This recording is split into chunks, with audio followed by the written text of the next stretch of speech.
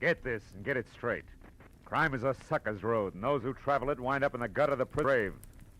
This time it was a fishy horseplay from a red-headed beauty past a black-bearded sailor to a neck-and-neck finish over a wandering seahorse worth $50,000.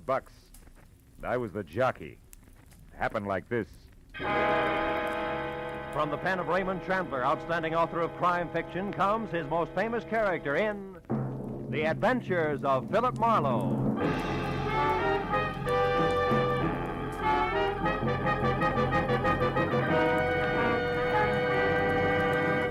Now, with Gerald Moore, starred as Philip Marlowe, we bring you tonight's exciting story, The Seahorse Jockey.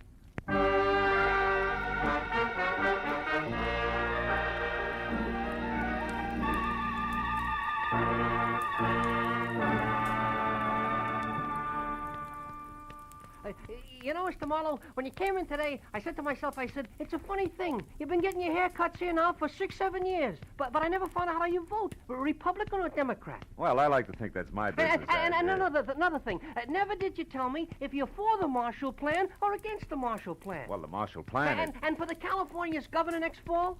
Well, there's no doubt in my mind And the income tax...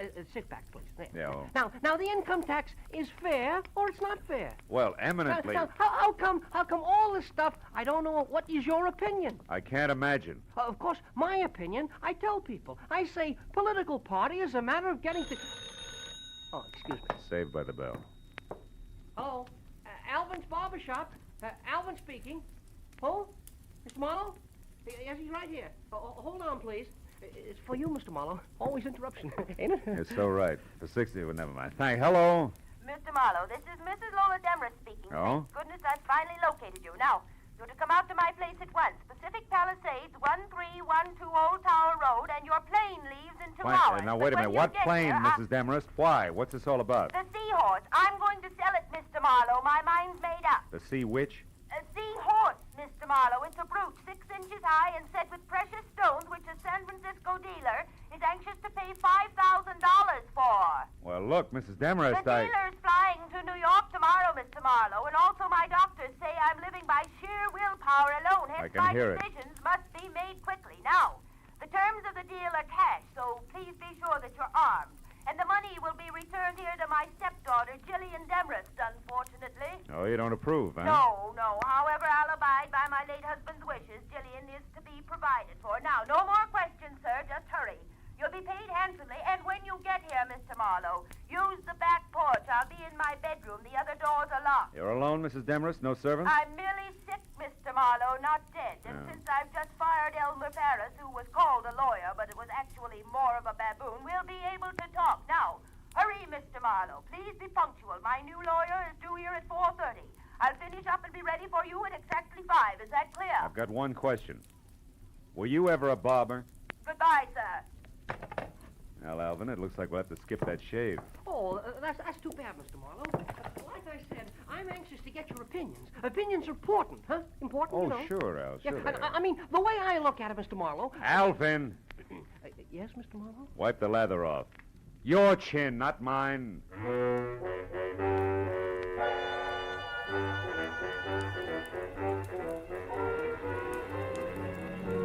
Pacific Palisades, my new client's home at 1312 Old Town Road, was 40 minutes from L.A. The house was Victorian style, solid, made of wood, 2 stories high, and squatted close to the edge of a sun-baked cliff, 200 feet above the ocean.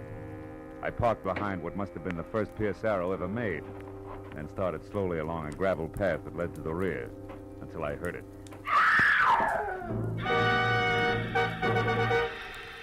Inside, I found an old woman whom I figured to be my client, leaning against a half-open kitchen door, sobbing and clenching at the gingham apron she wore like it would keep her from screaming again. Mrs. Demarest, get hold of yourself. What happened? I'm not Mrs. Demarest. Oh, the poor darling. Her heart. She's dead. She's dead? In there, the bedroom. Oh. But who are you? My name's Philip Marlowe. Mrs. Demarest hired me an hour ago. She was a handsome woman. A beautiful woman and a good woman. You're the detective, aren't you, about the brutes? Yeah. How'd this happen, Mrs. Lockfield. Oh. Miss Bertie Lockfield. Miss Lockfield, were you with her? No, I came over a bit ago. I'm Lola's best friend, you know, her only friend. I came over in my car to cook her some dinner, like I do all the time. I live right by the little cottage at the foot of Old Tower Road, the one with the tall hedges. The dinner, Miss Lockfield, you were saying? Oh, yes. Well, Mr. Marlowe, can we go back to the living room? Oh, sure. Now, Miss Lockfield, you came over to cook dinner, then what? Well, I looked in on her first, like I do all the time. And since she was asleep, I went to the kitchen and set things going. And then? Oh, here, you better sit down, huh? Thank you. Then I went back to my place, fussed around for 10, maybe 20 minutes. Then I came here again and found what we just saw. That pillow clenched in one hand like she'd wanted All to right. hold Take it easy, something. Miss Lockfield. Try to hold on, huh? Now, tell me, you didn't happen to see anything of the new lawyer around, did you? New lawyer? Why, Lola didn't mention a new lawyer. He was due here today? Yeah, a half hour ago. Might help if we knew his name. Why, Mr. Marlowe?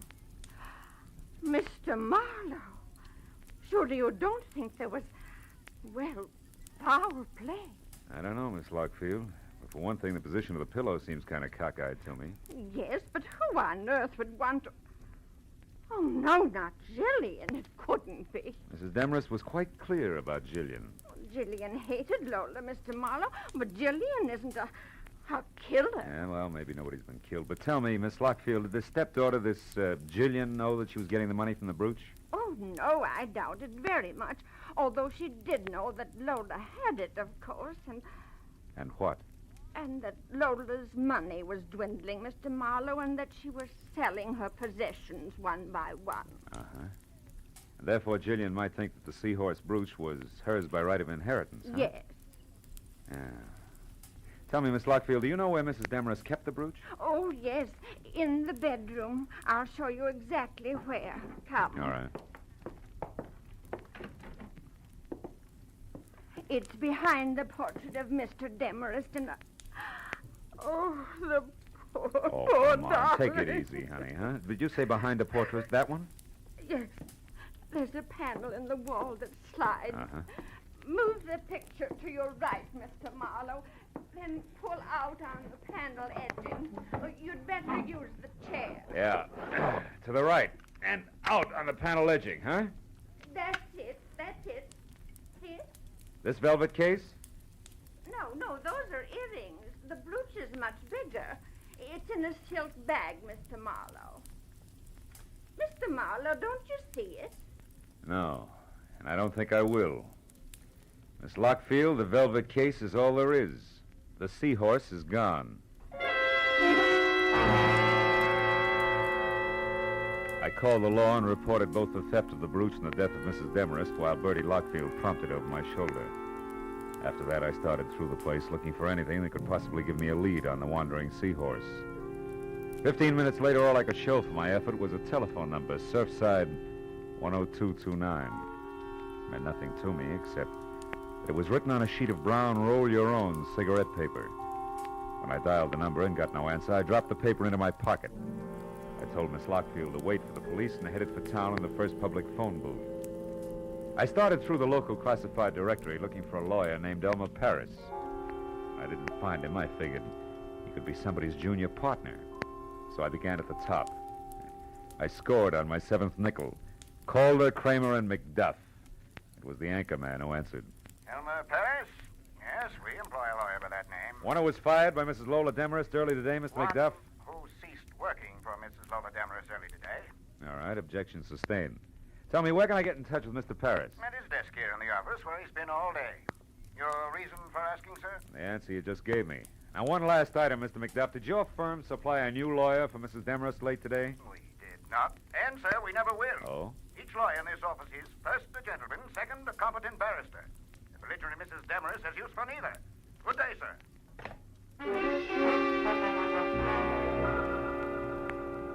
With that, I checked Elmer Paris off my list and went back to the phone book. Jillian Demarest, my late client's stepdaughter, was listed at number 111 Los Amigos Terrace, which a map on the back of the book showed to be just off Sunset Boulevard in Hollywood. Come I'm in. The girl herself, replete with old-fashioned, the only thing that was red-headed, maybe 30, and meat and potato curves in either direction. From a waistline that was strictly rye crisp over lettuce leaves. Sit down. What's your problem? Well, I got some bad news, Miss Demarest. Don't tell me. It's my income tax. I've been caught lying. It's your stepmother. She's dead, Jill. Oh. That's too bad. Her Yeah, heart? well, try not to go to pieces, kid, huh? Look, I didn't particularly like Lola Demarest. She didn't particularly like me. So, why make a thing of it? Because the seahorse brooch has been stolen. You're kidding. Don't try brushing that off, because it was supposed to be sold today with the proceeds to go to you. You're a liar. Private detective. Hired Jill to fly the brooch to a San Francisco dealer, and I found out it's really worth $50,000. A lot of dough you didn't expect. Okay, Mr. Private Detective. At last crack. It means exactly what? That you could have taken the brooch yourself. Try me again. Surfside, 10229. Stop pushing and start listening. If Lola intended to sell the brooch and give me the money, it was for one reason only. My father wanted it that way. So? So do I. And now that you're without a client, maybe you'll work for me. I doubt it. I write and get paid well. 5,000 words a month for a pulp magazine. Torrid stories. It figures. Pays off nicely. Be worth your while. Do you want to help me? Suppose you're lying and actually stole the brooch yourself. What then? Then you handcuff me to the nearest cop and run for mayor on the Let's Clean Up Local Crime ticket. Now, is it a deal for, say, 1% of the 50,000 if I get it? 0 if I don't. 500 of fun, huh? Mm-hmm. Yeah, okay, Jill, it's a deal. Good. And for a starter, do you happen to know who Mrs. Demarest's new lawyer was? New lawyer? I didn't know the old one had been fired. I didn't say he had. Could have quit, you know. Nobody ever quit working for Lola Demarest. It wasn't her nature. Oh? Now, will you please stop barking at me and go out and bite the guy with the brooch? You look like you could do a good job of it. For $500. Yeah. But just think of the opposition, Jill. It's snapping at 50 grand.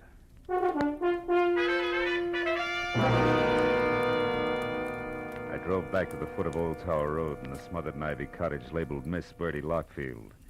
I started for the front door, but only got halfway. That'll do nicely. Right where you are. Oh, fine. You're a friend of Bertie Lockfield's or a relative, which? A nephew, why? Because, nephew, Aunt Bertie's not home, and I want someone responsible to leave a message with. So you go looking for him with a gun, huh? Now listen, baby, Shut up and try to remember this. Tell your aunt that the new lawyer Mrs. Demarest hired will be in touch with her. Does that make any sense to you? No. But maybe if I knew his name, it would. I doubt it. Now, nephew, without any fuss, let me have your car. Hey, now, wait a minute. Come on. You'll find your car a block away from here where I left mine. Give? No. Happy motoring. Thank you, nephew. And don't forget the message. She backed away, got into my car, and started it without once taking her dead, fish-cold gray eyes off me. When she jerked away from the curb, it was too late for me to do anything but swear and start walking to my car. It was where she said it would be, so I got in and sulked as far as the first public telephone. It was time to try Surfside 10229 again.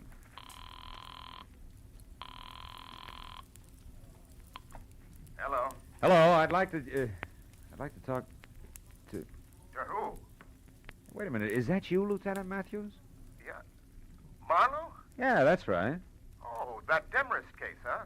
Well, Phil, the coroner thinks it was murder, all right. Suffocated her with a pillow, but they won't be sure till the autopsy report is in. Yeah, wait a minute, Get in Matthews. touch with me. Hey, wait a minute. Will you? You're at Surfside 10229, right? Yeah. You got this number from Homicide, didn't you? No, I didn't. I got it from a brown cigarette paper I found at Mrs. Demarest. Huh? Now, look, tell me, Matthews, what have you got and where are you? 51 South Monroe Place. 51 It's South. a dead one, Phil. A guy who sported a beard. The name was Paul Crater. Oh, occupation lawyer, right? No, Phil, wrong. The occupation was able-bodied seaman.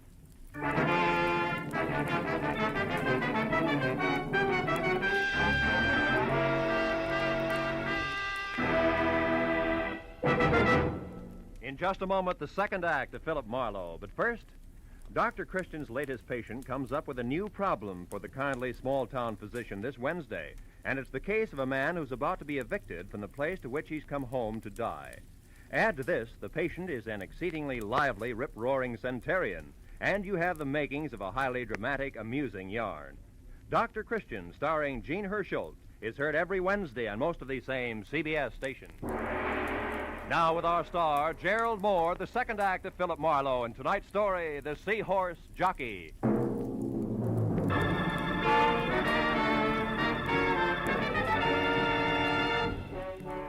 I was 30 minutes getting out to the address Matthews had given me.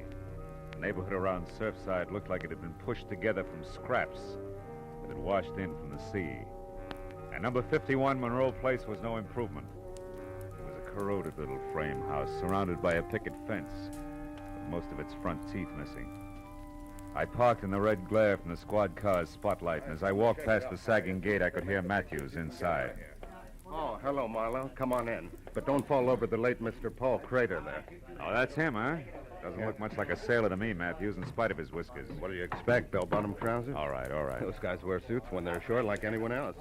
He was shot twice, Phil. Once in the stomach, once in the chest. Dropped right here in front of the door, huh? Yeah. The way it looked, somebody came up and knocked, and when Crater opened the door, they let him have it. Got a line on him? Well, he was a nice, quiet guy, apparently. Lived there with his sister, Helen. As far as we know, they got along fine. We're still trying to locate her. He worked around here someplace, but we don't know where yet. But what about that Demarest business? Oh, that. Well, Oh, wait a minute. Oh, okay. Matthews. Yeah, Mooney. I see. Jug Nolan. As in J-U-G? Yeah. Uh-huh. He is? No, you come on back. I'll check him later, personally. Well, Phil, that answers one question anyway.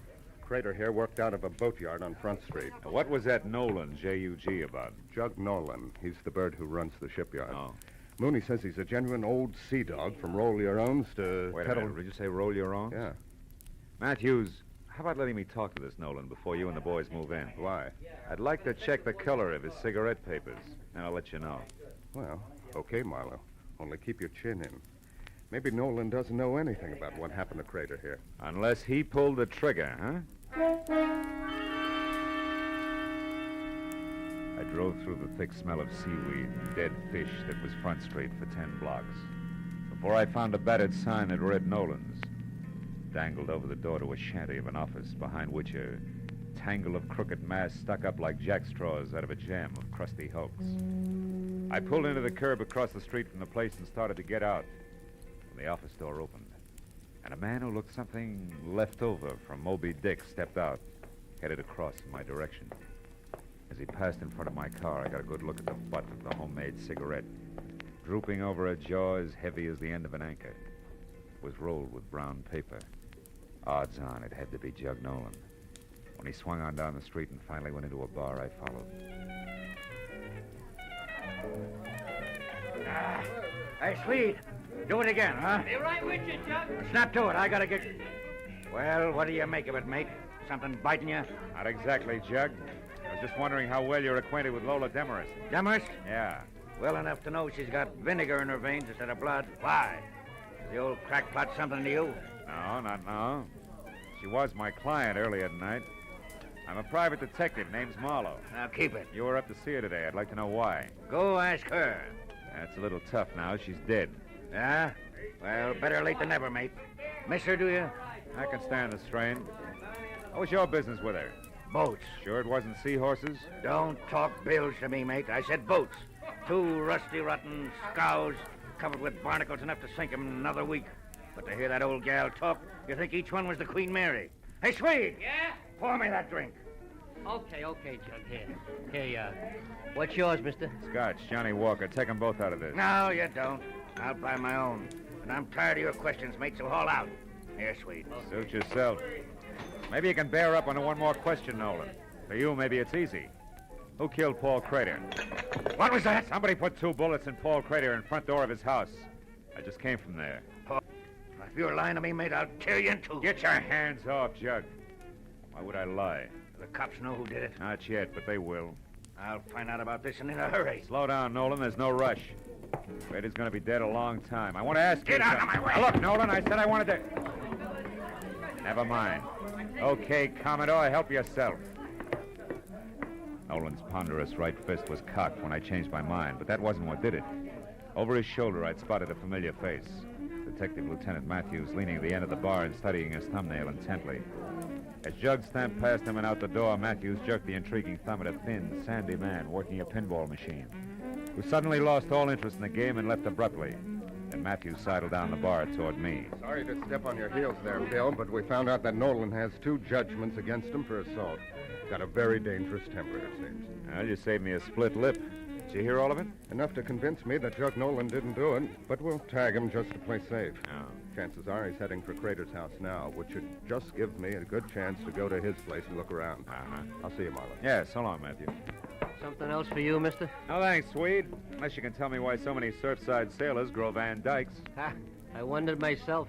Maybe it's to hide those dirty collars. I don't know. Hey, that's sweet. Couldn't stand the city gas. Hey, here's one with a beaver now, mister. Why don't you ask him? Oh, it's not that Now, important. come on, let's go, sweet. Set me up some rye whiskey. Okay, all right. Say, Dusek, this fella here wants to know why you sailors grow those chin whiskers. Yeah? Skipper, I'll tell you. A sailor's got to have something to do while he's away to spare time at sea that don't take up too much space. Yeah, well, I guess it beats bike racing. I'll see you, Dusek. Hey, wait, I want to tell you. I went to town today looking for nothing but a change of scene in a chubby blondie shirt, would see. And what happened? Yeah, well, that's fine. Some gal takes a look at my bed and thinks I'm a college professor doing research. I couldn't tell her with a blowtorch. Yes, the well, next one runs for her life because she takes me for a judge. And after that, I'm just getting around Hey, to wait a asking- minute. Hold it, Dusek. Huh? You say judge? What's up, Skipper? You losing your rudder? Just the opposite. You've given me an idea that'll work. Yeah, and what? 2 murders, a beautiful sneer, and a missing seahorse. Ah. It's wild, but it's beginning to make some sense. So long, sailor. I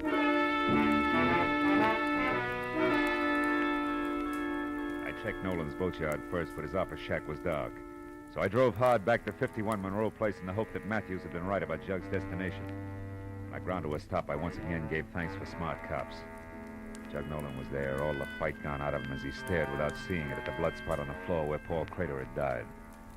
I asked him one simple question. The answer he grunted in 3 words without so much as looking up. But it made everything fit. And as I got to the phone, I knew that whatever else he was, the old sea dog was no liar.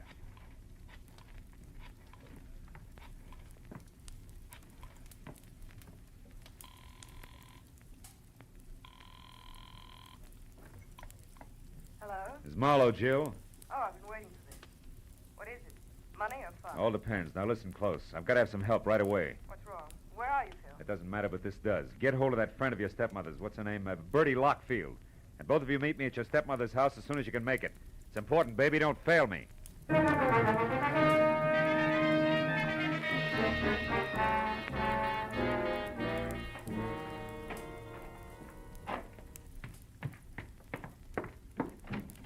Marlowe, what took you so long? Well, yes, I understand you wanted our help in a big hurry. We rushed madly over I'm here. sorry it took longer to get here than I figured. What do you want us to do, Phil? Catch a thief and a killer? You see, I'm positive now that whoever got away with that jeweled seahorse also held that pillar over Mrs. Demarest's face until she died, then went on to kill Paul Crater in Surfside. 2 murders? Killers have that advantage, baby. For 1 murder or a dozen, the price is the same. Oh, I don't understand, Marlowe. Does the second murder have something to do with my stepmother's death? They follow like links in a chain, Jill. Lola Demarest called me at 4. She was expecting a new lorry at 4:30. When I got here at 5, she was dead and the jeweled seahorse was gone. However, the circumstances indicated that somebody who knew her had done the work. Then you don't think the new lawyer was the one No, who... but I do think the new lawyer came in, just as I did later, through the open back door. Stood right over there and overheard the entire business. Can you prove all this, Marlowe? Not yet. But if you found that new lawyer, you could. Right. That new lawyer's going to turn up soon, and when she does, we'll have something She? more. Yeah, she, Bertie. Lola Demarest's new lawyer is a woman. A woman? The distinguished man in suit and Van Dyke that you shot and killed in Surfside was the lady lawyer's brother, a seaman. You mean Bertie here? Yeah, Jill.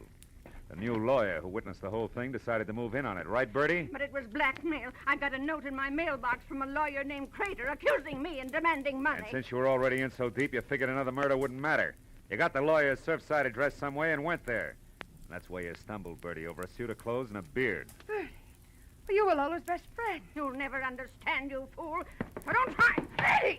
Don't you try either, Marlowe. Make a move for your gun and I'll put a bullet in her back. Lola Demarest's best friend. I despised and hated her. The years I worked and slaved for that woman, pampering her, putting up with her sickness and her temper and her high-handed ways. She owed me plenty for those years. When it came time to pay, the money went to you, you cheap little snip. You'd done nothing for her. You were getting everything. Stand still, Marlowe. I came prepared, remember? So did I, Mrs. Lockfield. Helen Crater. Better drop it, Bertie.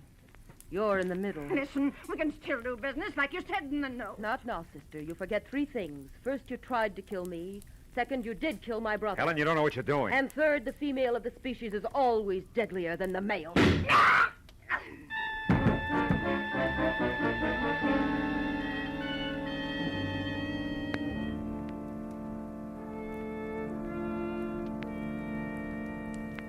Matthews, that's about it. Yeah. What do you think will happen to Helen Crater? Nah, that's one I don't have to figure out. Well, she's a lawyer, you know. Maybe By the she way, could- Phil, Huh? how did you find out she was the lawyer? Oh, that. Well, you see, the fact that the new lawyer was nowhere around bothered me. Uh-huh. And then when I was in that bar in Surfside, one sailor with a beard told me he'd been mistaken for a judge. So I figured maybe another sailor, also with a beard, could have been mistaken for a lawyer. And you worked back from that. Yeah, Paul Crater's sister, Helen. I finally asked Nolan what Helen Crater did for a living. He told me. You see, he was the guy who had recommended Helen in the first place. He'd come to see Lola about the boats and found out that she needed a lawyer, right? That's right. So he tossed some business to Paul Crater's sister. That's how the phone number came on brown cigarette paper. You know, I found it on the sun porch. Well, that's it. Yeah. Well, you gonna get some coffee? No, thanks, Matthews. I'm quite tired. Oh, I think I'll go home.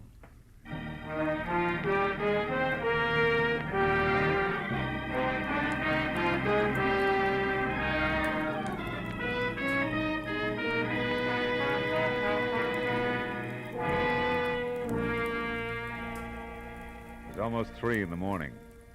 Silent, sterile hour at the short end of a long, long night.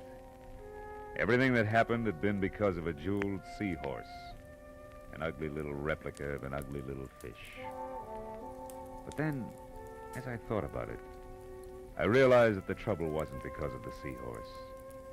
It was because of the people. Bertie Lockfield, Helen Crater, Lola Demarest. That's always the trouble. People. Yeah. To coin a cliche, it takes all kinds of people to louse up the world.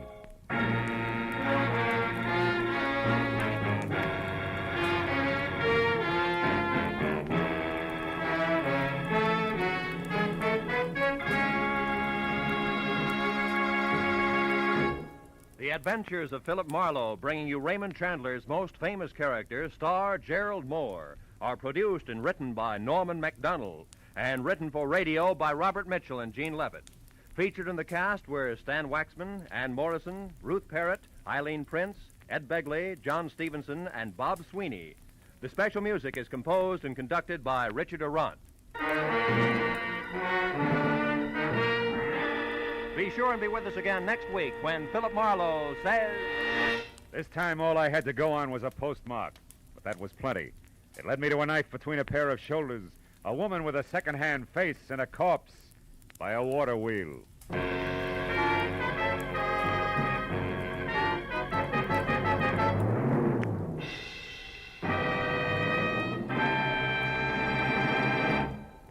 There'll be some grand singing on CBS this Wednesday night. Bing Crosby will play host to Al Jolson and Ella Fitzgerald, and Burns and Allen will entertain lovely Dinah Shore. Also, Groucho Marx will be around with more of his wonderful wit on his quiz, You Bet Your Life. And, of course, Dr. Christian will be on hand with another famous story. They'll all be heard on most of these same CBS stations, so be listening. This is Roy Rowan speaking. Now, stay tuned for Pursuit, which follows immediately over many of these same CBS stations. This is CBS, where Wednesday night is Bing Crosby night, the Columbia Broadcasting System.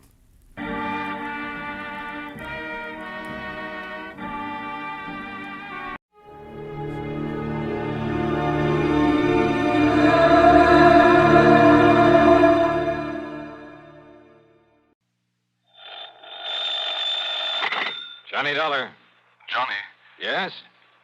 Hello? George Reed, Floyd's of England. Well, what's the matter, George? You sound a bit down in the mouth. I am. What's up?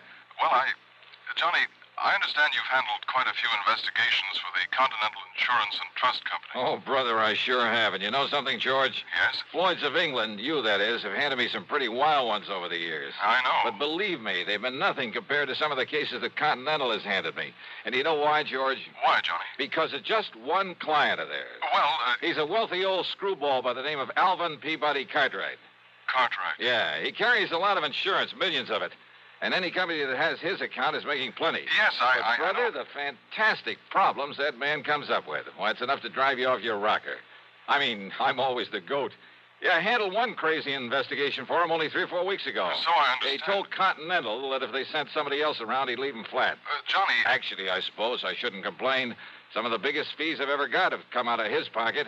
And you know something? Yes, Johnny? In spite of all his wackiness and these silly problems he hands me, well, over the years, I've really gotten to love the old character. And I mean, aside from those fancy fees I mentioned. Good, Yeah, I think I'd do almost anything, within reason, that is, if it were necessary to help out Alvin Peabody Cartwright. Anything? Sure, anything. Thank heaven for that. But now you said you have troubles, George. I have. So I'm sorry I chewed your ear off about someone that Floyd's of England doesn't have to worry about, so... Don't we, Johnny? Huh? Well, of course not, because as long as he keeps his insurance with Continental... Unless... George. Unless... what, Johnny? Well, I mean, if he were to change companies for some... Oh, now, wait. Yes? George. I'm still here. Just who is your problem? I'm afraid you've guessed it. Oh, no. Yes, Johnny. Alvin Peabody Cartwright.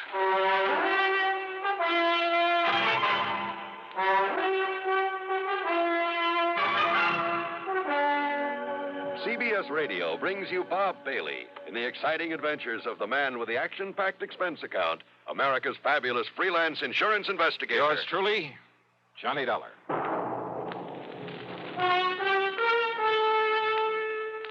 Pepsi-Cola refreshes without filling. Why? Because it's truly light. Charlie, you're forgetting something. Wait, Kay, there's more. Yes, ice-cold Pepsi is the delicious refreshment that goes great at a picnic or a party. But, Charlie... And Pepsi goes fast. People like it, so keep plenty handy. There. Oh, you did fine, except for one thing. Well, I mentioned lightness and how Pepsi refreshes and how fast it goes. You left out Pepsi sociability. You know the Be Sociable song. But, Kay, I can't sing. I can. Listen. Be sociable, look smart, keep up to date with Pepsi. Drink light, refreshing Pepsi. Stay young and fair and debonair. Be sociable, have a Pepsi. Well, at least I can say this. Pick up an extra carton of Pepsi today. Please do. And now, Act One of yours truly, Johnny Dollar.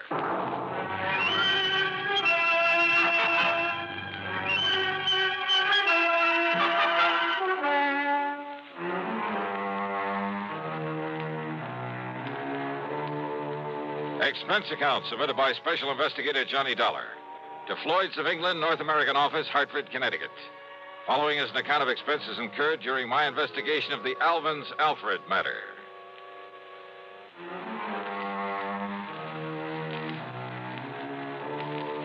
The assignments George Reed usually handed to me were usually bad enough. But a combination of both George and Alvin Peabody Cartwright could be just a little too thick. Anyhow, expense account item one, $1 for a cab to his office. Now look, George, don't tell me Cartwright has shifted all his insurance over here to Floyd's of England. Sit down, Johnny, please. Sure. Well? Yes, he has. Then, baby... As a matter of fact, after months of effort and expense, I managed to sell him on our company myself. Oh, brother. But if you have any idea of the amount of his annual premiums, well, Johnny, it's a real feather in my cap. But don't you realize what you've got yourself in for? I'm afraid I'm beginning to. So, Johnny, if you can get him off my neck... Cartwright? Twice in 1 month? Don't bank on it. But tell me all anyhow. Well, it's really my own fault. So anxious to get his business. And if you know how much that man spends on premiums every year... Yeah, you said that. Now get to the point. And I suppose I should have been more thorough, but... Well, we figured that Continental had known what it was doing, and we simply made a direct transfer of all his policies to this company, including the one that concerns us now. Only it should never have been issued. What kind of a policy? Straight life. On Cartwright? No. With all the riders attached to it. Johnny, it not only covers her life, but accident, injury, mysterious disappearance, just about anything you can think of. Covers whom? Well? The name on the policy. Alfred. Alfred? Alfred Cartwright. A relative? No. No. But if his last name No, is... Johnny, according to this policy, Alfred is a ward of Alvin Peabody Cartwright. That's funny. I never knew that Cartwright had a... Well, what's the difference? What's happened to this Alfred? According to Mr. Cartwright, it was an abduction. Oh, a kidnapping, huh? No, not exactly. Well, what do you mean? If he was abducted, that means he was... Wait a minute. Yes? A minute ago, you started talking about the insurance policy on her. That's right. And then you started talking about Alfred. Alfred is a she. Is a what? Hey, well, what do you mean about an abduction of her, it not being a kidnapping? Oh, I said not exactly. But Alfred was abducted. Yes. Oh, look, will you start making some sense about this? I wish I could. And if this sort of thing is typical of Cartwright... Come on, George. If Alfred was abducted but wasn't kidnapped, well, okay, what happened? Well, you see, Johnny, Alfred... A female. A female. Well? Alfred happens to be a dog. Okay, so what's the difference? If she's been abducted, she's... A dog? Yes. Oh, no.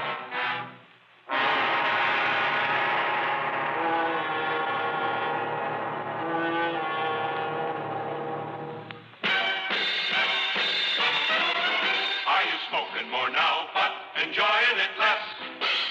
Have a real cigarette, have a Camel. The best tobacco makes the very best smoke. Have a real cigarette, have a Camel. Are you looking for flavor and mildness?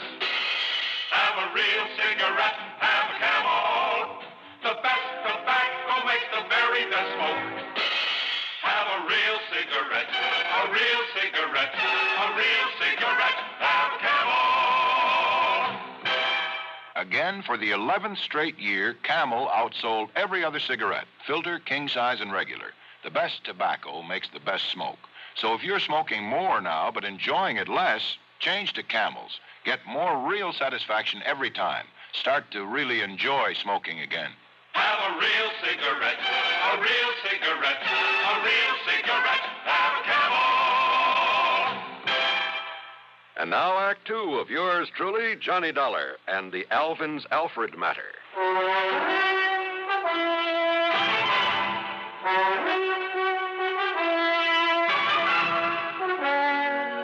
George, life, accident, injury, mysterious disappearance, all that insurance on a dog? Yes, Johnny. A female dog? Yes. By the name of Alfred? Yes. A pet of that lovable old crackpot, Alvin Peabody Cartwright? His ward, Johnny. At least that's the way it reads on the policy, and that's why we thought nothing of it when the policy was transferred to us from Continental Insurance and Trust. Oh, brother. But why Continental ever wrote such a policy in the beginning? Oh, that part's easy, George. But the premium's only a drop in the bucket. I mean, compared to that on the rest of Cartwright's insurance. Now, listen. If they'd refused to write this complicated policy on his dog, they'd have lost all his business. Well, they have now, to us. And, Georgie, you can lose it just as fast unless you try to do something about this disappearance of that pooch. Unless you do something about it, Johnny. You've got to find Alfred and return her to him. So will you drive on over to Lakewood and talk to Mr. Cartwright, see what you can do? So help me, George. And, Johnny, I promise we'll not question a single item on your expense account, no matter what it is. Oh? As for a nice big extra fee, well, you name it. Well, will you do it? Okay, George, on one condition. Yes? That you keep this thing under your hat. I mean, after all, if the word ever got out that Johnny Dollar was chasing around the countryside looking for a dog napper... Johnny, I promise. I cross my heart and hope to die. What a business. With no limit on the expense account, I should have hired a Rolls, complete with liveried chauffeur. But instead, item 2 was $4.20 for a tank full of gas for my own car. Within the hour, I was pounding on the front door of the Cartwright home over in Lakewood.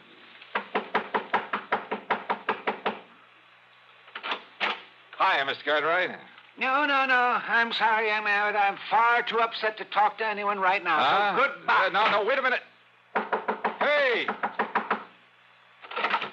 Yes.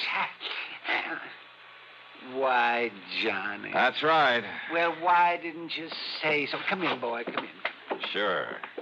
Well, sir, how are you? Yes, come in and commiserate with me in my hour of bereavement. How anybody could be so wicked as to take Alfred, my pride and joy, away from me. But somebody did. And, Johnny, you must find her and must bring the culprit to justice. Spare no effort, spare no expense, but come on, Johnny. Well, have you any idea, Mr. Cartwright, who might have walked off with the pooch? Pooch? Oh, Johnny, how can you use such a term? Alfred was almost like a child to me. Dear little thing. Oh, yeah, I'm sure. But you haven't answered my question. Do I know who committed this dastardly deed? Yes. Of course I do. Oh, sir. Come along, Johnny. I'll show you Alfred's picture so you'll know her when you see her. All right. But now, why send for me, Mr. Cartwright? What? Well, I mean, if you know who did this. I certainly do. And, Johnny, he must be made to pay the penalty for this nefarious deed. Now, look.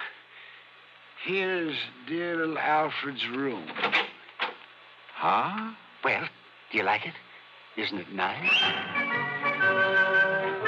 I could hardly believe my eyes. It was more like the playroom for some much too wealthy child. Why, he must have spent thousands on it. On the soft, thick, wall-to-wall carpeting, all the furnishings, including a bed in the corner with a foam rubber mattress. There was a growing tree in the middle of the floor and a half-dozen miniature fire plugs scattered about. There were rubber bones and balls and toys of all sorts and sizes Toys? In addition to everything a dog could possibly play with, there was a big table with a scale model electric train, an erector set, a microscope, a lot of other science toys, including a working model of a... Huh? Isn't it nice, Johnny? Oh, no. Look, Mr. Cartwright. Yes? Don't tell me the dog played with these things. What thing? Well, this toy seismograph. Toy? What are you talking about? That really works. See? See how the recording needle gave a jump on the roll of tape on it? It runs for a week. Keeps perfect time. Oh, well, sure. So the dog could tell when there's been an earthquake somewhere. Is that it? Well, no. I may as well admit, Johnny, that some of these things are mine. Yours? Yes. When I was a child, the only toys I had were the ones my poor mother could make with her own hands. And I always said that if I ever had the money, I'd make up for it. That I'd have all the things I couldn't have then. So maybe I'm just a silly old man, second childhood, that sort of thing. But I said I'd have them, and now I have. I see. Did you ever have a nice electric train when you were a youngster? Well, no. My folks couldn't afford it. Yes, but I bet you wanted one, didn't you? Oh, sure I did. Doesn't every... Yes, and after you'd grown up, I bet you spent as much time looking at them in the store windows as any kid. All the time wishing you dared to buy one. Just to have it. You think it's all a joke, Johnny? Joke, Mr. Cartwright? About the man who buys his son a train for Christmas and then, plays with it all Christmas morning? Yeah, maybe you got a point there. Of course I have. And that's the trouble with growing up. People get so proud or stuffy or something that they won't unbend. They won't let their hair down and enjoy some of the simple little things that they'd really like to do. They're so afraid that somebody might laugh at them. I'm not laughing, Mr. Cartwright. And that's why I like you, Johnny, because you've sense enough to realize that, well, maybe an eccentric old character like me isn't so eccentric after all. That he's just become smart enough to get rid of a lot of nonsensical inhibition. Yeah, you have got a point there. Well, maybe you can understand why this same old man is so upset about losing a wonderful companion. His dog. She was such a dear. I looked all over before I found her and bought her and brought her here. Her, Mr. Cartwright? That's right. Then why did you name her Alfred? Well, to be honest about it, Johnny, I'd really hoped for a boy. Yeah. Yes. Now, you say you know who who dog-napped her? Clarence. Clarence? Clarence Brixton. A stupid day servant I fired yesterday. He was the only one that could have done it. Who would have done it? When did this happen? Last night, between 7 and 8. I'd gone over to visit the widow Parkins. Oh, a bit of romance in your life, Mr. Cartwright? Oh, Johnny, how can you say anything? Well, she is very nice. I mean, there was nobody here but little Alfred. I'd even locked her in. Oh, what about the house? Was it locked? Of course it was. But Clarence still had his key to it. And if you know this house, Johnny, then nobody could have broken in. Oh, I'm sure of that. Besides, there was no sign of anybody trying to. There was no footprints outside. There was no ladder marks. There was nothing. Even the stupid local police agree that Clarence must have done it. Then why haven't they nabbed him? Because they believe his alibi. From that character, that wife of his. They live the other side of town, and she swears he was at home when it happened. And you're sure that only he had a key to this house? That's right, outside of my own. So he must have done it. Only the dumb police won't do anything because of his so-called alibi. And we got to break that alibi. That's right. But how? How, Johnny? Well, I got a crazy idea. Huh? Well, I thought I was the only one who got Just, let me take a real close look at one of these toys in here. One of these toys? Yeah, that's right. It's a long chance, Mr. Cartwright. But let's see what happens.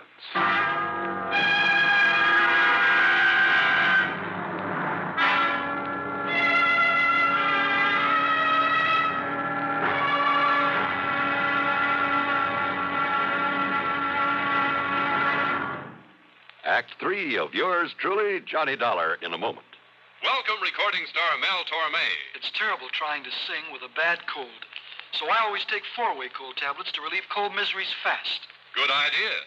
Tests of all the leading cold tablets proved 4-way fastest acting. 4-way starts in minutes to relieve muscular pains, headache, reduce fever, calm upset stomach, also overcomes irregularity. When you catch cold, try my way. Take 4-way cold tablets. The fast way to relieve cold distress and feel better quickly. 4-way, only 29 cents. Now here's a word about another fine product of Grove Laboratories. Had dandruff for years? Now get rid of it in 3 minutes with Fitch Dandruff Remover Shampoo. 3 minutes with Fitch regularly is guaranteed to keep unsightly dandruff away forever. Apply Fitch before wetting hair. Rub in 1 minute. Add water, lather 1 minute. Then rinse 1 minute. Every trace of dandruff goes down the drain. 3 minutes with Fitch. Embarrassing dandruff's gone. Fitch can also leave hair up to 35% brighter. Get Fitch Dandruff Remover Shampoo today. And now, Act 3 of yours truly, Johnny Dollar.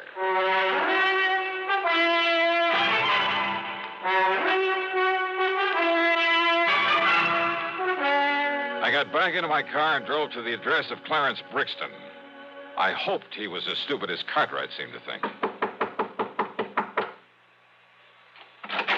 Yeah, mister. Mrs. Brixton? That's right. I want to see your husband. Well, no, who are you? Johnny Dollar, special investigator. No, get him out of here, Mabel. Throw him out. What are you so worried about, Brixton? First it was those dumb cops that crazy old geezer sends around here. Now it's you. Well, me, I'm full up to hear all this yakking about me taking that mangy little hound of his and that snapping, yipping little female. What you done to my Clarence? Them sharp teeth are hurting. You show him your hand, Clarence. Yeah, forget it, Mabel, and shut up. You get these marks when you were hauling Alfred out of that playroom against her will? Huh? Now listen. A little dog, you said. Oh, not much bigger than Clarence's hand. Pies in his little Oh, then you've seen it, Mrs. Brixton. Well, no. Now, Clarence told me about it. Yeah, sure, I told her. I see. Well, what do you see? And I hope it means the dog is still alive. After all, if you took the trouble to bring it here. Well, what are you talking about? You trying to say I stole the dog off of him? So maybe nobody did, wise guy. Oh, what do you mean by that? Ask me, that lousy pooch got out of there on her own free will, just to get away from that crazy Cartwright like anybody in her right mind. Oh, out of a locked room in a locked house? Sure. Cartwright always left the window open so she could sleep good. He left so the dog took off somewhere. A little dog jumped out of a third-story window? Why, it would have killed or crippled her. All right, so then he was wrong about when it happened. While he was out, he said. And he was out between 7 and 8 p.m. last night. And that's when somebody chased Alfred around until he caught her, then took her away. Prove it. Yeah, some big, clumsy ox like yourself, Clarence, who had a key, who knew the place, knew he'd better leave the place looking undisturbed before getting away. But he didn't. Yeah? Here. Take a look at this. What's that, huh? From a working model seismograph there in that playroom. What? You see, Clarence? Every clumsy footstep of yours registered in black and white for some 5 or 6 minutes during a period between 7 and 8 o'clock. Oh, don't look like his feet to me. But I didn't touch that thing. You didn't need to. You mean them squiggles on the paper, my footsteps? What do you think? Now, what do you think of modern scientific investigation, Clarence? Scientifical, huh? Gee. But listen, mister, please, it was only so's Clarence could make like he found the dog and then take him back and then maybe get his job back. Yeah, could have worked, too, only... Only what, Clarence? Some local cops. They was a pushover. But then you had to come along. All right, Dollar. Well? Dollar, I give myself up.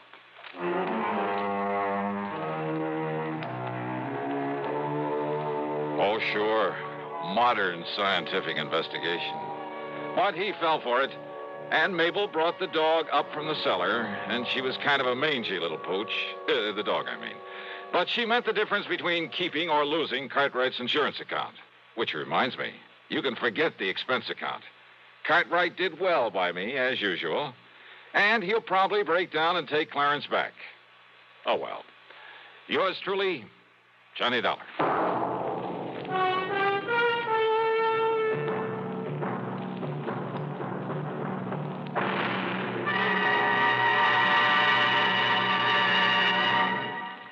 Our star will return in just a moment. Constipation can be a problem for anyone, even doctors. And when constipation occurs, it's interesting to see just what doctors consider important about a laxative they might use or recommend. Well, a majority of the doctors we heard from had this to say. A laxative should be effective, gentle, as close to natural acting as possible, and a medicine that can be used with complete confidence. Now, X-Lax has been popular with many doctors and millions of people over the years because chocolated X-Lax is effective. Overnight, it helps you toward your normal regularity. X-Lax is gentle. Next morning, it gives you the closest thing to natural action. And that's why many doctors and millions of people use X-Lax with complete confidence.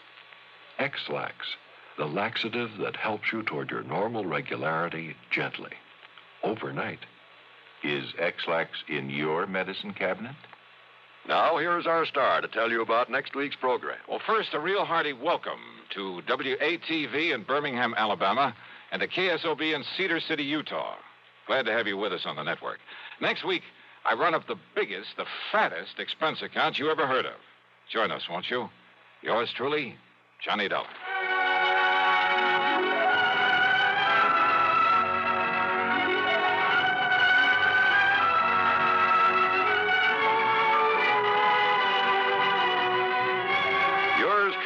Johnny Dollar, starring Bob Bailey, originates in Hollywood and is written, produced, and directed by Jack Johnstone. Heard in our cast were Virginia Gregg, G. Stanley Jones, Howard McNear, and Frank Gerstle. Be sure to join us next week, same time and station, for another exciting story of yours truly, Johnny Dollar.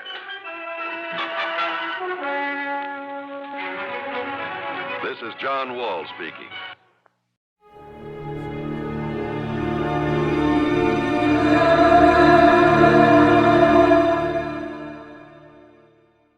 Johnny Dollar. Bob Douglas. Crossing. What's the matter? A policyholder, young fellow named Jefferson, went west on an oil deal and he's disappeared. It might be murder. Well, I guess I'd better pack 2 shirts. Looking for one man in a big state like California can be murder.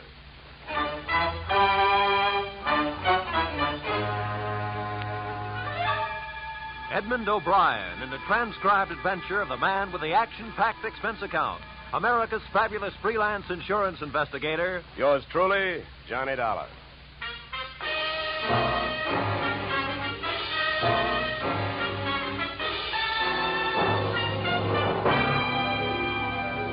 Expense account submitted by Special Investigator Johnny Dollar to Great Corinthian Life Insurance Company, Hartford, Connecticut.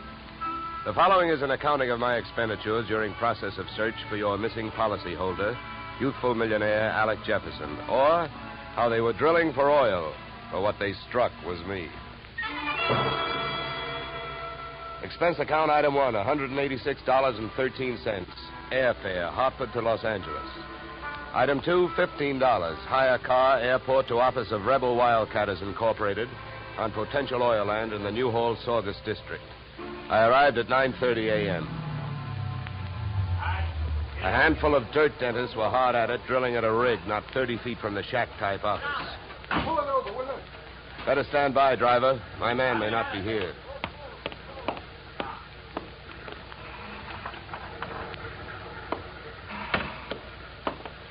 Morning. Can you tell me where I'll find Mr. Flaherty? You're talking to him. I'm Mars Flaherty. What can I do for you? My name is Johnny Dollar, Mr. Flaherty. Yeah. I've been sent out here by the Corinthian Life Insurance Company to see if I can get a track on your partner, Alec Jefferson. I see. Well, it's their money you're spending, Dollar, so I don't care much if you waste it. But if you don't mind my saying so, I do think you're going to be wasting your time. Well, I get paid by the day. Then I guess you don't mind wasting time. Oh, look, don't get the idea I'm just naturally pessimistic. I'm not. It's just that I've already done a lot of looking for young Jefferson, and when that bird flew the coop, he didn't leave a feather you could trace him by. Well, do you have any objection to giving me a few details? No. Sit down. Not at all. Thank you. To save time, maybe I'd better tell you what I already know. Well, it can't be much. It isn't. I suppose you realize Corinthian Life is the administrator of Jefferson's father's estate. Yeah. I know that. Well, having charge of the money, they naturally know that young Jefferson financed this operation. That's right. His money, my experience. The only thing we needed was a little more luck. Well, there you have it. That's all I've got. What can you tell me? That whatever young Alexander got, he was asking for. For a guy built like a cream puff, he got mighty strong around here. Around an oil field, that isn't healthy even for a big guy. How do you mean he got strong? Too much money, too much opinion. That mixed up with too many other men's women can mean trouble for anybody. Any particular women? Too many. Mind telling me who they are? No. Matter of fact, I got a list right here. Yeah, you can have it. I already tried it. Just one more thing. Yeah? How and when did he drop out of sight? A week ago last night. Yeah, he left here at 5 o'clock for his apartment on the Sunset Strip in Hollywood. He never got there. I checked that, too. Here. Give me that paper back for a minute. I'll write down the address. Thanks. Well, I'll be around. Oh, by the way, the first thing we try to figure out in my racket is who would benefit most. How would you like to have him found? Dead or alive? Either way, Dollar. I can take it. I've lost partners before. I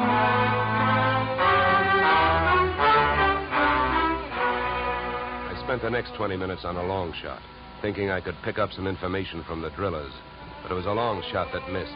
Those guys wouldn't have told me it was a nice day. The outdoor life having got me nowhere, I decided to give the indoor type a try. First stop, Jefferson's apartment on the Sunset Strip. The lock was foolproof, but I wasn't fooling.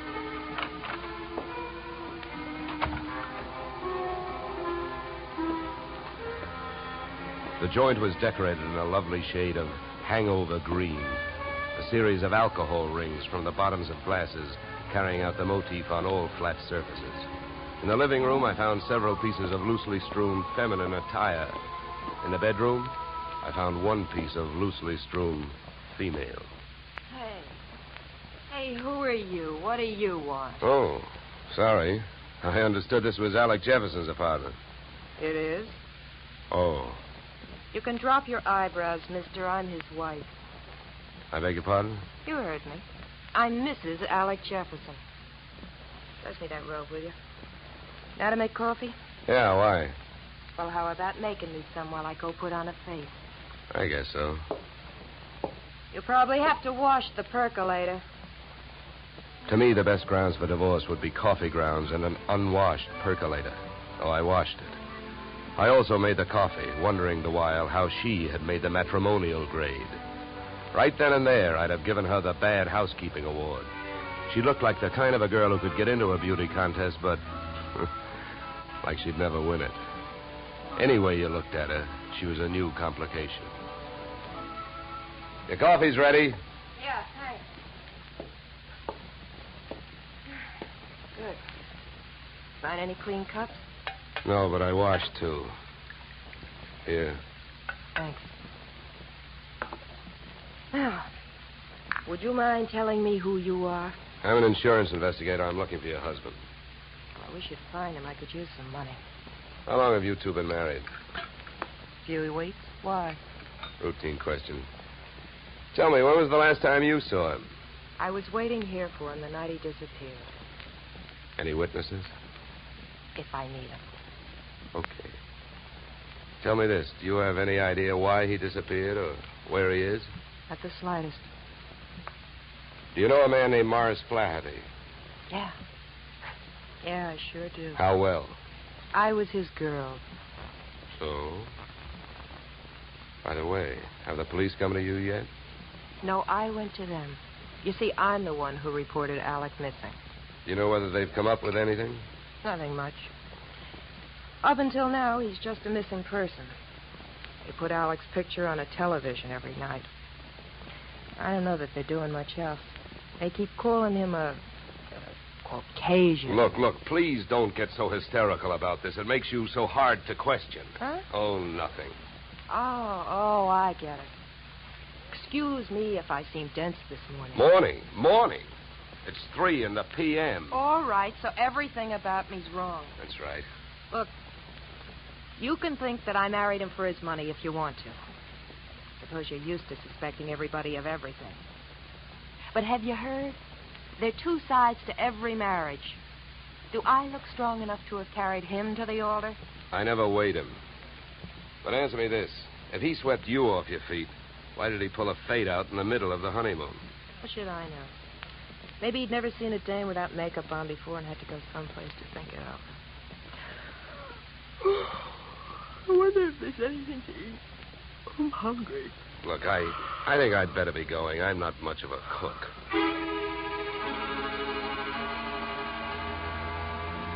When you're working on a case, your nerve ends are easily disturbed. So when I left the house and saw a hard-top blue Plymouth parked opposite the apartment, mine clanged an alarm. In the car sat an equally hard-topped man reading holes in a newspaper. I gave him the slow walk-away and quick turn treatment, and I caught him with his newspaper down. Then I had to go into my act.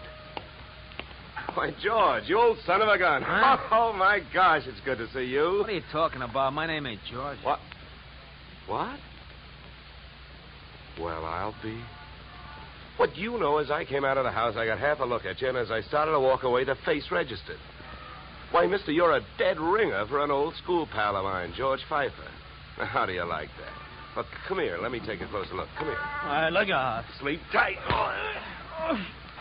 Okay, Sleeping Beauty, over you go. I'll drive. I turned the car up into the Hollywood Hills, found an empty house with a for sale sign out front and a garage out back, and drove in. His wallet was bulging with everything but money and information. An ID card gave his name as Philip Wilkins, his occupation as private detective.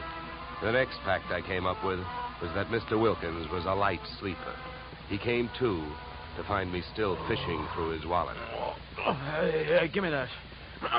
Okay, hold it, mister. Take it easy. Here, you can have your wallet back.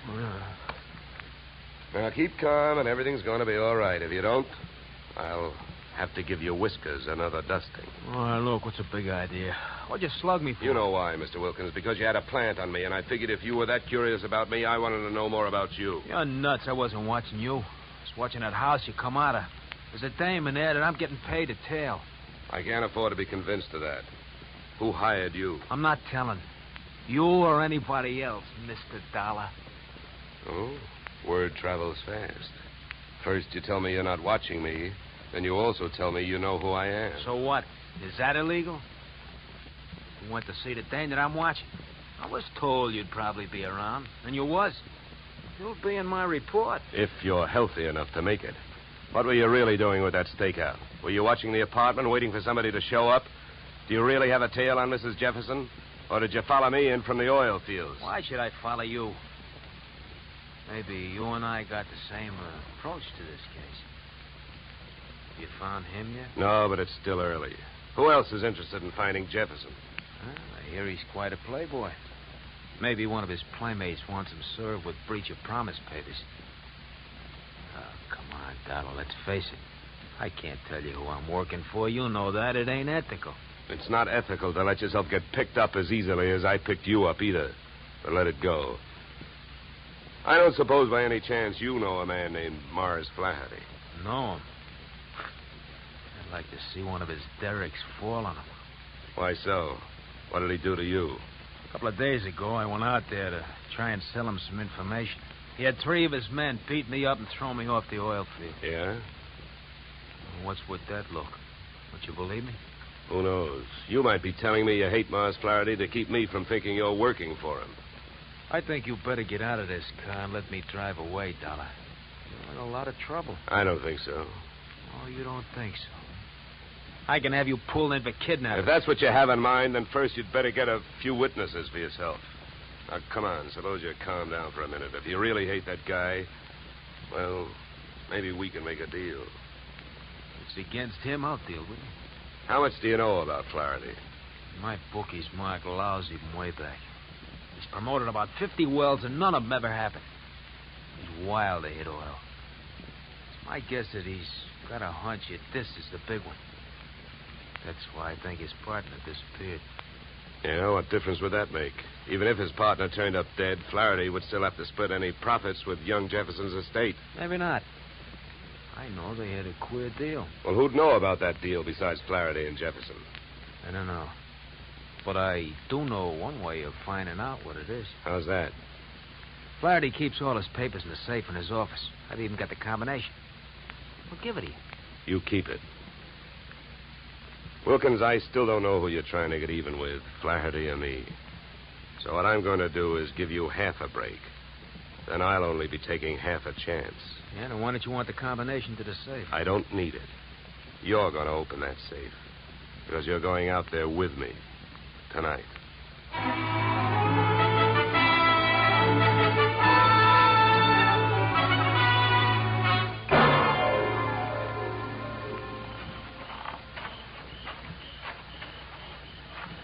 Here.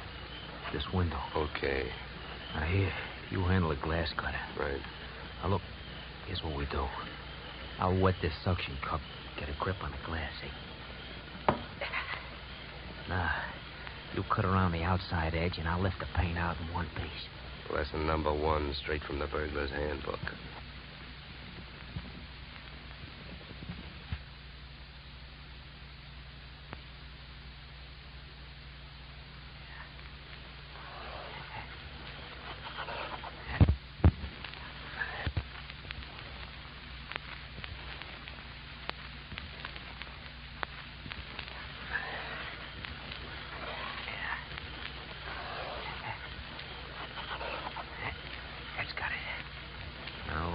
There's a little tap with the knuckle.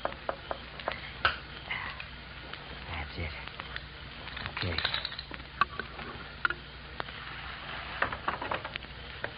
All right, in we go. You first. Okay.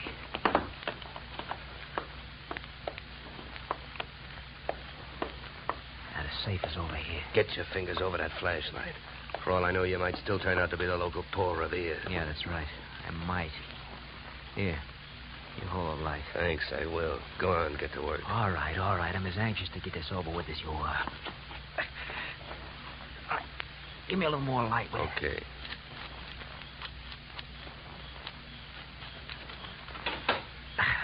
There you are. All right, go to it. You go to it. You reach in. And if your hand comes up with anything heavier than papers, I'll cream your skull. Will you stop your worrying? Here. Nothing here. Nothing. No. All right, you got him, that's all. Stay down there. I don't want to walk off with anybody's government bonds. Here. I got all I want. You put these back. All right. Now, close it up.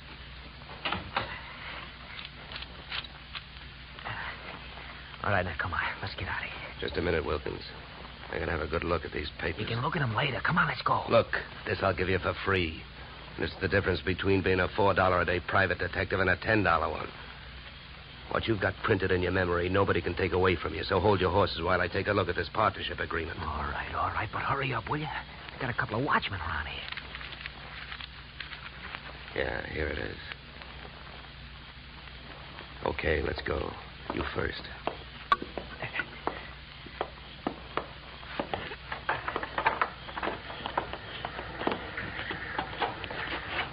Okay, back to the car. Make it fast and easy.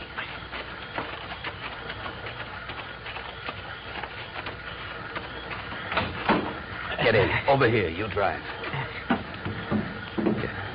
You know, Wilkins, I had a clammy feeling for a while back there that we weren't going to make it. Don't go starting any celebrations. You didn't make it.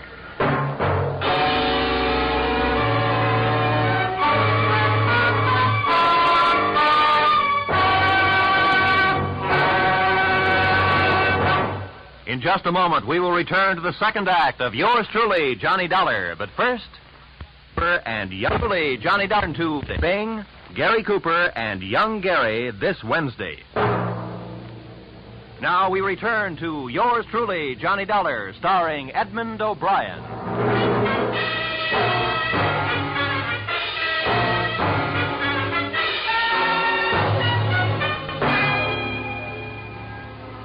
There I was, wearing a gun muzzle for a back collar button. My left leg picked up the nervous vibrations of my front seatmate, Philip Wilkins. Mars Flaherty in the back seat was so close I could almost identify the brand of the bourbon he'd been drinking. I suppose you got what you went into the office after, huh? I not only got it, I memorized it. And it makes you look bad. Yeah, then I don't have to explain to you why I don't want you two guys or the paper running around town on the loose. Well, it's a corporate paper. That means it's on file somewhere. So what difference does it make? Start the car. Where are we going? To my house. Go ahead, get going. Okay, Wilkins, you better roll.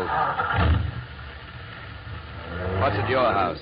The reason that paper makes a difference right now. The guy you came here looking for showed up. Alec Jefferson, where is he? He's where we're going.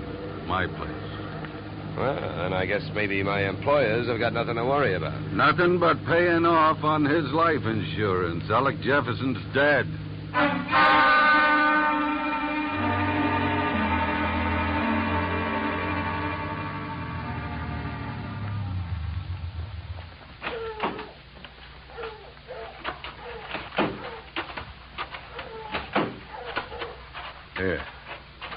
Here, Dollar, here's the key.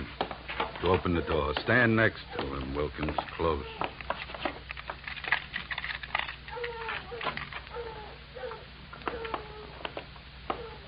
The light switch is on your right. There's your boy, Dollar. Died young, didn't he? Yeah, the thing is, it looks like he died in my house. Now, what do I do now? If you're putting on an innocent act, you're doing pretty good, Flaherty. How's the rest of it going? I've been around killings before, so I know how the rest of it goes. The cops take one look at this, they grab me, and before that happens, I got some work to do. So have I been around killings before. Work to do. So have I been around killings before. And I know how the rest of your story goes. You came into your house and you found him. Somebody hit Jefferson over the head with that piece of firewood to get rid of him and make you look guilty. You're being framed. Huh? The next chapter reads you've got 8 witnesses to prove you were at a church social at the probable time of death. That's the way I wish it read, but I haven't got any witnesses. I've been on the loose out in the hills ever since I saw you this morning. Oh, yeah? What are you, a nature lover? An oil man. In my racket, you never stop sniffing. When I came back and found him here, I headed it for the office. I wanted that paper you got out of the way for the time being. Would that gun of yours object if I looked the body over? Help yourself. Thank you. Any idea how long he's been dead, Dollar? Oh, hard to tell. Feels like quite a while. Could have happened before I met you.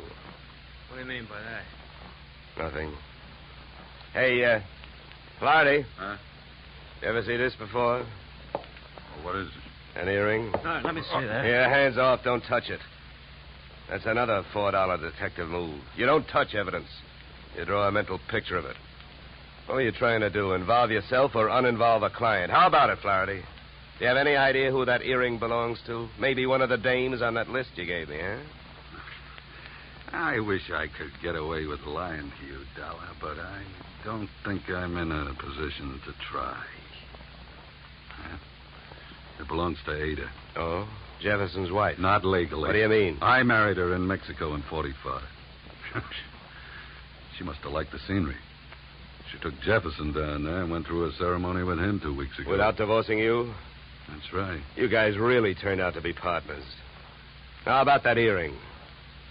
How do you know it belongs to Ada? Well, it's one of a set I bought for her about 6 months ago. Well, I might as well tell you. They'd find out anyway.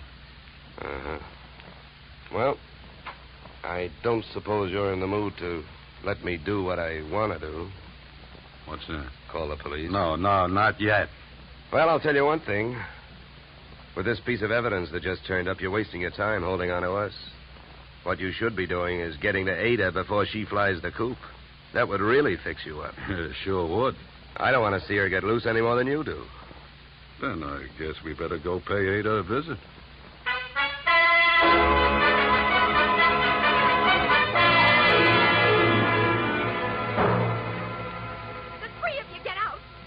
All you got is one lousy earring, and if you think I'm going to stand here and listen to you try to pin a murder on me, you're nuts. Mars never bought me anything. He never gave me any earrings. How about it, Flaherty? That's too bad, Ada. If I thought there was a chance to help you, I would. But your earring was laying right there on the floor next to his body. Why, you oily monster, you. What are you trying to do to me? Why, if anybody had reason to kill Alec, you did, you miserable thief. Now, wait a minute, Ada. Don't make yourself look worse by throwing a lot of accusations around. I know about the contract between Alec and Mars. In case of death, the survivor gains full control of the oil field. But a good piece of evidence will beat out a good piece of motive in any court in the country, and you've got both working against you. Get out of here. You don't know what you're talking about. I think I do. Knowing about that agreement, you married both these guys. Those Mexican marriages are just weak enough to help you beat a bigamy rap if it came to that, and just strong enough to help you collect if either of your husbands died. Your next move would be to divorce the one that was still living and take advantage of the California community property laws. Oh, you've got it all figured out, haven't you? Well, not quite. I haven't figured out why young Jefferson went to all the trouble of dropping out of sight and then showed up to get himself murdered. I think I can tell you. It was about time you told us something. I was working for Alec Jefferson. That's why I couldn't tell you, Dollar. I was getting paid to help him stay out of sight and keep my eye on these two. The contract had him worried. But when I uncovered the bigamy and told him about it, he decided to go to Flaherty and try and straighten it out, man-to-man basis. You know that, Ada? No. I don't know anything about anything. That's a lie. I was with him this morning when he called you. He told you he was going out there. You had plenty of time to get out there and wait for him. You can't get away with it. You can't prove anything. Now get out of here! Not before Never mind the gun, Flaherty. I got her. No, let me go. Hey, none of that. Around you go. That's better. Yeah, much better. Now, come on, Angel, across the room. Well, Flaherty, don't you think I'd better call the police now? I'm afraid there's nothing else to do. Okay, then you hold her. You put your hands on me. You dirty. Get me police, operator. My name is Dollar. I'm calling from apartment 3C, Horizon View Apartments, Sunset Strip. I've got a murderer here for you. It's out in Newhall, but that can wait. Well, dead bodies usually do, but you never can tell about a killer. Well, that's it. You got a good tight hold on her, Flaherty? Yeah, I can handle it. Good.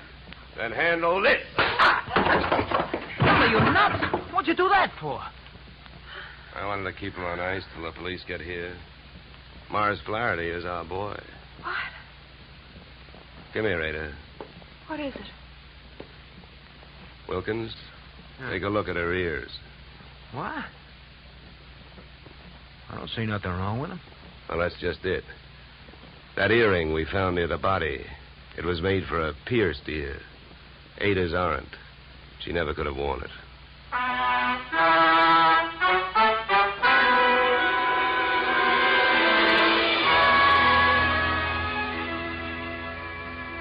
Moral? If Flaherty had been a nice enough guy to buy jewelry for his wife when he had her, he wouldn't have bought the wrong kind of earring when he wanted to set her up as a patsy. The police traced his purchase of same to a Main Street pawn shop. But what really nailed him was the biggest switch of all. Since the murder weapon was a shaft of rough bark firewood, there were no fingerprints on it. But by the same token, there were weapon prints on Flaherty's fingers. A batch of tiny splinters under the skin. Inasmuch as my own girl furnished the practice which made me perfect on this case, I assume you will not be annoyed at my listing expense account item 3, $65, one pair gold earrings inscribed, to Olga, with love. Item 4, $187.13, return transportation, Los Angeles to Hartford. Expense account total, $711, signed yours, truly, Johnny Dollar.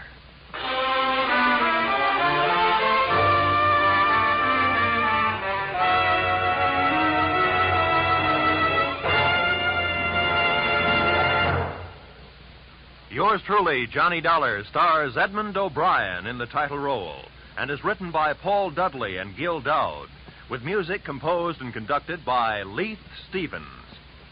Edmund O'Brien can currently be seen starring in the Harry M. Popkin United Artists production, DOA. Featured in our cast were Michael Ann Barrett, Ed Max, and Tony Barrett.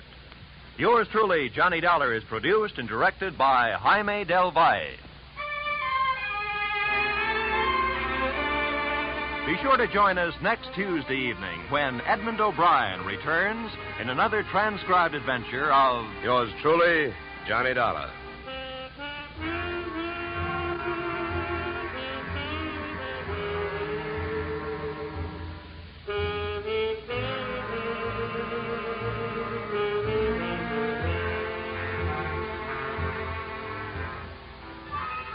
Blizzards in the western states, floods in Texas, hurricanes in Florida, tornadoes in Louisiana. Wherever disaster strikes, the American Red Cross stands ready to lend assistance. The Red Cross helps victims not only at the terrifying moment when disaster strikes, but also in rehabilitation. This is just one of the many nationwide activities of the Red Cross. Give generously to its latest drive. Now stay tuned for the adventures of Philip Marlowe, which follows immediately on most of these stations.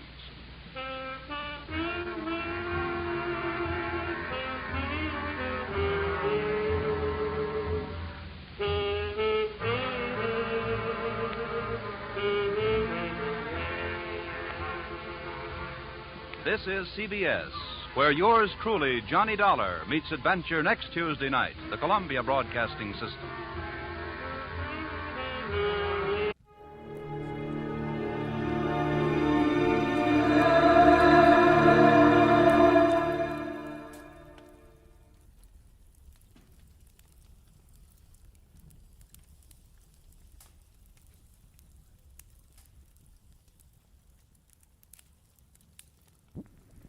Get this and get it straight.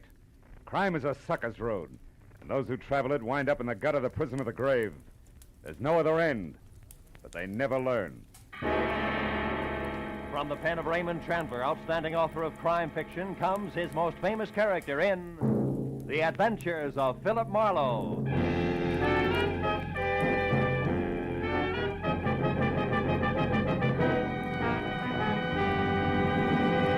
Now, with Gerald Moore starred as Philip Marlowe, we bring you tonight's exciting story, The Uneasy Head.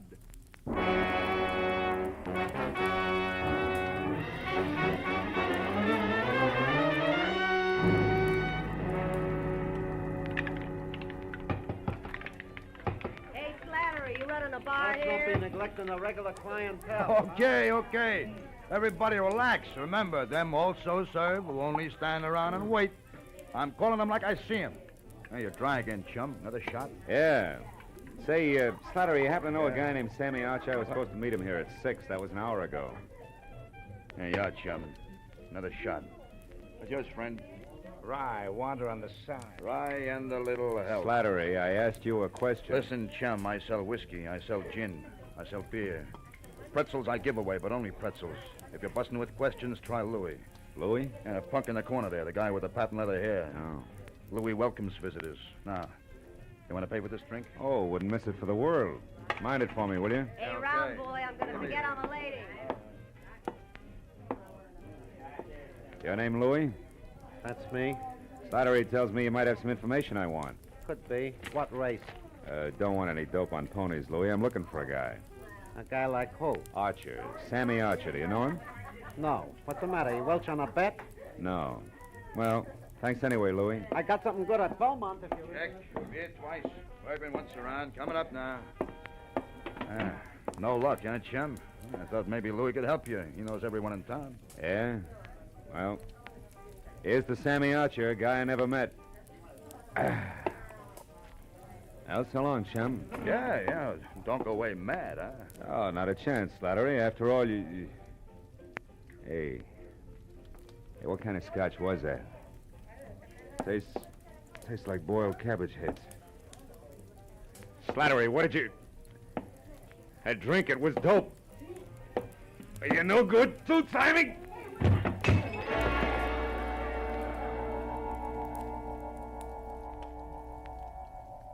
For a long time, 100 years maybe, I felt good. The temple was beautiful. Chinese beautiful. Everywhere lacquered woodwork that had the deep bottomless luster of a pigeon blood ruby, and 1,000 shelves filled with 10,000 smiling ivory Buddhas, and a lovely streamlined dancing girl, beaming in a white silk mandarin robe, waiting my pleasure. But then suddenly the 100 years ran out. The lacquered woodwork was a bar, the Buddha's lines of whiskey bottles, a white silk mandarin gown and apron, the lovely dancing girl, Slattery.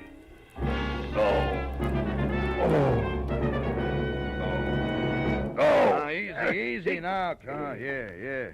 Chum, come on, try this. It'll bring you around. Yeah, thanks, Oh, it's you. How dumb do you think I am, Slattery? Hey, easy. No way. You got it wrong, chum. I didn't slip you that Mickey. Come on now. Lay back. You're going to be okay. How long have I been out? Oh, about an hour. Oh. You're in the storeroom behind the bar. Now, just take it slow, Mr. Marlowe. How do you know my name? Well, I checked your wallet when you folded, chum, and saw you with a big-shot private dick from Hollywood. Yeah? That gave you my vote. Really? Oh, yeah. I heard all about you, Mr. Marlowe. The time you nailed that lousy Paul Miles who was hitting all the bars for some old-time protection. Yeah, but you should have said who you was. Yeah. Oh. Hey, Slattery, got any idea who got to my drink? No. It must have been the bird next to you. Rye and water on the side. You know him? Here, come on, help me up. Yeah, sure. Oh. Steady, easy now. Oh. There we are. No. Never seen him before. He shoved off when you went to see Louis. What'd he look like, Slattery, think? Oh, well, he smoked a cigar. Yeah? He had kind of a red face and was wearing a camel hair overcoat. Oh, yeah. He was nervous. He kept playing with a book of matches. He tore them out one at a time, and then he bent them up. See? Bent him up, huh? Yeah. You don't know his name, where he hangs out? No, zero, chum, except that Louis heard him ask someone about how to get to Palm Springs, but, Mr. Marlowe, I do know about Sammy Archer. You do? Yeah, I didn't want to talk up before Mr. Marlowe because I didn't know you. Slattery, where can I find Archer? Well, You ain't putting him on the spot for someone, eh? No, nothing like that. He called my office today, said he had some kind of a business deal with a guy he didn't trust. Wanted me to meet him here at the bar, get the details, and play bodyguard. Now, come on, tell me, Slattery, who is Archer? Where can I find him? Hey, he's a second-story man, Mr. Marlowe. He's a... You mean that... Yeah, he knocks off fancy places. Beverly Hills most of the time. He's strictly a prowler. Oh, fine. Well, you could probably tag him over at 31 West Grand. He's got a basement apartment there. But, look, you ain't gonna be careless about the dope I gave out, are you now? Don't worry. I'm not gonna work for him, Slattery. I still handpick my clients. Well, then, why are you going there? For a lead, Slattery. A lead on a nervous guy in a camel hair coat. You see, I also handpick my enemies.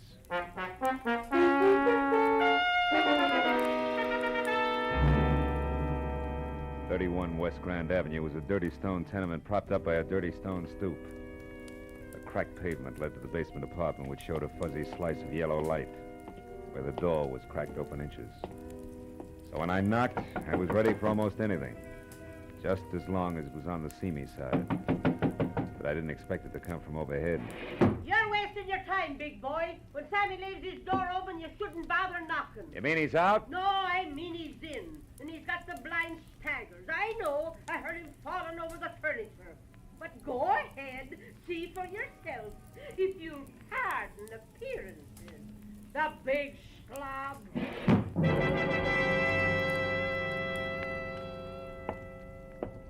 The lady was right. A tinny radio led me to the basement room where I found the two scarred wicker chairs and a single end table on hand turned over. Drawers open and overflowing pieces of discarded clothing everywhere. And in the middle of all that, sprawled along the edge of a threadbare couch that was weak in the springs, Sammy Archer. He was facing me, eyes closed, and wearing a faded blue bathrobe 2 sizes too big for him. And next to one hand that rested on the floor was an empty gin bottle sitting on a clipping torn out of a fashion magazine. On one side, an ad for a Bendix automatic washer. On the other, a picture of a diamond tiara, a jeweled crown, which the caption said belonged to Mrs. Bessie Dunsmuir of Palm Springs, California's most celebrated hostess. Well, it was a good time to awaken mine host by shaking well. Hey, Sammy. Archer, come on, pull yourself together.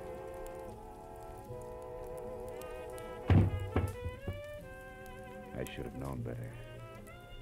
You can't wake a dead man by shaking him.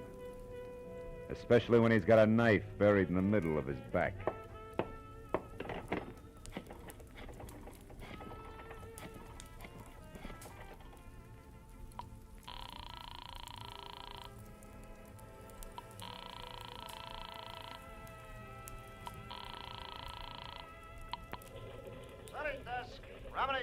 Bill Marlowe, Remini. Oh, hiya, Phil. Tribune got time for a few questions? Oh, we're up to our ears with the Dunsmuir story. What do you got, Phil? Beauty, beast, or traffic accident? Skinny guy with a golf ball complexion and the name Sammy Archer. Ever hear of him? Sure, a 2-time loser out of Joliet. Jewelry, team with a fence named Christy Roach. Roach, huh? Say, tell me, Tony, what is he... Hey, wait a minute, Remini. What did you just say about Dunsmuir? Huh? Oh, that. Didn't you catch PM sheets? No. Someone got away with a precious tiara last night. Was insured for $100,000. They tag anyone for it? Not yet, but they're working on it. Seems that a gardener left her Palm Springs lash up the same time as a crown of diamonds. Gardner, huh? Yeah, was working under a phony name. Well, this Christy Roach, what's he look like? Oh, big red face, wears a cigar front and center. Thanks. Now I'm really getting someplace. That means what, Phil? 2 feet from the corpse, Remini, there's a textbook on gardening. Corpse? What corpse? Where are you, Marlowe? 31 West Grand Avenue, where somebody stabbed Sammy Archer to death. Now listen, Remini, if you sit on this a while, I think I may be able to wrap it all up for you after a quick trip to Palm Springs. Why not use us or the law? What's your angle, Phil? A very personal one, kid. Like what? Like a Mickey that shredded the lining of my stomach. I don't like that kind of treatment. It's bad for the ego. I'll call you later. Goodbye.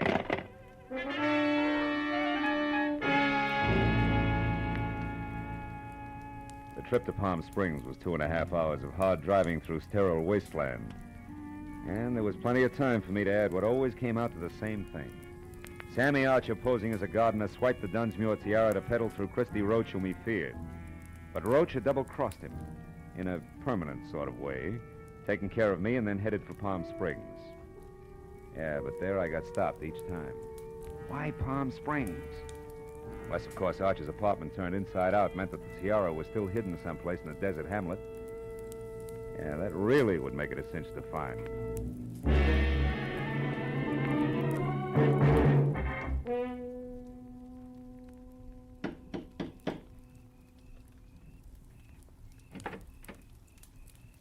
Yes, sir? I'd like to see Mrs. Bessie Dunsmuir, please. My name is Philip Marlowe. Police or gentlemen of the press are no longer welcome. Good evening, sir. Steady, Jeeves. I have information about the tiara. Now tell that to your mistress, or you'll only be able to look down that long nose through one eye. This way, sir, if you please.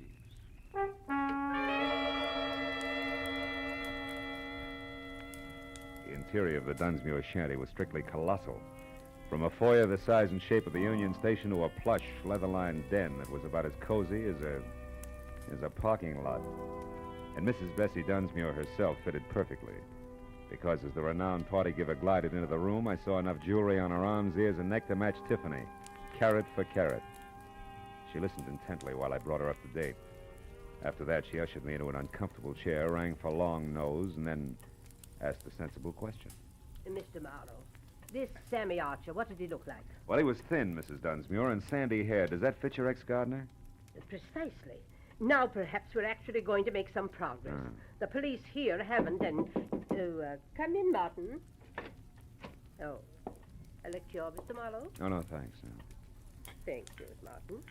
Mrs. Dunsmuir, Yes. Did you ever notice a red-faced man who smoked cigars hanging around talking to Archer, perhaps? No, I never did. Did you, Martin? No, madam, I don't believe I did. Excuse me, madam. Good evening, Dunsmuir residence. Who's calling, please? One moment, sir. Mr. Endicott, madam. Endicott? I don't seem to know any Endicott. Hello? I'm sorry, Mr. Endicott, but I don't seem to recollect... what? You... Well... Yes. Yes, of course. I'll see you tonight here. Goodbye. What's wrong, Mrs. Dunsmuir? Oh, just some more trouble over the estate.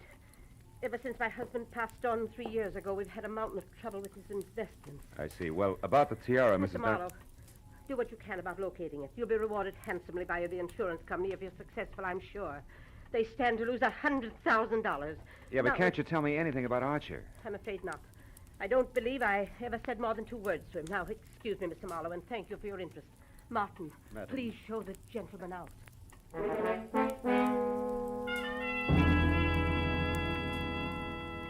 Outside, I chalked the Dunsmuir interview off at face value. Proof positive that Sammy Archer and the sticky-fingered ex-gardener were one and the same. Then I headed for town on the first public phone, which was at a mobile gas station. There I swapped a $10 bill for a pocket full of quarters and started calling people back in L.A. who might know more about Christy Roach and the kind of connections he could have in Palm Springs. But after 4 near misses, I quit and stepped aside to let a big man with a beefy face that belonged on an English bulldog take his turn. However, he had other ideas, and he pointed them out bluntly with a shiny automatic. I wonder if you could help me, Sonny. I'm looking for a diamond tiara. You gotta be kidding. I wear a fedora besides Hold that... it right there. I have news for you, Sonny. While you were gabbing into the tube there, the station attendant left, closed shop, went into the bar next door. Out of earshot. So? So we're alone. And that means I'm going to do very little. Stay right there, Marlowe. Well. Christy Roach. Red face, cigar, and all. Glad to see you. Shut up. Come on, we're getting out of here. Without our buddy there? Don't worry about him, Marlowe. He'll keep that way.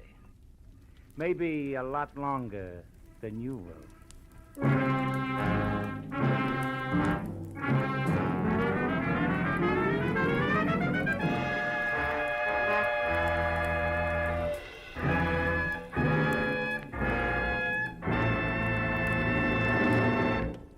In just a moment, the second act of Philip Marlowe. But first, every Wednesday night, CBS, the network of the stars, brings you Groucho Marx in his dizzy quiz, You Bet Your Life.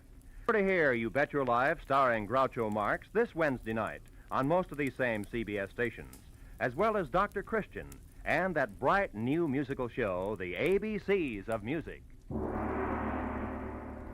Now with our star, Gerald Moore, the second act of Philip Marlowe, and tonight's story, The Uneasy Head.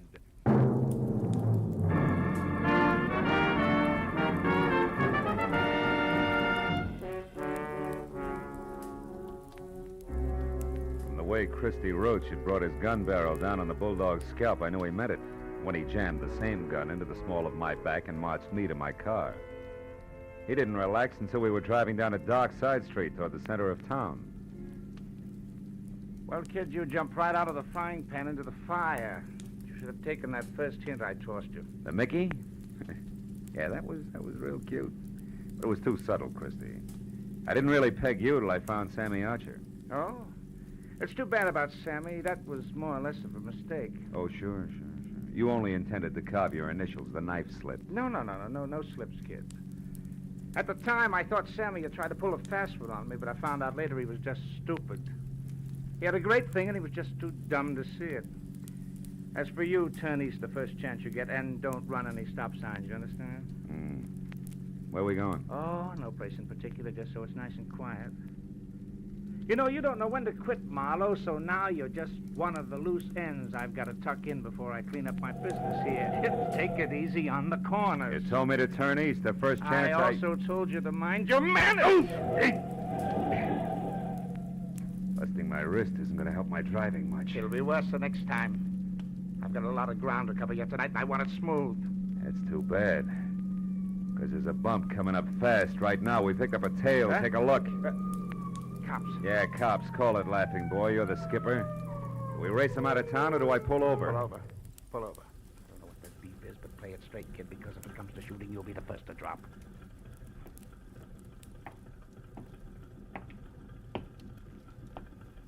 I got your read, buddy. You're on a one-way street. You're telling me. Yeah, only you're going the wrong way. Yeah, I know. Well, you see, my friend... I warned you. What about him? Well, he's in a hurry, officer. I was taking him as far as the corner there. He said it was okay to come this way. I didn't. I'm a stranger here. Also, you're a big boy now. You should make up your own mind. You're so right. Here, Mac, if you're in a hurry, you can go, but you better get out and walk. Thank you. Your friend here is going to be tied up for quite a spell. All right, let me see your license. Maybe the limb of the law and I should have nailed him right then and there. But there were still too many loose ends, and I wanted Christy Roach to clear them up for me. So I watched him walk out of sight while I listened with half an ear to a lecture on blind drivers. Well, it was a small enough price to pay for the service rendered, so I thanked the officer for the ticket and then headed back to the filling station in a bulldog with a headache who might be in a mood to talk. But when I got there, I found he hadn't waited around. After that, I checked the neighborhood and was 15 minutes getting to first base, which turned out to be the bar of a French restaurant across the street, run by one Monsieur Jean Corret, a high-octane number who apparently had overheard a phone call earlier. I immediately notified the police. Nothing, they said. Believe me, my friends, the lowliest gendarme in Paris would have more sense. Throw away an important clue? Never. I tell you, our police... Mr. Corret, can I see you a minute? Aye? But of course, monsieur. What is it? Well, it better be in private, huh?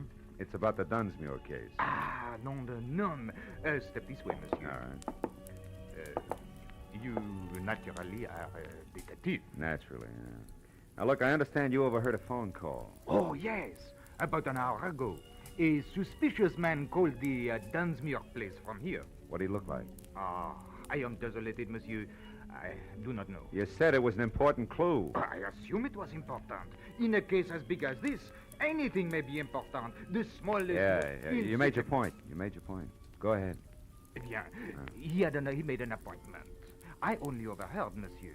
The telephone is back this way in the alcove out of sight. Eh bien, I was passing by right here when I heard the man ask for the Dunsmuir residence.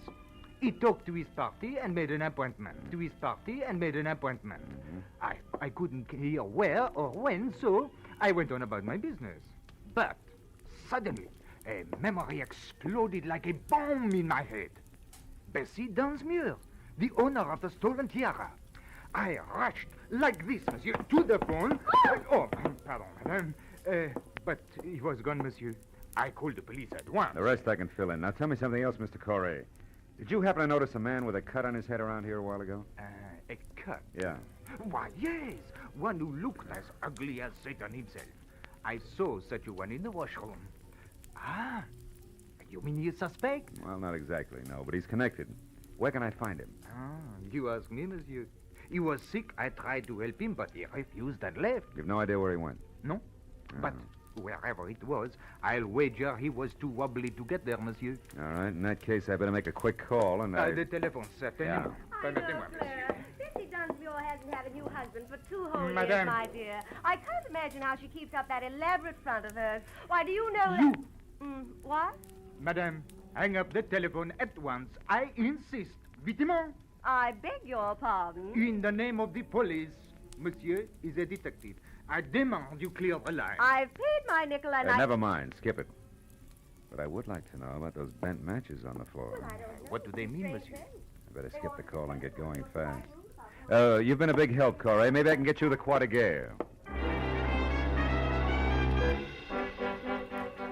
The bent matches that littered the floor under the phone meant that the man who had made an appointment to meet with Bessie Dunsmuir had been the fence, Christy Roach. And to top it off, she'd lied about it. It didn't make any sense. But I added it to the rest of the question marks and made a beeline for Bessie's mansion. I parked a block away from the place, walked back, and let myself in through an iron gate at the side. And wound up in front of a car, half hidden in a clump of hibiscus bushes. A man was leaning in the open door with a match in his hand, reading the registration on the steering post. It was the bulldog I'd seen first at the gas station. When he saw me, his hand dived under his jacket for a gun, but I was on him before he could get it out. Oh, my head. You're due for another dose of the same, Buster, unless I get some fast answers. The time for games is over, and even a private detective can run out of patience.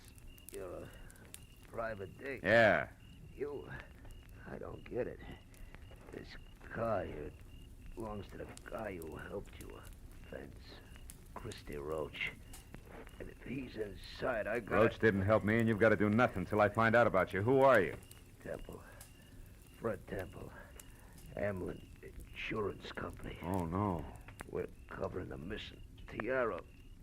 Only something's haywire. An insurance investigator? Yeah, but I'm not gonna make it, fella. My head, you better get in there and stop. When he passed out, he sagged against me like a sack of wet wash. I stretched him out on the grass, and after one look, knew there was nothing more I could do. I went over to the house and quietly tried locked doors all the way around until I came to an open one in the butler's quarters. A bed lamp was on, so I braced myself for another meeting with Martin. When he came to the door, he was in his nightshirt. As soon as enough of his chin was showing, I swung! It was a distinct pleasure. I stepped over him and went through his rooms and on up the long hall to the main part of the house. I finally located Bessie in the leather-lined den. She was alone, but judging from the rate she was burning up the jittery cigarette in her hand, she expected trouble at any moment. Marlowe, how did you get in here?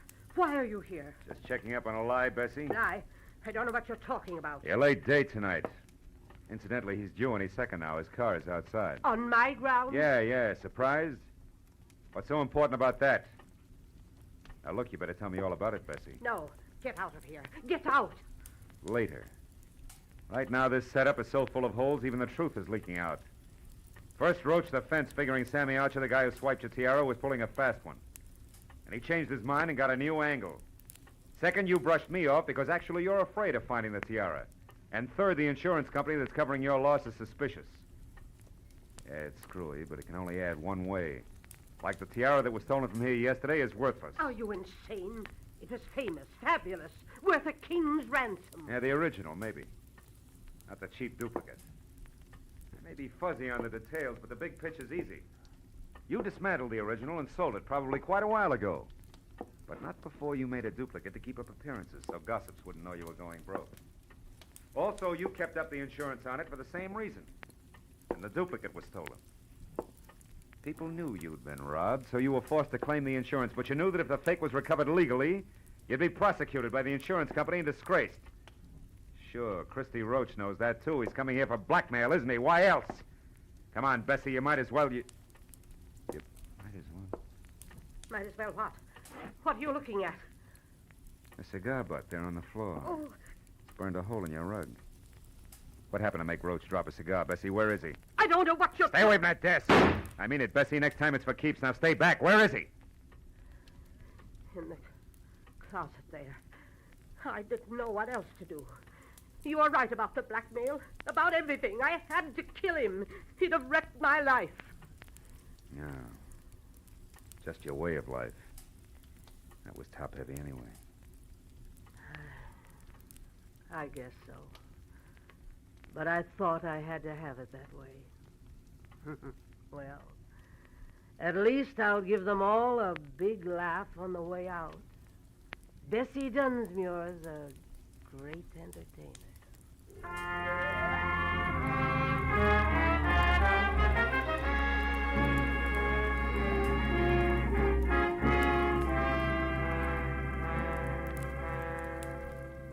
Bessie Dunsmuir, the world's greatest hostess, invited the police and reporters out herself. The fake tiara was found in the back of Roach's car. And she wore it cocked over one eye for the benefit of the press, the photographers, and her friends. By the time that party was over, it was almost dawn. Bessie was right. The papers came out and the giggles began. But Fred Temple drinking coffee under a head full of bandages didn't see much to laugh at. It's pathetic. Something awful sad there someplace, Marlowe. I agreed. Uneasy lies the head that wears a crown, even a phony one.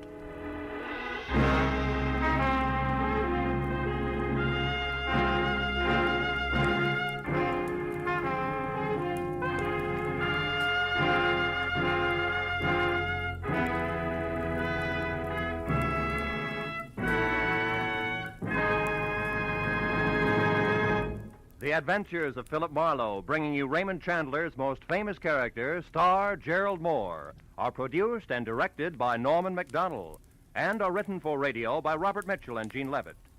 Featured in the cast were Verna Felton, Wally Mayer, Lou Krugman, Ben Wright, John Daner, Edgar Barrier, and Charlotte Lawrence. The special music is composed and conducted by Richard Orant. Now, a special announcement for Philip Marlowe fans. Next week, Philip Marlowe will be heard Wednesday night at 10 p.m. Eastern Daylight Savings Time. Be sure and be with us again next week on Wednesday evening when Philip Marlowe says... This time there was an innocent aboard, a noisy corpse and a quiet killer. But before I knew which was which, I'd mixed with all three while going 70 miles an hour.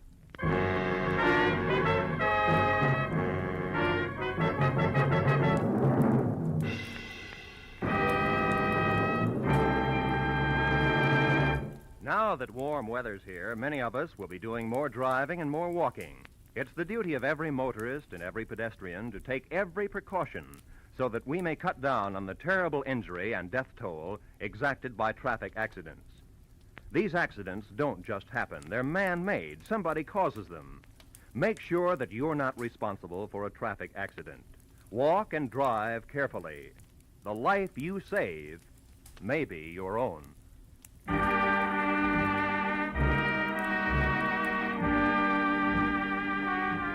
This is CBS, where Philip Marlowe will come to you on Wednesday night, the Columbia Broadcasting System.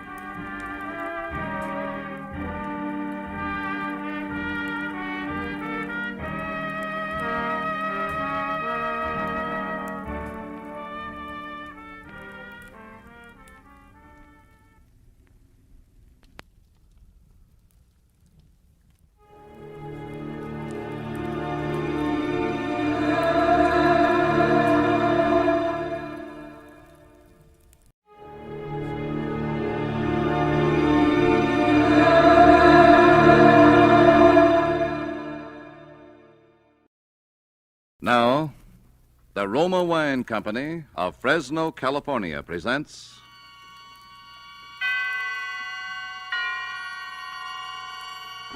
Suspense.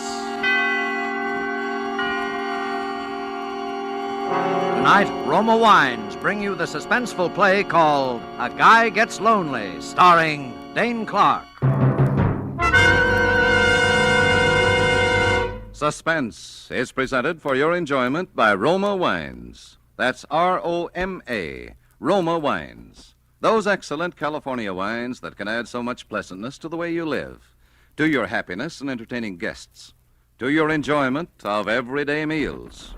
Yes, right now a glassful would be very pleasant, as Roma Wines bring you a remarkable tale of suspense. And with the drama called A Guy Gets Lonely, and with the performance of Mr. Dane Clark as Eddie Lewis, Roma Wines hope indeed to keep you in suspense.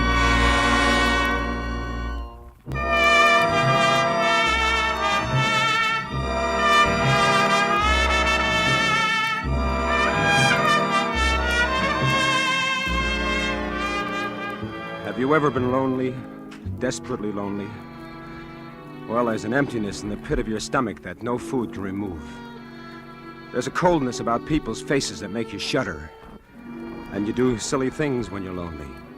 Maybe that explains what happened to me. Maybe.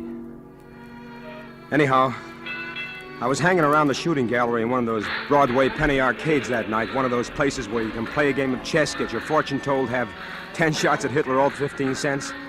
And I was alone, as usual, thinking the dull, drab, dreary things a guy thinks about when he's alone.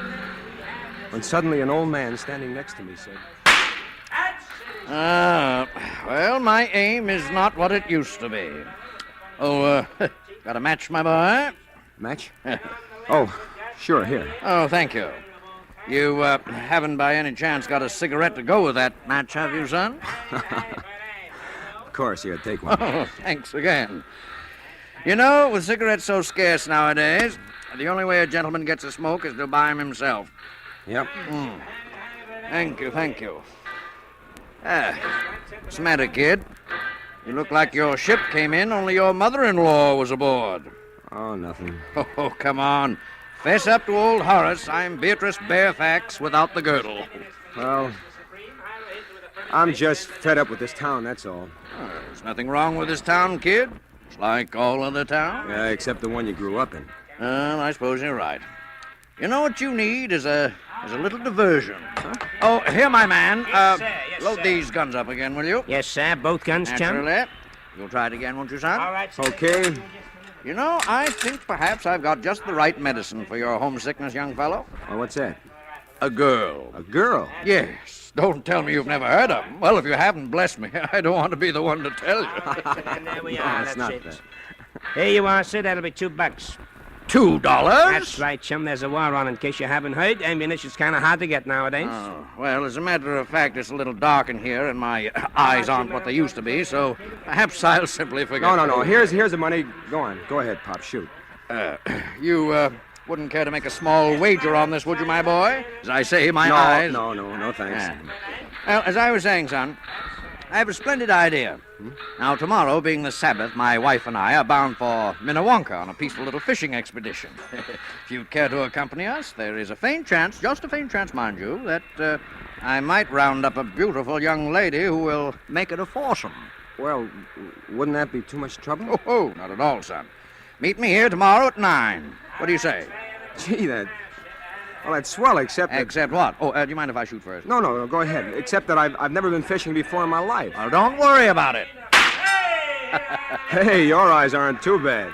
With a fish, the big thing is not so much your experience as your bait.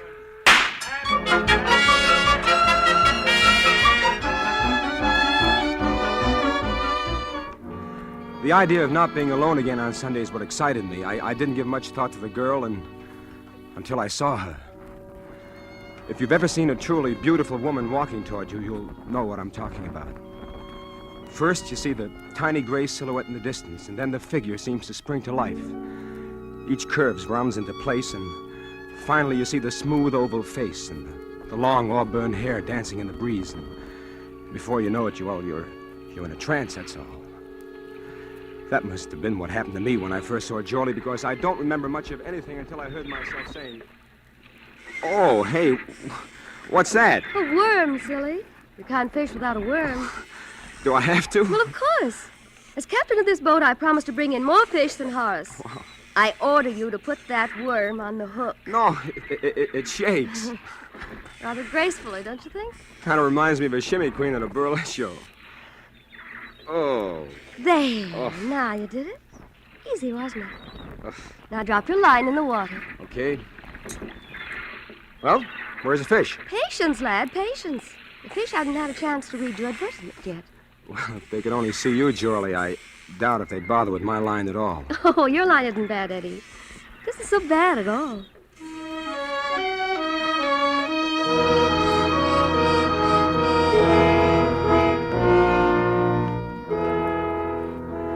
I guess in the next few hours I told her just about all I could remember about myself, about wanting to be an actor and leaving home and coming to this town and the disappointments and how I decided to go home while I still had some money left. And how lonely I was. How terribly lonely I was. And before she left that night, she wouldn't let me take her home. I made a date for the next night. It's funny how quick you can get to feel that way about somebody when you're lonely. We met in the Astor lobby, and after we talked for a while... Well, for a slow starter, you certainly poured on in the backstretch. No, please don't laugh, Jorlie. I'm pretty serious. About what? About you. How about me? Jorlie, look. I was planning to go home today. I had the ticket in my pocket, and this morning I turned it in. Oh. Look, I still want to go home, Jorlie, but I want you to go with me. You want what? I want you to marry me. Jorlie? I heard. Well? You want an answer now? Yes. It's no, Eddie. Oh. I'm sorry. Well, is there somebody else? No, it isn't that, Eddie. It isn't anything you could possibly imagine.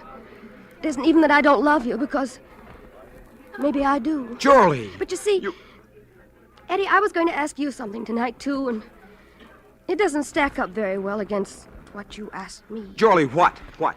Oh, I know it's silly. We've only known each other for 48 hours, and it shouldn't matter, but... Oh, it doesn't matter anyway now. Jorlie, you've got to tell me. It's just an old story, Eddie.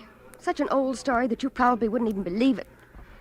That's the trouble. Look, I believe anything you told me. It's about my mother out west and how I support her and how she needs an operation, and... I was going to ask you for $1,000. Is that all? That's enough. Oh, Jorlie, why did you put me through such a cold sweat for a little thing like that? Well, it's pretty complicated. Oh, Eddie. what's complicated about it? Look, Jorlie. Look, here's a ring. It's all I've got right now, but I wish you'd wear it. Oh, it's beautiful. An old Samoan chief gave it to me when I was in Tahiti. Go ahead, look inside. To Eddie Lewis from... ? Yeah, I had that engraved in it when I got back to the States. I never did know the old guy's name. Will you wear it? Eddie, I'll meet you here tomorrow for lunch. And if I'm wearing the ring, third finger, left hand, you'll know that I do. All right. Jorlie. Yes? Do you want the money now? No, Eddie, no. Not now.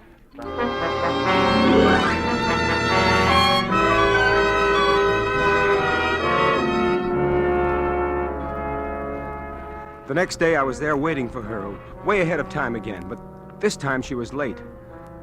After a half hour, I began to get worried. Then I began to get scared. And after a full hour had gone by and she still hadn't shown up, I was half crazy, and then I felt a hand on my arm and a voice speaking over my shoulder. You, waiting for somebody? That's right. A lady? Yeah, what about it? Would your name be, Eddie Lewis? Yes. Say, what do you know about the fact that I'm... We found your name written in lipstick on the back of a bathroom door up on the 10th floor. After it said Astor Lobby, 1 o'clock.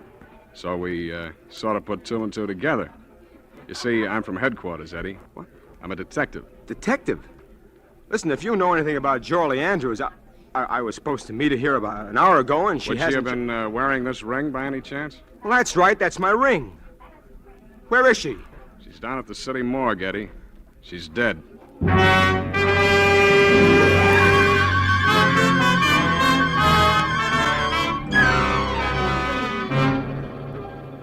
For Suspense, Roma Wines are bringing you as star Mr. Dane Clark, whom you have heard in the first act of A Guy Gets Lonely, a radio play by Don Paul Nathanson, which is Roma Wines' presentation tonight of Suspense.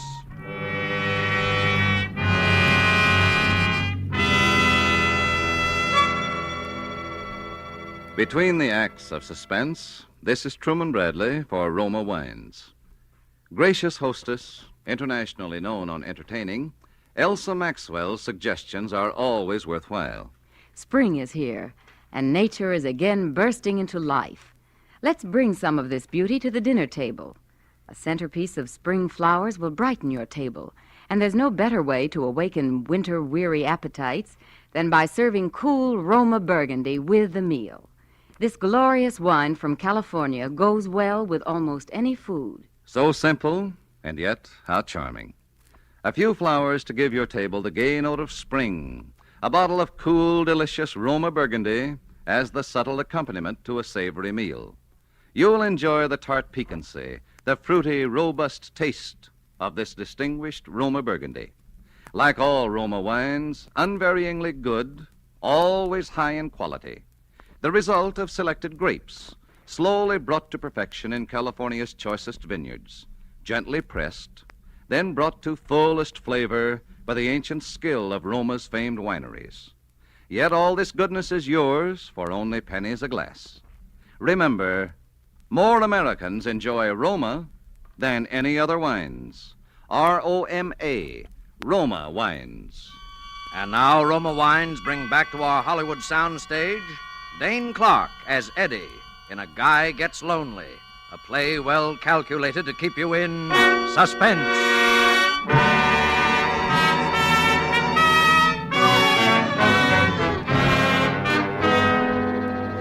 My mind was going round like a merry-go-round. Having an old moocher like Horace walk up out of a clear sky and introduce you to a girl like Jorley. Proposing to her after only 48 hours. And then having a cop come along and tell you she's dead. They took me down to headquarters, and I was there all day answering questions and trying to dope out what had happened myself. I even told them how she'd asked me for $1,000, but they didn't pay much attention to anything I said. Simple case of suicide, and that's that. But it couldn't be. Jorley wouldn't commit suicide. You recognized her, didn't you? Well, what? People don't look quite the same after they've fallen 10 stories on a concrete sidewalk. But you recognized her? Yes, I recognize it. But why did she write my name on the inside of that door? How do I know what women think about before they jump out the window? I'm not Mr. Anthony. Well, look, maybe somebody followed her. Maybe somebody tried to force the door. There wasn't any lock on the door. Then it would have been that much easier. Maybe somebody... Look, Eddie, just what are you trying to make out of this? I don't know. All I know is it couldn't have been as simple as this. You wouldn't be thinking about murder, would you? Maybe. Now, Eddie, this sort of thing happens all the time. Look, I'll draw you a picture. Friendless girl meets guy. They start going together. Then she asks him for money. He doesn't give. The next day, Look, I told you we were I'm going to get doing the married. talking. She asks him for money, and he doesn't give, see? The next day, she writes his name on the handiest plain white surface, and boom. Now, how does that look to you? All right. But what about Horace? Have you tried to trace him? Yeah, sure. We tried to find Horace. Only we didn't. Mainly on account of he doesn't exist, if you ask me. I talked to him, I tell you. He introduced us. You don't have to go that far to explain how a man meets a girl nowadays, Eddie. Look, he did introduce us. He was an old man, white hair. It was in a shooting And he gallery. has a hobby of introducing guys to beautiful gals, and nobody knows where he lives. And the only time you ever met him was in the Penny Arcade that's so busy they wouldn't remember George Washington being in there. That and the time you were seen together by a couple of lake trout. Oh, cut it out, will you, son? All right, go on home, Eddie. I wouldn't leave town just yet, though, if I were you. All right. And, Eddie. Yeah. I wouldn't push that murder theory too far, either. Why? Because you know who's the only possible suspect for murder? That's right. You.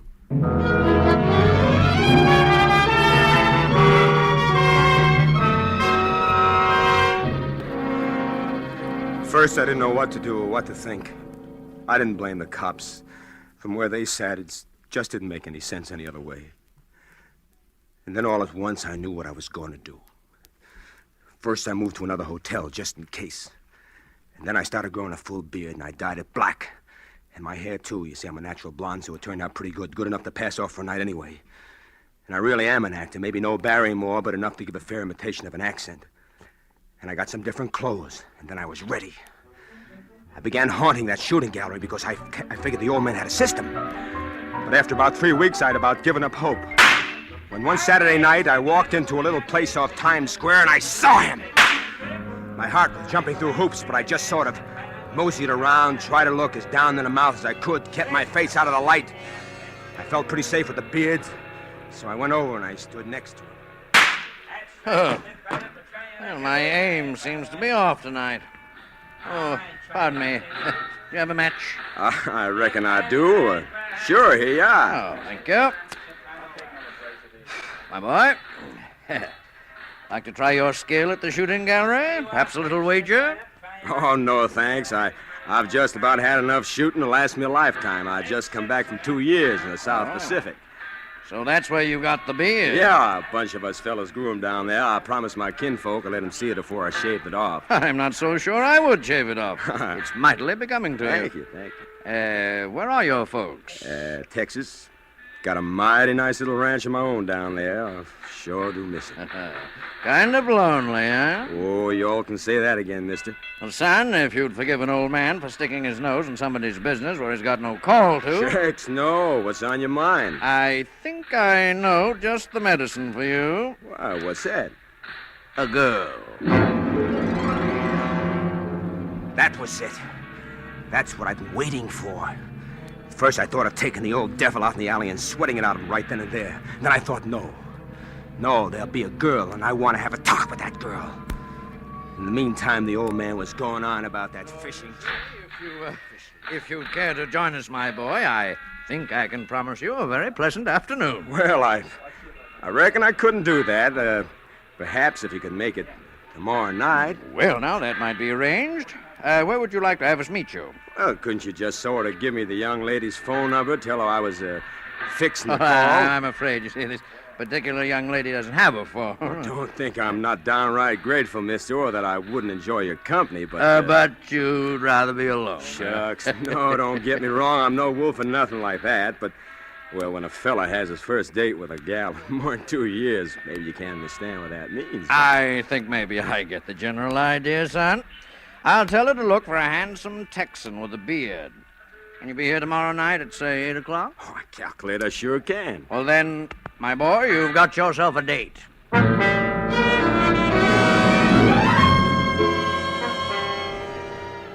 next night I was there in plenty of time.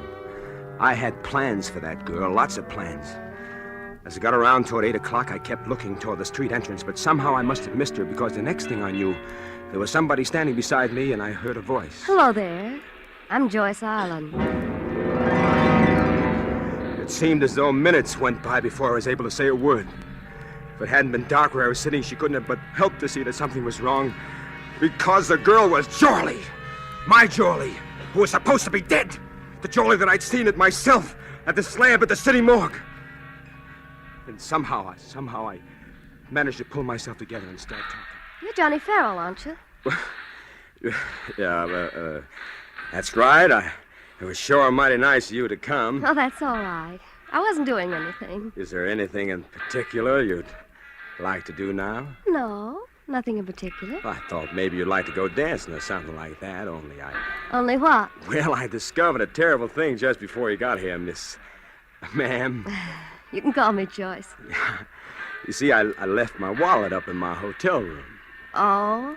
If you all wouldn't mind stopping by there with me for a minute while I pick it up, then we could... And I suppose while we're up there, I can look over your etchings. Oh, huh? no, ma'am. I ain't that kind. Honest, I'm not. But if you don't want to go, Oh, what's the difference?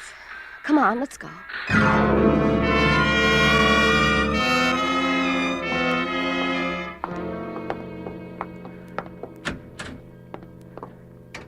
You always keep it this dark in here? Well, there's a couple of bulbs burn out. I told them to have them fixed. Oh, well, never mind. Fixed, Oh, well, never mind. Where's that wallet? In the closet there, my other suit. Say, Joyce. Yes? Would you mind if I stepped in here and sort of slicked up a little before we went out? No. Go right ahead. I went into the bathroom and got out my razor. My plans were still the same. I excused myself a minute before we came upstairs, and I made the phone call that I'd planned to. But there was a couple of little extra flourishes to be added on now that I hadn't figured on before. First, I shaved off my beard. Then I went to work on the hair dyers and rubbing alcohol. It came out pretty easy. And I was almost ready when I heard her voice in the next room. Johnny, Yes? I think maybe I'd better go home. You mean you reckon you don't want to go out with me? Oh, well, it isn't you, Johnny, but Well, what is it? you'll think I'm crazy if I tell you. No, I won't. What is it? Well, you sort of remind me of someone. Who? Oh, just someone I used to know. Oh, but Joyce, I'm all ready to go now. Well, Only first I thought maybe we better have a little more light on the subject. I thought you said you didn't have any... Hello, Jorlie. Eddie. That's right. Eddie, I thought I'd never catch up with you. All right, Jorlie, all right. Give. What? Come on, talk and talk fast. Who was that other girl, the one they thought was you, the one who's dead? Well, she was my sister. Sister? What happened to her? I don't know. What kind of a racket are you and the old man running anyway? Well, Horace is... He's my father, Eddie. He's my stepfather, Oh, anyway. that's nice. That's very nice. It keeps it all in the family, huh? Oh, Eddie, you can think anything you want to. Nothing could be quite bad enough, but... Please believe me, I wasn't playing any games with you. No? No. That's why I sent Evelyn that day, my sister. I gave her your ring so you'd know she really came from me. I just couldn't face you myself. Face me with what? With what Horace and I had planned to do to you. The old shakedown, huh? I guess so. Evelyn was horrified anyway when she got wind of it. She was a funny girl. She belonged to one of those religious sects, and she said we'd have to atone for our sins and be punished. No. Maybe you better start from the beginning. Well, that's about all. We were awfully hard up. And Mother really was sick. And I'd borrowed some money once from a man I'd met. I paid it back that time, but it gave Horace ideas. He wheedled and threatened and said our mother might die, and... Well, I'd had a couple of pretty raw deals pulled on me out here, and I just didn't care anymore, I guess. That is...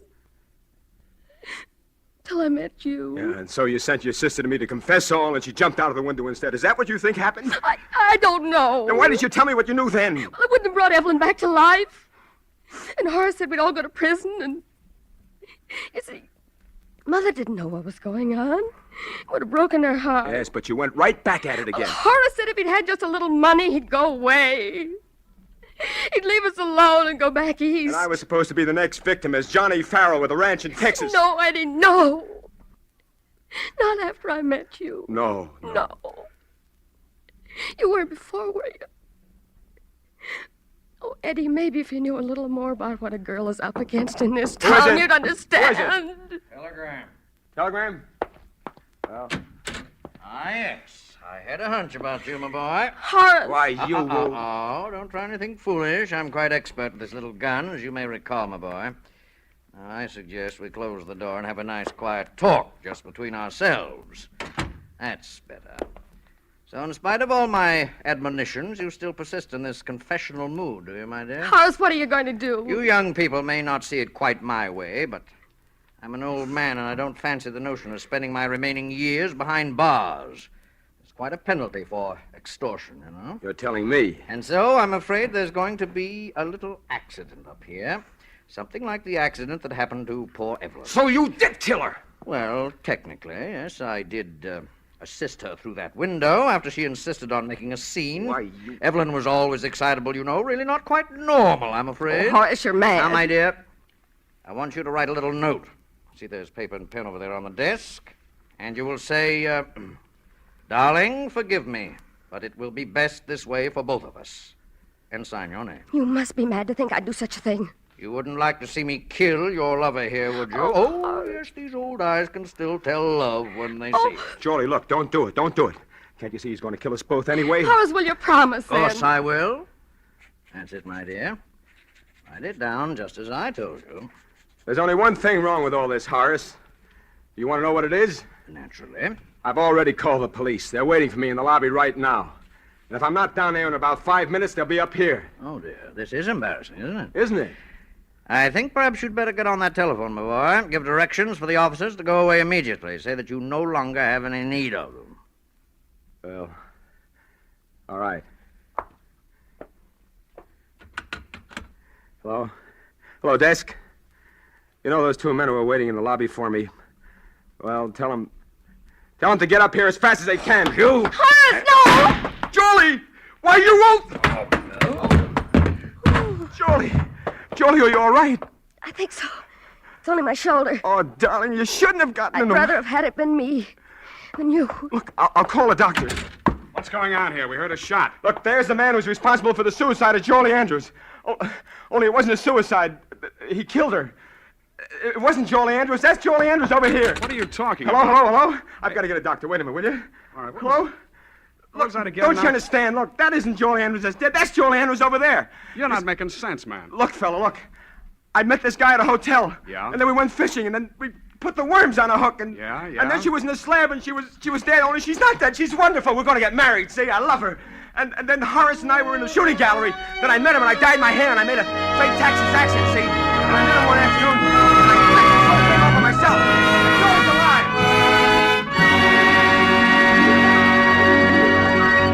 And so closes A Guy Gets Lonely, in which Roma Wines have brought you Mr. Dane Clark as star of tonight's study in Suspense. Before our star returns to the microphone, let me say a word for Roma Wines, the sponsor of Suspense. Elsa Maxwell is known the world over for her great charm as a hostess. Now, here's a brief message from this noted authority. It is always a gracious act of hospitality to serve a glass of distinguished Roma wine. I suggest you try Roma California Tokay, a wine of unusual versatility, enjoyable any time, before or after meals. I serve it frequently with dessert or coffee. It's perfect with fruit or nuts or with any light snack. Follow Miss Maxwell's good suggestion. Try Roma Tokay. A velvety smooth, flame-bright wine, moderately sweet, light, yet delightfully rich in flavor. And you'll find that all Roma wines are always delicious, always of unvarying goodness and fine quality. The next time you use vermouth, sweet or dry, use Roma vermouth. Zestful, herb-flavored Roma vermouth is blended, mellowed, developed, and bottled in California with all the traditional wine-making skill of Roma wineries, yet surprisingly low-priced. Try Roma vermouth soon, won't you? This is Dane Clark. That I enjoyed appearing on Suspense goes without saying. All of us do. Next week's show sounds like it'll be really swell. It's a story written by one of the great contemporary masters of the art of suspense, Dashiell Hammett. And starring in it will be two of your favorite Hollywood people, John Payne and Stuart Irwin. I'll surely want to catch the one next Thursday, and I know you will, too. Suspense is produced, edited, and directed by William Spear. Dane Clark appeared through the courtesy of Warner Brothers and will soon be seen with Dennis Morgan in their production, God is My Co-Pilot. Next Thursday, same time, John Payne will be your star of Suspense. Presented by Roma Wines, R-O-M-A, made in California for enjoyment throughout the world.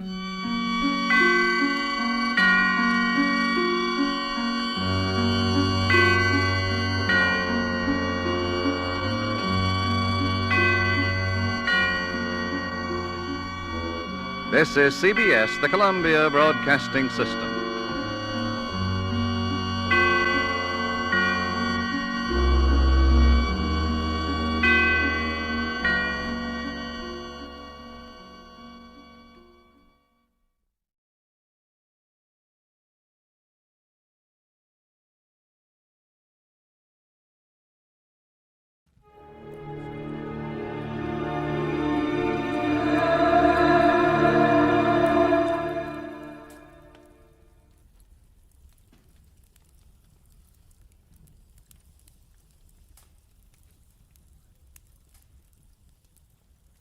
Get this and get it straight. Crime is a sucker's road, and those who travel it wind up in the gut of the prison or the grave. This time, everything that happened from the orange-haired man with a map past the oaf with a pitchfork to the body at the covered bridge was wrong. Dead wrong. From the pen of Raymond Chandler, outstanding author of crime fiction, comes his most famous character in The Adventures of Philip Marlowe.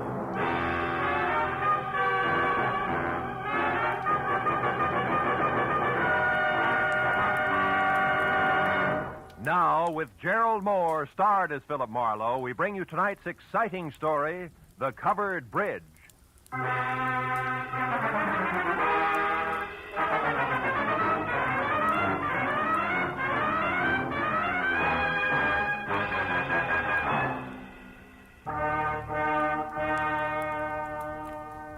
You know, every once in a while, into the life of one Philip Marlowe, a little peace and quiet must fall. A day marked by neither murder nor mayhem. No phone calls. Just nothing. I was just beginning to like it, too, when the door opened and a head full of slick orange hair walked in. It was on a man wearing a new flannel suit, a hand-painted tie, and a reckless grin. He shoved the telephone out of his way, sat down on the corner of my desk, and sized me up with a pair of careful gray eyes. Got a proposition for you, laddie. Tell me about it. Let you know if I'm interested. You should be. There's good money in it. It's not always the answer. Go ahead. You got a good car? Good enough. I don't keep it in the office. You like Mexico? Look, is this a social call or a quiz program? Well, this is business. I asked you a question. Yeah, I like Mexico. I don't like you. Oh, that's good, because you're going to drive a couple of friends of me down there. Name your price. Not interested. $1,000? Not interested. That's too bad. Would have been nicer to work this out without a gun. Listen, you two-bit Talk jerk. easy, laddie. This gun is bigger than both of us. Now, you're going to drive across the Mexican border tonight with 3 passengers. And there won't be any difficult questions, because you are the well-known Senor Philip Marlowe, a respectable private detective. Somewhere below the border, your fellow travelers will catch a boat. But this you don't have to worry about. Now, look, just a minute. Look, laddie, I came to you for several reasons, one of which is that you're smart enough to know when to quit fighting the problem. You got to make a stop first, so let's go. And leave your artillery in the drawer. Come on. Yeah, sure. Since I'm now an old pal of yours, what do I call you? You pick it. Believe me, you won't like it. How about George? You like George? Not particularly. Good. Just call me George. Let's go, Marlowe.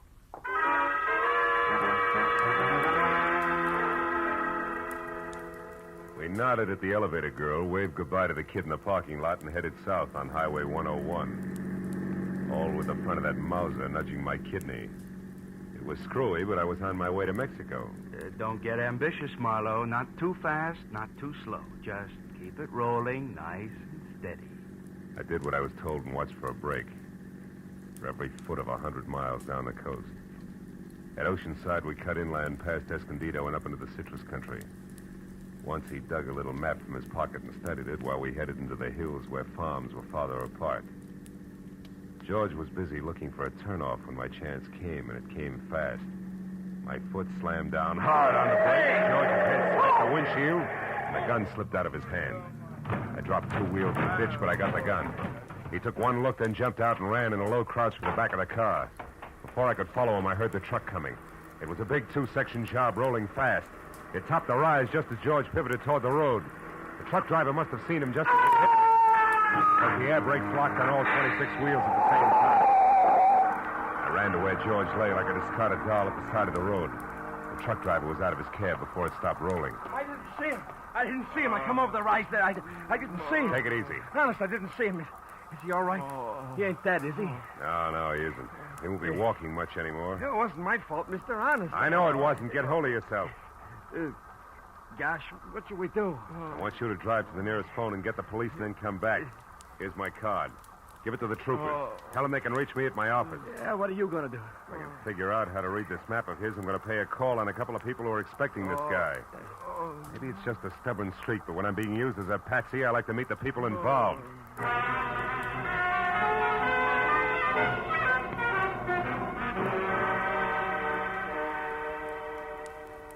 As I drove, I studied the map, and 2 miles down the highway, I found the first landmark, a dead tree. There I left the highway and followed a rocky trail 7 corkscrew miles up a canyon to the next landmark, a bridge. One that looked like it had been lifted out of some rustic Connecticut woods and dropped across the California gorge purely by mistake. Because it was covered complete to roof and walls and made entirely of lumber. And on the hill beyond was a lonely house where the trail marked on the map ended. I drove slowly through the sagging wood tunnel and at the other end deliberately killed my motor. And I got out, raised the hood, went to work on the distributor. I don't know where he came from, but when I glanced up, he was standing there watching me. A bull in overalls with a pitchfork clenched in a pair of hands as thick as $4 steaks. We didn't like each other's looks. You picked a bad place for trouble, mister. That's so. Why? Nobody almost never comes up this road, especially strangers. How come you took it? Really want to know, or are you just killing time? I wouldn't be too smart if I was you, mister. You live in that house up there? No, not anymore. I got canned for drinking. Why are you so interested in that place? The only farm around here. Maybe they got a mechanic. Yeah, maybe. Where'd you say you were from? L.A. Los Angeles, huh? You real sure you don't know anybody up there on the hill? Like who, for instance? A certain party who took a trip to L.A. not so long ago. And another thing, city boy. Don't get out of line or I'll fix you good. Understand?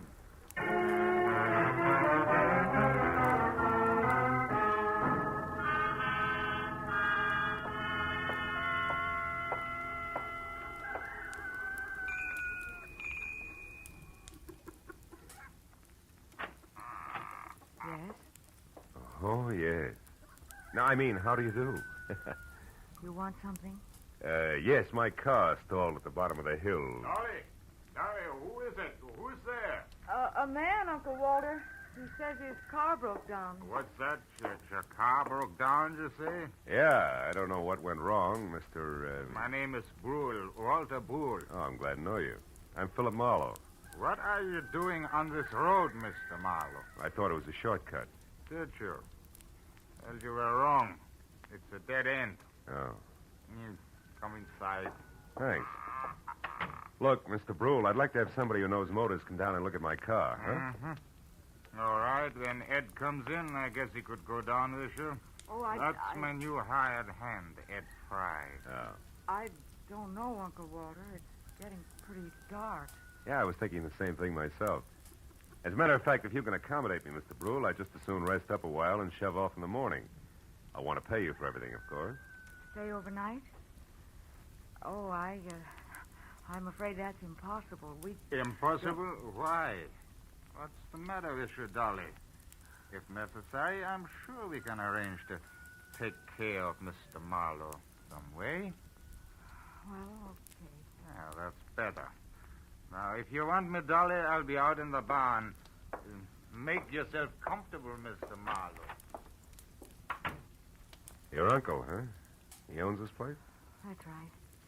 My mother was his favorite sister. Oh. You want a cup of coffee? Oh, I'd love it. Haven't had any farm kitchen coffee in ages. You don't seem to have many visitors up this way, Dolly, huh? No, not many. Nice farm, though. Stinks. Is that why you run off to L.A. now and then? How did you know about that? I guess. I ran into a friend of yours at the bottom of the hill. A pair of overgrown shoulders with a pitchfork. Said he used to work here. Him. He did up until a month ago. That's Noah Bickman. Big dumb goof. Here's your cup. Oh, thanks. By the way, Mr. Marlowe, where are you heading? Oh, Mexico, maybe. Mexico. Yeah. You kind of came a long ways out of your way, didn't you? Did I? Dolly. Dolly. We're in here, Eddie. What's the matter? A car at the bottom of the hill. Whose is it? Car belongs to me. It's stalled. Oh, who are you? This is Mr. Marlowe, Eddie. He's on his way to Mexico. Wow, you don't say. And since his car broke down so late, he may stay all night. Uncle Walter said it'd be all right. Is that a fact? I'll go get some blankets, Eddie, so you can take them up to the spare room for Mr. Marlowe. Oh, okay, Dolly. Mr. Marlowe, huh? Where you from, Mr. Marlowe? L.A. You? Points east. You know, this road don't go to Mexico, Marlowe. In fact, it stops about a mile up the draw here. Kind of funny that you wound up on it, isn't it? I don't see you breaking up over it, Eddie. Don't let my poker face throw you, pal. Traveling alone, are you? I am now. Meaning what? that there's nobody with me. That's simple, isn't it? Not in my book, pal. I might even want you to draw me a picture of that one. Here's the blankets, Eddie. Sheet. Oh, okay, it's fine. Come on upstairs, Marlowe. I'll show you the room. You want me to go with you and make the bed? No, you stay here and put up some more coffee, Dolly. All right. Got a hunch I may want lots of it tonight. Let's go, Marlowe. Right behind you, Eddie. How's the weather been in L.A.? Some might call it hot. Uh-huh. Get the door, will you? Sure.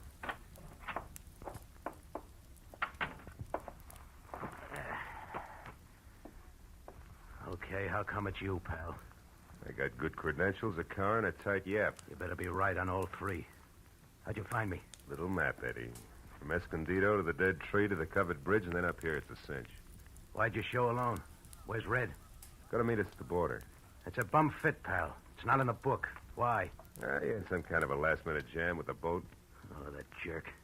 He's had a month to line this up while I've been holed up out here in the sticks making like a farmhand. Well, better work, that's all. If we're picked up this time, it's curtains. Oh, incidentally, you got a gun, haven't you? Yeah, sure. Let's see it. No dice, Eddie. Red didn't tell me everything, just enough. So? So you'll get your money's worth. I'll do what I'm supposed to do and no questions asked, for my little automatic and I stick together regardless, real close, together. Okay, Marlowe. Suit yourself. I will. And something else. The rest of the company is going along. Is that all set? Well, we'll see about that when the time comes. You're not leaving any loose ends around, are you? It's not your worry, pal. We'll get out of here around 11. Oh, and that routine about your car being stalled, it is a gag, I hope. Oh, sure, it won't start. If anybody tries, but in 10 seconds with a screwdriver, I can fix it. You're okay, Marlowe. Just keep playing your game. Yeah, I will. Maybe then I'll find out what the score is after all. Huh? You might at that. Come on, let's eat.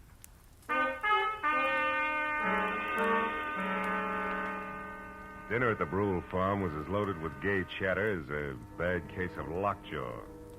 And when it was over, the participants scattered like everybody else was contagious. I wound up alone in a dark spare room on the second floor, which had one advantage.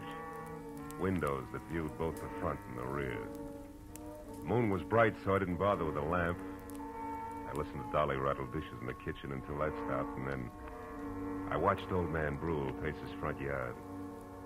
Once Ed Fry went out and talked to him briefly, and then headed for the front door again.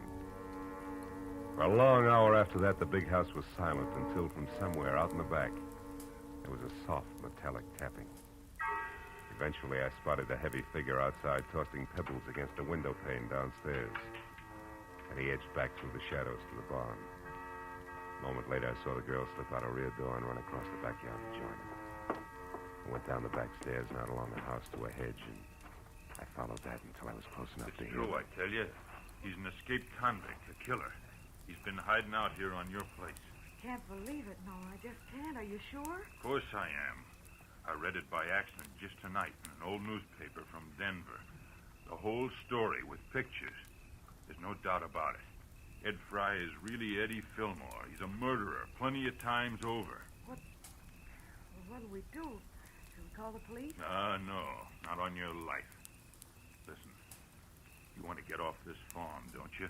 More than anything in the world. Okay. Then we'll do it. Together, Dolly. I didn't tell another soul about this. You know why? Because they put out a reward. A big one for him. $2,500. And we're going to get it. Just us, you and me. But how, Noah? How can we possibly... What's that? Did you hear that, Noah? That's nothing. It's one of the cats, maybe.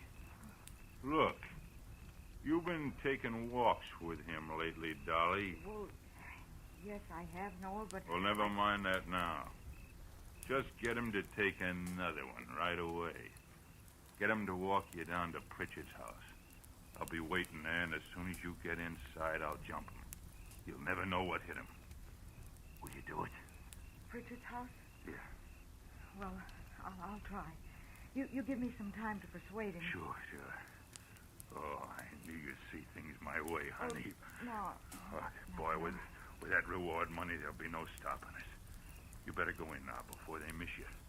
Okay. I'll get him there just as soon as I can. Hey, Bickman. What? Who's there? Marlowe. Listen, I gotta You talk to were you. here listening all the time, weren't you? Yeah, and believe me, you're making a mistake. You're playing with dynamite, Bickman. You two are nuts to tackle that guy alone. He's too tough for you. So you want to help so you can cut yourself in on the reward, that's all. Well, it ain't gonna work. Don't be a sap. He's covered himself. There's somebody else in with him. Somebody around here. He's got an ally. You two try to grab him, and you're gonna be in trouble. You're lying. He's been hiding out all alone, and we're gonna get him, Dolly and me, by ourselves. And if you try to horn in, mister, so help me, I'll beat your brains. Cut it out. Reward or no reward, you gotta listen to me. I got to nothing. No! Maybe that'll teach you not to stick your nose in, city boy.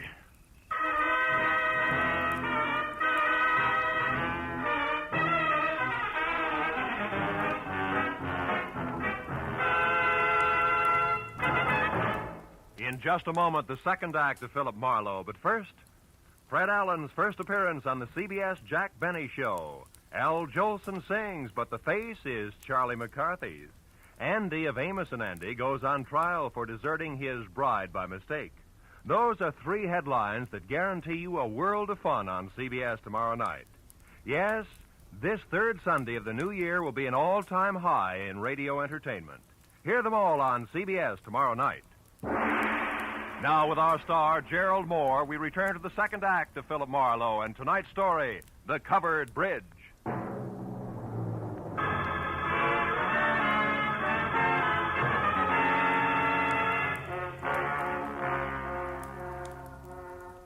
I didn't pass out. But my jaw hurt and my legs moved like they were rubber. Now I had to find the roving Walter Brule because he should know where Pritchard's house was, where the ambitious team of Dolly and Noir might be biting off a lot more than they could chew, healthy 4H teeth notwithstanding. Mr. Brule! Mr. Brule! Yeah? Hello? Who is it? Marlowe! Come here a minute, will you? It's important. Yeah, it's important. Now, what is it, Mr. Marlowe? Your face. What's this? It's your friend Noah. We had a few words. Noah Bickman? He was no friend of mine. Yeah, he's no friend of mine either. Look, Brule, I'm going to have to trust you. I've got no choice. Bickman found out Ed Fry is really an undesirable named Eddie Fillmore is wanted for the police by murder. Murder? And he wants to trap him for a $2,500 reward that's been posted and didn't want me in the way. No. Now, look. I'm not a passing tourist with motor trouble, but a private detective.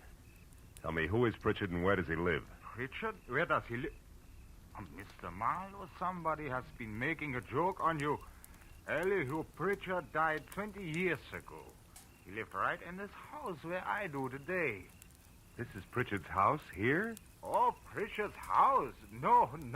That is down the road near your car. The covered bridge. That is Pritchard's house. The bridge? Yeah, you see, Elihu Pritchard was from New England, and he had a covered bridge on his farm there, so he wanted one here. He built it himself day by day, a board here, a nail there. Oh, and since he spent so much time at it, people call the bridge his house. Is that it? Yeah, exactly. But then, why is it important? Because of a meeting, Mr. Brule, a get-together that I don't think is going to be on the quiet side. Let me borrow your flashlight, will you? Sure. Now get back inside and call the police. But what are you going to do? Reinforce the reward happy sweethearts and keep an eye out for someone I haven't met yet. A third party Eddie Fillmore plans to tour Mexico with.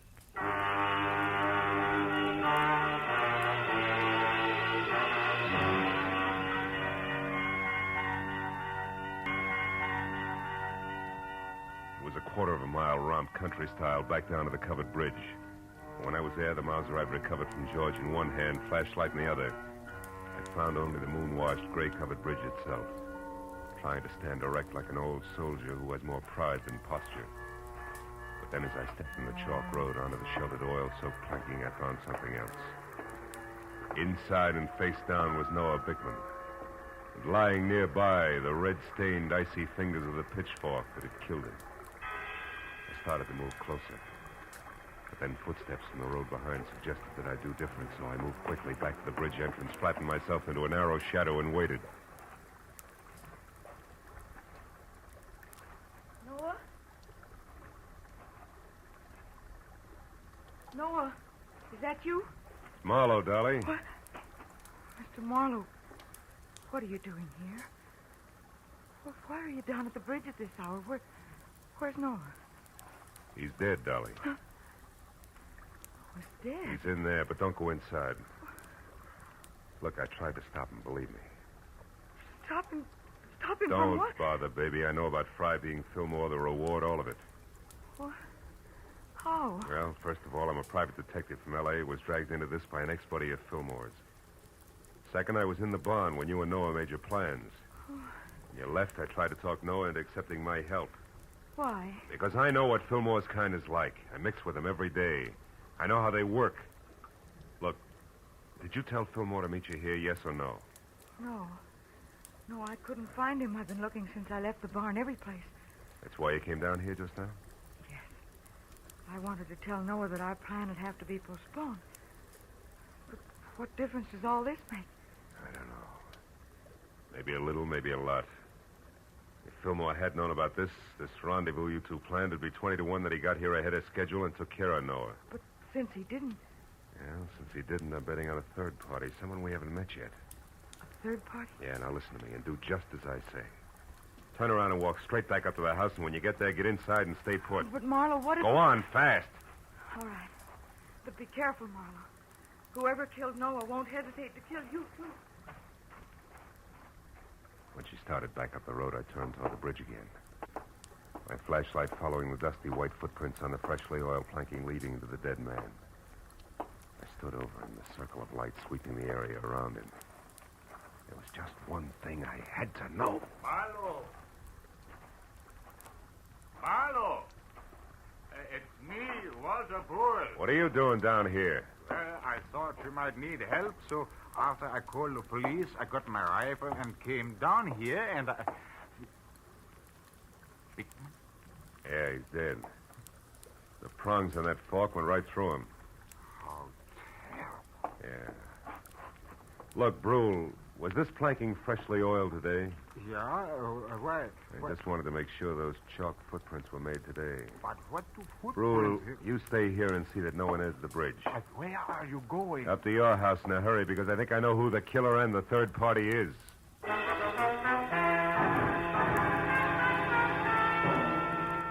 With city-bred legs and smog-fed lungs, I made it up to the house in record time. But as I reached for the front door, I knew that time hadn't been quite good enough. The shot had come from somewhere in the house, and by the time I reached the living room, I knew I was too late to do any good. In a chair at the far side of the room, Dolly was slouched down, a surprised expression on her face, while her hands tried to hold back a small stain of blood oozing through her blouse. Little frightened words whispered out of her mouth. You shouldn't have done it, Eddie. Stand where you are, Marlowe. She had it coming to her, the two-timing louse. Eddie, I'm trying to tell you. You don't understand.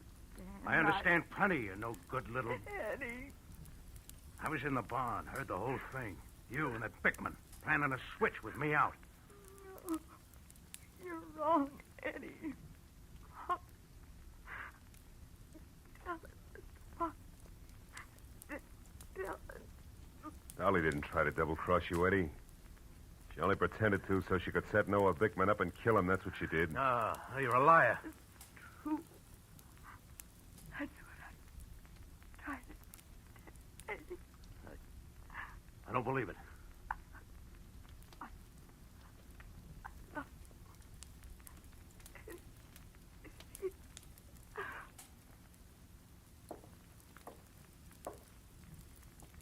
Dolly. Is that true, Marlowe? She didn't cross me. She was trying to help me. That's right, Fillmore. Bickman found out who you were and wanted the $2,500 you were worth, dead or alive. Dolly had to play him along for your sake. Should have listened to her. I should have listened. How'd you know all this, Marlowe? Found Dolly's footprints inside the covered bridge.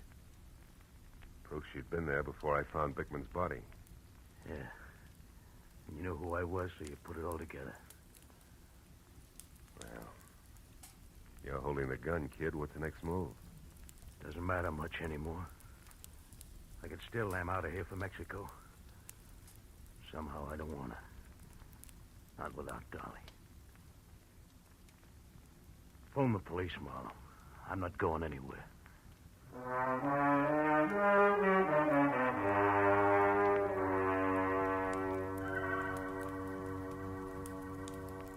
It was several hours before the county police and Eddie Fillmore had gone.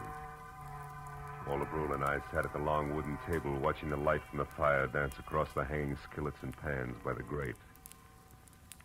And nobody said anything for a long time.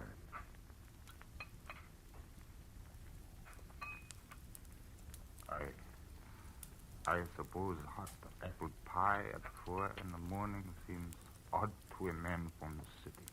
Not at all. 4 in the morning, sometimes the middle of the day in the city. Yeah. More coffee, Mr. Marlowe? Yeah, please. Thanks. You know, Dolly wasn't really a bad girl. It was just that sometimes she didn't think, and... A woman who loves like that doesn't think, Mr. Brule. She just feels. Maybe in some way it is my fault, the whole thing. No. It's nobody's fault, Mr. Brule. She was trying to do the right thing for the guy she loved. Yeah. Well, your bed is still ready if you care to stay. Oh, thanks. Sure, I'd like to. If you can find your own way up, I think I'll sit here just a minute longer. Sure. Night. Good night, Mr. Marlowe.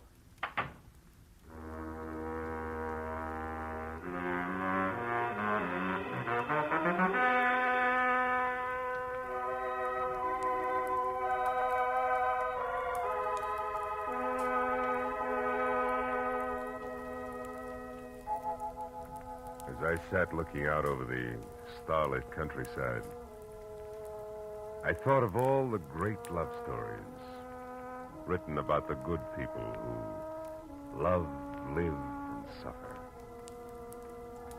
And then the pathetic face of Dolly and the pain-racked face of Eddie said, "What about us?" And I had no answer. Yeah, chalk up another one, Marlowe. Another one of those things for which there is no answer.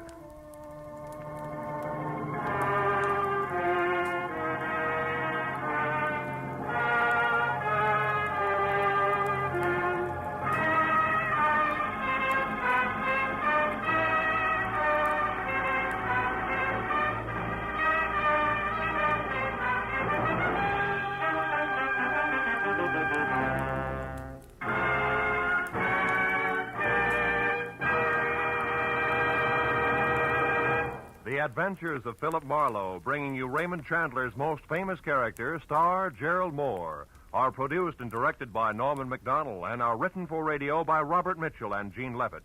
Featured in the cast were Vivi Janis, Ben Wright, Jack Moyles, Wilms Herbert, Jack Crucian, and Barney Phillips. The special music is composed and conducted by Richard Arant. Be sure and be with us again next week when Philip Marlowe says... This time a twisted mind, a hole cut in a wire fence, and a corpse in a...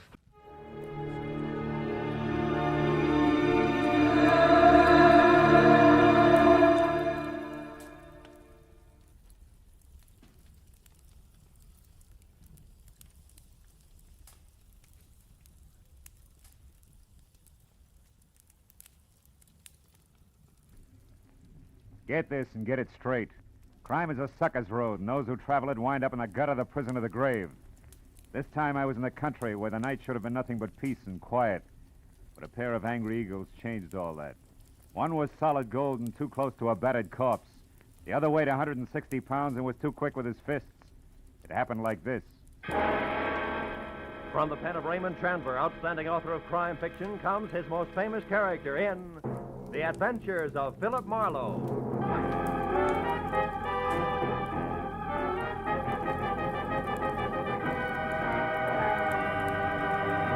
Now, with Gerald Moore, starred as Philip Marlowe, we bring you tonight's exciting story, The Angry Eagle.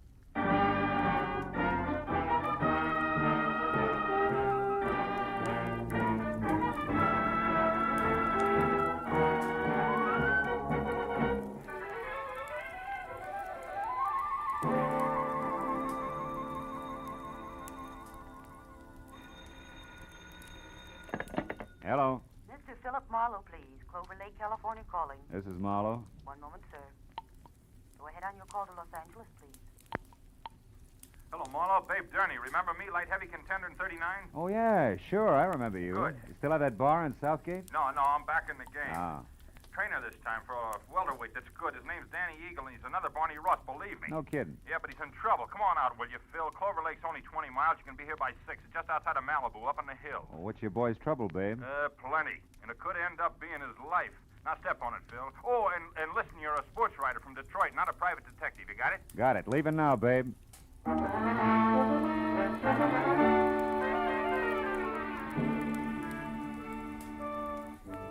It was an hour's drive to Malibu Beach in a film colony where the convertibles outnumbered the hardtops 5-1. And another 30 minutes up into the mountains along a steep spiral of macadam which at every turn made more of the Pacific below and less of Malibu. Until finally I was at the top. To my right, there was a dirt road which a freshly painted sign said led to Clover Lake Training Camp, private. Raleigh Lance, owner. I drove on into what turned out to be a converted summer hotel marked office. A couple of buildings that had been stables and maybe 24 cabins spread out over a sloping green acre that led to a cliff's edge and the lake some 100 feet below. When I pulled in and parked in a gravel semicircle which was close to a roofed-over boxing ring where a lot of muscles in sweatpants was making a punching bag sound like a machine gun, I saw Babe Durney coming toward me in ducks and white T-shirt with an angry fighting eagle as in Danny on it.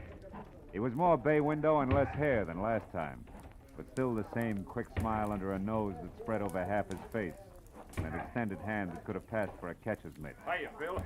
Glad you didn't take any longer. Things are worse. Oh? Danny got canned an hour ago, and he's burning up. Told Lance and his wife where they both could go, and I think he's going to personally see to it that they get there. Now, wait a minute. Who's this Lance? Oh, Raleigh Lance. He runs this place, Marlowe. Yeah. Strictly the big-time, big-shot manager. His seat at the fights has to be A1. His license plate the lowest number he can get. Yeah, half pint in French cuffs and built-up heels. He's got 10 fighters there. Danny's one. And the wife? Oh, yeah. Myra. A lot of curves, a lot of war paint, and never enough clothes on. Know what you mean. Yeah, well, also not much to keep her busy, and Lance hasn't got time to run around down in Malibu. Which means sheep's eyes at the boys, huh? Yeah, Danny Eagle included. Not that the kid ever did anything about it, mind you. Figured she was just being friendly. Come on, let's move on down by the lake like I was just showing you around. Hey, Jersey. Yeah? You can quit now. Do a mile in the shower. Okay, Big. See you later. Anyhow, Phil, this morning, Lance and the missus had a beef when the big shot got mad, read Meyer off, and called Danny in, tried the same thing on him. Didn't take, huh? No. So the boss canned him. Kid went back to his cabin and started kicking the fixtures around. That's when I called you. He's got a lot of temper, Phil. Yeah, but what do you want me to do? Help me get him out of here before he tangles with Lance. He said he wasn't going to get off the ground till things were squared away, and he... Oh, hold it. What now? Over there near the edge of the cliff. Friend of Lance's, just weatherwax. Well, that old man? Yeah, hayseed to look at or listen to, but he owns about every piece of land around here. Uh-huh. Rich, retired, and has just learned about prize fighters. Calls them gladiators. Also, he's got a mud fence-faced daughter he's real anxious to pass off. Yeah, also he's coming this way. Oh, hello there, son. Yeah, don't encourage Gab. It's his specialty. Well, Babe, my boy, what shape are you in tonight? Oh, well, not quite fighting trim, Mr. Weatherwax. I was just showing Mr. Marlowe here around the grounds. He's the sports writer. Sports writer? Yeah. Well, glad to make your acquaintance, Mr. Marlowe. Thank you. Yes, sir. When I think about what I've missed all these years not following the ring... Mr. Weatherwax, excuse me, but we're in a hurry. I want Mr. Marlowe to see the lake before it's dark. We'll see you at dinner or up at the lodge later, huh? Yes, I look forward to that. Goodbye. Yeah, bye, son. The original windbag. Yeah. But, Marlowe, like I was saying, I gotta have your help. Yeah, but what can I do now? The kid's through, babe. Sure, but look, Phil, I know other managers. I also know the makings of a champ when I see him, and Danny Eagle's got the stuff. And? Okay, I like him. Phil, you got to get next to Lance. If he thinks you're doing a feature on him, he'll be your best friend in a couple of hours. A little Napoleon. And when I'm buddy-buddy, I steer him away from ordering his muscle man to play pretzel with Danny while you're trying to get him out of here. Is that it? That's right. I already planted that you're coming up here, so all you got is... Hey, look. Huh? Up at the lodge on the porch there. That's him and Myra going in the office. My cue. Mm-hmm. Okay, but first tell me one thing, babe. Does Danny know about me? No. He'd turn against me if he did. He likes to settle his stuff his own way. That's why you got to get to Lance. In or out of the ring, it still takes two to make a fight, Phil. Yeah. All right, babe. I'll do my best. Philip Marlowe, Detroit Daily News. Wonder if there is such a paper. No, it doesn't sound too bad. Listen, Myra, I don't want any more trouble with you. I'm fed up. Oh, You're fine. fed up. You? Well, that's funny. You drag me up here and Shut expect up. me to... And try real hard to understand this. I dropped 10 grand, 10,000 berries last night on that punk Steve Rocker. I'm not very happy. So you want a fighter who stinks. What's that got to do with me? I don't know. But if you'd let him alone, he wouldn't have looked so tired in there. Of all the cheap cracks you've ever made, that's about the... The what? Go on, say it. You never flirted. You never played up to it. You were only being friendly. Go on, spit it out, why don't you? Don't think I won't. When we're alone. Oh. Excuse me, I didn't mean to eavesdrop. I was looking for Mr. Lance. Raleigh Lance? That's me. What do you want? My name's Philip Marlowe, Detroit Daily News, Mr. Lance. Oh. Yes. Come in, Mr. Marlowe. Oh. There was a note here on my desk. Should expect you for an interview. Glad to see you. Oh, thank you. I don't believe I've, My wife, Mr. Marlowe, Mrs. Lance. How do you do? Hello. From, Detroit, you said? Yeah. How are things at the Beaver Club? That's quite a spot, I hear. Oh, yeah, quite. I used to go with a reporter there. He told me about some wild parties at their press club. Busy Beaver Nights, they used to call them. Yes, busy Beaver night. Lots of fun. Mm-hmm. I'll bet. Myra, Mr. Marlowe and I'd like to talk a while, so, So I'll be running along. It was a pleasure, Mr. Marlowe. Thank you. Goodbye, Raleigh. I'll see you later. Yeah. Well, Mr. Marlowe, have a chair. Drink? Yeah, I will, thanks. It's quite a spot you have here, Mr. Lance. Make it Raleigh, fella. All right. Yeah, it's okay. But you're not up here to write about a training camp, are you? Of course, I know background counts, but, well, like this drink, the soda helps, too. But the scotch is the thing, huh? Health? Same. Yeah, you're right about that scotch. Mr. Lance? What is it, Kelly? I'm busy now. What's about Danny Eagle? Did you give him his walking papers? No, Big Turney stopped me, Mr. Lance. Said he'd give Danny the word himself that he could handle him. That fat tug! Who does he think he is? Well, he said he just didn't want trouble, Mr. Lance. Besides, he said Danny was taking a walk. Yeah? Well, I'm going to give him the air, too. I've got enough enemies without some lousy trainer who's on my own payroll. Pardon me, Mr. Marlowe. I'll only be a couple of minutes. Sure. Help yourself to another drink. We'll talk later after dinner, about 8. Oh, and, here, catch. Best cigar made.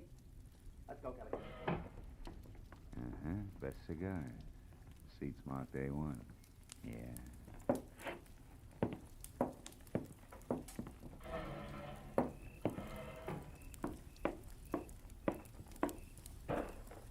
Hey. Huh? Don't go away mad. My hubby always runs out on people, even private detectives. Slips, huh? Busy Beaver night, indeed. I made it up. I never even heard of Detroit. Why'd you bait the trap? Lance, the jealous jerk, has threatened to hire a detective a half a dozen times. Oh. After all this fuss over Danny Eagle, you were about due. Well, shall we walk? It's a nice night. Let's leave it that way, huh? What do you mean? Isn't Danny enough for one day? Listen, mister, you're starting off with 2 left feet. I was friendly with Danny Eagle, period. And Steve Rocker? The same. Only Steve was a little dull. A mind dedicated to comic books. All fighter. Not according to his last bout. Yeah.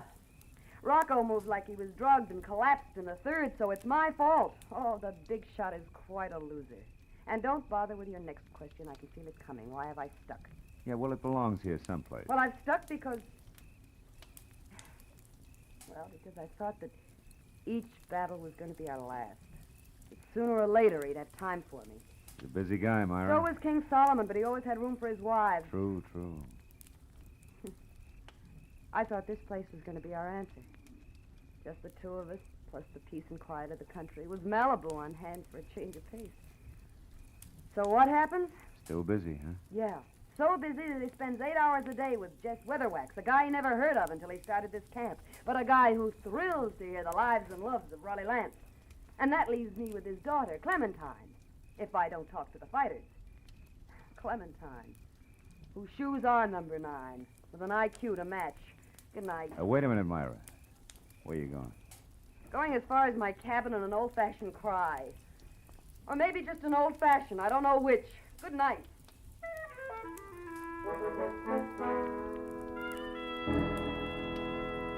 When Myra pivoted on a spiked heel and stomped off into the dark, I knew that I had to move fast because when next she and hubby met, the fact that I was a private detective was going to become public domain.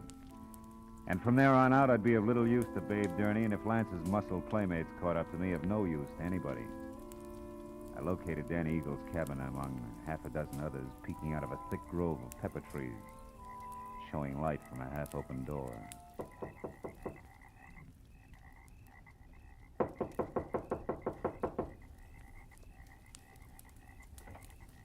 Hey, anybody home?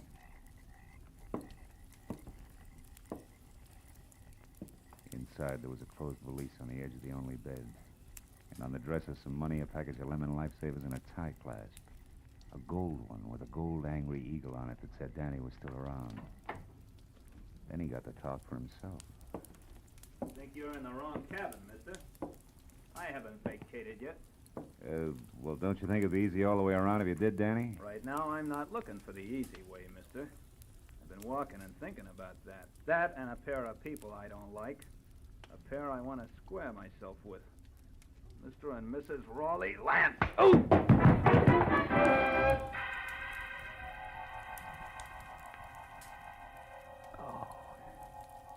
It was purely a case of mistaken identity. But it served as a reminder that it still took two to make a fight. And that the only chance I had left was to get next to Raleigh Lance and keep him away from Danny Eagle. I spent a half hour going from the lodge to Lance's empty cabin, to the dining room, and every other place where I thought he might be. But finally, I remembered Jess Weatherwax, the one-man fan club whom I located back up at the office. Oh, hello there, son. He was peeling off his coat and getting ready for canasta with something uncombed and built like a length of pipe. Who had to be daughter Clementine. What can I do for you, son? Mr. Weatherwax, have you seen Lance? Why, no, Mr. Marlowe. We just came in. You deal, dearest. Is it important? Very. Daddy. Oh, excuse me, child. Mr. Marlowe, my daughter, Clementine. How do you do? Very fine, thank you. Mr. Marlowe, Daddy told... Hey, Marlowe, is that you in there? Oh, it's Babe Durney. Yeah, excuse me.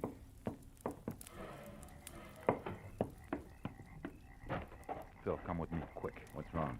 Lance is dead, Marlowe. What? At the edge of the lake on the rocks. Accident?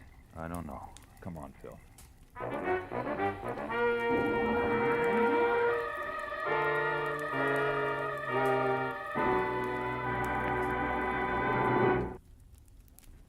In just a moment, the second act of Philip Marlowe. But first, the confusion created by Gracie Allen has never been more clearly, more hilariously defined than it will be this Wednesday night when a writer for a national magazine comes to interview her.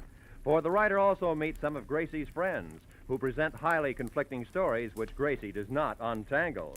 It's another merry, mad mix-up which could come only from George Burns and Gracie Allen, so be listening this Wednesday on most of these same CBS stations. Now with our star, Gerald Moore, the second act of Philip Marlowe, and tonight's story, The Angry Eagle.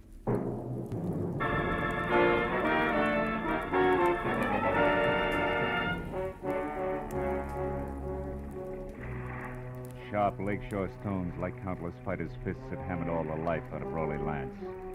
And as we stared down at him, the circle of light from the electric lantern in Babe Durney's hand began to dance over the corpse. I took the lantern, turned him away from the twisted body at his feet, and sent him back up the path to camp. find a phone and quietly call the police. After that, I took another quick look at all that was left of the little big shot. I went up the path myself and got as far as the jagged hole in the rail where Lance had gone through. I had just enough time to see a few things before I was met by Myra. Just like she'd been before, except for a handful of nervous fingers that just couldn't leave her neckline alone. I saw Babe. He told me about Raleigh. Is it true? Yeah, it's true, all right. Your husband's dead. Babe just left, so you must have been on your way here when you ran into him. How come? I had a date to meet my husband. For a chat. Why here? He didn't strike me as being the romantic type. He wasn't. Neither was he the type to talk where he could be overheard. Especially when he was cornered. What do you mean? I put Raleigh's back against the wall tonight. I finally got hold of a way to make that inflated ego turn loose, his favorite trinket. Meaning you? Yes. Marlowe, about an hour ago, I found out that Raleigh was crooked. Fixed fights? Yeah. When I left you, I went to our cabin for a drink. But the liquor was all gone. Lance kept spare bottles in the back of his closet, so I went to look. Found what? A briefcase. It wasn't Raleigh's, so I opened it. There was $35,000 in it. And a note congratulating him on his coaching of Steve Rocker. Rocker was drugged in that last fight, Marlowe. Raleigh sold him out, and I can prove it. Oh. That's what you two were going to hash out over here, huh? The price of your silence, which was divorce. And no strings. He told me he wanted to think, then he was going to give me his answer, but now... it's all unnecessary. You're so right. Myra, come here. I want to show you something. See? Here on the ground. What do you... No, I don't see anything. Somebody put up quite an argument right here before Lance went through the railing. Oh, yeah. Yes. And here's something else. Oh, what's that, Marlowe? The gold tie clasp, baby, with an eagle on it. Danny? Yeah, Danny Eagle. This changes things plenty, huh? Danny? I can't believe Danny would murder Raleigh. Well, you better start believing it and get back to your cabin and stay there with the doors and windows locked. You think he might go for me You next? were half the beef. Now that he's gone this far, chances are good he's got something nice thought up for you, too. Unless I'm making the king-size mistake and you and Danny turn out to be a team. Are you crazy? It could figure both ways, baby. So I'll keep it in mind until I get something more to do with it. Meanwhile, like I said, take care of yourself. I dropped the tie clasp into my pocket and then started looking for its owner, who could be #1 candidate for a noose. I decided to try Danny's cabin first, but when I got there, it was dark, with everything just as I'd left it. Until I'd turned to go. Someone was framed in the doorway. It was the gentleman farmer, a novice fight fan, Jess Weatherwax. You're looking for something special, are you, Mr. Marlowe? Yeah, as a matter of fact, I am. I figured you would be. What with being a reporter, because I know there's been some kind of a ruckus here tonight. How did you know there was trouble here? Well, I happened to be passing by a certain phone a few minutes ago, and I heard that trainer, Babe Durney, calling the police. Oh. Okay, as long as you know that much, you may as well know the rest. Somebody shoved the boss of this place out through a railing into 100 feet of thin air. He's dead. Well, Lance murdered? By one of his own men? Oh, no, I don't believe it. He's a good manager. His boys loved him, every one of them. You should be so loved, especially by a guy like Danny. Danny Eagle? None other. And that's only half of it. Your good manager, Mr. Lance, was a fight fixer. One who'd even drug his own stable to be sure to lose. He was as crooked as a hyena's back leg.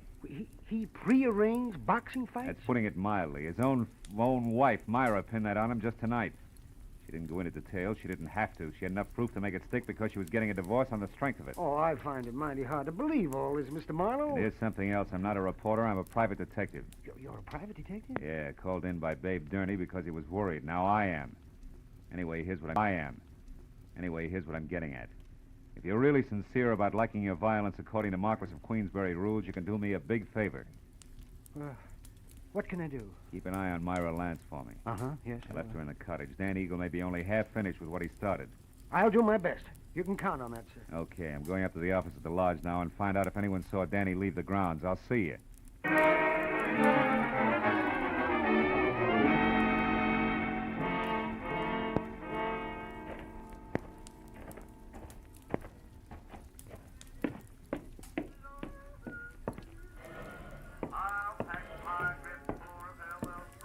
Oh, hello there, Mr. Marlowe. to get enough story material from the box fighters? For a couple of novels, Clementine. You alone here? Well, I am now. My daddy and I were playing canasta, but he left a while back. Went off without his coat, too, see? I know. You've been here in the office ever since, huh? Why, yes. Why? Well, maybe you can help me. Did you... Gladly. But you've just got to help me first, Mr. Marlowe. Have you got a cigarette paper? A cigarette paper? You know, the makers. I'm Oh. trying to roll me a cigarette, ran out of mine. I found my daddy's tobacco, and then I absolutely emptied his coat pockets here looking for a paper, but there wasn't any. You wouldn't happen to have it. No, I'm afraid not, Clementine. Here, have one of mine. In fact, have two. Oh. Now, my question, did you happen to see Danny Eagle go out the... Go out? Out the what, Mr. Marlowe? Huh? Oh, never mind. Listen, Clementine, did this thing come out of your daddy's coat pocket, too? That old ticket stub? Yeah. Out of that little pocket in the big one on the right side, it was... Well, Mr. Marlowe, what's wrong? I don't know. But I better find out right now.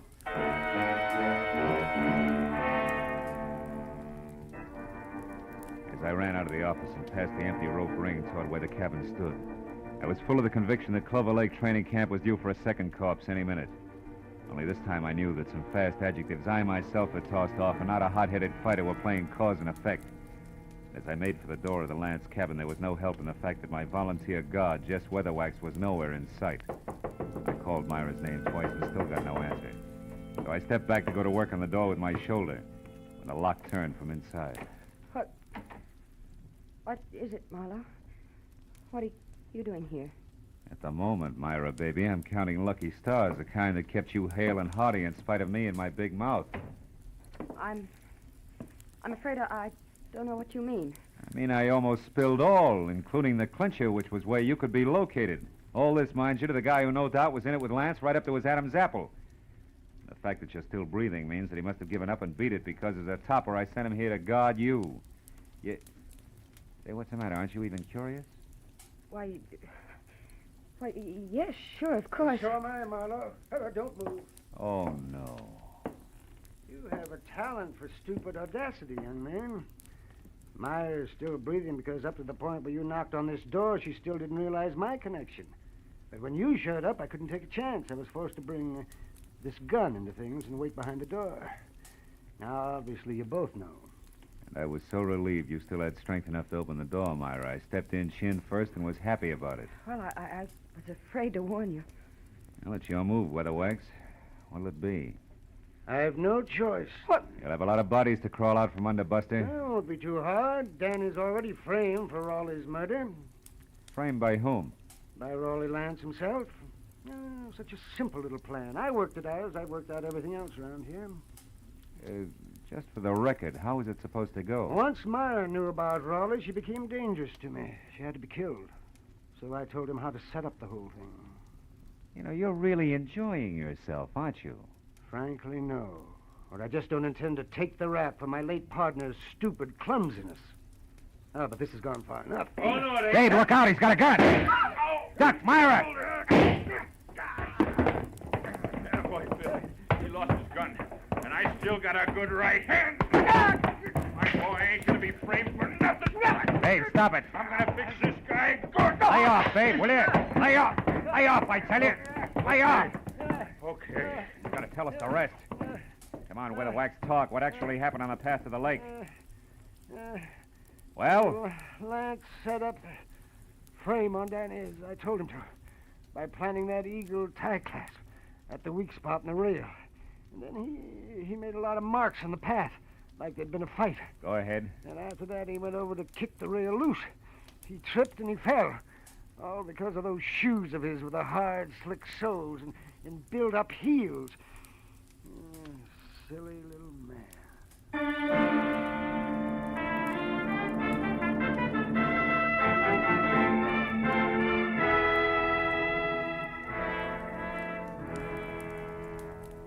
Well, it wasn't long until the boys from the sheriff's office arrived with a good doctor, a lot of open notebooks, and an endless supply of questions.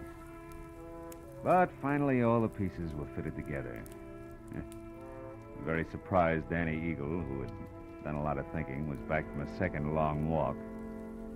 And the whole thing had boiled down to me alone at the bedside of a heavy-jawed trainer who had a happy look on his ugly puss for the first time that night.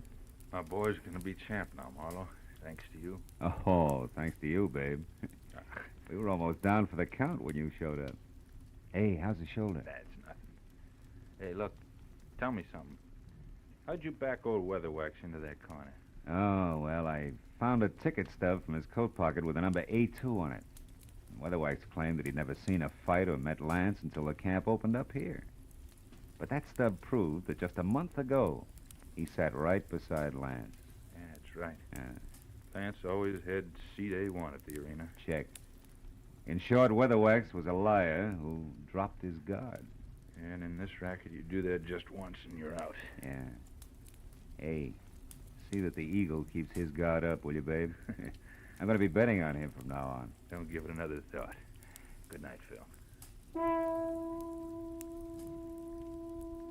And I didn't give it another thought. Neither did I think about an arrogant little guy whose phony heels and twisted mind had dumped him into his own trap. Or about a fat gambler who traded in perverted victories and rotten, hopeless defeats. Instead, I thought about the sun coming up over the hills. And a nice big platter with a ham omelet on it. And then a good, solid 8 hours sleep. Nothing else. You know, sometimes I think I have no soul.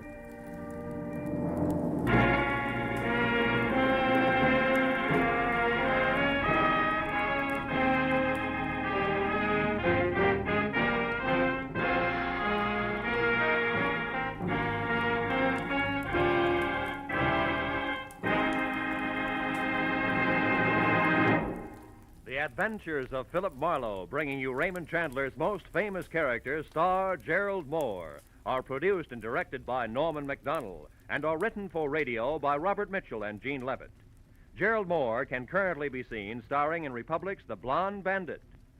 Featured in our cast tonight were Joan Banks, Barney Phillips, Wilms Herbert, Howard McNear, Elliott Reed, Frank Gerstle, and Ann Morrison. The special music is composed and conducted by Richard Arant. Be sure and be with us again next week when Philip Marlowe says... This time a nervous breakdown in a driving rain. A cape with a high collar and a tiny sliver of glass led me from the ballet and a beautiful dancer to the edge of a cliff and death.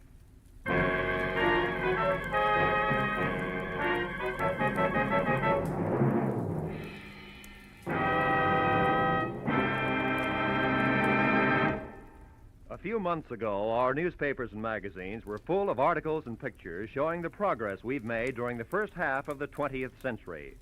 That progress, brought about by the American way of doing business, means that today we enjoy the highest standard of living of any nation in the world. We can keep our standards high, and we can increase the benefits for all of us by continuing to produce efficiently under a free economic system. This is Roy Rowan speaking. Now, stay tuned for Pursuit, which follows immediately over most of these same CBS stations.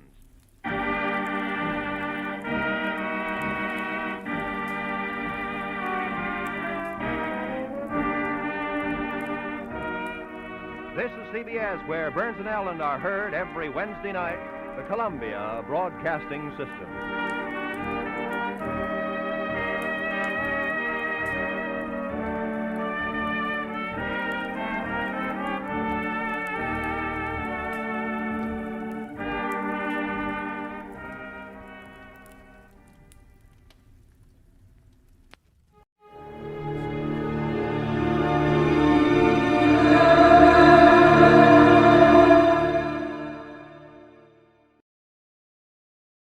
Dragnet.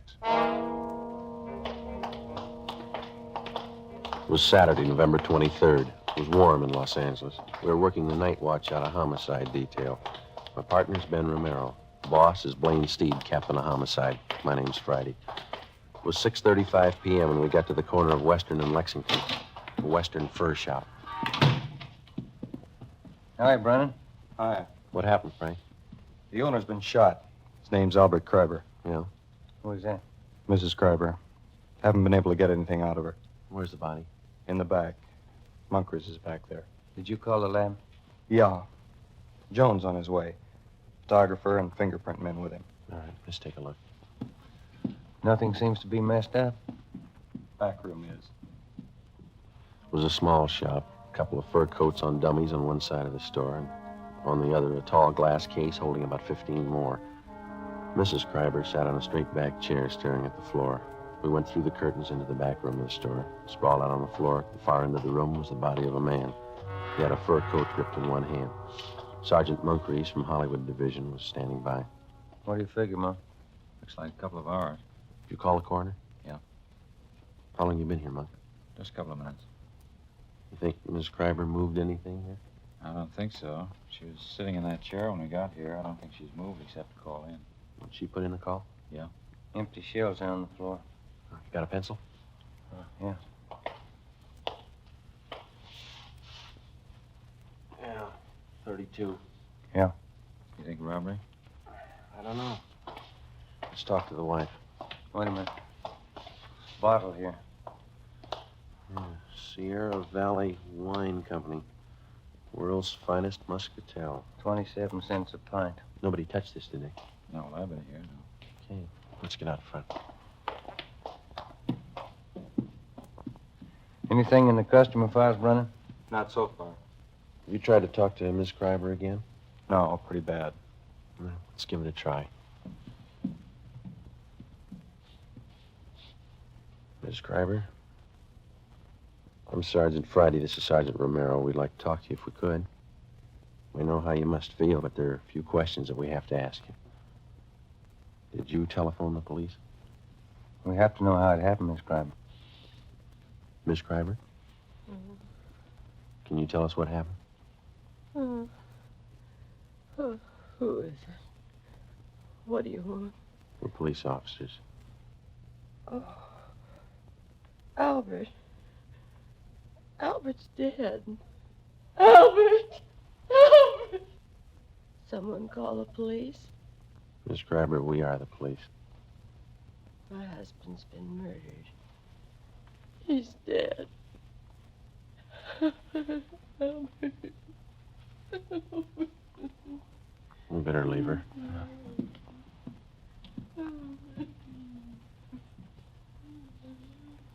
Friday. Here's something I found in the customer file. Mm-hmm. Miss Terry Shepard, 10113 Normandy, apartment 3. What about it? She took a coat out that was in storage. Took it out today. We'll check her out when we're finished here. Thanks. Looks like the only hot receipt in the file. Hi, Lee. Joe, again? In the back room. What is it? Killing. Moncrief will show you. Okay, that's all. Think we ought to try the wife again? We can try. Miss Schreiber, can we do anything for you? I'm a little better. I'll try to tell you what I can. All right. When did you get here? It must have been about 6 o'clock, a few minutes after. I came to take him home. Any customers around? No, the store was empty. I stood here for a few minutes waiting, and I went in the back and... Yeah, silent. Is the front door open? No. Yes, the front door? Yes, ma'am, the front. Yes, open. Did you telephone the police? I think I did. Did you come here to pick him up? No. No, usually he drives home himself. I came down on the streetcar to ride home with him. What kind of a car do you have? An Oldsmobile. 1939 or 40, I guess it is. Where does he usually park? In the rear of the store. This little place back I'll take a look. All right. Where is your home? 3412 Northwestern. I thought there was something wrong when I got a telegram from him. He said not to come down tonight. He said he'd be home late. What time was that? About 4 o'clock. Well, I'm all mixed up. I haven't told it to you as I remember it. First, Yes. First I telephoned here to the shop. That was this afternoon? Yes, 3:30. I'm sure of that because I made some other calls. I spoke to Albert. He didn't say he was going to be late. Then at 4 o'clock, I received the telegram. Do you have that with you? Yes, it's in my purse somewhere. Somewhere. Oh, here it is. Thank you. Don't come down. I won't be home until late after see a customer, Albert. Can I keep this? We'll return it to you. Yes. What'd you do after you got this wire, Miss Schreiber? Well, nothing. I thought it was strange, but I didn't think too much about it. Then I started wondering why he didn't say anything over the telephone about being late, so I came down here on the streetcar. Did you phone the store just before you left your house? Yes, but there was no answer. Parking lot's empty. Better get out an APB on the car, huh? Miss Schreiber, you said your car was a 1939 or 40 Oldsmobile, didn't you? 1940. I remember now. What model is that? Oh, it's sedan, light blue. Do you remember the license number? Well, I have it on this chain with the extra keys. Here it is, on this little tag. The veterans make these. Thank you. Joe, can I see him now? Sure. Excuse me, Miss Schreiber. Do you want me to wait? I'd like to go home. We'd like you to wait for a little while, yes. Do you have any relatives living here? A niece and a nephew in Beverly Hills. Jerome Reed. They live on Cannon Drive. All right, we'll call them for you. Thank you. Lee, is this phone out here all right to handle? Yeah, it's been dusted. Okay. Joe, you coming in? Yeah, right away. Pretty clear, easy to trace. Mm-hmm. I'd say he was standing over here by the curtains when he was shot. That's where the stains begin. Mm-hmm. And he must have stumbled along this glass case. You can see the smears here on the glass where he tried to grab hold of something. Yeah. And I guess he caught hold of that fur coat and pulled it down with him. Mm-hmm. Then he stumbled and bumped up against this coat bag, fell through that and up against the safe. How many times was he hit? 6 empty casings on the floor. Looks like 4 through-and-through wounds. 32, huh? That's right. The wife know if anything's missing? Yeah, she's in pretty bad shape. It looks to me like somebody took his wristwatch and a ring from his left hand. If he had a billfold, that's gone. No coat. All the trouser pockets are turned inside out. And what about that wine bottle? It's smeared. Can't lift a thing. Okay, thanks. Ben? Still on the phone. Okay. No. License 15 Boston. 6707. No, 707. Yeah. Driver might be armed. Hang on a minute, Wallace. What? Now, give that DMV, will you? Save another call. Miss Schreiber, did your husband have a wallet? Yes, brown alligator. Did he keep his identification in it? Yes. Did he carry much cash? No, just a few dollars. He was always afraid of holdups. Thank you. You want to give that to him, Ben? Yeah, okay. Hey, Wallace, suspect might have a brown alligator wallet with identification cards of Albert Kreiber. Yeah, that's C-R-I-B, Boston, B, Boston, E-R. 3412 Northwestern Avenue. Yeah. Yeah, okay. Yeah, bye. Joe? I have something here. Yeah, Monk? Invoice from a Far North Fur Company. 3 mink coats delivered here today. I looked all around. I only found 2, 1 missing. Did you find a sales slip for the other one? No. Miss Kreiber, would you come over here, please? Yes. Where are they, Monk?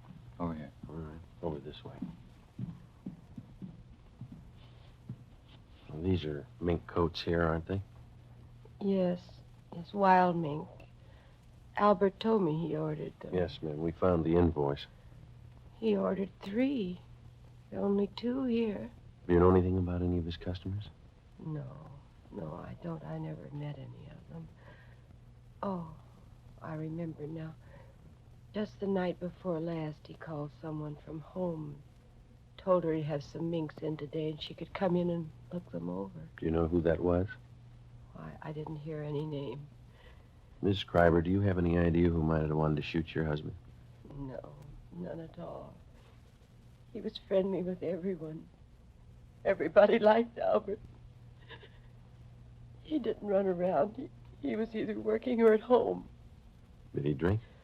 Not at all. No, I mean beer, a little wine, maybe? No, he never touched anything. All right, thank you. Brennan, will you see that Miss Kreiber gets to her nephews? Right away. Thank you.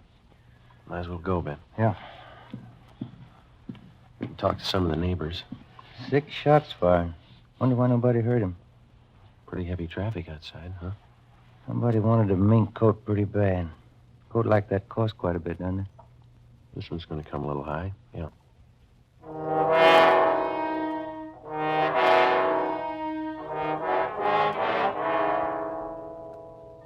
"7:05 p.m. Most of the stores along the street were closed, but a small shoe repair shop across the street was open, so we went over there. On the window was one word, Pete's, and a picture of a shoe. Sitting in the window was a small, dark man wearing a leather apron. He was working on a pair of shoes. Hello. We're police officers. I see you drive up across the street. Are you Pete? Sure. What happens to Mr. Kreiber? He's robbed? No, he was killed. No. Shot?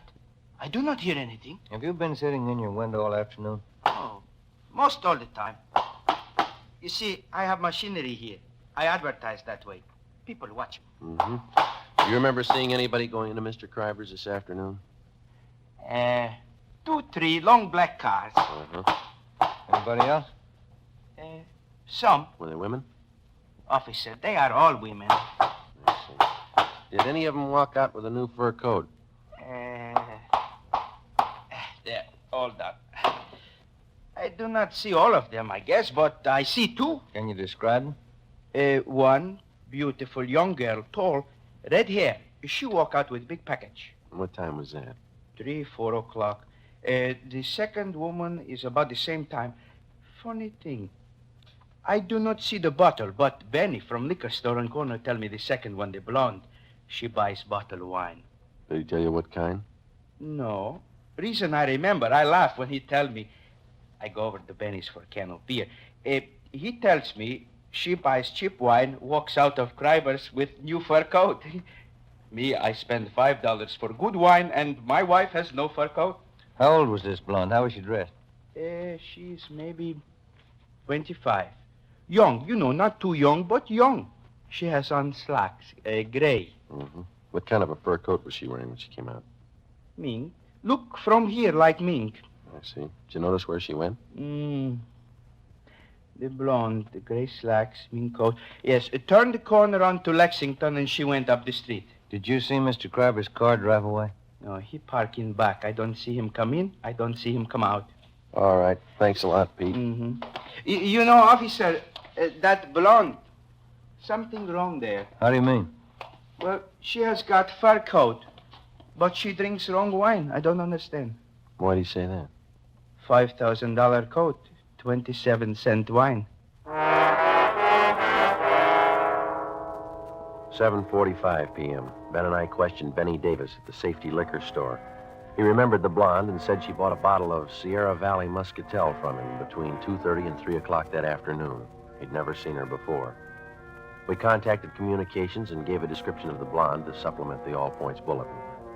Then we started checking Western Union offices to find out where Mrs. Kreiber's telegram had been sent from. We finally traced it to the office at Normandy and Hollywood Boulevard. The operator who sent the telegram to Mrs. Kreiber also remembered receiving the call. She told us that the person who phoned in the message was a woman. The time, 3:22 p.m.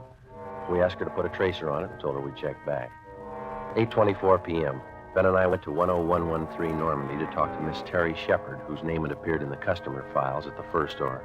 The receipt showed she'd taken a coat out of storage that afternoon. This is something like the place the wife and I used to live in. Yeah? Same people must have built it. Apartment 3. Miss Terry Shepard. All right, come in. The door's open. Find yourself a seat, Fred. I'll be with you in a minute. Police officers, Miss Shepard. Oh? What's wrong? We'd like to talk to you. What about? What if you could come out here, please? Well, I just got out of the shower. You'll have to wait a minute. Yeah? Yeah, this place has got the same floor plan as mine. Yeah. Kind of small, isn't it? Not too bad. Wonder what rent she pays.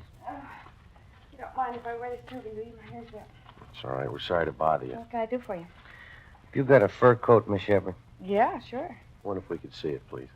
Sure, but I don't think it'll thrill you. It's only muskrat. I bought it in Pittsburgh. Where is it, in the closet? Yeah. I'll get it. It's down the hallway, first door on the right. I think I know where it is. What's this all about, Lieutenant? What time were you at the Western Fur Shop today? Oh, I'd say 3 o'clock. Why? What'd you do while you were down there? I got my coat out of hock. I had it there during the warm weather. Paid the man, signed something, and he put the coat in a box, and I took it. Mm-hmm. Do you know Mr. Kreiber down there, the man that owns the store? You got me. The man was about 50. His hair was a little gray. I hardly even looked at him. This is the only fur coat, Joe. Could have passed for Mink when I first bought it. It's pretty sad now, isn't it? Not Mink. I'll give that closet the last check. All right. What happened? Did somebody steal a coat? Was anybody else in the store while you were there? Yeah. Yeah, there was another girl there. What was she doing? Nothing, just sitting. Do you remember how she was dressed? Oh, she was wearing a gray suit. Slacks. Blonde. Her face wasn't much, but she had a neat little figure. Do you remember anything else about her? Well, I didn't pay that much attention. Anything else in there, Ben? Not a thing, Joe. Maybe I'd better take this towel off my head. It doesn't look so hot when it's wet, but it's natural. It's natural red. Yeah. Is there anything else that you might be able to tell us? I think that's about all. I gave the man my claim check and the money, and he got the coat and put it in a box and gave me a receipt. Mm-hmm. Nothing else? No. Well, when I got the receipt, I saw the blonde walk over and pick up the telephone. I was just leaving then. Did you hear any of the conversation? She asked for Western Union.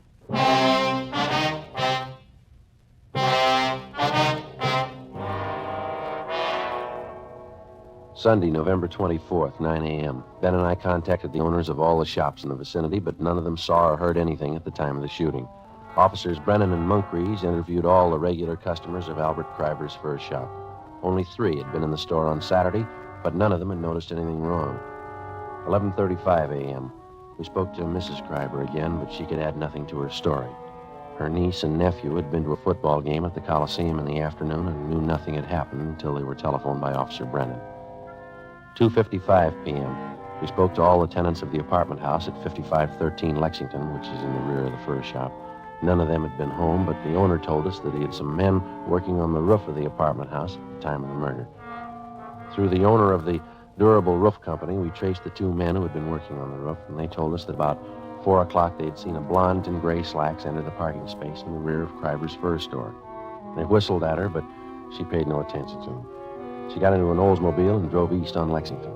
7 p.m. We checked in at the office and got word that Albert Kreiber's car had been located in a parking lot at Vermont and 8th. We drove down to the location and talked to the parking lot attendant. Well, the car must have come in sometime last night. It probably came in the back way, because I don't remember it coming in, and it doesn't have our lot tag on it. Did you work all last night? No, I finished at midnight and started at 10 this morning. I kept waiting for somebody to claim this thing, and after supper, I figured it might be stolen, so I phoned the police. It's been sitting here all that time. Are there any keys in it? No, sir. There weren't last night either. Have you ever seen this particular car before? No, sir. Have you ever seen a blonde woman about 25 wearing gray slacks? You mean hanging around here? Yeah, or in the neighborhood. Yeah, but not today or yesterday. You remember one? Well, yes, sir. Does she drink a lot? Maybe. Well, there's one that hangs out in these bars around here. Once in a while, she comes in the lot, but not lately. When'd you see her last? Oh, a couple of weeks ago. Was she with anyone? Yeah, but I don't remember him. I seen her with a lot of different guys. Does she hang around with anybody in particular? Yeah, her husband.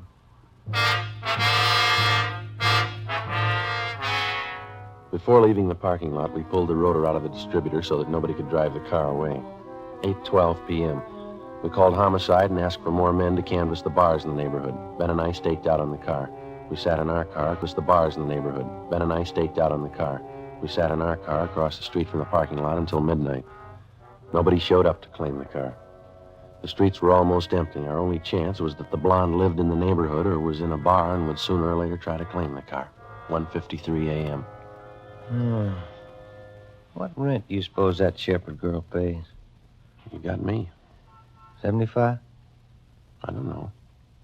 I bet I pay more than she does. Is that Moncrief? Yeah. Hi, Monk. Hi. Let's take a look up the street. See that couple? Where? Coming this way. Blonde, gray slacks, fur coat. She's pretty drunk. Where'd you spot her? Turned the corner from Olympic. They've been looking in parking lots. Monk, there's a rear entrance to this lot off the alley. Do you want to cover that? Yeah. Thank you. You see him all right? That's it. Where'd they walk under that light? Yeah. Pretty drunk. Looks like the same kind of coat, isn't it? Yeah. They're stopping.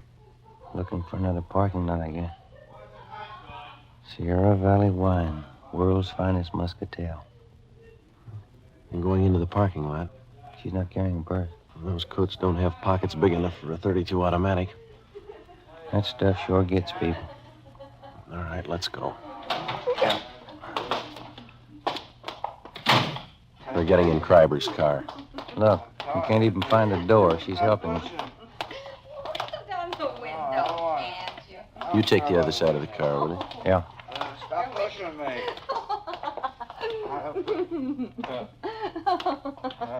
Who are you? Police officers. Can I see your driver's license, please? I ain't got a driver's license. What's going on? What's your name? Betty Moore. What's it to you? The registration slip on the steering column says Albert Kreiber. What's the matter with this car, anyway? Who's Albert Kreiber? Oh, I know who he is. This guy here. Who is this man? Huh? What do you say? He's a friend. That satisfy you?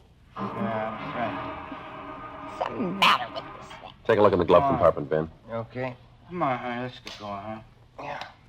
It's locked. What do you want in there for? Let me have those keys. Hey, Here you are, Ben. How about going home? there's nothing in there. Let's go. Here's a purse. Give me that. You keep your hands in the wheel. Some gun, 32. It's his. It's empty anyway. What do they There's want? nothing wrong in that. Do you have a permit to carry it? Yeah, I got a permit. Can I see it? I lost it. Give me those You keys. keep your hands on that wheel. Here's a wallet, identification cards, Albert Kreiber. Where'd you get these? I don't know. A man's watch, Albert Kreiber engraved on the back. Who's Albert I Kreiber? don't know. I told you.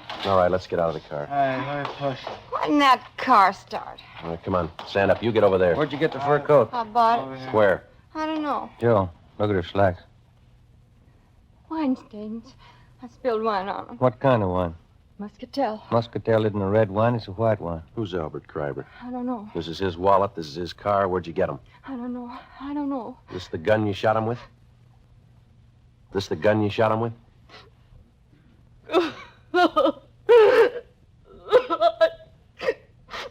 I was going out with him. He said he'd give me a fur coat. He promised me a watch, and he never gave me one. And then we sent a telegram to his wife and everything. Said he'd give me a fur coat and take me out. He backed out on me. So you shot him. Sure I did. He promised me the coat. He said I could have any coat in the shop. He promised me. What are you crying for? You got the coat. This is the United States Armed Forces Radio Service, the voice of information and education.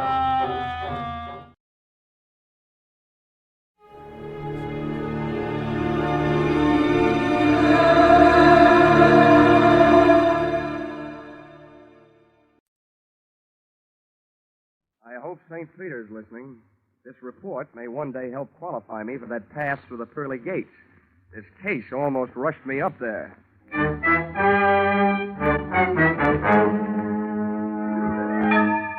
This is another adventure of America's fabulous freelance insurance investigator, Johnny Dollar. At insurance investigation, Johnny Dollar is just an expert. At making out his expense account, he is an absolute genius.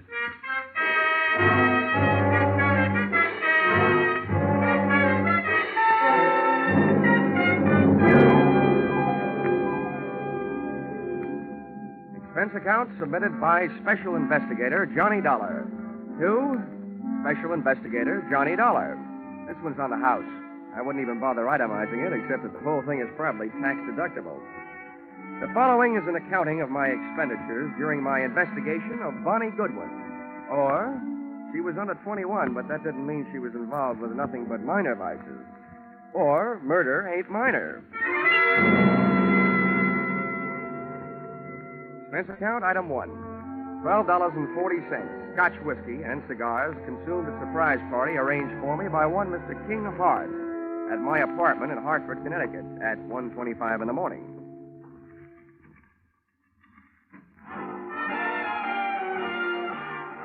Well, who are you? And which one of us is in the wrong apartment? Neither one of us. I'm King Hart. I came down from New York to see you. I hope you don't mind my helping myself to a cigar while I was waiting. Well, no, not at all. I'd even join you in a drink of my scotch, only I don't think I could squeeze it out of the cork. I'll send you a case. Send me a copy of your passkey while you're at it. Maybe I can drop in on you sometime. This verges on the illegal. Let's not waste time trying to scare each other, huh? Let's talk business. What is your business? Well, that verges on the legal. That's why I need you. In your racket, you're well enough known to do me some good. In mine, I'm too well known to do it myself. Do what? Find a girl for me. Now, wait a minute. I'm in the insurance business. So's the girl. She's a beneficiary of my insurance policy. This is a very unusual case. I was a sucker. The way that policy is written, I need her signature to do what I want to do. Change the beneficiary? Yeah. I'm all set to marry an honest dame. She's lovely. Well, I'll tell you, Mr. Hart. I make it a habit to work for big insurance companies, not individuals. Sorry. How come? I can't look up your credit rating in Dun & Bradstreet. Look it up in this wallet. Go ahead. Don't be bashful. Mm-hmm. Yeah, well, you're solvent. Corners of these bills look like a tally on a baseball scoreboard. 1 run on the first and then 3 goose eggs. Help yourself. Not so fast. Your money may be okay, but about your story. What about it? Look, there's any number of good licensed private detectives that you could have gone to. Philip Marlowe, Sam Spade, and Richard Diamond. And he would not only have solved your case, he would also sing you a song. Why did you come to me? I thought you had me straight. I don't like detectives. I'm allergic to coppers, pro or semi-pro. So's the girl. Look, Dollar, all you have to do is find the girl, get her signature on the form, and bring it back. Is that so tough? Now, my wisdom tooth still finds it a little tough to chew. I'd like to see the policy. Sure, I brought it with me. Here you are. Wow, this is a motive-sized policy. $100,000. How'd you ever get it, Mr. Hart? When I took it out, I was a haberdasher. Uh-huh. Specializing, no doubt, in bulletproof vests styled by Hart, Schaffner, and U.S. Steel? Oh, yes. Beneficiary, Bonnie Goodwin. That's her. Well, before I can start looking, I should know where she stopped being around. Chicago. You'll find that and a lot of other stuff about her stapled to the back of the policy. My, you're the very model of efficiency. I should be. As a model prisoner, I ran the accounting department at Leavenworth for 5 years. Thanks for not being bashful about your past. Makes it easy for me not to be bashful about asking you for something. What's that? My assignment in writing. I just don't want anybody to get the wrong idea about my association with you. That's okay. All right. If you'll pay for the ticket, I guess I'm ready to take the ride. How much? A $3,000 retainer, and I'll bill you for my expenses. It's a deal. And don't hesitate to travel first class. Don't worry, Mr. Hart. Don't worry.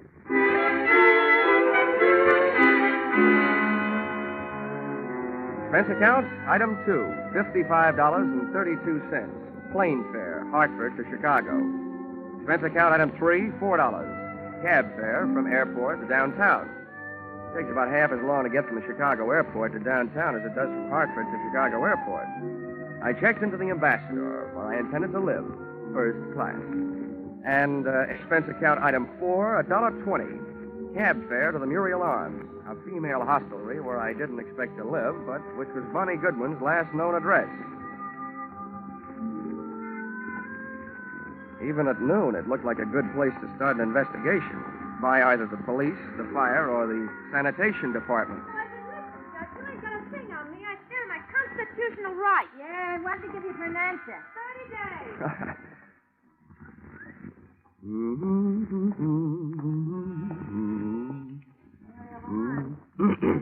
Call back at before. Hello, Muriel Arms. I'm sorry, Miss Graham left a no disturb until 2:30. Hello, Muriel Arms. Call back after 2:30, please. Pardon me. Muriel Arms. No, she isn't. She'll be back in 5 days. Hey! Yes, sir. Where can I find the room clerk? That's me. Oh, good. I'm looking for a girl who used to live here. Her name's Goodwin. You remember her? Oh, the little princess? Yeah, I remember. I'm trying to forget her. Well, I'm trying to find her. You know where she went from here? No, and I don't care. One of the girls said she saw her hanging around Emma's place. That's over on Rush Street. You'll hear it before you see it. I'm sorry, mister. That's all I got time for. These calls are piling up. Hello, Muriel Arms.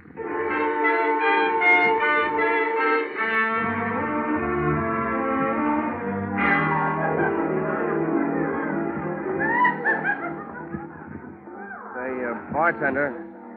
Let's see. Where can I find Emma? I'm Emma, and no jokes. What do you want? I'm looking for a girl named Bonnie Goodwin. She ain't around. We told her she wasn't wanted around here. Well, that's your business. My business is to find her. Who are you? From the law?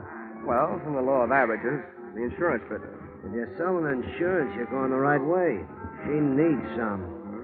Why don't you try the Flagler Apartments?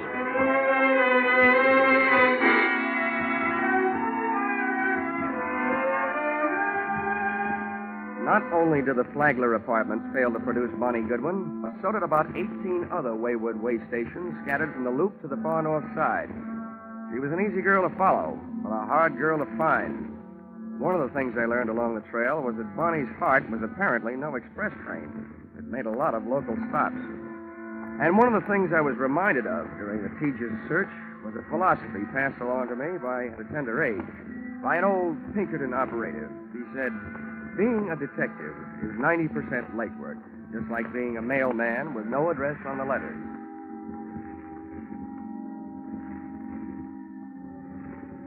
Expense account, item 5. $14.95, shoe leather. My brogans and my nerve ends were worn to a frazzle by 8 o'clock that night when I went sniffing up my latest lead, which took me to the desk of a tasty little flea bag on Dearborn. Oh, it felt like you were picking up the 7-year itch just walking into the lobby. Hiya, Sonny. Are you looking for somebody? Yeah, and if I don't find her soon, I think I'll just sit still and let her find me. One of your guests, Bonnie Goodwin. You know her? As much as I know any of them, I guess. Is she still here? No. Well, do you know where she is? No, all I know is she moved out of here. As I asked her to this morning. Tell me, what makes this kid so popular? She makes me nervous. I don't like the people she brings around. You mean me, Grandma? Or do you mean you don't like her choice of friends? I didn't say they were friends. No, I'm through talking. Beat it. Now, wait a minute. I've got to find Now, her. listen, little boy. I'm awful good at not talking when I don't feel like it. And right now, I don't. Save yourself some time and get out of here. Okay. Now I know what was wrong with that little Red Riding Hood story. Grandma was the wolf. Boo! Oh, nuts. Hey, mister. Hmm? What? Hey, I think I want to talk to you. Go away. Don't bother me. You were asking about Bonnie, weren't you? I'm a friend of hers. Oh? Well, where can we talk? Well, we better get away from this lobby window. Come on. Where are you headed? Out of town? Huh? Oh, the suitcase? Mm-hmm. No, I just came back for the last of our things. Bonnie and I took an apartment today. Oh, your roommate, huh? Yeah. What do you want with her? Wait a minute. Can you think of any good reason why 2 men should be following you? Where? Don't turn around. Where can I meet you? You're not going to leave me. Just long enough to get where we're going. Where's a good place? The hangover house on North Park. Who do I ask for when I get there? What's your name? Jenny Page. Why can't I go with you? I want to find out who's being followed, you or me. Now, there's a hack stand. You take the first cab, Yeah. I'll take the second. Bill and Darby take the third, and then we'll know.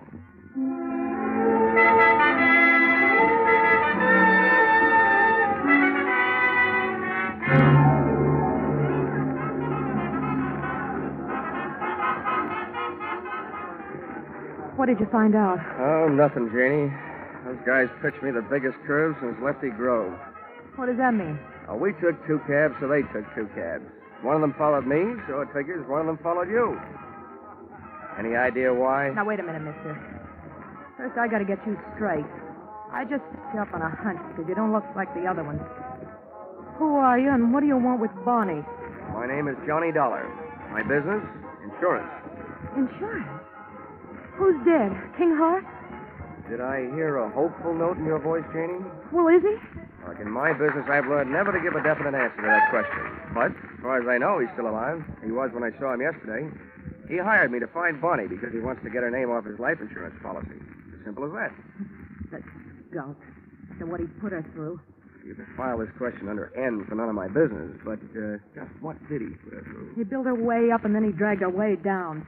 And she's still too good for him, for anybody who works for him. I'm getting out of here. Maybe I told you too much about my business. Just enough. You're trying to help King Hart take away the only thing he left her. If I have my way, she'll never sign away the money from that insurance policy. Good night. This was the first chance I'd had all day to make anything happen. With a little luck, Janie Page was going to finally bird dog me straight to the little chick who had flown so many coops, thus making herself so hard to find. As she started down the 60-foot length of the long, narrow bar toward the back door, I saw two familiar hulks launch out of their chairs up to the front door. They were after her, and too big for me, our opponents from that game of taxi tag. So I set about stopping them. I took advantage of the narrow room, the big crowd, and a little bitty drunk.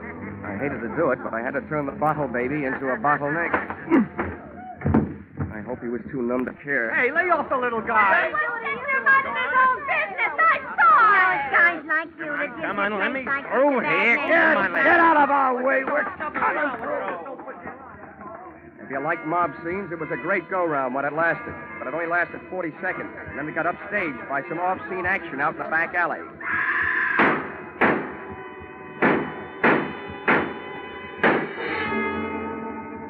The crowd went out to look. I didn't. Somehow I knew. My live lead had turned into a dead one. And the morning news flash over my hotel room radio read the funeral services over what little remained of my hopes. Guns roared on Chicago's north side again late last night when 6 slugs tore the life out of a 105-pound brunette in an alley shooting reminiscent of the early 30s. Listed at the city morgue as dead on arrival, the body was identified as that of 19-year-old Bonnie Goodwin, ex-girlfriend of the notorious hoodlum King Hart.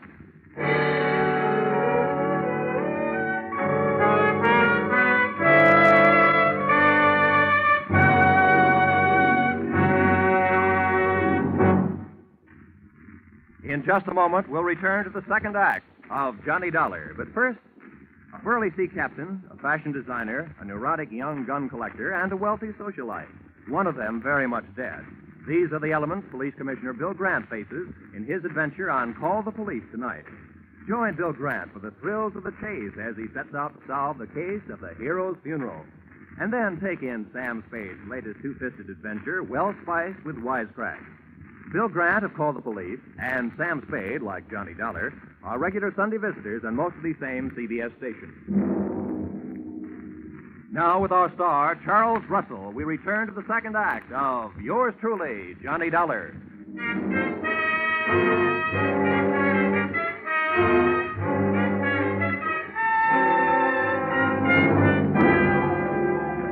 In an alley shooting reminiscent of the early 30s, listed as dead on arrival at the city morgue, the body was identified as that of 19-year-old Bonnie Goodwin, ex-girlfriend of the notorious hoodlum King Hart.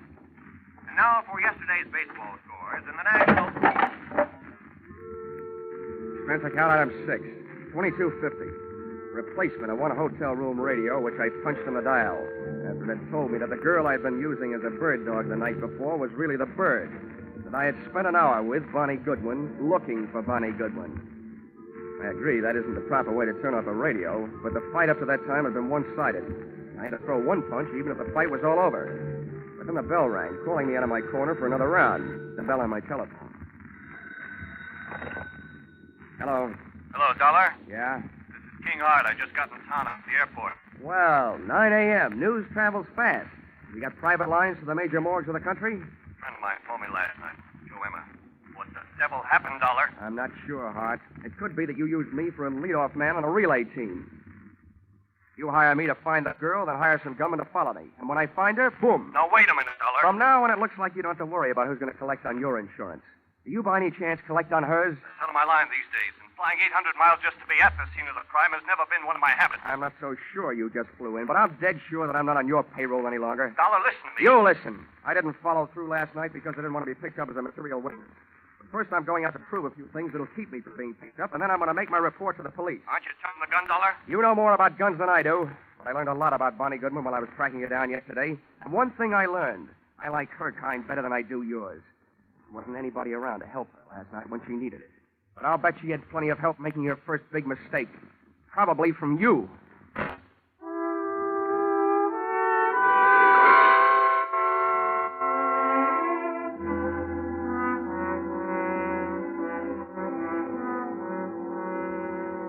Any morgue is a masterpiece of refrigeration. Just thinking of one can give me a real cold chill. When I walk into one, I feel an icicle forming on each separate vertebrae in my spine. And when I start walking out of one, I feel the ice begin to melt. You do yourself any good? Maybe. Thanks for letting me go through a thing. Here, buy yourself a cigar. Oh, this I'll buy a box. It's a big tip. It should be. You've been a big help. I'd gone to the morgue to find an address, and I'd found it. In the suitcase, monogrammed BG for Bonnie Goodwin. I also found that the body had been identified by her roommate.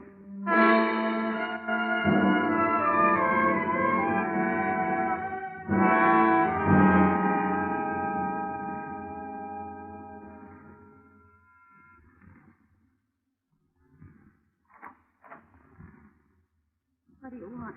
I was a friend of Bonnie Goodwin's. I want to talk to you about her. You're no friend of hers. I knew them all. Leave me alone. There's nothing to talk about. She's dead, isn't she? Yeah. I have a pretty personal interest in it. Why? I was with her just before she walked into the alley. And you might be interested to know that she was using your name. How do you know? You don't know my name. Janie Page. Let's see, you're packing. I might be unpacking.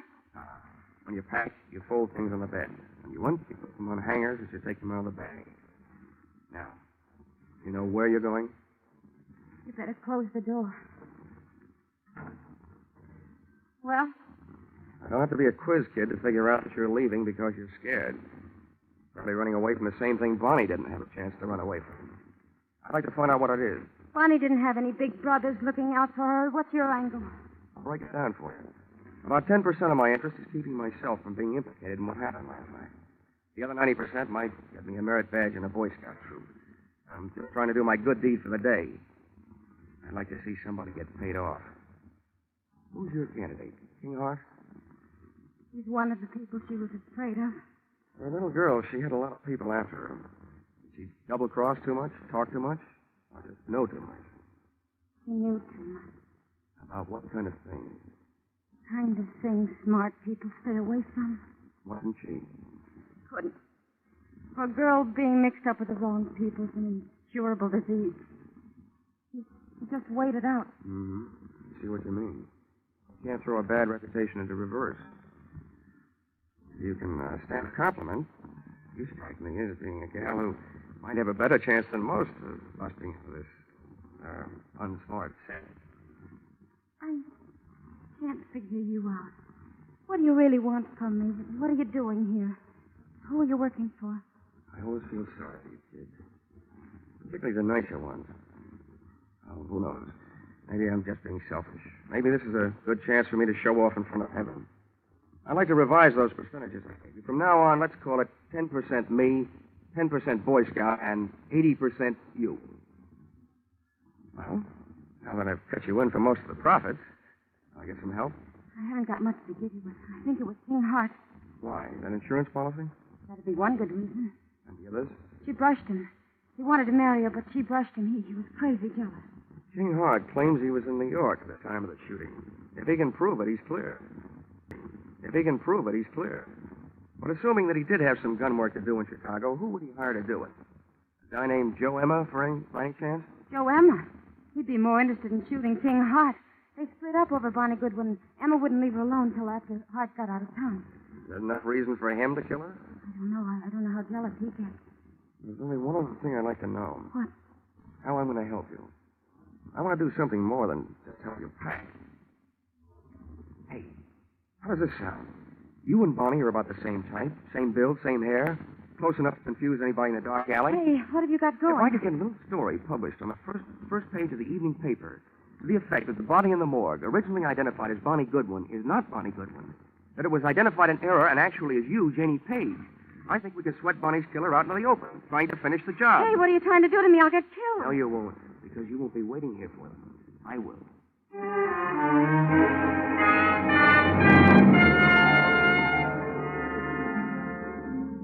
Expense account, item 7, 5 cents. Phone call to an old newspaper friend. Expense account, item 8, another nickel, one evening newspaper. Which proved to me the power of having old friends, and which I hope would prove to me the power of the press. The story, including the girl's address, was right above the weather report. And it looked like a fair night for Chicago, but a stormy night for me.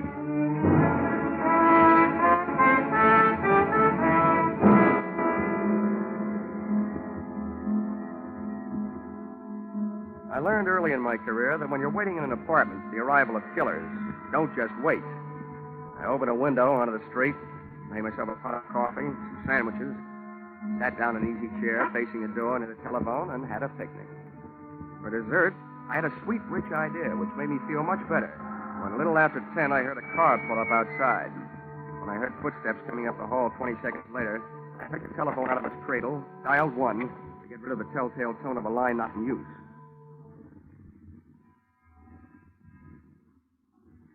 Come on in. It's unlocked.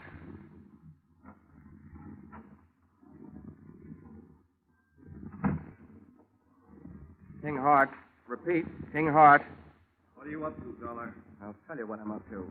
At the other end of this phone line is a police lieutenant listening. He knows that you're here with me, so don't get rough. I don't care who's listening. Where is she? Who? You know who, Bonnie. That body down some more juice than her. I wish I had this much luck fishing.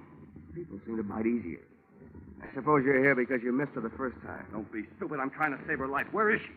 She's sitting next to the lieutenant who's listening on his telephone. I don't believe it. Come on. You can talk to her. Okay. But you better be right. Here, take the phone. Right over the head. Oh!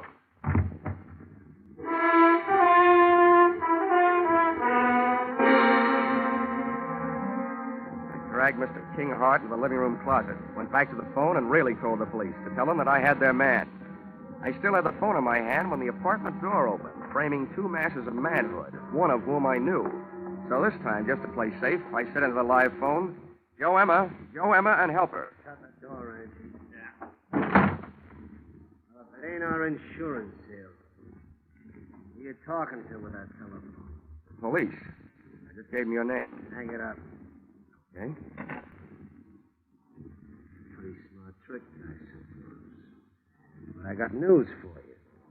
What you just did ain't even evidence. But you ain't gonna be around to corroborate it. And we ain't gonna be here when the cops get here. Now, where is she? If you're looking for Bonnie Goodwin, your search is narrowed down. You've got the whole rest of the world to look because she ain't here. Too smart. Now, where is she? Hey, Emma. She's hiding in that closet there. The knob just moved. Oh? That's where you got her. Okay, Angie, stay on this guy. I'll take care of Bonnie. On out, sweetheart. I'm coming, Joe! Why, you?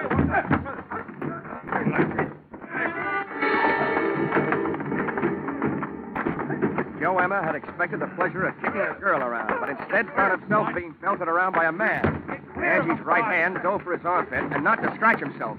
Just as he snapped another shot at King Hart, I snapped a flying tackle at him. Go! Now you missed again, Angie, and it's all for you. Now.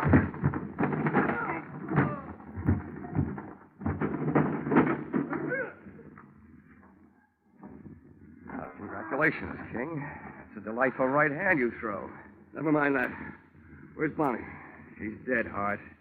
I planted that newspaper story that she's still alive. I didn't read any newspaper story. I just came from the city morgue. The babe they got isn't Bonnie Goodwin. I never saw her before. Isn't Bonnie? Well, then why did... Oh. Emma kills her roommate in the dark alley by mistake. So Bonnie switches identities to make herself officially dead so she can live longer. Where is she? I want her back.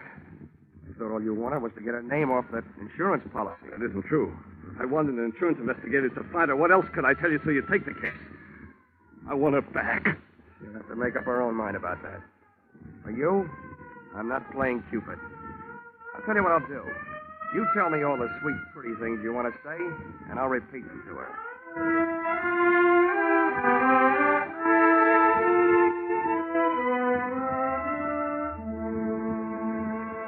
Expense account, item 9. $28.40. Dinner, while repeating all the sweet, pretty things King Hart had wanted to say to Bonnie Goodwin. And telling her all the unsweet, unpretty things I felt about his kind of guy. Don't worry, Johnny. I'm not going to him or anybody like him. Well, where are you going? Back to my hometown, I guess. Your hometown didn't seem to do a very good job of giving you a start the first time. How far from Chicago is it? It's only about 28 miles north of here. Here. Here's an envelope. But what's in it? You'd better buy yourself a ticket that'll take you about $3,000 worth west of here. Oh, Johnny, Thank you.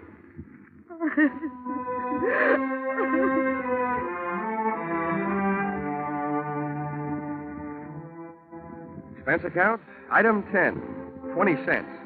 2 beers, one for me and one for King Hart. I told him that his money was taking Bonnie on a little trip back to happiness. And he told me that if I ever expected to collect any expense money from him, I knew where I could go. Expense account total, $163.55. You'll notice that this is very low, but remember, I'm paying this one myself.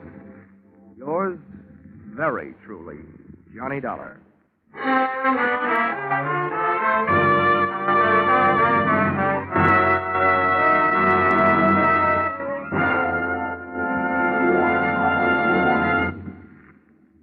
Yours truly, Johnny Dollar, directed today by Gordon P. Hughes, stars Charles Russell, with script by Paul Dudley and Gil Dowd. Featured in the cast were Georgia Ellis, Paul Dubov, Martha Wentworth, Lou Krugman, Gene Bates, and Larry Dobkin. The special music is written and conducted by Leith Stevens.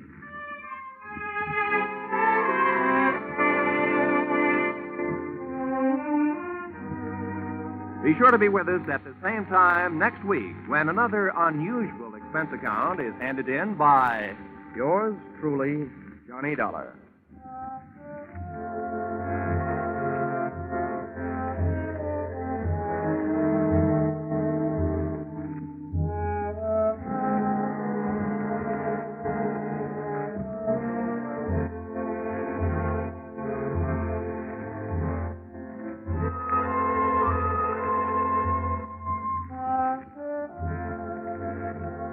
Cheek to cheek, I'm in the mood for love. Isn't it a lovely day? That's what you think. Nope, that isn't just a mixed-up sentence. That's just for the top hits you'll hear on your Hit Parade on Parade tonight. Top hits from 1935. Without a word of warning, I'm on a seesaw. Yes, more hits dressed up in bright new 1949 arrangements and played and sung by the nation's top vocalists and musicians. Be sure to hear your Hit Parade on Parade this evening in Jack Benny's time on all of these same CBS stations. This is Roy Rowan. Your Hit Parade on Parade follows immediately.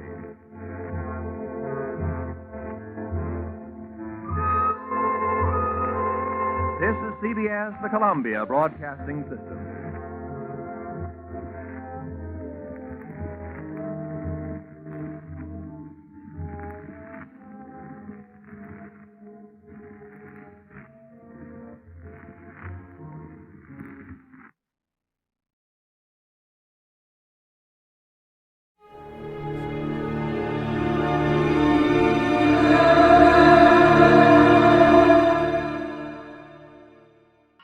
Autolite and its 96,000 dealers present Suspense. Tonight, Autolite brings you Mr. Edward G. Robinson in A Case of Nerves, a suspense play produced and edited by William Spear. Say, Hap, where'd you get that medal? Won it at the carnival last night, Harlow. Shot 10 clay pigeons out of 10. Well, that's real firing, Hap. Sure as an Autolite spark plug. Guess I qualify as an expert, eh, Wilcox? Well, Hap, the clay pigeon field is a bit limited. But take Autolite engineers. You see, they design and build Autolite spark plugs to work as a team with the coil, distributor, and all the other important parts of the ignition system. That means Autolite spark plugs are ignition engineered by experts, and they're world famous for quality and dependability. I guess that's why Autolite spark plugs are unexcelled in quick starting, smooth performance, and gas mileage. Right, and these same Autolite engineers developed the famous Autolite resistor spark plug, one of the greatest advances in spark plug design for automotive use in the past 20 years. So, friends, see your friendly Autolite spark plug dealer tomorrow. Have him replace worn-out spark plugs with ignition-engineered Autolite spark plugs. Whether you choose the resistor type or the regular type, You can't buy a better spark plug for your car because you're always right with Autolite. And now, with a case of nerves and the performance of Edward G. Robinson, Autolite hopes once again to keep you in suspense.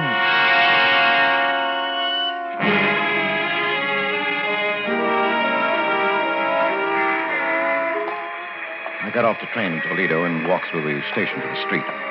I passed up the waiting taxi and swung aboard a bus. Taxi drivers are likely to remember you, and I couldn't take a chance on that. I hadn't paid any attention to the bus. I didn't know what the line was or where it was going. It didn't make any difference. I didn't know Toledo very well anyway. I watched out the window, and when I came to a likely neighborhood, I got off. Strange, unfamiliar quarter of the city, and yet familiar because every city has neighborhoods like it. Drab, faceless houses looking almost alike. And in most of them, drab men and women anxious to make $1 by renting a room. Now, this here is a nice room. It's the best one I got. There's windows on 2 sides. There's a nice soft bed. Well, I'll take it. How long you figure on staying? Oh, just overnight. I'll pay you now. Oh, well, that's $2, please. Yeah. Oh. What's the matter, mister? Are you sick? Yes, I'm very sick. Is there a doctor near here? Hey, you are sick. Yeah, I think I'll go to bed. That doctor. Oh, yeah. There's Dr. Martin just around the corner. He's young, but he's good. Well, would you call him for me, please? Ask him to come right up. Oh. Yeah, sure. Right away.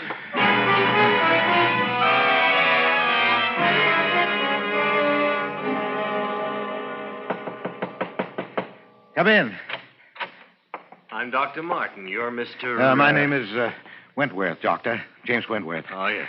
I just got into town. I'm afraid I'm in for my old trouble again. Oh, what's that, Mr. Wentworth? Trigeminal neuralgia. Ah. I had bad attacks before. Just where is the pain? Here. And here. Oh, yes. Now, if you'll... No, don't touch it. It's like a red-hot iron, even the draft of air. I know. Really, you should have that nerve operated. Yes, I'm going to have it done when I get home. Oh, and where's that? Cleveland. Cleveland. I know a lot of men there. Who's your doctor? Dr. Fletcher. Lawrence Fletcher. No, Andrew. Andrew R. Fletcher. I don't recall him. But he's waiting to clear up a heart condition before he operates. Oh, yes, very sound. Now, how did this attack come on? Oh, the way they always do. I was shaving, and I touched the nerve with the razor. Oh, yes, the trigger point. It's very typical. Well, that doesn't help me when that nerve starts jumping. When will you be back in Cleveland? About 3 days. I'll give you a prescription. This is morphine, 1/4 grain. You've taken it before? Yes, that's the only thing that gives me any relief. Well, then I don't have to tell you about it. I'll drop this off at the drugstore and have them send it up. Well, thank you, Doctor. Tell him to hurry. And I'd better give you a shot right now. Huh? You know, Doctor, I think the pain isn't so bad now. I don't like to take more than I have to. Oh, well, if you're sure you can get along. Well, yes, I can make out all right. I'll hold the tablets until later.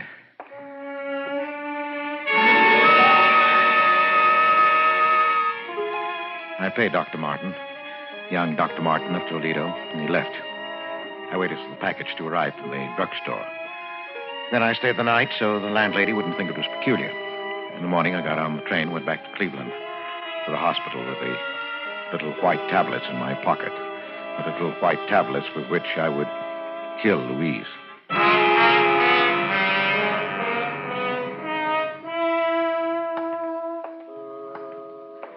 It had been so simple to deceive the young, impressionable doctor. So simple to counterfeit the symptoms that I'd seen Louise react to for 4 years now. It would keep her in bed for 4 years more. For 8. For 20. I'd live with the tic douloureux, the painful nerves so long. Too long indeed. Dr. Van Tour had to come every day now. The nurse had to be on hand day and night to combat Louise's attacks, to quiet the raging nerve with morphine. Yes, but not for long. In my pocket were the little white tablets that would bring her peace. I went into the hospital kitchen. Oh, hello, Mr. Baker. Oh, hello, Nellie. I'd like to bring Mrs. Baker a milk. Of course. I just give it a touch of the fire to take the chill out. I've missed you. Been away, I hear, Mr. Baker. Yes, I had to go out of town. And you ask me it's a good thing. For you, I mean. You needed a change. The hospital day after day. was telling on you. No, I don't think so. Yes, it was. I could see. You're a good man, Mr. Baker. Believe me, it's like a saint you're bearing your trials. Not like some others I could mention. Well, isn't the milk ready, Nellie? It is. There we are. Spoonful of sugar. Just the way Mrs. Baker likes it. Well, thank you, Nellie. And give Mrs. Baker my regards. Yes, I'll do that, Nellie. Now, it was just a matter of stepping into an alcove on the way to Louise's room, dropping the white tablets into the warm milk. The sugar would mask the bitter taste. Oh, here. An ideal spot. Mr. Baker. Huh? Oh, nurse. Did I startle you? I didn't mean to. No, of course not. Oh, bringing Mrs. Baker her milk, I see. Well, I'm going up there myself. May I keep you company? Yes, of course. Nurse White walked beside me to Louise's room. My chance for the night was gone. Another night of pain for Louise. I felt a sudden anger at the nurse. And a moment later, I realized how unreasonable it was. It was hard to be angry with anyone so pert, so alive, so beautiful. Even in her severe uniform, she managed to remain feminine, provocative. There was always a flower at her shoulder. Today, it was a sprig of flowering dogwood. And her quiet, unprofessional perfume was an exciting tingle in my nostrils. And then, we were in front of Louise's door. Hello, Mrs. Baker. Look what I brought you. Albert, dear. Hello, darling. Oh, I'm so glad you're back, darling. I missed you. I missed you, too. Here's your milk. You never forget, do you, Albert? How was your day? Just fine. Wasn't it, Miss White? Oh, yes, Mrs. Baker. A very good day, all things considered. Well, I'm glad. I brought you something else, Louise. Oh, the locket. Oh, thank you, Albert, for remembering. Look, nurse, isn't it beautiful? Oh, it is. It's an old piece, isn't it? It belonged to my mother. I had to hunt all over the house for it. Whatever gave you the sudden notion you wanted it anyway? I don't know. I've had a feeling I'll be joining Mother soon. Oh, Louise, please don't talk that way. Now, Mrs. Baker, you're going to be up on your feet before you know it. And that's almost enough talking tonight, Mr. Baker. No. Mrs. Baker, do you want me to leave a tablet for you? Yes, thank you, dear. Here you are. I hope you don't need to take it. Well, good night. Good night, Miss White. The tablet. You've been taking it every night? Well, I try not to. But lately, the pain... Yes, I know. Oh, Albert, dear, you deserve something better than this. Please, dear. And now, your nose to the grindstone to pay for the doctors and nurses. Oh, don't worry. A little handball at the club, and then this room. Yes, but you're going to get better, dear. You must believe the doctor. That's what Pauline says. Pauline? The nurse. Oh, yes, of course. Oh, is she looking out for you all right? She's a dear. And very pretty, don't you think? Pretty? Yes, I suppose so. I hadn't noticed. I used to be pretty. You used to embarrass me sometimes, the way you looked at me. But you're still beautiful, Louise. You'll always be. I'm sorry, dear. I won't talk like that again. You'd better go now, Albert. I'll try to sleep. Yes. Well, good night, dear. I'll see you tomorrow.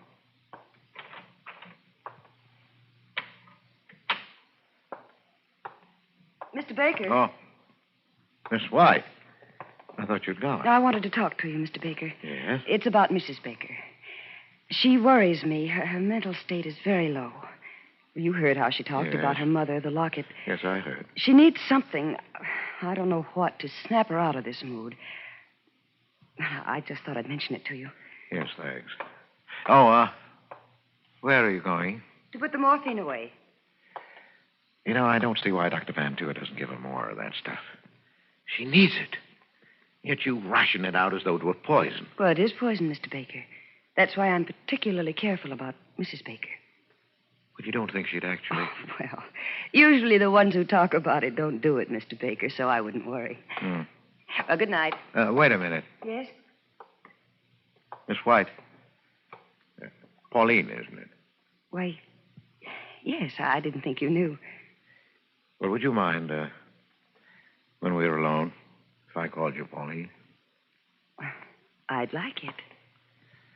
Thanks. Well, you know, this is an awful thing to ask, but, well, you know, it's been pretty lonely for me. Oh, yes, I know. That is, I can guess. Well, would you let me take you to dinner this evening? Why, thank you, Mr. Baker. I'd love it. I'm off duty at 8. Well, I'll pick you up then. And, Pauline. Yes, Mr. Baker. My name's Albert. At 8, then. Albert.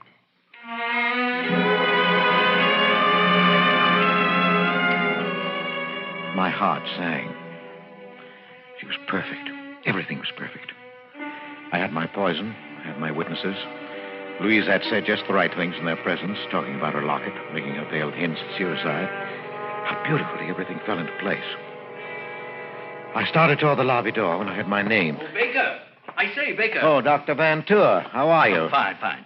Say, I want you to meet someone. This is Dr. Martin of Toledo. I looked at him, at the man who stepped forward to shake hands with me, and my mouth went dry. This was Dr. Martin of Toledo who had given me my murder prescription. The eager, bumptious young man who stood there now looking straight into my eyes and saying, Hello. How's that bad nerve of yours?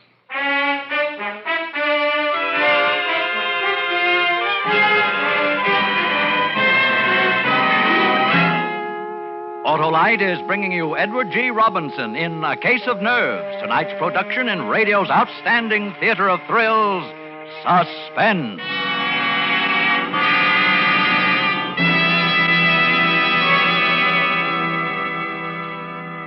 Say, Harlow, I had my fortune told at the carnival, too. Oh, that's so. What'd the gypsy see in the crystal ball, huh? Well, he said I would soon consult with an expert about... Ignition-engineered Autolite spark plugs? Yeah. Well, they're built by experts because Autolite engineers are the experts who design and build complete ignition systems used as original factory equipment on many makes of America's finest cars.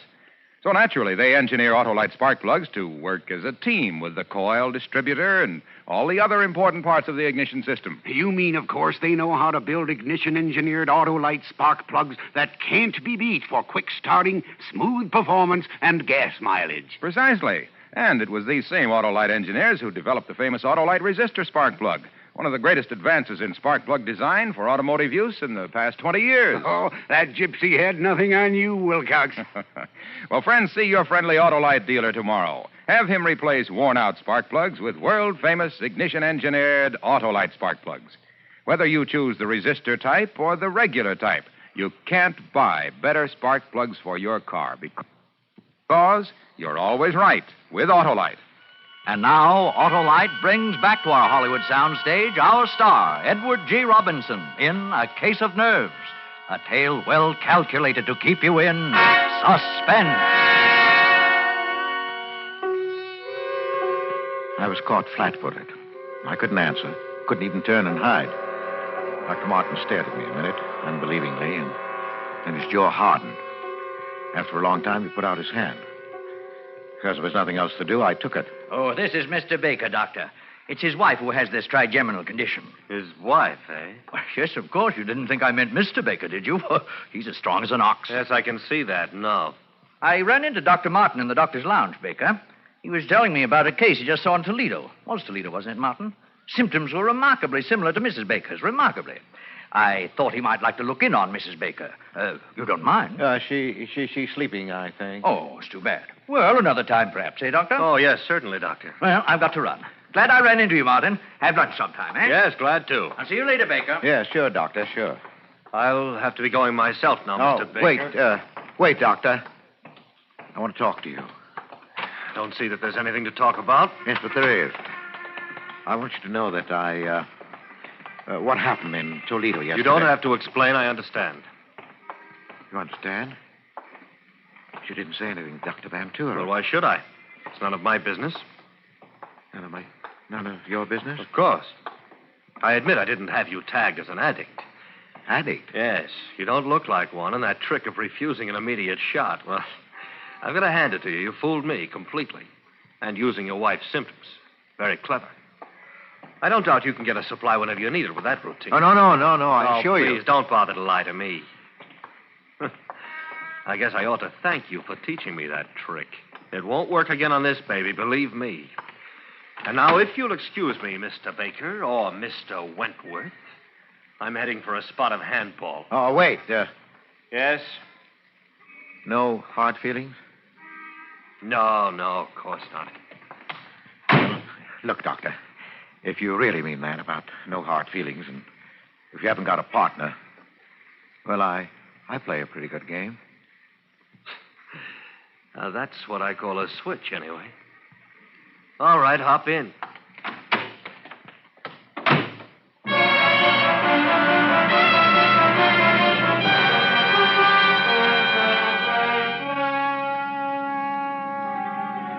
An addict. He took me for an addict, working on any dodge I could to get a supply of dope. Yes, but later, when he heard of Louise's death, he'd remember. I had no idea what I was going to do. I only knew that I couldn't let him go. He drove me over to the athletic club. He wasn't a member, but he held a courtesy card from a Toledo club, and he signed me in as his guest, laughing as James Wentworth. He was a fast man on the court, younger, too. I'd have had a hard time keeping up with him in any circumstances, but as it was, he beat me easily. I could think of only one thing, that he was dangerous. Dangerous, and I had to get rid of him somehow. It's a nice backhand you've got there, Baker. Wish I could handle those tough ones half as well. Oh, never mind the compliments, Doctor. Just remember the final score and be satisfied. Say, how about a sweat out? They've got a good steam room here. Yeah, sounds good to me. Here, this way, then. Oh, take your towel. Oh. Boy. Oh, boy, this is hot. Sit on your towel. Yeah, good idea. That was lucky for me you came along. This place is dead today, not a soul here. Well, I enjoyed it. Oh, hot, isn't it? Yeah. Say, Baker, I misjudged you. Sorry. Oh, that's all right. Forget it. You really could do something for your trouble. Yeah? We've got a sanitarium in Toledo that have been having pretty good luck with addiction lately. I scarcely heard him. I only realized that we were alone, clouded in steam, not even visible to any casually curious person looking through the glass square in the door. This was my chance. I'd never get another like it. Take nerve, of course. I picked up my towel. That one. What are you doing? I'm sorry, Martin, but there's no other way.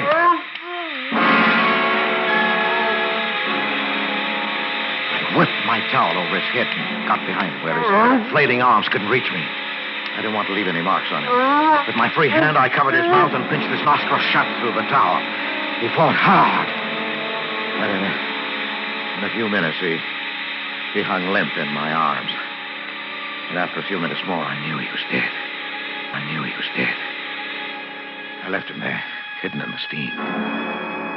In the locker room, I dressed quickly, parted my hair on the wrong side, and plastered it down in a way I'd never normally wear it. The man at the reception desk barely glanced at me as I passed him. Later, when they found Martin, they'd look for a man named Wentworth. They'd never find him because he didn't exist.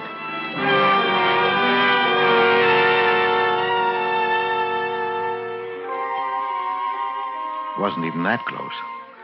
The papers reporting Martin's death put the cause down to heart failure brought on by the shock of exercise in the steam room. They didn't mention a companion. It wasn't important. And I waited anyway. A week. Waited and watched carefully. Because now not only Louisa's future was at stake, but my own and Pauline's. There's the nurse's quarters, darling. Better not come any nearer. Oh, Pauline, dearest. I know, darling, I know. Oh, you must let go now. I'm late already. No, Albert. No, yes, dear. I'm leaving the hospital. I'm taking a job in Chicago. You know what? Yes. This is hopeless. I can't stand it. Taking care of your wife, smiling at her, seeing the two of you together. But you can't do it. I couldn't live without you. Now that I found you... What do you think this is going to do to me? But I can't. When are you going? I'm giving notice tomorrow. Tomorrow? Oh, my darling. Goodbye. Pauline!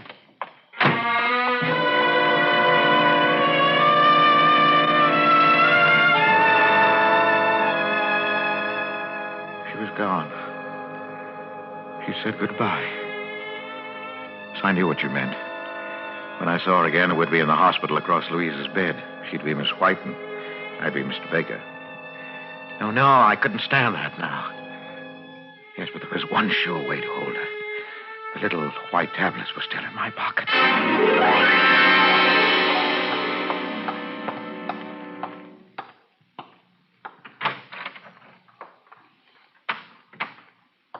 Louise, Albert, dear. I brought you your milk. Oh, thank you, dear. Hold this, will you, please? What's that? Oh, your locket. It's beautiful, isn't it? Who shall I leave it to, I wonder? Miss White. She's a sweet girl. Oh, Louise, now don't talk that way. Louise, you're not going I'd like her to have it. I'll take the milk now, Albert.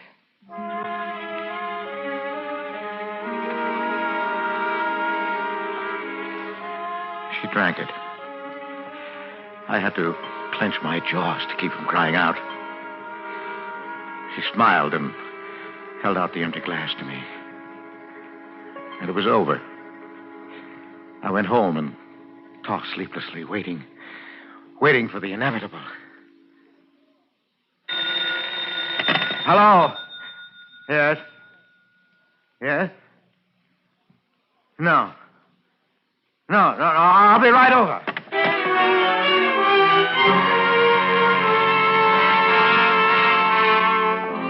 Dr. Van Tour was outside Louise's room, and a white-faced Pauline and Nellie from the kitchen as I hurried up the corridor. Oh, Baker. Oh, Doctor, can I go in? No.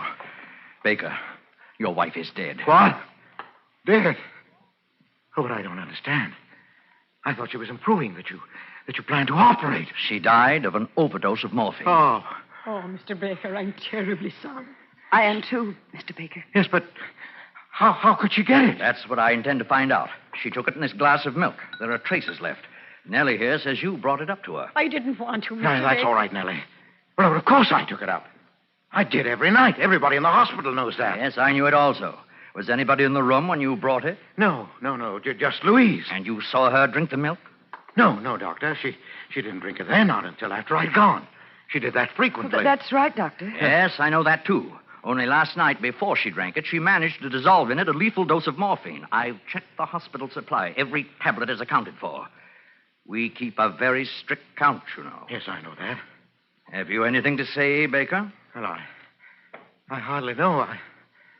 I'm stunned. Doctor, what do you mean? Surely you're not accusing Mr. Baker. I'm not accusing anyone. That will be up to the police. Now, wait a minute, Doctor. You're making a mistake. It seems perfectly clear. Yes, but I didn't kill her. Oh, no? Then how did she die? Well, she took her own life. She'd hinted more than once. Miss White, you remember? Yes, Doctor. I spoke to Mr. Baker about it myself. You know she was very depressed. That's true, nurse, but the morphine, it must have come from the outside, or we'd have missed it. No, wait a minute. The tablet you left for her each night. Yes, I ordered that. Well, what if it, instead of taking it, she saved it? Well, she must have. It's the only way it could have happened. Well, that's it, Doctor. It must be. For the past week, she's been exhausted and drawn in the morning, yet the tablets were always gone. Well, if that's the case, nurse, how does it happen that you failed to find them? Well, she couldn't leave her bed. You bathed her and changed the linen every day. The locket. The locket? Yes. Yes, of course. You remember Miss White? She made such a point of asking me to bring it to her. And then the way she talked about joining her mother. Yes, I do. I do remember. She wanted you to have the locket, Pauline. It was her last wish. Now, where is it? I have it here. It's clutched in her hand. Let's...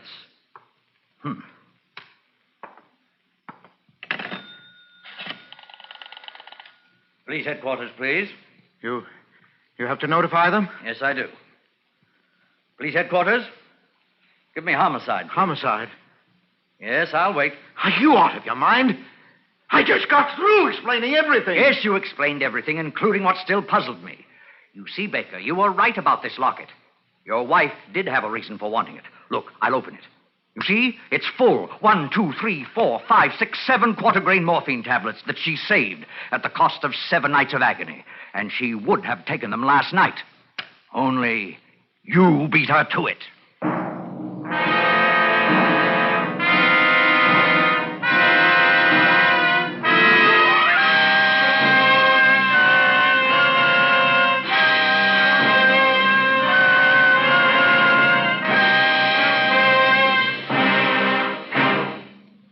Suspense, presented by Autolite. Tonight's star, Mr. Edward G. Robinson. Say, Wilcox, do you know what else the gypsy saw in the crystal ball? Well, Hap, if it was a really big crystal ball, she might have been able to see more than 400 products made by Autolite for cars, trucks, planes, and boats in 28 plants coast to coast. These include complete electrical systems used as original equipment on many makes of America's finest cars. Generators, coils, distributors, voltage regulators, wire and cable, starting motors, electric windshield wipers. All engineered to fit together perfectly, work together perfectly, because they're a perfect team. So, friends, if your Autolite-equipped car needs replacement parts, ask for and insist on Autolite original factory parts at your neighborhood service station, car dealer, garage, or repair shop. Remember, you're always right with Autolite.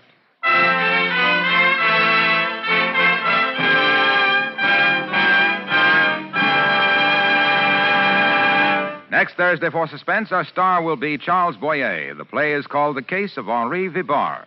And it is, as we say, a tale well calculated to keep you in suspense.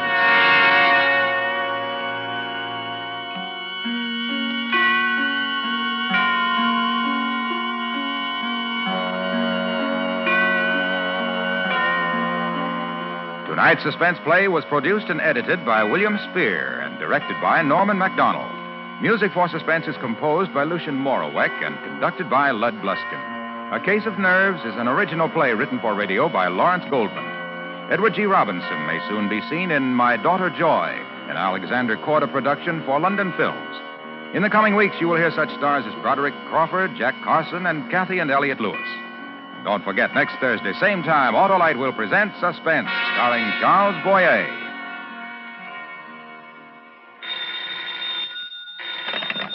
You can buy world-famous Autolite resistor or regular spark plugs, Autolite stay-full batteries, Autolite electrical parts at your neighborhood Autolite dealers. Switch to Autolite. Good night. Autolite, sponsor of Suspense, is proud to acknowledge receipt of the National Safety Council's Public Interest Award for exceptional contribution to highway safety. This is the second consecutive year that Suspense and its sponsors have been so honored. This is CBS, the Columbia Broadcasting System.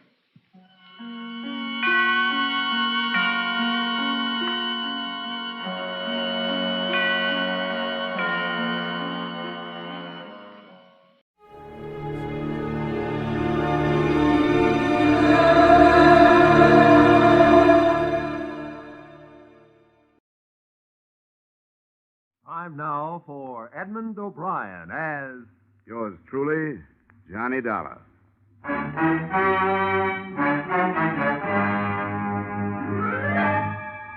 Edmund O'Brien, starring in another adventure of America's fabulous freelance insurance investigator, Johnny Dollar.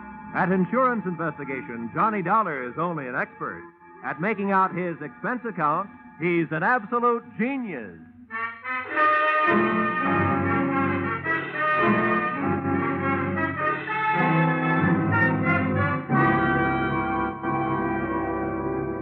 Expense account, submitted by Special Investigator Johnny Dollar to the Great Columbian Life Insurance Company. The following is an accounting of my expenditures during the investigation of the circumstances surrounding the murder of your policyholder, Loyal B. Martin, or how to take a vacation in Fairfield County. Expense account, item 1. $3.20 mileage from Hartford, Connecticut to the country estate of the deceased. I drove up a long cement driveway towards a mausoleum-type manor house. There were rolling green lawns liberally sprinkled with statuary, and the thought occurred to me that if he had spent much of his life here, the late Mr. Martin was most fortunate. He'd feel right at home in a cemetery.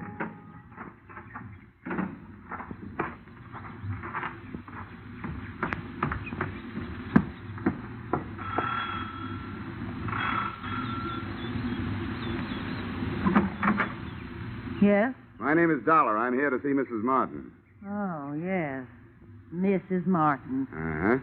I'm afraid I'll have to disappoint you. The widow has gone shopping the day after the death of her husband. Something attractive in mourning clothes, I'm sure. Well, what time is she expected back? I have no idea. But it shouldn't be long. Do you mind if I come in and wait? You'll forgive my asking, young man, but just what is your business here at Loyal Haven? I was sent here by the insurance company. Oh, why, yes. Well, then do come in. Here, right in here. I'm Mrs. Tompkins, the housekeeper, Mr. Dollar. I was with Mr. Martin for over 30 years. He was a wonderful man. This furniture also looks like it might have been with Mr. Martin for over 30 years. Victorian, isn't it? Yes, pure. Loyal... Mr. Martin, that is, was an expert on the Victorian period. Please sit down. Thank you. Mr. Dollar, I suppose you'll think it's indelicate of me at this time, but about Loyal's insurance, his policies, did they... Yes, Mrs. Tompkins, they did. One of his policies leaves you a nice, sizable amount. But before you start counting it, maybe you and I had better have a little understanding. Yes? Well, I'm not here to represent the payoff department. I'm here to investigate the murder. Oh, I see. Yes, before the company pays off, they want to make sure that among the beneficiaries, they don't pay off the murderer, because they really don't have to do that. Oh, I didn't realize... No, neither do a lot of people. You know, that's the way quite a few good murders are wasted. Yes, I suppose you're right. Well, if that's what you're here for, I suppose you'll want to talk to the police. Lieutenant Markwood is in the library. That's where it happened. Oh, library, huh? Well, that might help. If I can't find any other answers, I can always try looking some up in a book. Which way do I go? The door, just across the hall. Thank you. And what a hall. The only thing missing was old Queen Victoria herself. Even the musty odor clinging to the green velvet seemed to have been passed down through the centuries. There was a brace of moth-eaten pheasants on the wall and a bouquet of moth-eaten flowers under glass on a marble-top side table. The library was the same, but there were three things that looked out of place. A, an old suit of armor. B, a glass case filled with new, well-polished sporting rifles and shotguns. And C, a very gruff-looking lieutenant of the police who eyed me as I came in. And who are you? Oh, here's my little breath saver. Oh, yeah, Johnny Dollar. They told me you'd be here. Well, I've told everybody else I better tell you, don't touch anything. They want to re-fingerprint the whole room. Okay. What'd you find, Lieutenant? Nothing but the cadaver with 2 bullet holes in his back. Haven't got a caliber report from ballistics yet. Have you an estimated time of departure? Yeah, the coroner says Martin died after dinner last night. Uh-huh. Anything to go on? Just the usual. Faith, hope, and suspicion. His wife, too young and too pretty for an ugly old buck like Martin, must have married him for his money. Then there's that housekeeper, Sarah Tompkins. Yeah, I met her on the way in. Well, she used to be the old man's intended, from what I can find out. Probably jealous of the young wife. Then there's the brother, Marty. He showed up a few weeks ago, broke and brooding. Probably in love with the young wife. And then there's Nick Bellotti, a private detective who hired himself out as Martin's bodyguard. Bodyguard, huh? No doubt also in love with the young wife. Could be. Who's your choice? Except for the fact that there are only 2 bullets, I think they all did it.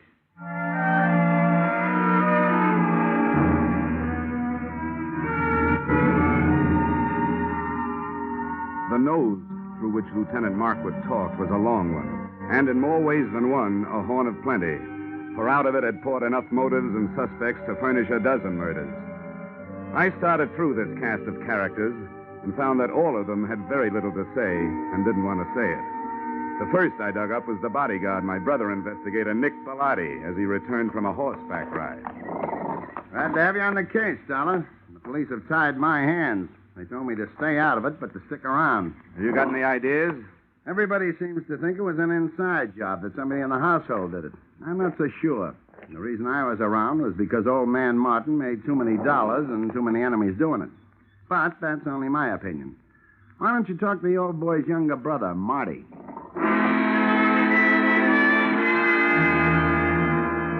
I found Marty living the life of Riley. He was upstairs in his room, cuddled up to a 20-year-old bottle of brandy, which was still underage to be around the kind of book he was reading. Yeah, I'll tell you something, Dollar. My brother and I never did get along. Yeah, you'd find that out anyway. Why'd you come back here, Marty? Because Loyal's little bride, Joyanne, sent for me. She was afraid of him, and she didn't know if he was on to her. Was he? About that, you'll have to talk to Joyanne.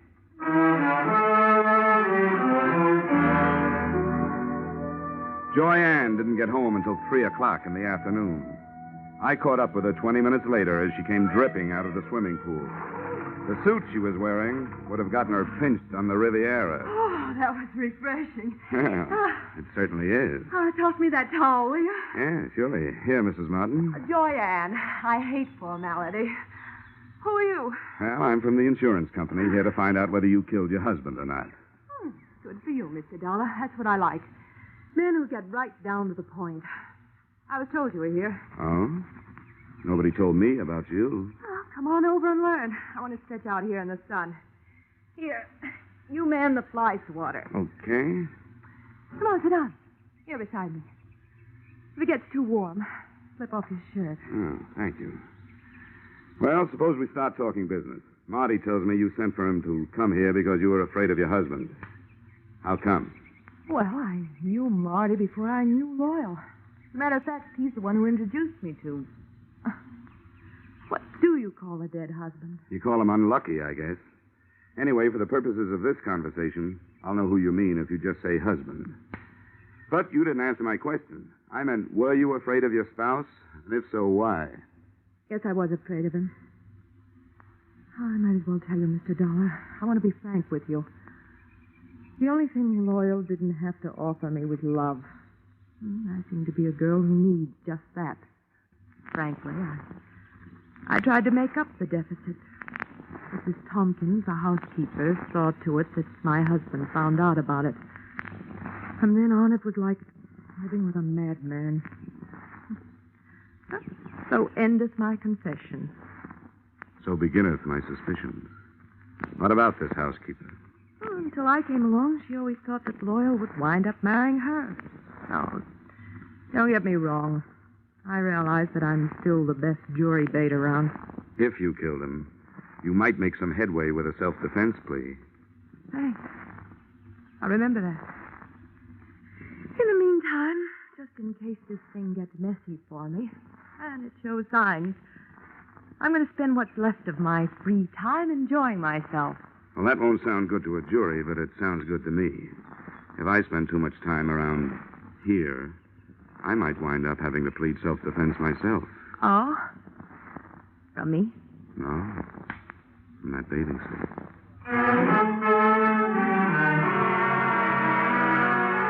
I spent the rest of the afternoon trying to keep 2 eyes on 4 people, reading from left to right. Brother Marty stayed in his room, finishing his book and his brandy. Nick Bellotti, the bodyguard with no body to guard, got back on his horse and cantered off into the sunset. The joyous widow, Joyanne, locked herself in her room, and all I could get through the keyhole was the sound of a light and lovely snore.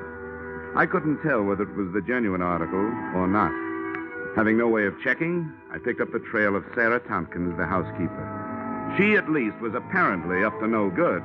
I found her in the library doing just what Lieutenant Markwood had told her not to do, smearing the surfaces of Mr. Martin's desk with a dust rag. And as anybody knows, you can't fingerprint a dust rag. Hey, cut it out! How dare you? Mr. Martin's private study. Those are the police private fingerprints you're messing up. I was doing nothing of the sort. I was dusting his desk. I always do it at this time of day. Get out of here. You don't belong in here. Keep your wig on, Mrs. Tompkins. I'll not be told what to do by outsiders. Everything was all right until outsiders started coming in. If it wasn't for outsiders, Loyal would still be alive. First that girl, then his brother and that detective. Now it's the police and you. Why did any of you have to come here? Why couldn't you leave us alone? Now, calm down, Mrs. Tompkins. Try to calm down. Yeah, now, what's going on in here? What? Oh, and what are you two lovebirds up to? It's all right, Lieutenant. I'll tell you about it later. All right, but get her out of here. I've got some looking to do privately. Take her down to her room and then come back. You mean you got something hot? It ain't cold. Okay, Mrs. Tompkins, come on. But I haven't finished in there. Come on, you can get it later. There's just time for you to take a little rest before dinner. Oh, but I never rest this time of day. He didn't like me to. Mrs. Tompkins, come on, tell me. Really, why were you wiping off that desk? Those police this morning scattered white powder all over his desk. He would have been furious with me. He hated any kind of... The shots had come from the library, and that's where I went, but not fast enough. By the time I got there, Lieutenant Markwood was dead, and whoever had done the shooting was gone, apparently through an open window. Markwood still clutched the shotgun he'd grabbed out of the gun case, but hadn't had a chance to use. Two things had just died in that room, the lieutenant and a hot piece of evidence he'd never had the chance to pass on to me.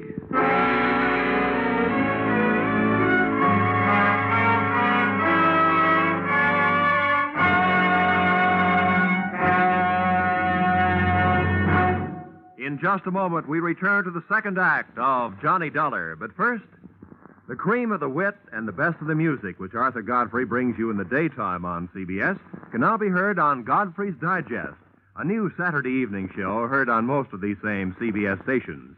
Listen tomorrow night and hear the week's fastest flashes of the Godfrey humor, the top songs sung by Jeanette Davis and Bill Lawrence, the finest singing of the Mariners.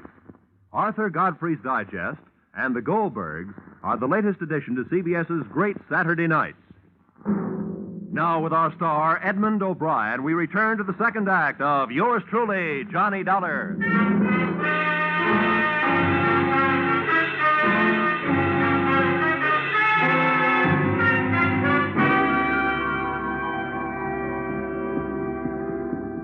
Hey, what happened? Oh, Markwood. Yeah, he's dead. Well, what are you doing, Dollar?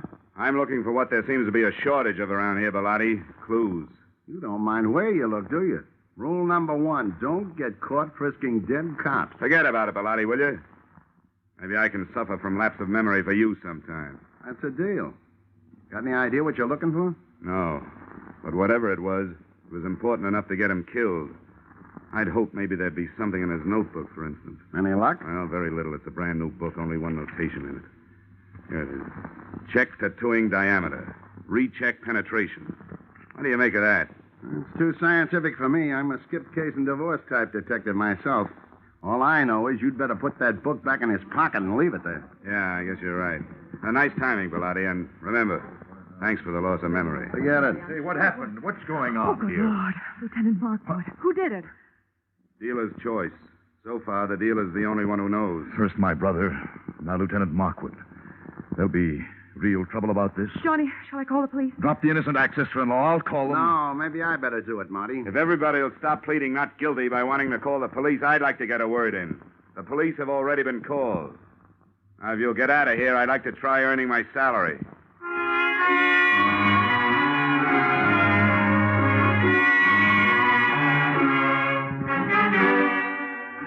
If I had had longer ears and more soulful eyes, I would have been all bloodhound, because I could sniff out the first of the trail. The smell of cordite told me that Lieutenant Markwood's killer had either been inside the room when he fired or just outside with the weapon pointed through the still open window. Outside, the grass formed a deep, wet rug right up to the house and smothered any immediate hopes I'd had of finding footsteps. But 10 feet away, I had better luck. A ray of light from inside spotlighted something that looked like it might be a star witness. It was a .32 caliber revolver. I scooped it up with my handkerchief and went back through the open window to look it over. Under the light, I checked 6 empty chambers and a crimson smear on the walnut grip. If somebody was feeding me a herring, it sure was red. But it wasn't blood. It was lipstick.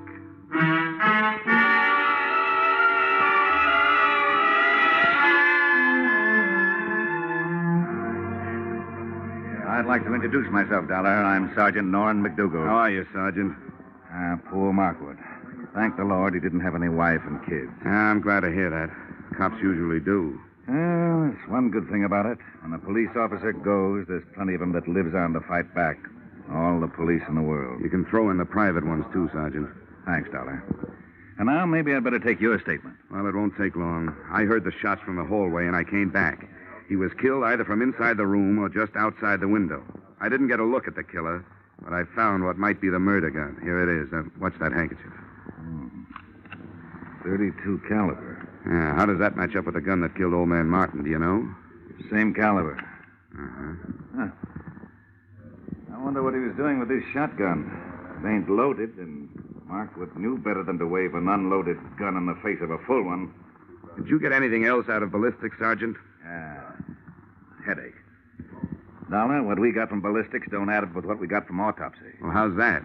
Those two slugs entered Martin's body an inch and a half apart. But, according to the shallow penetration, they were fired from a distance of 300 yards. Now, do you know anybody who could do that kind of shooting with a .32? Well, that's pretty fancy shooting. Could it have been done with a stationary mount? No, not a chance. The body would have started falling after the first shot, and you can't re-aim a stationary mount that fast. Yeah, you're right. You know, I didn't have a chance to spend much time with Markwood before he got it, so I don't have much to work on. You got anything to spare? Just a lot of routine confusion so far.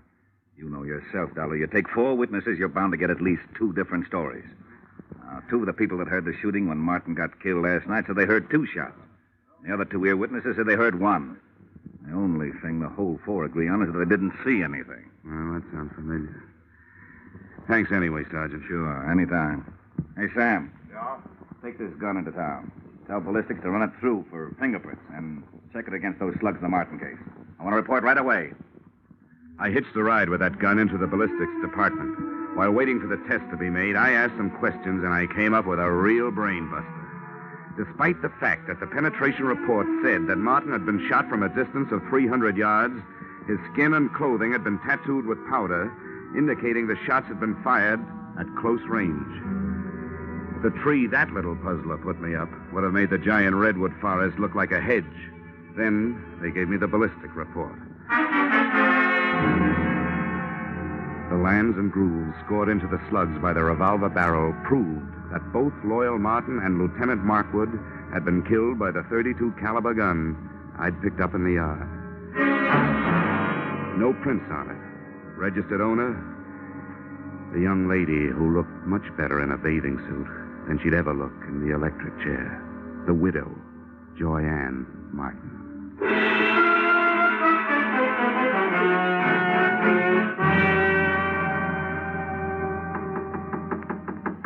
Yes? Who is it? The Hartford Hawkshaw. Dollar, I want to talk to you. Oh, I'll be with you in a second. I'm just out of the shower. Okay. First she was in the pool, now it's the shower. She's also in plenty of hot water. Hi. Don't pay any attention to my hair. Don't worry, I won't. I suppose you think it's a silly time of night. I suppose you think it's a silly time of night for me to be taking a shower. But I thought it might help me to get to sleep. Well, I'm afraid I won't. Why, Johnny. You were pretty careless with that gun, weren't you? What gun? Oh, that handy little .32 caliber gun with a handy little registration number engraved on it that told the nasty old police that you bought it 6 weeks ago. Well, my gun's right here in the drawer. I bought it to protect myself from my husband. Here it is. Oh, Johnny. Johnny, it's gone. It's real gone.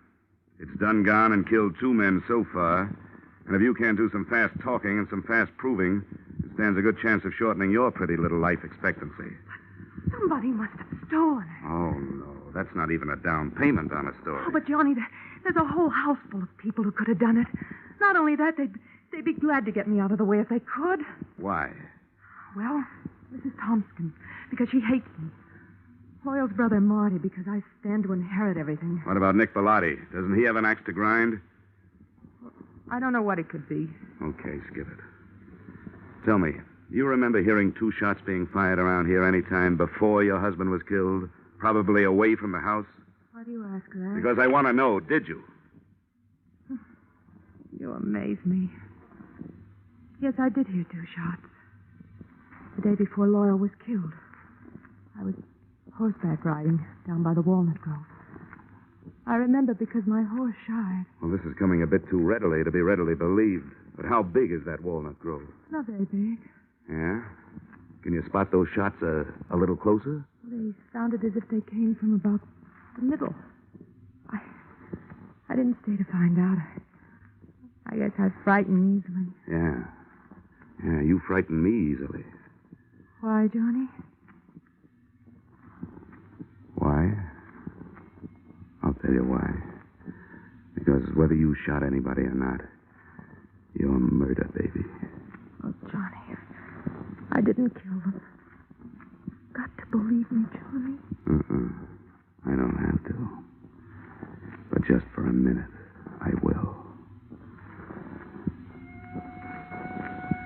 What is there about police drivers? Even out in the country, they got to lay on those sirens. Johnny, please. Come on, you better get dressed, sweetheart. I told them I'd keep you occupied till they got here. Why, you... The police took Joyanne and her hurt feelings off to the pokey. I took myself and my hurt cheek off to bed. The next thing I had to do had to be done by daylight. So I took over Joyanne's painfully empty and prettily perfumed sack, set the alarm for dawn, and snort up a storm.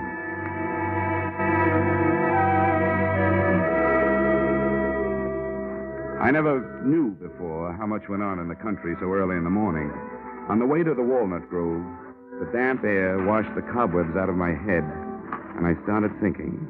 Now, first, Loyal Martin had been found dead with 2 bullet holes in him. Yet 2 of the witnesses, Joyanne and the housekeeper, Mrs. Tompkins, had heard only 1 shot.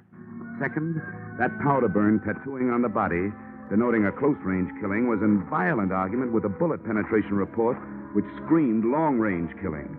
Those facts, added to what was in Lieutenant Markwood's notebook, plus that shotgun clutched in his dead hand, came close to tallying up the total that had cost him his life. Inside the grove, I found 4 walnut trees with hollows in their trunks. The first one gave me a handful of nuts and a fancy sassing by an irate squirrel. The second one came up with a handful of spunk water and a wet cuff. And the third, I found what I was looking for. I found about 2 pecks of clean cotton waste. That is, clean, except for some powder burns. Everything was falling into place, including a blunt instrument which hit me on the head from behind. But before I hit the ground, I saw Brother Marty Martin legging it back towards the house.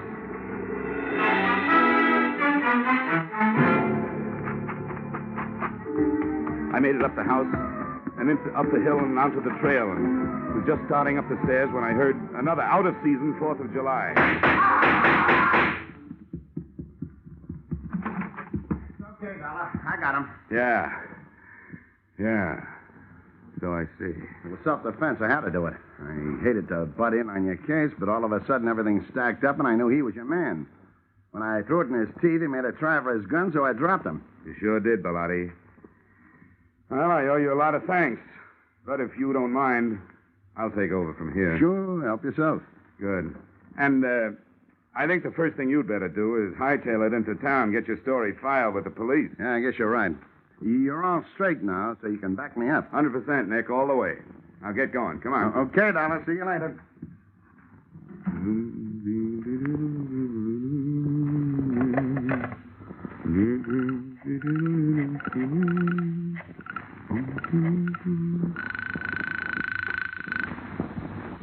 Sergeant Norman McDougal. Yes, sir. Sergeant McDougal. Johnny Dollar, Sergeant. Oh, yeah, Dollar. What's new? Well, just another corpse.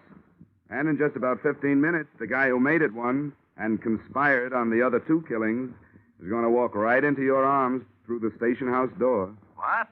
Who is it? Nick Bellotti, New York private license. He just shot his partner in this thing, Marty Martin. You're crazy. What about this girl? It was her gun. That was their fondest hope, Sergeant, to pin it on her.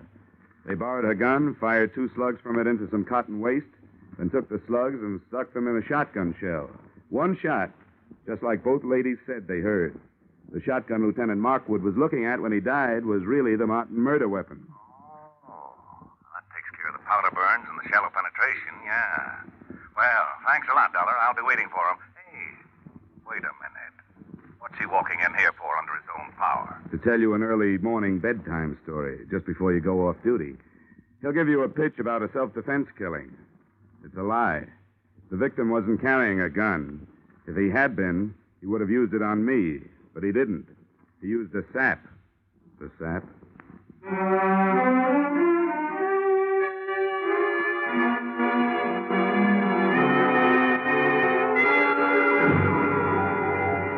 Expense account, items 2, 3, 4, 5, 6, 7, 8, and 9. $624 entertainment. Appeasing a rich widow with rich taste.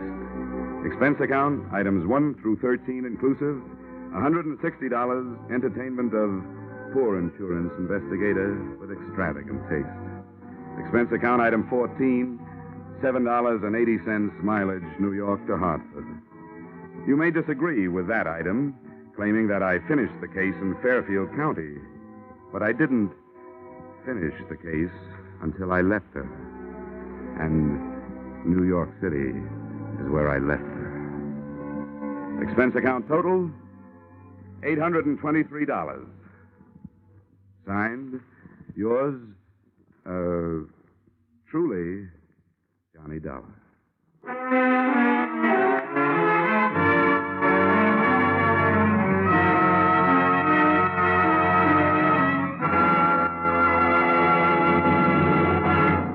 Yours truly, Johnny Dollar, stars Edmund O'Brien in the title role and is written by Paul Dudley and Gil Dowd, with music composed and conducted by Leith Stevens. Edmund O'Brien can currently be seen starring in the Harry M. Popkin United Artists production, D.O.A. Featured in our cast were Irene Tedrow, Walter Burke, Ted DeCorsia, John Daner, Gene Bates, and Ed Begley. Yours truly, Johnny Dollar, is produced and directed by Jaime Del Valle.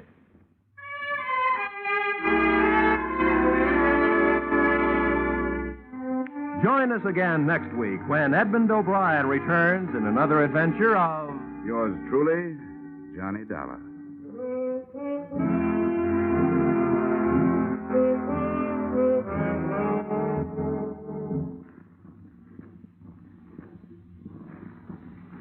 Ladies and gentlemen, CBS invites you to hear Senator Brian McMahon on the Capitol Cloakroom over most of these same Columbia stations tomorrow night. Senator McMahon is chairman of the Joint Congressional Committee on Atomic Energy. And when he's interviewed by CBS newsmen Eric Severide, Bill Shadell, and Griffin Bancroft, this will be the first detailed discussion of the hydrogen bomb and its implications. Remember, the first discussion by a high government official since President Truman's historic announcement earlier this week. Remember, that's CBS's Capitol Cloakroom, tomorrow night at 10:30 p.m. over most of these same CBS stations. Be sure and be listening. This is CBS, where, incidentally, Arthur Godfrey's Digest of Wit and Humor is also heard every Saturday night.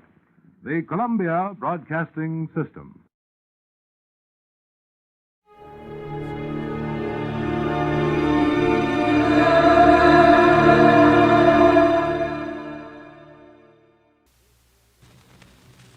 Here's another in NBC's great parade of new shows.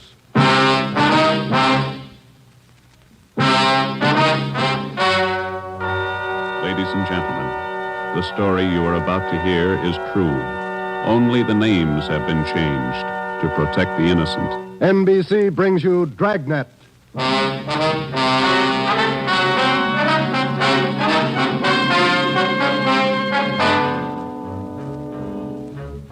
You're a detective sergeant.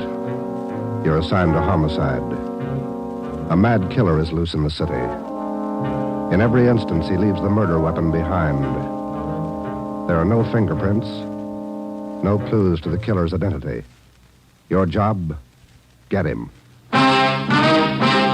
Dragnet. The documented drama of an actual crime, investigated and solved by the men who unrelentingly stand watch on the security of your home, your family, and your life. For the next 30 minutes, in cooperation with the Los Angeles Police Department, you will travel step by step on the side of the law through an actual case from official police files. From beginning to end, from crime to punishment, Dragnet is the story of your police force in action. It was Tuesday, June 3rd. It was warm in Los Angeles. We were working the day watch out of Homicide. My partner's Ben Romero. The boss is Ed Backstrand, chief of detectives. My name's Friday.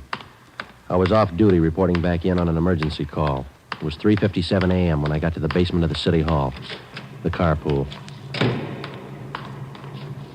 Let's go, Friday.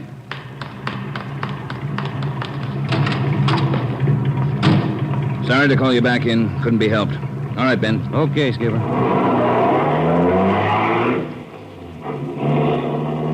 What's up, Ed? Double murder. When? I don't know. Found out about it 40 minutes ago. You got any ideas? Roughly same M.O.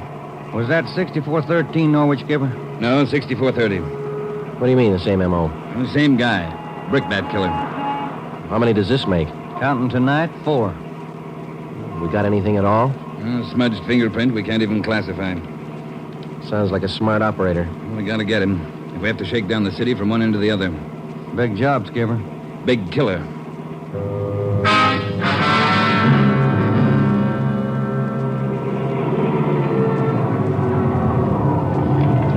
At 4:26 a.m., we pulled up in front of 6430 Norwich Drive, a small group of bungalow apartments facing on an oval-shaped garden court. 2 uniformed officers were stationed at the door to the apartment. Hi, Chief. Hiya, fellas. We went inside. Wellberg from Homicide was waiting for us. This way. In here. Well, there they are. Yeah. Mother, daughter. Joe, on the floor beside the bed. Yeah, a red brick.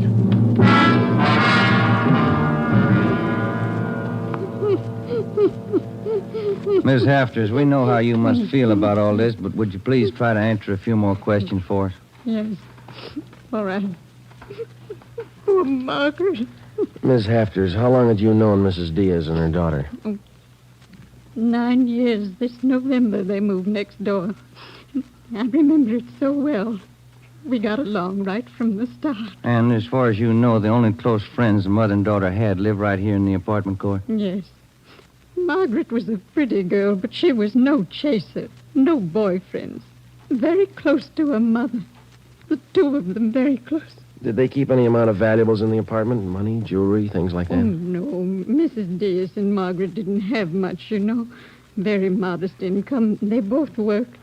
And you can think of no good reason. Oh, no. Oh, poor Margaret. Poor Mrs. Diaz. Lying in there. Shock. It's a terrible shock. Wellberg. Yes, Sergeant. Would you show Ms. Hafters back to her apartment? Sure, Sergeant. Thank you, Miss Hafters. We appreciate it. Yes, thank you. Poor Margaret. Poor Mrs. Diaz. Well, Joe? Let's check with Ed. He's back in the bedroom. That's that over there, will you? You get anything from the neighbors? The usual, Ed. No jealous boyfriends, ex-husbands, nothing like that. Boys find any evidence yet, Skipper? Well, still working on it. You got any theories?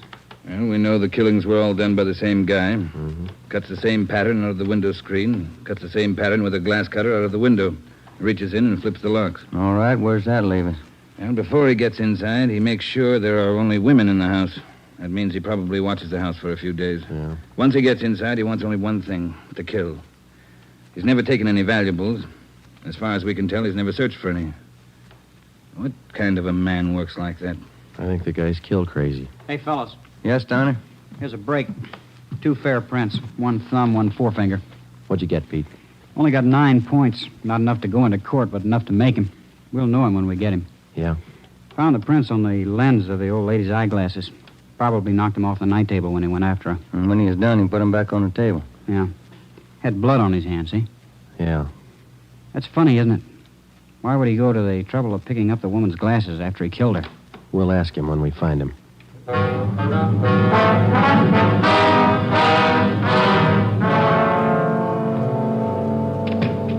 right, Ben. Joe, might have something for you. We can use it, Lee. Hold it just a minute. Yeah. Crime Lab, Jones. Yeah. Yeah, all right. I'll tell him. Right, Ed. Backstrand. If you're through checking the victim's clothes by 8 o'clock, you can knock off for sleep until noon. What if we're not through? Take it up with the chaplain. Here's what I wanted to show you. Over here. A couple of casts.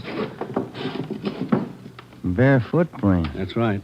Those from the Diaz place? Found them outside the dining room window in the flower bed. Take a look. Mm-hmm. Good cast. Size 9. 10. Missing toe there, huh? Left foot, first toe. That's lucky. Well, then the guy took his shoes off before he went in that house. That's the way it looks. You leave any other prints, Lee? 3 with the shoes on. Here they are. Here. Yeah. How would you say the guy is built, Lee? Oh, from the impression, pretty heavy man. There's no full length of stride, or I might give you an idea of his height. How about the bricks, Lee? Here they are, all 3 of them.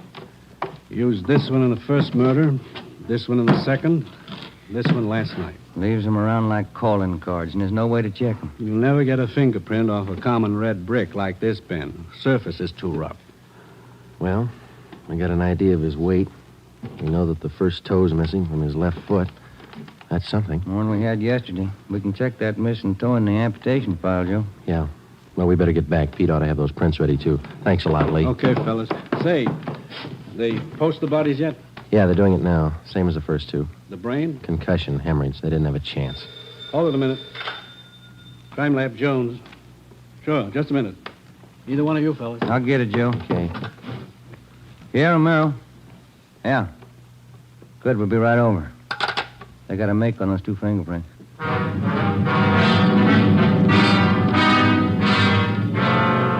Okay, Joe. Single print file. Made him on the index finger. Let me see, Pete. Take a look, Ben. Yeah. Doesn't look like a killer, does he, Joe? Kind of nice looking. That's right, Pete. They said the same thing about John Dillinger. The name at the top of the make sheet read Carlos Richard Monterey, male, Caucasian, age 19, height 5 feet 11 inches, weight 165 pounds, dark brown hair, dark brown eyes. Last known address, 1663 Naples Street, Los Angeles. Previous arrests, 1, auto theft, February 8th, 1936. That was all. Ben and I had been expecting more. The information on the mama sheet for Monterey was 13 years old. So was the picture. So was the description. So was the address. In 13 years, a man can change in 1,000 ways. So can his habits, his appearance, his address. In 13 years, everything can change except 2 things.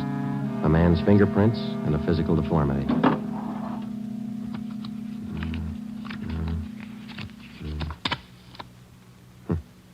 Missing toe on left foot. Carlos Richard Monterey.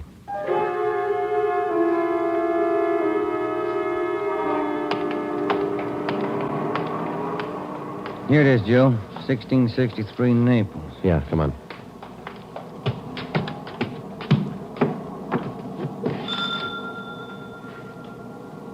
Somebody's coming. Mm-hmm. Yes? What is it? We're police officers. We'd like to ask you a few questions. Oh, yes. Would you like to come in? Thank you, ma'am. Yes? Would you mind telling us your name? Monterey. Isabel Monterey. What is it you want? You're married? Yes. My husband is Francisco Monterey. Would you explain why you are here? We thought you might be able to help us. We're looking for a man named Carlos Monterey. I don't understand you. We're looking for a man. We'd like to talk to him. Do you know where he is? Yes. Carlos is dead 7 years ago. He's dead, my husband told me. And does your husband know Carlos, or did he know him? He was his brother. What about your husband's parents, Miss Monterey? Where are they? They're both dead. Some time now. Have you ever met Carlos? No, never. I have only heard of him. What have you heard of him, Miss Monterey? Do not ask me. This is important, very important. Francisco would not like it if I told you. It's important, Miss Monterey, believe us. Carlos, he's sick. His mind. For 8 years, Francisco has not seen him, not heard from him. He thinks he's dead. But he only thinks so, Miss Monterey. No one's told him his brother's dead. He just thinks so. What else is there to think? Where's your husband now? But his work, the store, Rivera Street near Maine, grocery, Monterey Cartwright grocery.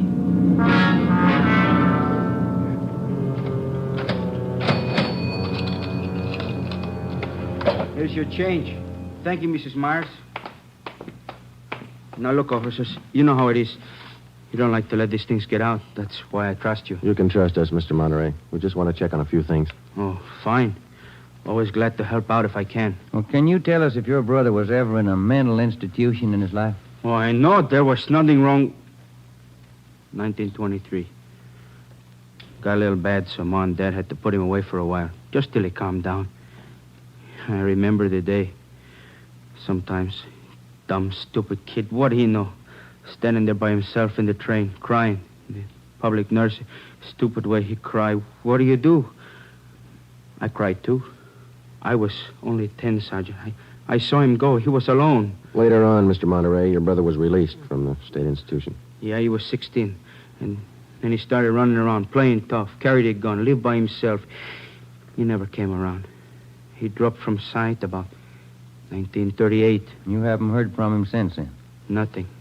Never seen him. Do you know of anybody who might have seen him? Oh, there was a girl he had. Anita something. On Soteo Street. Anita Martin, yeah, that's it. Soteo Street. Maybe she's seen him. Ask her. Maybe she's seen him.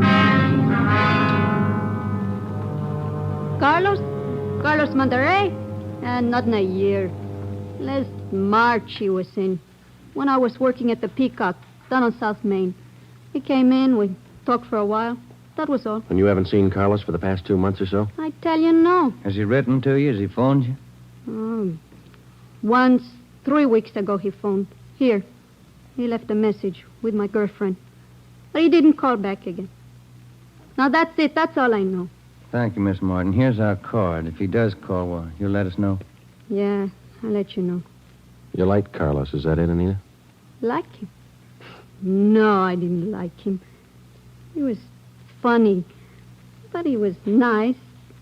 You know, I pitied him. Why did you pity him, Miss Martin? Well, he was a good fellow who was strange. He could smile, you know. He had a nice smile, but you could tell he was never laughing. There was something in his mind. Something... Oh, I don't know.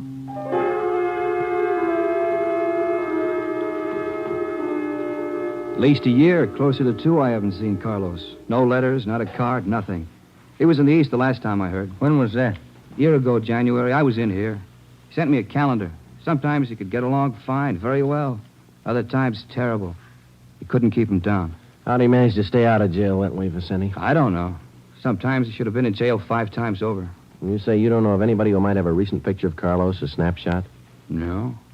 No one I can think of. Okay, Vincenti, here's our card. If you do think of somebody, let us know, will you? It'll help. Sure, glad to. If I hear of anybody. What kind of a day is it outside? Hot? Hot.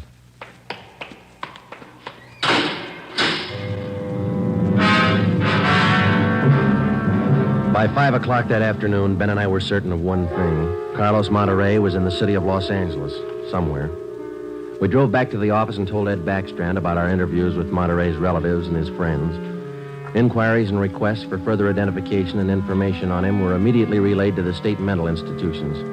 The 13-year-old picture of Monterey taken from the files was copied and distributed with a note of caution as to the age of the photograph. An APB was sent out.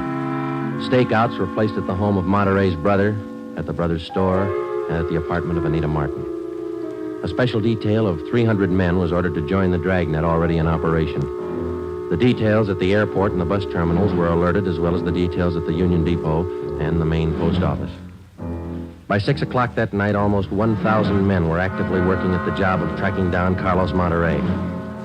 At 6:30 p.m., Ben and I drew a 4-hour relief period. We drove out to Ben's place, and his wife fixed us some dinner. At 10:30 that night, we reported into the office, picked up Ed Backstrand, and we drove out to join the manhunt. Unit 32R on the corner of South Flower and Loomis, the 390W, KMA 367. Unit 12A, code 1. 66A at 864 Wall Street. See the man about a 507, KMA 367. Unit 4 425430 East Grand, apartment Ken, 311, KMA 367. We cruised with the Dragnet operation until 5 o'clock that morning. Ben and I took turns driving. Actually, the tremendous job of scouring 500 square miles of city for one man was only beginning. Unless there was an unexpected break, the search for Carlos Monterey could wear on for weeks. It did. Night after night, the manhunt went on, and day after day. There was no break. 16 days later, on a Sunday night, I went to bed early. I read a while, and then I turned off the lamp and went to sleep.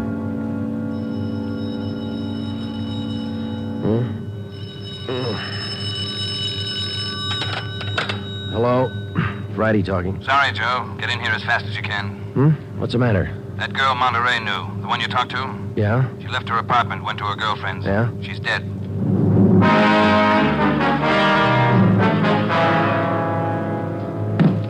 There it is. Ordinary red brick. Found it by the body. How long she been dead, Skipper? Well, she was seen alive about an hour and a half ago. Got 3 bare footprints, good length of stride. Found them down in the lot beside the house. What do they look like? Same guy. First toe missing from the left foot. The same weight impression. Should be about 5'11". That checks out with what you got, doesn't it? All right, so it's the same guy. What about those shoes we found, Lee? Yeah, they correspond. They were impregnated with foreign matter. What'd you find? Particles of lettuce leaf, dry onion skin, traces of red cabbage. Maybe a vegetable counter. Maybe. What about the city wholesale market down on Front Street? What about any market in Los Angeles? No, Lee, that wholesale market is big enough to hide anybody. Hundreds of transients work in there. Some of them even sleep there. For a guy like Monterey, it'd be perfect. That's a fair guess. Check it when it opens. They open at 2 a.m. 2:30 now. All right, get back to the office and pick up as many extra men as you need. Get down there right away. Okay, Ed. Now, you know he's a rough one, so watch it. On Monday, June 23rd, at 2 minutes past 3 a.m., we pulled up at the city wholesale produce market. With the exception of 54 police officers in plain clothes who mingled with the buyers and sellers, business went along as usual.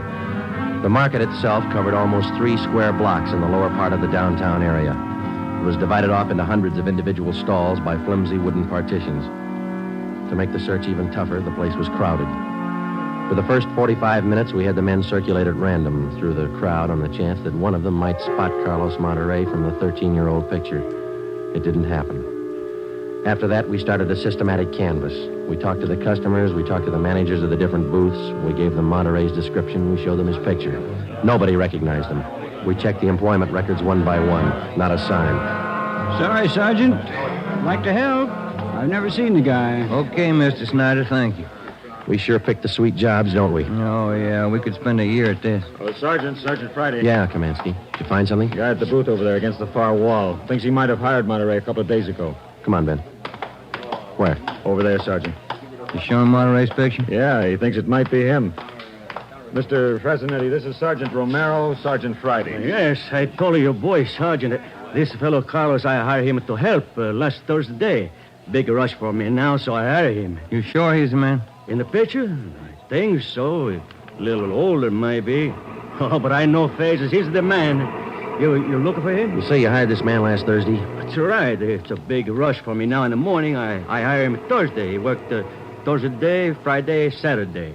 But he don't show up this morning, so I got no use. Too many men to pick from.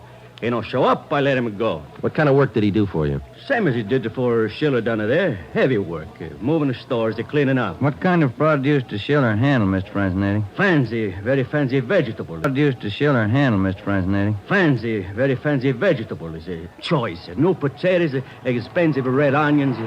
Schiller sells to the big hotels. Does Schiller handle brown onions, Mr. Fresinetti? Oh, only the best. Big dealer that Schiller. Sells it to the big hotels. How long has this Carlos been working around the market? Oh, I don't know. Is it just like the rest? First he worked for me, then Largo Massini, then Schiller.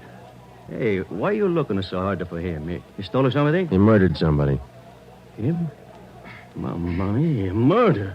Do you have any idea where Carlos lives? Me? No. And if he comes back here, I tell him to get out. I got nothing to do with this trouble. No, you'll tell him nothing, Mr. Fresinetti. Here's our card. If you see Monterey again, call us. Say nothing to him. Oh, sure. I remember. Joe, call the chief at the office, will you? Message just came in. Thanks, Al. Come on, Ben. Yeah, there's a phone booth. See? No, I don't. Where? Straight ahead, little to the left. Oh, yeah.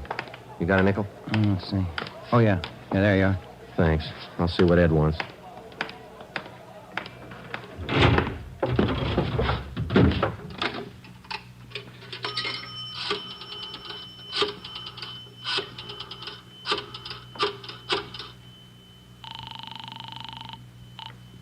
Hall. 2511. 2511.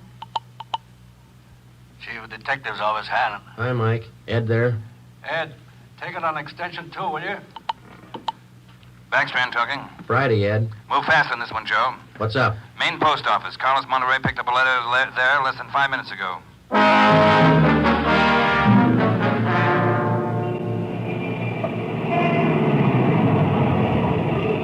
Come on, Ben. There's Ed over there with Wellberg. Yeah. Traffic short jammed up around here. Hi, Ed. Friday, Romero. You all set, Wellberg? All set, Chief. Spring Street to San Pedro. Sunset the 1st. Got it covered. Good. What's the story? Post office detail tipped us off. 5 minutes after 8, a man answering Carlos Monterey's description picked up a letter at the general delivery window. That was 16 minutes ago. Who spotted him? Sam Lane. He got a look at him just as he was leaving the window. Called to him to stop, but Monterey ran. Lane called me, and we threw a net over the area for 6 blocks around. And Monterey's still somewhere inside this area? I don't know how he could have gotten out. What's next? Well, I'll give him an hour to break for it. After that, we start a house-to-house search of the whole area.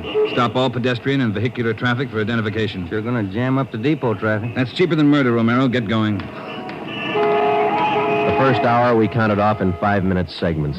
Like Backstrand, we felt close enough to Monterey to touch him. But he still wasn't there. The north and south ends of the blockade started to move in, slowly, searching every store, every house, every conceivable place where a man might hide out. In the meantime, Ben and I worked the Spring Street side of the blockade, watching the faces of the pedestrians as they came through one by one, examining all vehicles and their drivers. The morning wore on, the sun came out, and it started to get warm. By 11 o'clock that morning, Monterey still had not been found. The temperature was 93 in Los Angeles. It was still climbing. The search went on. At 10 minutes past 2 p.m., Backstrand made the rounds. How's it look, Skipper? Not good. Going slow. How much longer you figure? I don't know. It'll go to after dark, that's sure. District down here is like a rat's nest. Yeah. Nothing? Nothing. But he's someplace inside this blockade. He's got to be. Any chance getting relief for the men in our squad? Some of them been working straight through since yesterday. I'll see. Check with me around 5 this afternoon. Thank you, Skipper. Keep a sharp lookout. One slip. That's all it takes. The search went on. At 3 o'clock that afternoon, the temperature was 95. We sweltered and we waited. At 3:45, Backstrand sent a squad of men into the Union Depot to search it from top to bottom. There was one false alarm when one of the men thought he saw Monterey slipping out a side door into a taxi. He turned out to be a train conductor. At 25 minutes past 4, Backstrand passed along the order to our detail to start moving in, house by house. It was a tedious job, and it went slow. The men were tired. At 5:30, the relief squad showed up. Ben and I stayed on. After another 2 hours of house-to-house searching, the trap was narrowed down to a 3-square-block area, a single block wide and 3 blocks long. It started to get dark. Backstrand ordered out batteries of floodlights. By 8 p.m., the cordon closed in around the last 2 square blocks. Lines are all set, Skipper. Ready to move. Good. What do you think? We'll know pretty soon, one way or the other. Frank, keep that traffic moving. All right, you two, get going. See you later, Skipper. Joe, let's take a look in here. Okay. Sure is an old building. Yeah. Where'd Kamansky go? I don't know. He's here a minute ago. Oh, wait. There's his flashlight. It's on the end of the corridor there. He's signaling. Yeah, come on. Kamansky? Yeah. Down below, Sergeant, in the basement. Come on. Monterey? He's been there, I think. Here, this way. Where? Over here. Now watch your step. The light's bad. Here he is. Says he's the janitor. Oh, my head. He's been slugged. All right, come on. How'd it happen? Can you tell us? Yeah, a big man hit me. I came down to empty the baskets. He hit me and ran. Ran over to the new building. The new building? Is that the one next door? Yeah, just a few minutes ago. Nobody's come out of this building for the past half hour. Every door in the place is guarded. No, not the doors. He went through the tunnel. I saw him. Over there's the tunnel. I'll take a look, Joe. Yeah, the tunnel connects the 2 basements.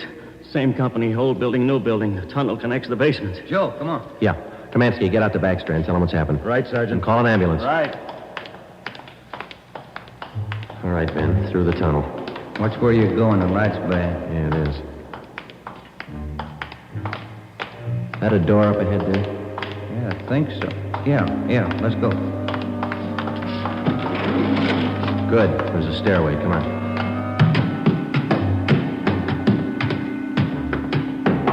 Watch the doors.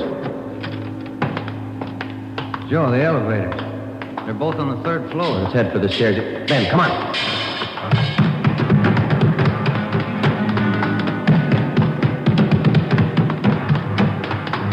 One more floor. Yeah, right. Come on, hurry. Yeah. Look, top of the stairs. There he goes. All right, hold it, you. Stuck in the elevator. Joey's going down. Well, we'll never make it on the stairs. Joe, look. This other elevator. The control lever's bent. Let's try it anyway. Yeah. All right, kick the control lever. Kick it, Ben. Good. All right, Ben, knock the lever back. Come on, quick. Yep. What's the matter? Joe, it's jammed. We're going past. All right, let's kick it. Here. There, that does it. Can you reach the door control? Wait just a minute. I'll see. Yeah. Okay. Well, he's still in the building. Both elevators are here now. Yeah. Down the hall, Ben. The office on the left, I think. Yeah. Okay, here we are. All right, keep clear of the door. All right, Monterey, put on that gun and come on out. I'll kill you! I'll kill all of you! All of you! Okay, Joe, let's take it. Watch it, Ben. He's throwing everything he can get his hands on. I'll kill you! Devil! Devil! I'll kill you! Get away! I'll kill all of you! All right, Monterey. Come on, you. Everywhere you kill you! Okay, Ben, take him. Yep.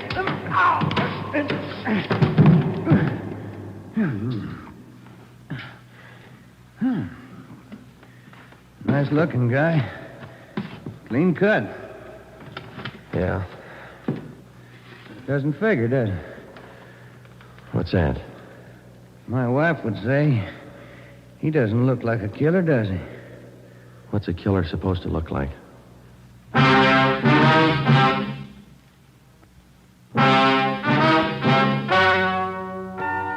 story you have just heard is true. Only the names were changed to protect the innocent. Carlos Monterey was examined by 5 different psychiatrists appointed by the Superior Court and was found to be sane. He was tried and convicted of murder in the first degree. He was executed in the lethal gas chamber at the state penitentiary.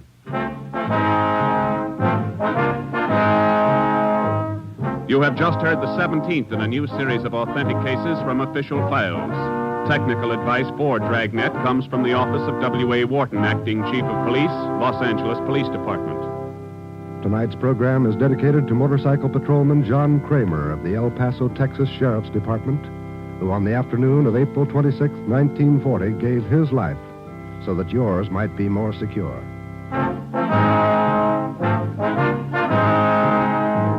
Dragnet came to you from Los Angeles.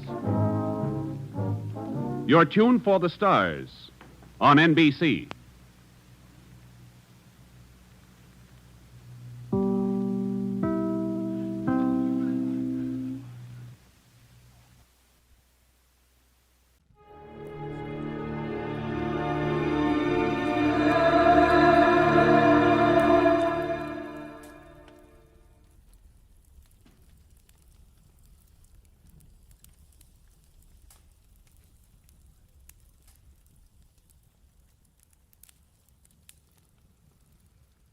Get this and get it straight.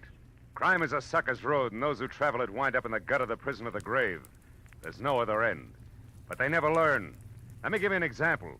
I was hired to find a thief, and I did, 1,000 miles from home. But first I found a lush with a Luger, a fresh corpse in the closet, and all because the only woman in sight wouldn't play fair. From the pen of Raymond Chandler, outstanding author of mystery, comes his most famous character and crime's most deadly enemy, as we present The Adventures of Philip Marlowe.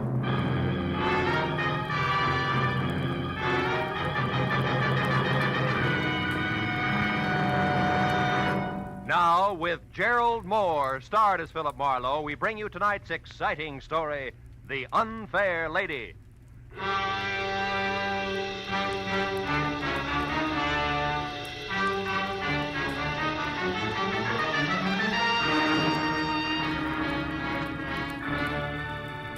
The knock on my office door was soft, almost apologetic. So when I mumbled, "Come in," I was ready for something delicate and about as self-effacing as Uriah Heep. But when the door swung open, I knew exactly how wrong I could be. The gentleman was maybe 40, gray at the temples with shaggy eyebrows and a military mustache, and built like a heavy cruiser with a pair of catcher's mitts for hands. I'm Elliot Flory, Mr. Marlowe. Mr. Ira Bjornson's secretary. Are your services available, sir? That all depends on what you and Mr. Bjornson want me to do, Florey. What's the job? Well, specifically, sir, to catch a thief. May I sit down, please? Oh, of course. Thank you. Mr. Bjornson is being robbed systematically of diamonds. Are they disappearing from a store he owns, or is somebody robbing his wife? No, Mr. Marlowe. You see, sir, Mr. Bjornson owns and operates the Bjornson Mines, the relatively new but important deposit of kimberlite pipe. Kimberlite which? Kimberlite pipe, Mr. Marlowe. Oh. The geological term of the diamantiferous blue ground which yields the minerals. Oh, of course. Diamantiferous. Well, last November, sir, the 21st to be precise, you worked for Mr. Craig Norton, a mining engineer who lived here in Los Angeles. He recommended you to my employer. Now, Mr. Marlowe, will you take the job? I don't know. You still haven't said anything about the stealing itself. Is it a Bjornson representative here in Los Angeles who's coming up minus? It's Mr. Bjornson himself who's being robbed, Mr. Marlowe, at the mine proper. Oh, I see. And he wants me to, wait a minute. This diamond mine, wouldn't be in South Africa. No, sir, it wouldn't. It's at Rislo. It's a hamlet 100 miles south of Nogales. South of where? Nogales, Mr. Marlowe, is a city in Arizona, a few hours' drive from Tucson at the Mexican border. Oh, now, look, Mr. Florey, I'm a private detective in the city of Los Angeles who's at home in a barn, a back alley, or sometimes with a blonde. Not in rural Mexico. Is that clear? Oh, yes, sir, perfectly. Also, it's something that Mr. Bjornson anticipated. I refer to your reluctance to make the trip, sir. To Mr. Bjornson in Rislo, Los Angeles is the nearest metropolis where a dependable private detective could be found. To you in Los Angeles, Rislo is a new world. Therefore, Mr. Marlowe, these papers. The first is your plane reservation, De Luxe Passage, leaving tonight for Nogales, where you will be met and chauffeured across the border to Rislo. You know, you tossed that off like it was transferring from the red bus to the E-car downtown. It's less complicated, sir, I'm sure. It is? Now, these other papers, Mr. Marlowe, are both checks, each for $500. One is your fee, and the other for expenses, not including your air travel. Your decision, sir. Oh, well, my decision, Mr. Florey, is that for $500 plus, Rislo is plenty cosmopolitan for me. I'll go. You'll go? I'll go.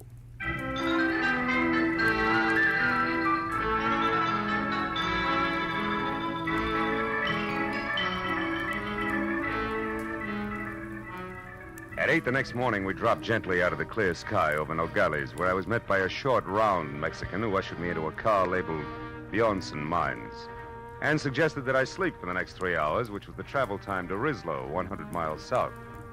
So, after 30 minutes of panoramic, dry, sandy hills and occasional cactus, I did.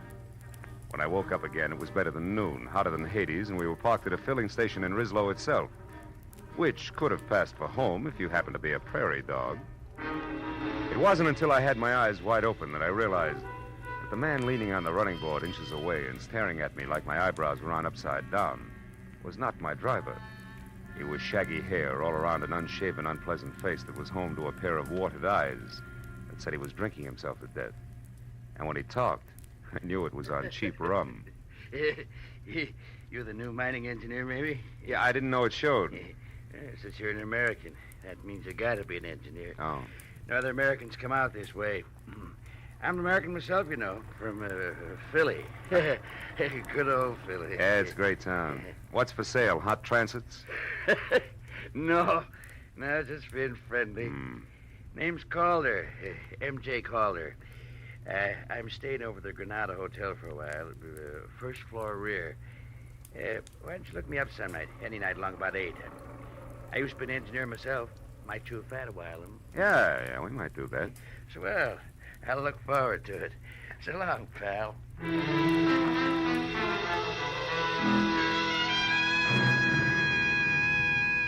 When my driver and I were back on the hot dirt road, I was told the Bjornson mine was the open pit type, a deep hole about a half mile in diameter in the middle of the Bjornson property, which was clearly circled by 11 miles of 8-strand barbed wire fence, which was guarded by 50 ex-GIM Mexicans who were under the iron fist of one Captain Juan Lufino. 20 minutes later, when we entered the main gate and were slowly driving up a neatly landscaped white pebble road, I got a different picture of life at the Bjornson mines. It was the residential side, plush and strictly Beverly Hills, and the sprawling red brick house past the green and white tile swimming pool to the guest house beyond. Inside, I found the multimillionaire himself. It was a bald 50 perspiring and shaped like a bowling pin. At 10 o'clock last night, Marlowe, it happened again. $5,000 worth of stones. The seventh robbery in as many weeks, excluding, of course, the usual trickle. The usual trickle? $1,000 or maybe $2,000 worth a month. That stealing nobody can stop. The natives, the guards, visitors, everybody. But most of them we catch, Marlowe, because in the first place, our policing is very thorough. And second, to steal a rough diamond is one thing, but to get rid of it is something else again. Well, tell me, Mr. Bjornson, these big thefts you're concerned about, do they all have anything in common? Yes. Two things, Marlowe. They always occur at night, and they are the work of somebody who knows my habits and has a good knowledge of the inside of my house. The big safe is never bothered. It is always some drawer or cabinet where I am keeping stones temporarily. I see. And, Mr. Bjornson, has anybody ever seen this thief? Last night, Helen Austin saw what could be the man running through the grounds at about 11 o'clock. She said he was tall with a lot of wavy hair. She said that he was not a Mexican. Oh, by the way, Marlowe, Mrs. Austin and her husband are staying in the guest house where you will be put up. He works for you, Mr. Bjornson? No, Kelly Austin has a mine of his own about 5 miles from here. Smaller than ours, but rich, nevertheless. Oh, this will be Captain Lufino. Don't mind if he appears unfriendly, Marlowe. He considers your presence here a personal insult. Come in. You wish to see me, Senor Bjornson? Yes, Lupino. This is Mr. Marlowe, the detective. Ah. When Senor Flore came back this morning, Senor Marlowe, he spoke very highly of your reputation in Los Angeles. Mr. Flore only talked to my friends in Los Angeles, Captain. Now, Mr. Bjornson, you were telling me about the Austins. Yes, they have been with us for 2 or 3 months now, while their new house is being constructed at their own mine. Their last place burned to the ground. I would suggest, Marlowe, that you speak to her as soon as possible. Also, the captain here will tell you of some evidence that he found here on the ground last night. No, Senor. It turned out to be nothing. What kind of nothing, Captain? A fountain pen, yes. It belonged to one of the office workers. Senor Barnson. Yes? Did you tell him about that Nat Campbell? Oh, no. Marlowe, the International Diamond Exchange keeps us advised of the movements of the bigger black marketeers whenever possible. 3 days ago, we were told that a man named Nat Campbell, an American who was at one time an engineer, has been operating in Mexico close to the border. Is there an accurate description of him? No. Anything else you have to know, Captain Lufino will take care of you. Also, I am sure that the captain will be glad to show you to your room at the guest house. Sir, it will be my pleasure to assist Senor Marlowe in any way I can. This way, Senor, please.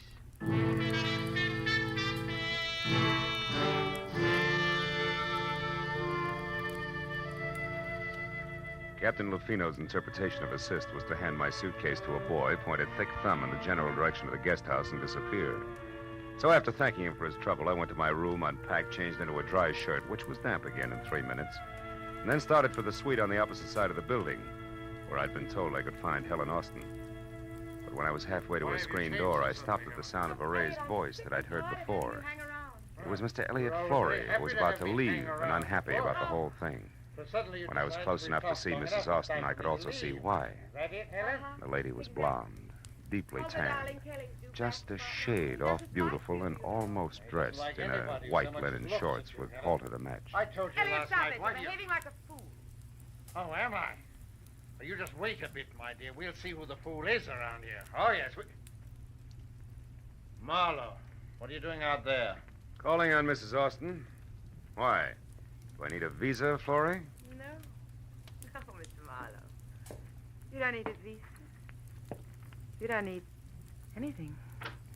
Well, come in, won't you? Elliot was just leaving. Yes, I have to be running along.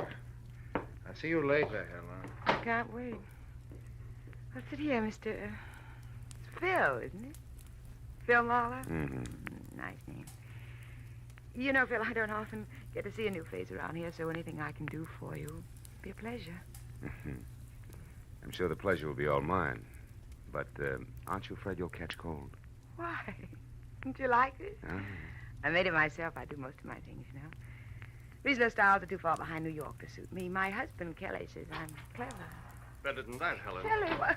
You're resourceful. You startled me. Darling, this is Philip Marlowe. I know. Ira told me you were with us, Mr. Marlowe. Can I be of some help, possibly? No, not at the moment, Mr. Austin. Right now, I'm only interested in knowing if your wife here can add anything to a description of last night's stranger. Can you, Mrs. Austin? Why, no. If there were anything else outstanding about the man, I certainly would have told Ira. No doubt. But what about the run-of-the-mill things? His dress, the way he walked. Like most men, Marlowe, he wore one pair of pants, one shirt. He had only one head. Also, like most men, he smelled of liquor. Rum, maybe? We all drink rum here. How about joining us in some after dinner? Long about 8?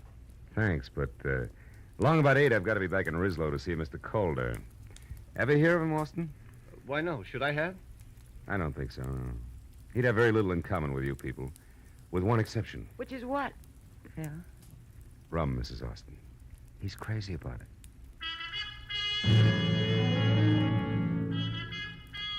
After I left Kelly in what with one healthy cloudburst ad, it would make a great Sadie Thompson, I found Ira Bjornson and told him that I thought last night's stranger, one M.J. Calder and Nat Campbell, could be all one and the same, and that I would like to go into Rieslow and check on just that, which suited him fine. So after apologizing for having just let Captain Lufino go off for the evening in his car, he gave me the keys to a battered station wagon and wished me good luck. 4 hours later, when it was dark and I was in Rieslow and walking the dirty length of the ground floor corridor of the Granada Hotel, which was darker, I had a feeling I was going to need it. Yeah? Who is it? Marlowe, Calder, the new man at Bjornson's mine. Oh, fine. Be right with you. Yeah. Didn't expect you to take me up so soon. Yeah, well, you know the mines, Campbell. One's just as dull as the next, huh? That's right. What did you call me? Campbell. That's it, isn't it, Nat? No. The name's Calder, M.J. I told you that today. Yeah, and at the time I believed you, good old Philly included. Come on, Rummy, uncover the masquerade's over. Open up while you still can talk. What do you say? Okay. Okay, ain't the biggest secret in the world. Here, sit down. For keeps. Why, you lousy lush! You don't aim any better than you lie! I had enough, I tell you. All right, we'll see. Now, come on, get up. We'll start all over again after we check you once. Your kind usually has a nasty Luger tucked away someplace. All right. Now, what do you know about... Hey, Campbell, that stuff over there seeping under the closet door. The color isn't right for rum, brother. It's too red. Well, Captain Lufino. Yeah, he's dead, Marlowe. So don't move. You'll be right with him. Yeah, you see, I was right, Campbell. Your kind always has a nasty Luger someplace. Marlowe, I didn't do that. I didn't kill him. Oh, yeah, sure. He committed suicide in your closet and closed the door as a gag, I suppose. Yeah, that's enough. I don't try to be funny. I didn't even know he was here. I was out. When I come back, I found him. Campbell, that line retired with a flintlock rifle. If you hadn't parboiled your brains in fusel oil, you'd realize it. But it's the truth. I'll tell you what the truth is, cousin. Lufino had a piece of evidence to tab you as being out of Bjornson's mine last night at 11 o'clock. But he passed it off as a fountain pen that meant nothing because he resented me horning into his territory. Then he came here alone to put a pinch on you and get the credit. Only you dropped him instead. That's a lie. And I can prove it for the best witness in Mexico, next to Bjornson himself. Who are you talking about? One Mr. Elliot Flory, that's who. I was in the Cafe Quilota last night at 11, and Flory saw me there. No dice, Campbell. Flory didn't get in from no galleys until this morning. You're pretty seedy for a big city boy. Yeah? You can check the bartender at the cafe and see if I'm not right. But right now, I'm going to put you away so I can get out of here. Now turn around, walk slow. Out the back way and down the stairs. Go on, move. What are you going to make my murder look like? Robbery? Don't act so brave. You'll live because I figure you'll clear me one way or another, whether you like it or not. Now, hold it. That's far enough.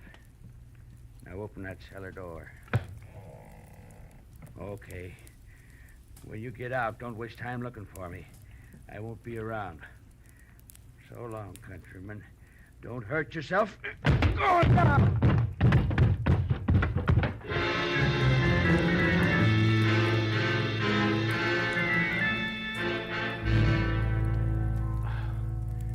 cellar was as light and wholesome as a Parisian sewer.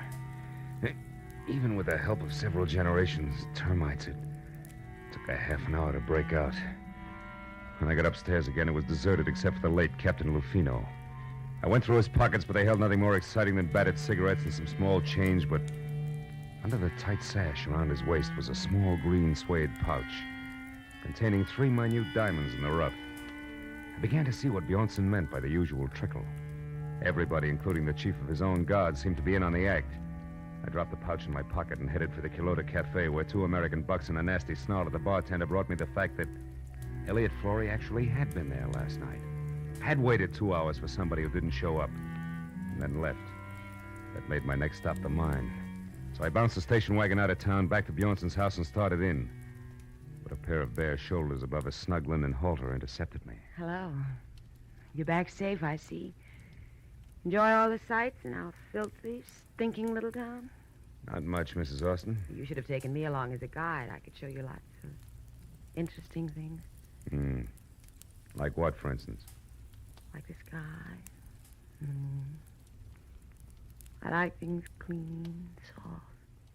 I like lights and music and people. I like you, Marlowe. Save it. That buttons and bows routine is strictly your own problem. I've got work, and it starts with Elliot Florey. Where is he? What makes you think I'd know that? Because you two have been keeping close track of each other for some time. You're anxious to drop it, but Florey isn't. And now he's got a hold over you, and you're worried silly. Well, and you skip did... that, too. From what I know, I can fill in a very unpleasant yarn, and I will if I have to. So come on, baby, no dramatics. Let's have it. Where's Florey? Marlowe, you're a louse. But at that, you're better than he is. Went over to our place of mine about half an hour ago. I don't know why he wouldn't tell me. Just warned me to keep my mouth shut and left. That doesn't make sense. Where's Mr. Austin? My good husband is off somewhere checking on supplies, he said. Okay, I'll pay a call on Florey right now. When I get back, baby, I'll have a lot of answers, so I advise you to wait up, huh? Sure. When you're all through with him, do me a favor, will you, Mr. Tough Detective? What, throw him back? No, kill him. After she said it, she stared at me for a moment and then turned and walked away, and from the bitterness in her face, I figured she had more on her mind than she told me about. But as I beat it around to the driveway where I'd left the station wagon, climbed in and wheeled out the gate, I forgot about theories and headed for the Kelly Austin mine and a big-scale diamond thief as fast as the rutted road and loose body bolts would permit. I'd barely gotten out of sight of Bjornson's house, where from somewhere out of the truckload of shadows I was hauling in the rear end of the station wagon, the muzzle of a gun was shoved hard against the back of my neck and held there. Pull over and stop, Mr. Marlowe, but don't take your hands off the wheel. Austin, you're off your rocker. You've been working too hard. Not so hard that I didn't get back in time to see you kissing my wife. You don't deny it, do you? Well, for what it's worth, you got your subject backward, but never mind that. Don't turn around, Marlowe.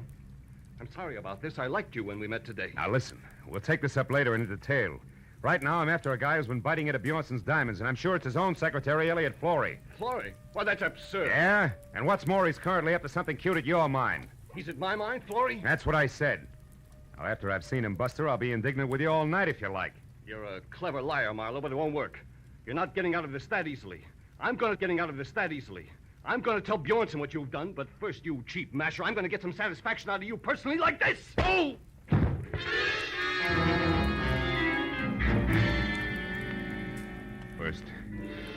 First one side of my head, and then the other exploded like Roman candles. I fell a long way out of the car door to the road. When I finally stopped falling and started back to my feet, I had a double handful of Mexico in my mouth. All the rest of it I could see looked big and black and deserted. The station wagon was gone, and so was my enthusiasm, and the picture of Marlowe on foot in the middle of the Mexican mountain looked pretty stupid. I trudged back toward the house. But I stopped as a pair of headlights swung out the gate and slashed down the road at me. Came to a sandstorm halt. Marlowe, what happened to you? It's a long story, Mrs. Austin. The less you hear about it from me, the better for all of us. What do you mean? That Killy, your husband, was watching when you wanted to show me the Mexican sky and the moon. Up there at the house. He was just a teensy bit irate about it. Oh, is that all? That's enough. What about Florey in the mine, Marlowe? How should I know?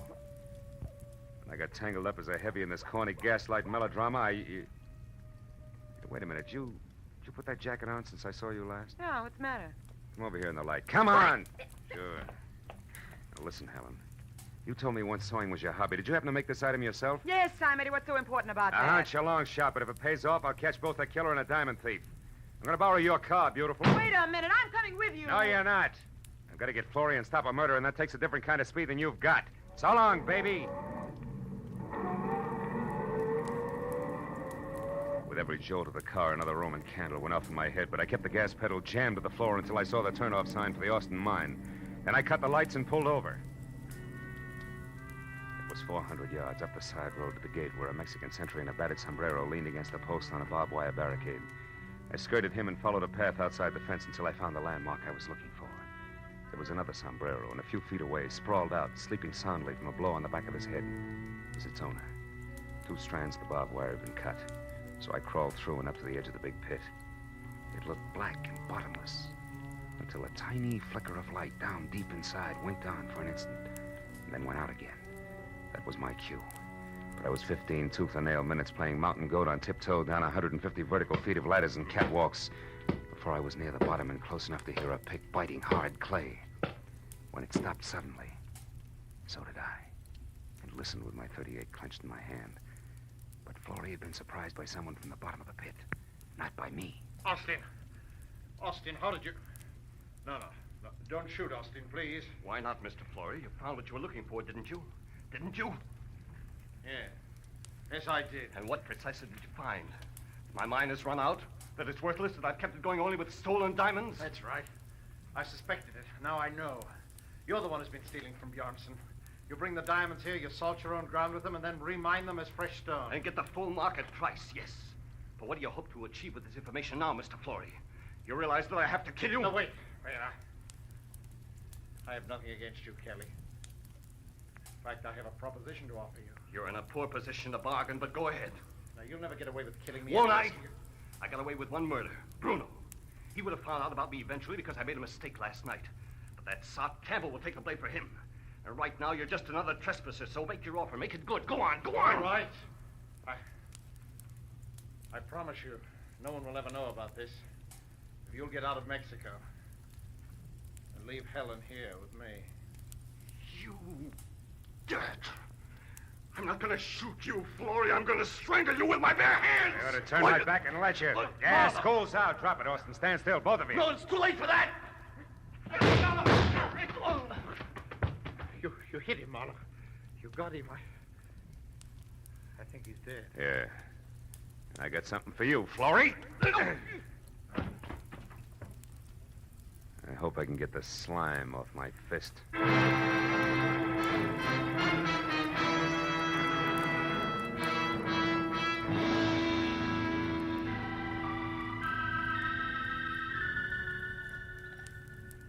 Please, Marlowe, pour yourself another here. It'll help your headache to go away. Oh, thanks, Mr. Bjornson. It's cooler out here than it was inside. It's better now, thanks. I don't know. I am happy and I am sad both. You found me my thief, all right, but you lost me a friend in the bargain. Mm-hmm. And the way we live out here, our friends are as dear as our diamonds. Well, there's one thing about diamonds, Mr. Bjornson. They won't go bad on you. You're right there, my boy. It's hard to realize that Kelly Austin was our man.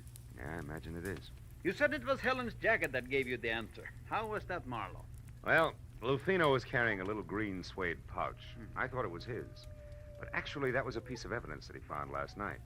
It wasn't until I saw Mrs. Austin's jacket of the same green suede that I realized the pouch must have been made from the scraps left over from the jacket. I see. And since the wife sewed the jacket herself, that made the husband the logical owner of the pouch. That's right. You know, in a way, you might say Helen's responsible for the whole mess. How do you mean, Marlowe? Well, it all adds up like this. Helen wanted diamonds bad. Her husband started stealing for her. Things went well until he almost got caught. That was last night, huh? That's right. Running across the lawn, Kelly dropped the little pouch. Lufino, who caught sight of him, followed and found the pouch with the 3 diamonds. But Captain Lufino thought Campbell was the thief and went to Campbell's quarters in Rislo to force a confession out of him. Mm-hmm. Kelly followed him, killed him before he learned too much, knowing that the rum-soaked Campbell would take the rap. That Austin woman, she's got no business here in this desolation. She loves diamonds, but not in the rough. No. She wants them around that beautiful neck of hers, with big city lights bouncing off them in all directions. But the lady wouldn't play fair to get them. She's packing now. And Mr. Florey has already left bag and baggage. Even Lufino is gone now. You know, it's going to be lonely around here, Marlowe. I couldn't prevail on you to stay over a while. No, Mr. Bjornson, I'm afraid not. I'd probably catch myself picking little pebbles out of every clay bank I found. The first thing you know, I'd be stuck here, too. Besides, what would Hollywood Boulevard do without Marlowe? And vice versa.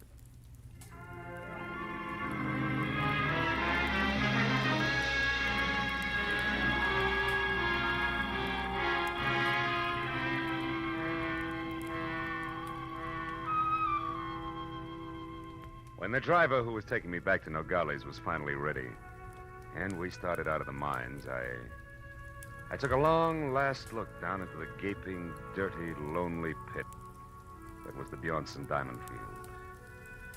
And then, as we headed north and for the border, I settled back and thought about my own diamond field. The one that stretched out for 50 miles from the San Fernando Valley to Long Beach in blazing brilliance.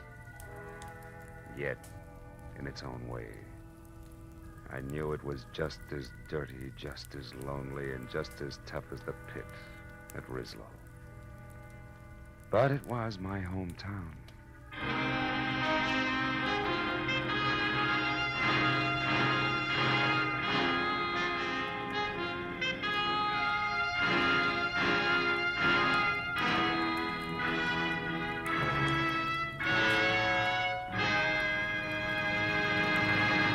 The Adventures of Philip Marlowe, created by Raymond Chandler, star Gerald Moore, and are produced and directed by Norman MacDonald.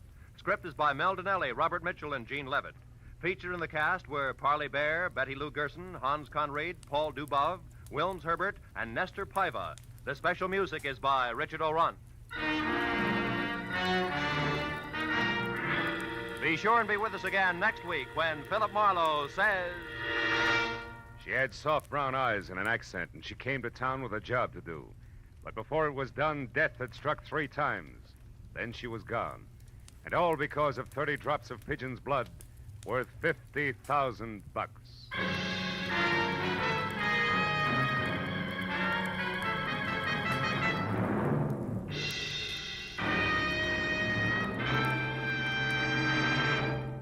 Later this evening on CBS, you'll hear a voice saying quietly, "A tortoise told a household pest, goodbye, goodbye."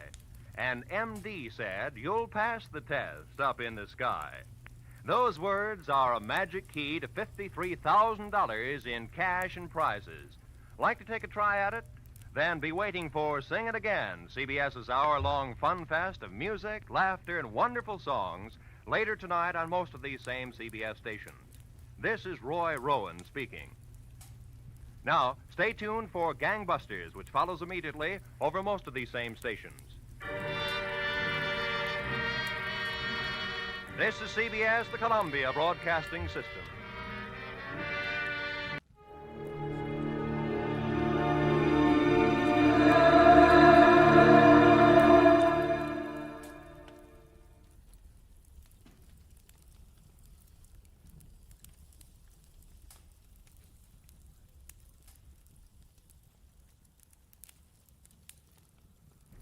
Get this and get it straight. Crime is a sucker's road, and those who travel it wind up in the gut of the prison of the grave. This time, a friend with millions, a myopic chemist and a long-haired piano player, but thrown into panic because a brilliant young lady with a gun was taking a big step in the wrong direction. It happened like this. From the pen of Raymond Chandler, outstanding author of crime fiction, comes his most famous character in The Adventures of Philip Marlowe.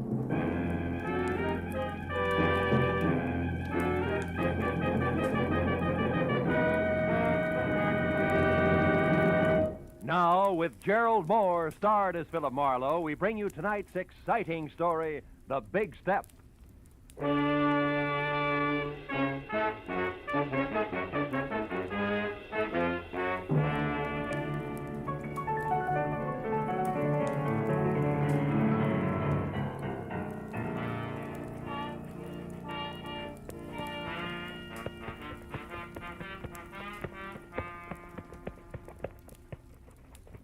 Yes, sir, Mr. Marlowe. I always figure shoes are just like faces. How's that, champ? Well, they make it old and they make it wrinkled, but they're still okay as long as they got a shine on them.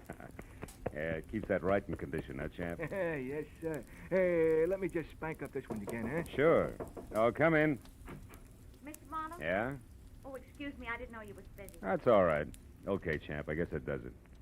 Here you are. Oh, thank you, Mr. Marlowe. I'll see you tomorrow. Right. Well, now that my shoes have a new lease on life, won't you sit down? Miss, Cantor. Mrs. Betty Cantor. Oh. I'm a waitress at the Shelton Cafe. I need your help, Mr. Marlowe. There's something you could do for me. You free to take a case? Well, I'm free, depending on the case. What is it? Well, today, this friend of mine, Shirley Vitello, comes into the restaurant where I work. Yeah. She takes her usual table, and while she's waiting for her order, she starts reading the paper. Well, it's all quiet so far, Betty. Yeah, but just when I'm bringing in the tomato juice, it happens. She sees something in the paper that scares her. Scares her bad. What was it, Betty? Do you know? I don't know. She muttered something, and then she runs out of the place. Her face was gray like ashes. Later, I got to worrying. I called her at home, then at the lab where she works, even her husband's studio. No luck. Now, wait a minute, Betty. I don't quite get the connection. You and Shirley Vitello, I mean. Oh, I don't know her social. We're only chummy at the restaurant. She's been eating there for years. Well, that's a basis for friendship. Well, about 6 months ago, I was in bad trouble. And Shirley came through with $200 when it seemed like more money than I'd ever seen. Yeah. It kept me and my husband together. So, you see, she means a lot to me. Yeah, I see what you mean. Well, look, Bet, what was this about a lab? Well, Shirley's a technician. She works as an assistant to a chemist named Softman. Abraham Softman, out on Melrose someplace. Mm-hmm. What about Shirley's husband? Do you know him? Gilbert? Oh, yeah. He comes in with her a lot. He's a piano composer and a real nice guy. Mm. He lives for his work. He's unknown now, but he's a real genius, Oh, Shirley sure, says. sure. She'd do anything to keep him and his music going. Yeah, well, tell me, this friend of yours saw something in a paper you said that scared her. Now, that's all you know, huh? Yeah. And I want you to find out why and help her. Here's $50, Mr. Marlowe. That's what you charge, ain't it? More or less, yeah. By the way, Mrs. Cantor, where's your ring? I sometimes take it off when I'm working. You do, huh? Yeah. Or perhaps when you hock it to raise $50? Look, Betty, I'm a careless guy. You better hold the money, huh? Oh, but Mr. Where do Marlowe... the Vitellos live? But Mr. We're Marlowe... in a hurry, Betty, remember? Where's the address? Well, it's 3140 Veteran Avenue. Mm-hmm. And in case you want it, Gilbert's studio is Benedict Canyon, 510. Thanks, Mr. Marlowe. And you call me at Empire 17087, huh?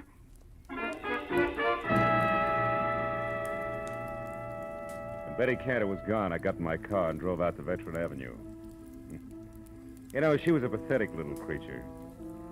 And with a little effort, she could have that touch and glow look. Oh, well. 3140 was one of those small but neat houses that grow like mushrooms overnight on a post-war California landscape. And it was locked, dark, and quiet. I went around to the back and started on the windows. The third one opened when I tried it. I climbed in, turned on some lights, and made the grand tour, then entered in the den. The only indication that anyone had been there all day was a current issue of the L.A. Star crumpled in the wastebasket. I pulled it out and started through it. On page 5, I found the hole where a 2-column story had been clipped out. And then somebody was at the front door. I started toward it, but changed my mind at the sound of the key in the lock. And instead moved back into the den and watched. A head that belonged on a gopher wearing a battered fedora and inch-thick glasses above a fur-collared coat peeked in. Gave the place a myopic once-over and headed straight for the den. So I stepped out where he could see me. I have never seen you before. What are you doing here? You tell me first, Pop. I'm bigger than you are. I'm Dr. Abraham Softman. Softman? Oh, the chemist Shirley Vitello works for. Is that why you have the key? Yes, she leaves unfinished. She leaves work here for me to pick up. It's a convenience for both of us. But now you can also explain, maybe? Well, a friend thinks your assistant's in trouble. I'm trying to find out. The name's Marlowe. Aha. I suspected now I'm right. What? Shirley came to the laboratory late from lunch today and very much upset. She left again soon, right in the middle of our most important crimson test. Your what? Our crimson test. Oh, yes. Without one word to me, she left. Never does this happen before. In all the 5 years, she has been my loyal right hand. Well, tell me, what's the nature of your research, Dr. Softman? We are developing new commercial dyes. Oh, such a beautiful crimson we have now. Really? Shirley knows as much as I do about all of it. Mr. Marlowe. Was it you who opened the desk drawer there? No. I didn't notice it till now. 2 boxes of .32 caliber ammunition. 9 shells gone from the top one. She kept a gun there. I've seen it before. That's gone, too. What kind of trouble needs a gun, Mr. Marlowe? Oh, I could think of a few. And they all say we better locate Shirley and soon. Now, look, Doc, I want to ask you... Just one moment, What? please. Maybe you will know if this means anything. I found this under her work table after she left this afternoon. Is it maybe something? I don't know. Let me see. Empty reservation envelope from Federal Airlines, L.A. to New York, departure 11:35 tonight. Made out to Ruth Britton. Ruth Britton? Who's that? Well, I don't know her, but she must be something to Shirley. Perhaps this Ruth Britton is the trouble. Well, the airline number's here. Where's the phone? It's out there in the other room, there Oh. on the table. Yeah, I got it. Hudson 28610.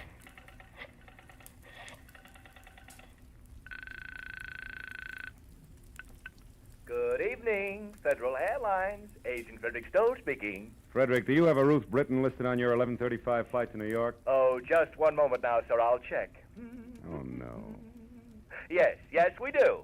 Yeah, well, I've got to locate her. Do you have an address or a phone number there? Oh, no, sir, I do not. And even if I did, I'm Look, afraid Freddie I couldn't. boy, Freddie boy, this is important. I need that information. Now, describe it to me. What does she look like? Oh, dear, I'm afraid I can't. I must have sold the ticket. I'm the only agent on duty, but I just can't seem to think where Try, will you think? I am.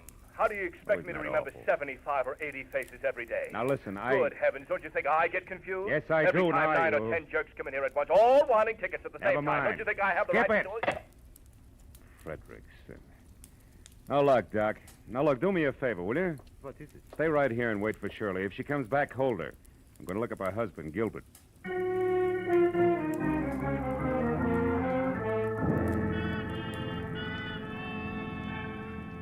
The first stop was a newsstand.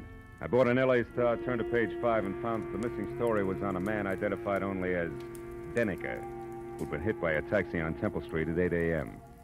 The only reason it rated 2 columns was that before he lapsed into unconsciousness, he told the ambulance crew from the Citizens Emergency Hospital that he knew he was going to die and wanted to clear his conscience by confessing a crime he'd committed. It ended with police standing by. I drove on into Benedict Canyon, wondering what kind of a bridge it was going to take to span the gap between a female chemist and a downtown traffic accident. I was still wondering when I got to number 510. All I could see of Gilbert Vitello's studio over the brush around it was something pseudo-Spanish that had been stuck onto a piece of vertical real estate by an optimist in the early 20s. A path had been opened from the driveway to the house, and as I walked to the door, the piano music from inside got louder, but not better. Even in the long-haired circle, that stuff needed a haircut. Hey! Hey! Vitello, break it up a minute, will you? What's the meaning of this outburst? I'm working and I won't be interrupted. Who are you? What do you want anyway? Take it easy, Mr. Vitello. My name Easy? is Marlowe. Betty Cantor sent me here because she's worried about your wife. The waitress worried about Shirley. Why?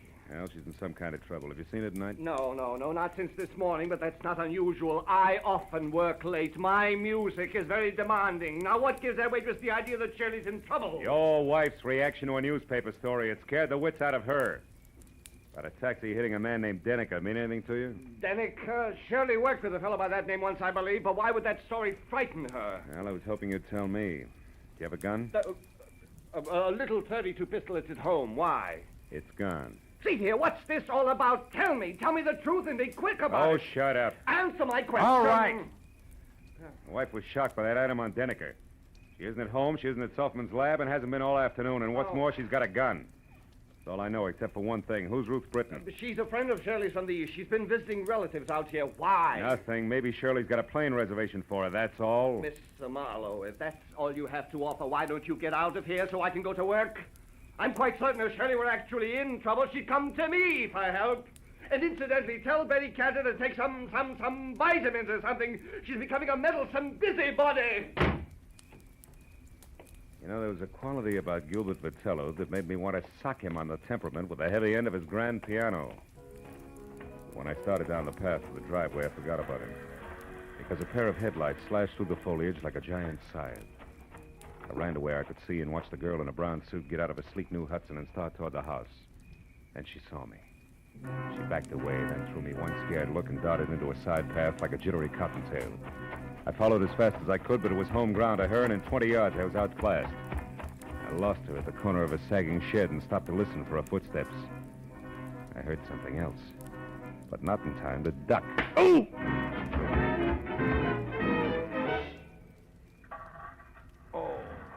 Oh. Oh. You there, you. Marlowe, is that you, Marlowe? Marlowe, what happened, Marlowe? I heard a car come in with a crowd. Shut up. Well, surely she slugged me. I don't believe it. You're lying. Okay, I'm lying. For what it's worth to you, Die Hard, your wife isn't kidding. She told me personally with a blunt instrument. Play that knee flat, Jack.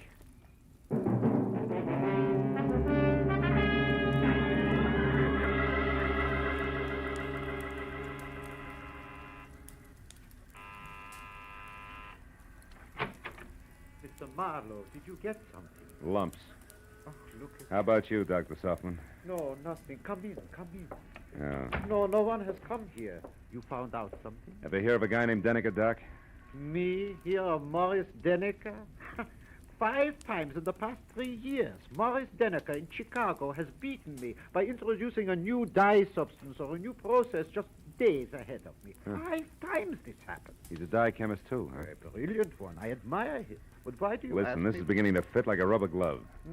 Denneker's in a hospital right here in L.A. He may not live, and he wants to confess to a crime. Here, look. What? Now, read it yourself. When Shirley saw that story, it threw her into a panic, and now it only figures one way. Your assistant has been selling your new developments to Denneker before you released them. No, it is not true. Shirley would not do this thing, not to me. Okay, Doc, we'll see. Now, look, why don't you go back to your lab and wait? I'm going to the hospital now and do some more fast addition. If it comes right, just don't forget you're a scientist, will you? Oh, I would not forget. Now, you remember something, Mr. Marlowe. 2 + 2 does not always make 4, especially when you are adding up human halves.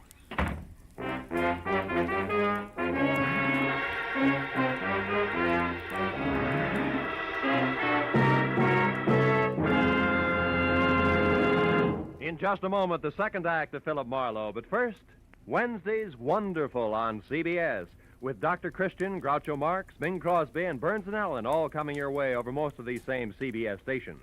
This Wednesday, Brother Bob Crosby visits Bing. Gracie Allen stumps the income tax experts. Groucho will be on hand with his ad-libs and teams of opposition. And Dr. Christian makes a wily grandmother stick to the truth for once. So be listening this Wednesday, won't you? Now, with our star, Gerald Moore, we return to the second act of Philip Marlowe and tonight's story, The Big Step. It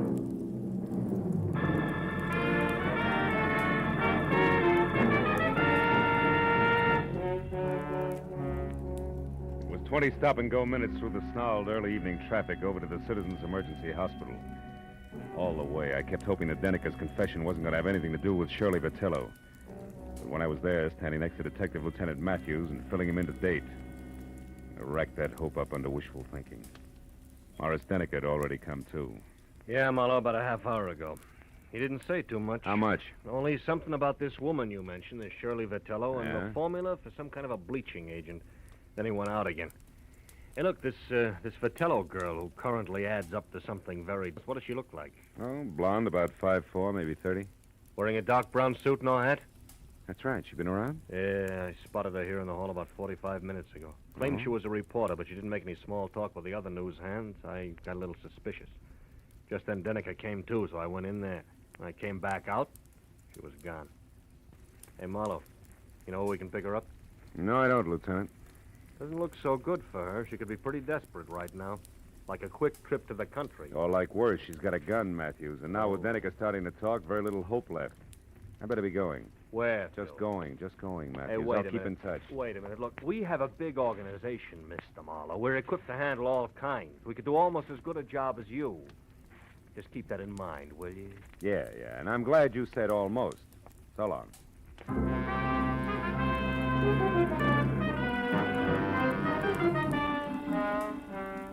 I got back into my car and pointed it toward the Vitello place on Veteran Avenue again. Because I didn't know where else I could possibly pick up Shirley's trail. I felt like an uncomfortable emptiness was in the pit of my stomach. You know, like the guy who stands on a street corner and watches an ambulance intern scrape up a traffic victim. He knows he didn't have anything to do with it, but that knowledge doesn't make him feel any better. Shirley Vitello was headed for trouble, bad trouble. And the pathetic little kid, Betty Cantor, who came into my office and started the whole thing, could get hurt in the process. Well, I parked in front of the place, which from inside, a desk lamp showed a circle of light the size and color of a lemon lifesaver, and the front door was open inches, as though somebody had left in a big hurry. I walked on eggs as far as the door and nudged it. And I saw it. On a table in the far corner of the room, a note propped up against the lamp and nothing else. I started toward it. Don't move. I'm behind you, and I've got a gun. Oh, fine. 32 caliber out of the desk drawer, no doubt. No doubt. Marlowe, why are you mixing into something that's no business of yours? I'm a private detective working for your friend Betty Cantor. She's worried about you, Shirley. Marlowe, what's done is done. Betty can't help me. You can't help me. Nobody can help me. I stole Softman's work, and I sold it to Morris Denneker. I didn't count on a deathbed confession. Why'd you do it? I love my husband, and he needs money to go on with his work. No. Gilbert's in on this with you, huh? Oh, no. No, he isn't. He thought my wages were high, that's all. The note I left there on the table makes that clear. Also, Also what? It says goodbye. I love him, Marlowe. When I'm gone, he'll have enough money to carry on. Keep the studio that means so much to him. And nothing can be taken away from him. I've seen to that, legal-like. Just what do you mean, gone, Shirley? How far is gone? A long way, Marlowe. All the way. Suicide? Oh, no, Shirley, you Marlowe, can't mean let's that. not talk anymore. And don't bother about that phone. It's only Gilbert. How do you know? Well, when I pulled up outside here after I came from the hospital, he was home. I didn't want to speak to him, so I drove on until I came to a phone booth. And then I called here and told him to meet me at the Saffron Bar. It's an old hangout of ours. You wanted to leave a note for him, but didn't want to face him, is that it? Yeah. He'll keep calling on and off for quite a while before he comes back here. I figured it would be better that way. I didn't want him chasing me. The sea air might give the big lug a cold. It always did. Well, Marlowe, it looks like it's about time to put you away for safekeeping. I don't think so, Shirley. I think the phone is about... No! Next time, Marlowe, it'll be more than a vase, but just as fragile. No. The closet cedar lined and strong. It should hold you long enough. Get in, Marlowe. Go on. Okay. And it is, baby. But first... What? The step you're about to take, Shirley, yeah, I listen... know all about it. It's a big step, isn't it, Marlowe? We'll save your breath. I wouldn't be any happier in prison or running away, believe me. Not a bit happier. So long, Marlowe.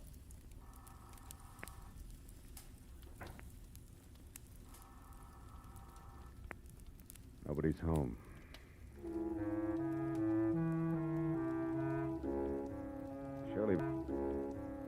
Shirley Vitello was mixed up about a lot of things in life, but that doesn't include closets, because the one she put me in was strong. The lining she called cedar must have been hand-me-down armor plate from a retired battle wagon. So all in all, I was 45 minutes alternately kicking and resting while the insistent telephone marked the 5-minute intervals for me. But finally, it was the wood around the lock that gave way. I was out. Hello? Hello, sir. Who's this? Marlowe Vitello, and save your questions till you hear what I have to say. Marlowe, where's my wife? She was supposed to meet me here at the Saffron Bar, I and said she's not... save it. Now listen. Your wife's out to kill herself. No, Marlowe, no! Yes, tell me, did you two have a favorite spot out near the ocean? I don't see what I that don't has... care whether you see or not. Did you or didn't you? Yes, the Redondo fishing pier below Santa Monica. Good. Now keep listening, Vitello, and do as I say. Come straight home. But, Marlowe, it surely... Do as I say, Vitello.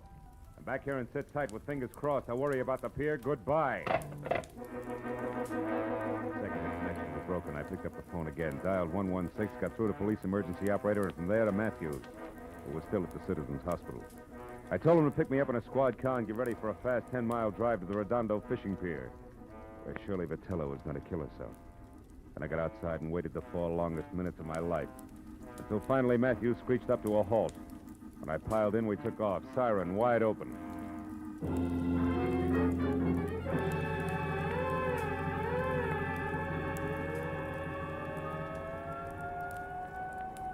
It'll be less than a minute now, Marlowe. Pier's only a couple of blocks away. Good. Better have Mooney kill that siren, Lieutenant. Jack, we want to come in quiet, Mooney. Okay, Lieutenant.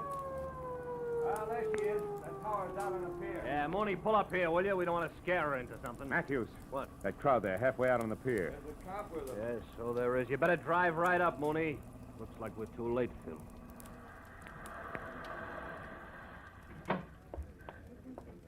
We were too late. At the center of a circle of the morbidly curious who always stand and gape, we found her lying face down on the greasy planks of the pier, dead.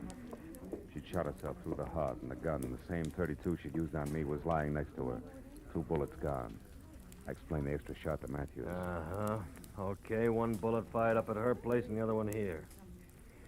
Well, I hope you're satisfied, Marlowe. What do you mean, satisfied? I mean single-handed. You had to leave the cops out of it, didn't you? You had to go up to Veteran Avenue all by your lonesome, didn't you? Now, you wait a minute, Matthews. I was only trying to... nuts. Hey, Mooney, where's the nearest phone? Over there, Lieutenant, across the street, the Triple Eagle Cafe. The patrolman here's already called an ambulance. All right, tell him she can be moved. Come on, Marlowe. I want to turn in a first report on this. Mooney, pick us up at the cafe. Right, Lieutenant. Okay, boss. Okay, let's see.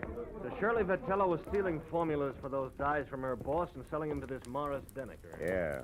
All was rosy until Denneker walked out in front of a taxi early this morning. That put him close to death and in a mood to talk. Also put Shirley Vitello on the spot. Hey, is that the place you want to phone from? Yeah. Look, one thing more, Marlowe. The girl's motive all the way through. She loved her husband. He loved his work. Yeah? Her, too? Yeah, after his work. So since he didn't make any dough, she stole to keep him going and close to her. There's the phone, Phil. Come on, will you? I may need you to fill in the blanks for me. Marlowe, I said I heard you. The phone can wait, Lieutenant. Come on over here. What? I want to talk to that piano player. Piano player? What about? The tricky way he has of playing Blue Skies. What? Yeah. Hey, Bud, that's all right. You got a mean left hand there. Yeah, I open in Carnegie Hall next week. Don't miss me. I'll try not to. It's just terrific what you do with that tune, you know? My own particular arrangement. Nobody else's, huh? Oh, nobody. I've been working on this arrangement for a week. That's all I wanted to know. Hey, Marlowe, what are you getting at? The phone, I've heard enough. Where'd you say it was, Matthews? Over there, at the left of the bar. But, Phil, what are we doing? What time is it, Lieutenant? 5 after 12. Marlowe, what is it? A switch, Matthews. A switch? Yeah, one that'll knock your badge off. Will you get a load of this? I'll listen. Good evening, Federal Airwaves. Agent Frederick Stoll. Listen, Frederick, I'm the party who called before about the reservations for Ruth Britton on the 11:35 for New York. Oh, yes, I remember you. I'll probably... Never mind. It's police business, Freddie. Did the plane leave on schedule? Of course it did. But Miss Britton didn't make it, and she didn't bother to call and cancel her reservation. Thanks. I've heard enough. So far, so good, Matthews. Yeah, which means what? The Saffron Bar in Hollywood. Which means what? Shirley Vitello didn't commit suicide, Matthews. She was murdered.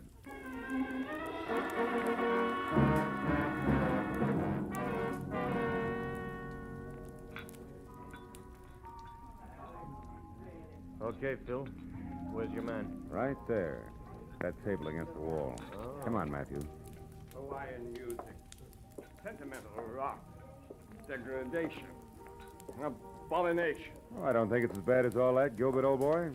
Marlowe, you a cop, the most insensitive of all people. What would you know about music? Just for the record, he's not a cop. My question still stands. What do you know about music? As a matter of fact, not much. But you know, I'm fascinated by what they're doing with instruments these days. Really? Mm-hmm. What are they doing that might fascinate you? Well, for example, take that picture where the score is done by only one instrument, a zither.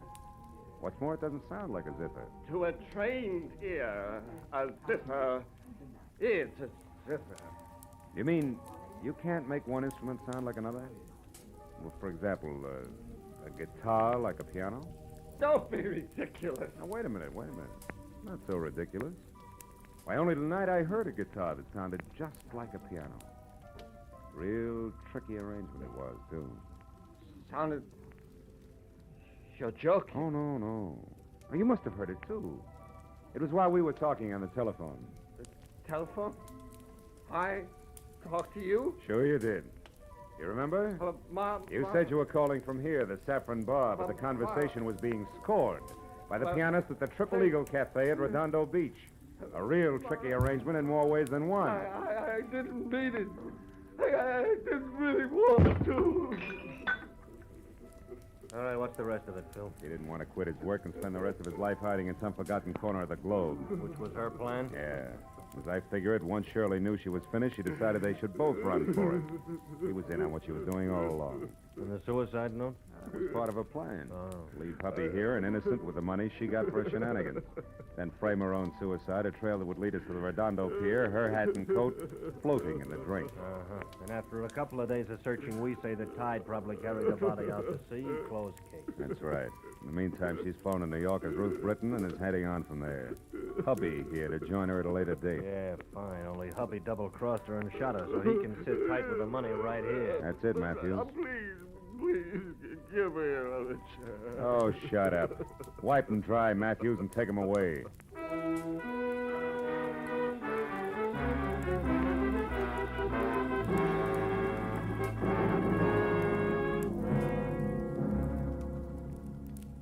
I didn't go along with Matthews. I didn't even bother about my car, which I'd left in front of the Vitello place. I'd had enough for one night. Enough of the kind of person who'd hitch his wagon to a star only if the twinkle he saw on the horizon was the reflection of a dollar sign. Oh, yeah, they were a pair, all right, the Vitellos. A pair who finally canceled each other out. You know what? I'm glad of it.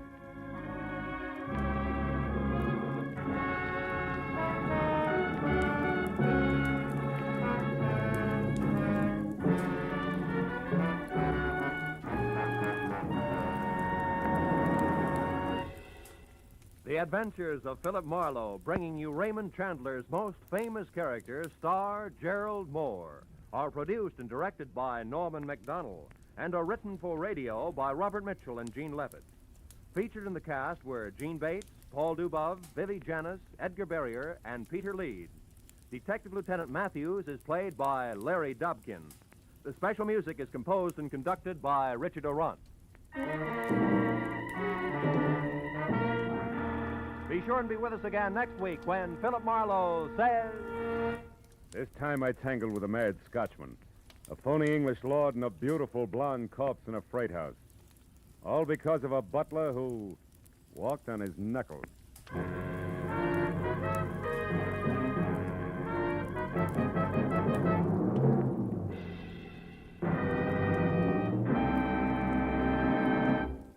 How about tying a mental string around your finger today to remind yourself to file your 1949 income tax return as soon as possible? The 15th of March isn't several miles down the road the way it used to be. It's almost at your front door. And you'd certainly get a scare if you came home one evening to find it sitting right smack in your living room saying smugly, "Well, you forgot to file your income tax return. What now, little man?" So why not set aside tonight as income tax night and file your 1949 return? This is Roy Rowan speaking. This is CBS, where Burns and Allen are heard every Wednesday night, the Columbia Broadcasting System.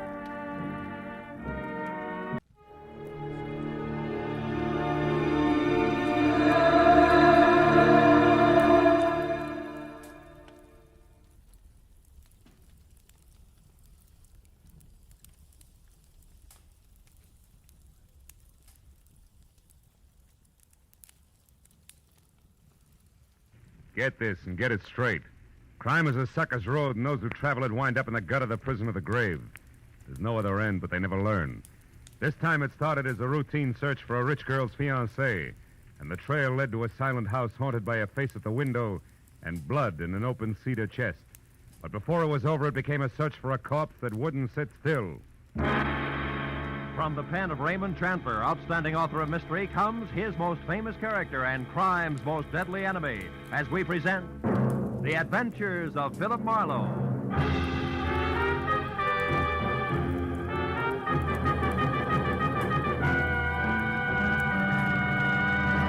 Now, with Gerald Moore, starred as Philip Marlowe, we bring you tonight's exciting story, The Busy Body. Phone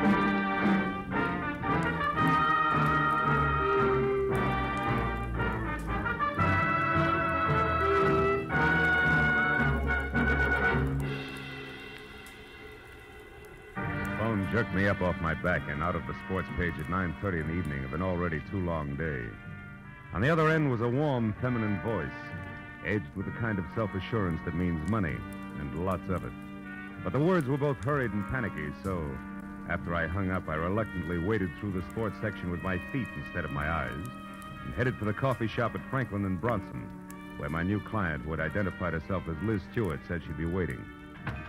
A pair of blue eyes at a table in the corner measured me from haircut to shoelaces, so I took the cue and walked over. After we introduced ourselves, I was waved into the chair opposite her. She leaned toward me and started with a rush. Mr. Marlowe, I've got to find a man named Dean Howard as soon as possible. Not exactly a new switch. He's my fiancé. We plan to notify my Uncle Hanley of our engagement tonight. Who is Uncle Hanley? Uncle Hanley Stewart of Stewart Aluminum. Okay, go ahead. Dean Howard was to meet me at 7, but he didn't show up. Mm-hmm. And then about 7:45 he called. He started to tell me something that he referred to as a horrible mistake, but before he could get it out, we were cut off. Well, I tried to Want call him some coffee? Coffee. No. Okay. I tried to call him back, but there was no answer. So I went to his house, but it was locked and dark. And yet his car was still parked outside. Uh-huh. Well, look, Miss Stewart, why don't you save yourself $50, go home and wait for an apologetic phone call, huh? What do you mean? Well, this stacks up as being a case of cold feet or a little celebration that got out of hand. Either way, there's nothing to worry about. I've come to you for help, Marlowe, not a pat on the head. Okay. I'll assume it's my error for the moment. How long have you known this Dean Howard? Well, I met him at a party about 3 months ago. Mm-hmm. Uncle Hanley and I both liked him tremendously right from the first. I suppose you've considered the possibility of another woman? Well, of course, I'm not a child. I can see that. Well, Dean has been deeply troubled for the past week. He wouldn't tell me why, but I'm certain that this business tonight is tied in with it. Something's wrong, and I want you to find out what it is. All right, but I'm no leg man for Cupid, so if it turns out to be nothing more than a guy's heart beating in double time, I drop it. Fair enough? Fair enough.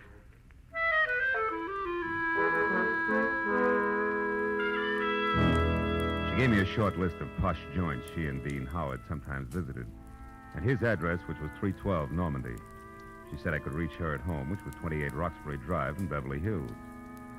Well, $50 is $50, so after she left, I spent a handful of nickels checking the list by phone and drew a complete blank. So I drove out Los Feliz to Normandy and found the number, 312. As I walked up to the door and leaned on the bell, I got the feeling that I was being watched. There was no answer, so I tried the door. It was locked. I threw a look over my shoulder as I walked around the side of the house and caught a glimpse of a face in a window next door, just before the curtain was dropped back into place. The back door of 312 was locked, too, I found out, as did the face next door, which was watching me again from one of the rear windows. There was one answer to that, so I went out in the street and up the steps of the house next door and knocked, good and loud. What do you want? My name's Marlowe, lady. I'm a detective. You may be able to help me. A detective? Mm-hmm. Well, come right in, Mr. Marlowe. It's about time's all I have to say. I'm Agatha Lambrigger. What's he been up to? Who? Well, you're investigating that bachelor next door, aren't you? Yes. Oh, how'd you know? Stands to reason. I've known all along he's a suspicious character. Yeah? Lived there a year now. Comes and goes at all hours. Drives that fancy car out there.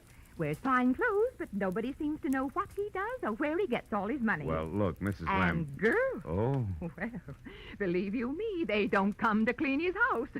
Never gets cleaned. But they come just the same. Why, only tonight there was one. Some blonde in a white dress. I tell you, I've never Mrs. seen Lambrigger, did the girl go inside? Well, no. But she tried to. The door was locked. And it's Miss Lambrigger. Oh, how stupid of me. Well, tell me, did you notice Mr. Howard come home tonight? Well, I didn't exactly see him come home. But he was over there all right. And not alone either. Is that so? Another girl? No, it was only some man. Oh. But it still bears out what I've been saying. Because I just happened to glance out of my window at this one here across from that one of his, you see. Yes, sir. Well, a light was on over there. And I could look straight down the hallway. And do you know what? What? Those two grown men were roughhousing like a pair of hoodlums in that hall. Wrestling they were, like ordinary ruffians. I tell you, I never saw the like. I got a good look at him, and I'd certainly know him if I saw him again. Well, how'd the fight come out? Fight? Yeah. What the... Oh, the fight. Well, I can't say about that. My phone rang. It was Lenore Crowley. She simply talks her ear off you when she gets does. started. So when I finally got back to the window, when I happened to look out again, it was dark over there. So I never did find out what actually happened. But Yes, I well, think thanks that very much for your help. I really must run. Oh, and another thing. The noise and the drinking that's gone on in that house. Why, you wouldn't believe it. Oh, you're leaving? As soon as possible, yeah. But you still haven't told me what he's up to. Well, I'm not at liberty to do that. Oh, well, that's a shame. Yeah. Well, I'll be here all the time, you know, and I'll certainly keep an eye on that house. Oh, I can't tell you how much I appreciate you're going to all this trouble just for me. Bonsoir, Miss Slambrigger.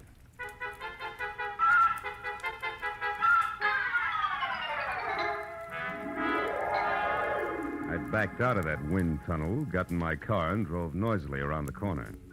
Then I cut my lights, turned quietly into an alley behind the house, and stopped.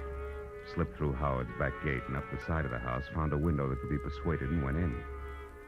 Yeah, Howard was a lousy housekeeper, and everything that didn't get brushed off in normal traffic was covered with dust. I found my way to the room opposite Agatha Lambrigger's observation window and ran smack into her first lie. Where she said there was a hallway, there was a solid wall, papered with purple roses and hung with 4 dingy pictures in bronze frames, 2 on each side of a big, ugly mirror. There were 2 hallways, but no angle at which either could be seen from her window. Furthermore, there was no sign of a struggle. One hall led to the study, the other to the bedroom, and I checked both. But still, there was no indication of a fight. On my way out, I barked my shin on the nose of a lion carved on the corner of an oversized cedar chest, just as the abrupt sound of someone at the door brought me to a rigid halt. Whoever it was had the patience of an 8-year-old on circus day. So I set myself up as the type who might live in a joint like this and answered. What's the matter with the lights, Howard? Blow a fuse? Or could this be some new economy measure? I like it this way. I don't think I know you. You should, Howard, you should. I called you yesterday about a certain money matter. The name is Leo. Don't go for your gun, Howard. Well, since yours is pointed at my 3rd rib, why should I? Well, like I told you on the phone, my boss is anxious. You're way overdue, Howard. I want that $50,000 the boss loaned you 3 months ago. Have it for me the day after tomorrow. All of it. Without fail. He knows I'm good for my debts. Why all the pressure? Well, maybe he figures your investments aren't so smart. Like maybe you've been blowing too much on that second-rate canary, Carol. Oh, yeah, Carol. I remember. She's your girl. Well, that's none of my business. See you day after tomorrow about the same time. And if you get a headache from worrying about paying off, just think of the one you'll have if you don't pay. It'll be like 10 times this. Oh! Good night.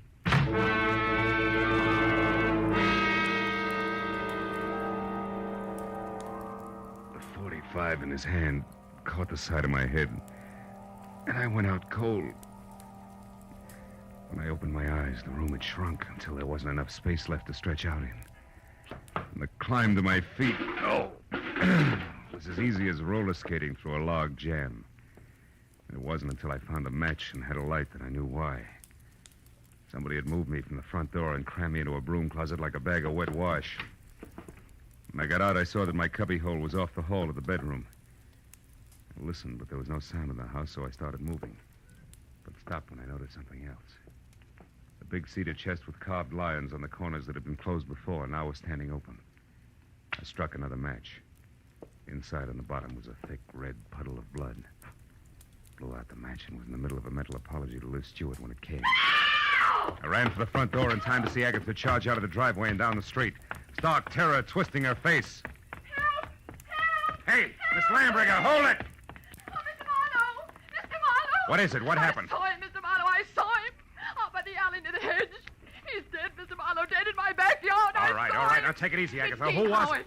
He's there now, lying on his back close to the hedge, and he's dead. What'll we do? Come on, we'll have a look. You can show me where he is. Well, all right. He's right back here. I happened to look out my rear window, and I saw something move. The dogs had been getting in my pansies lately, and I thought this was another. So I came out to chase him away. That's when I saw the body. It's right back here. It's gone. Mm-hmm. Now, look, Miss Lambrigger, I've got a headache. I'm getting a little tired of this. You saw a body here just like you saw a fight in a hallway from your window. You're so anxious to be in the middle of things, you'd make up any kind of a story. No, I'm not. No, I'm not. I saw that fight, and I saw Dean Howard's body, too. It was here, I tell you. Where? Show me exactly. Well, right about there, I'd Oh, say. sure. And I suppose it... Hey, wait a minute. Yeah. My apologies, baby. There is something here. Could be blood. Here's 2 dimes and a bar receipt from the tulip room on the strip. Oh, good heavens. What'll you do now?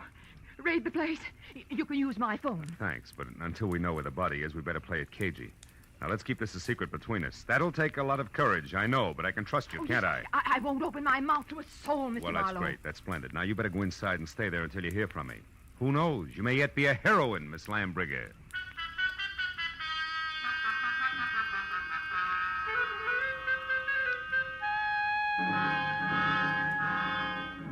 The bar receipt was a long shot. When I was still 2 blocks away from the tulip room, I knew it had paid off because a fluorescent banner, 4 by 12, draped over the front of the squat square building, extolled the vocal virtues of one Carol Cody. I parked across the street, went in and found a dressing room door and knocked. She distinctly said, "Come in," but when I did, I thought the room was empty, until a small handful of spangled satin costume hopped up from behind a screen in the corner. I made a sight-unseen introduction. It was only a moment later that a tall brunette, filling a white silk blouse and snug, dark slacks, stepped out, tossed a few pounds of glossy black hair away from her face, and gestured me into a chair. Which paper did you say you were from, Marlowe?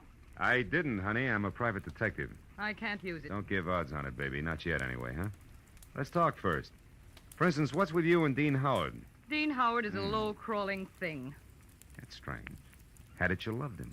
I didn't till tonight when I found out that he has 2 heads. That's so he can lie and keep a straight face with one while he laughs up his sleeve with the other. Nuts to him. Nuts to Liz Stewart and her money, and nuts to you. I hate Dean Howard enough to kill him, and I might just do that. I don't think you will, no, because somebody beat you to it. You mean Howard's dead? Looks that way, yeah. I'm not sure because he won't stay in one place long enough. Well, if you're trying to shock me, you're wasting your time. I'm not sorry. I think we've got company. Keep talking. I'll get him. As you say, my friend, the music business is just as lousy as any other dodge, and I can prove it. Come here. You're a good listener, Bud, so join the party. Who are you? Why are you listening out there? Come on. No. Just a minute. I wasn't listening. I was looking for you, Marlowe. I'm Ward Odom, Mr. Hanley Stewart's assistant. You're doing fine. Don't stop now. Well, ever since I learned that Miss Stewart hired you, Marlowe, I've been trying to talk to you. I followed you here from that place on Normandy because I must know what you found out so far. Why? What business is it of yours? Because, Mr. Marlowe, I doubt very much that you even know of the robbery. Robbery? What robbery? More than $40,000 worth of negotiable securities was stolen from Mr. Stewart's safe this evening. You get all your information at keyholes? And I have reason to believe that the man you're looking for took them. Of course, I don't dare accuse him without proof of his relationship with Liz, Mr. Stewart's niece. If I were wrong, it would cost me my job. Odom, did Liz know about the robbery when she hired me? Why, of course. Oh, brother. Look, see this? Her name is Carol. She's involved right up to her mascara in the whole mess. Don't let her out of your sight till I get back. Me? Why, you cheap shot. Shut up. And as for being cheap, I'll take care of you when I get back.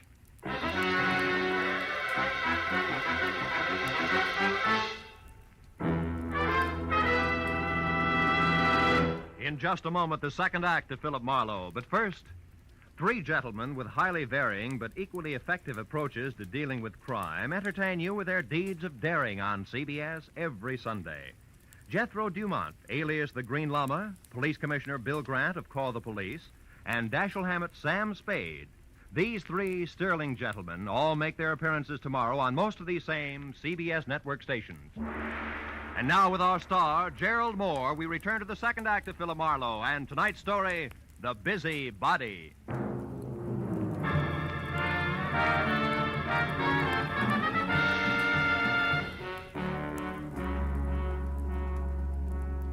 After convincing Ward Odom that his greatest contribution to the cause would be staying close, but not too close to the violent lady in slacks, I piled into my car and started for Beverly Hills in a beautiful liar named Liz.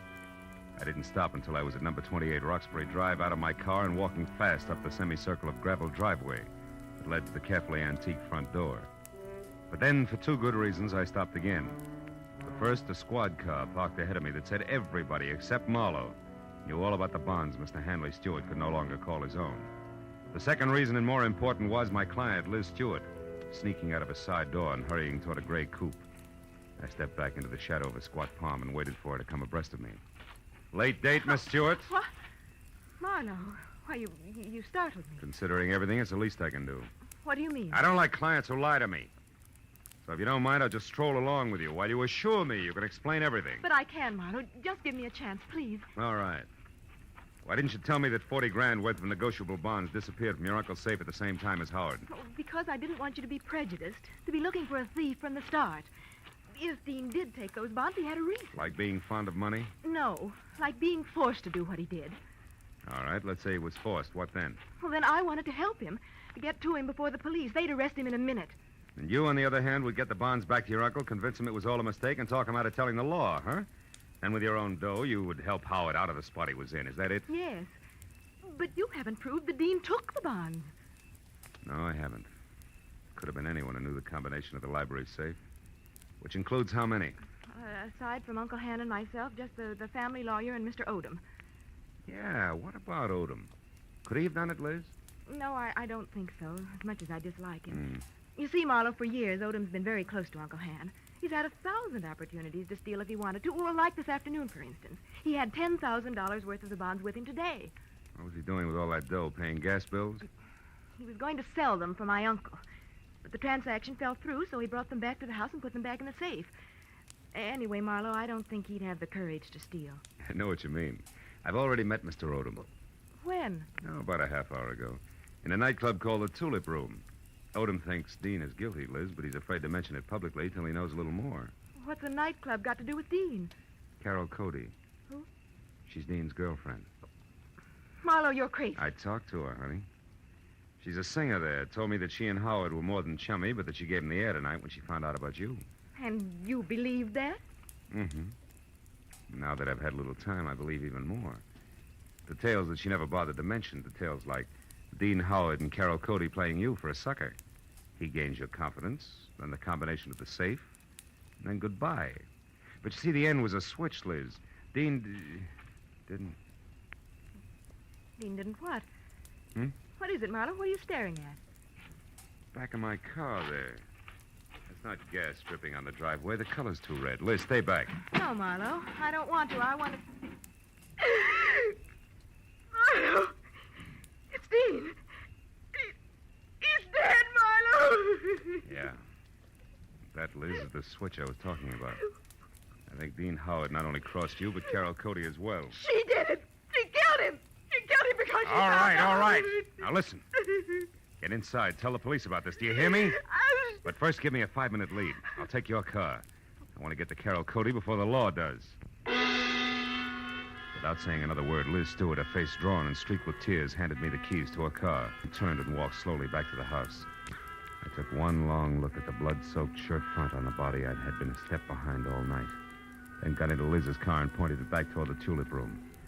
20 minutes later, when my knock on the locked dressing room door brought no answer, I had kicked my way in. Alone and half-conscious in the middle of the floor was Ward Odom, the man I'd assigned to stand sentry over the brunette. Oh, Marlowe. Marlowe, she tricked me. Asked for a cigarette, and I went to light it. She swung. It adds, Odom, and you're lucky she let it go at that. It was more permanent in Howard's case. Oh, then you found his body, Marlowe. Yeah, in the trunk of my car. Oh, how awful. And she did all that, this Carol Cody? Yes and no. She must have had help, Odom, because first of all, it takes something stronger than a chanteuse to keep shifting a corpse from cedar chest to garden to car, at the rate that Howard was being moved. And second, an old crow named Agatha Lambriger saw a man roughhousing with Howard over at his own place, not a woman. You mean there was a witness to the murder, Marlowe? Well, more or less. And you have no idea who the murderer is? No. And that, Odom, is all the more reason why I want to catch up with Carol Cody. Happen to know where she lives? Why, yes, at the Grayfield Apartment Hotel on North Havenhurst Drive. North Havenhurst. It's a room 118. 118. And I think that it's... Marlowe, wait, my top coat is gone. What? Yes, and she was wearing slacks, remember? Marlowe, maybe she's leaving town disguised as a man. It's a point, Odom. I still think I'll try the apartment hotel first.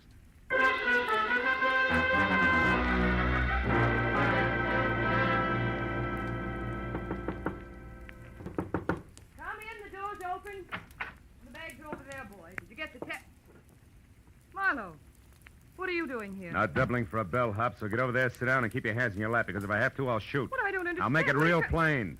I think you murdered Dean Howard because he double-crossed you after he emptied Hanley Stewart's safe. And I think you're out of your mind. Which brings us to a position called stalemate, and that in turn makes this a good time to call the cops. I didn't kill Dean. I swear I didn't. Oh, listen to me. What you said about Dean double-crossing me after he stole the bonds is true, but not the way you think it is. Second verse. He didn't want to just cut me out of my share, Marlowe. He wanted to return all the bonds intact.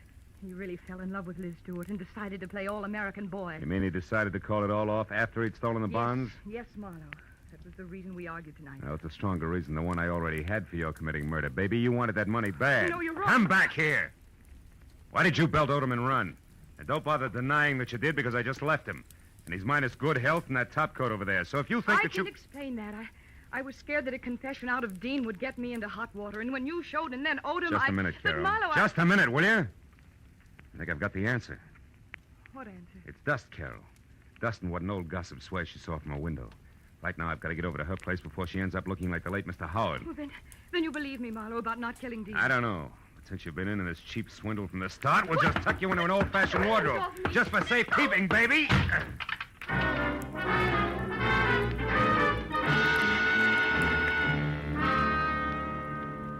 Outside in Liz's car, I slammed my foot down hard against the accelerator and didn't ease up until I screeched to a stop, away from 310 North Normandy, where I knew murder was scheduled to happen again.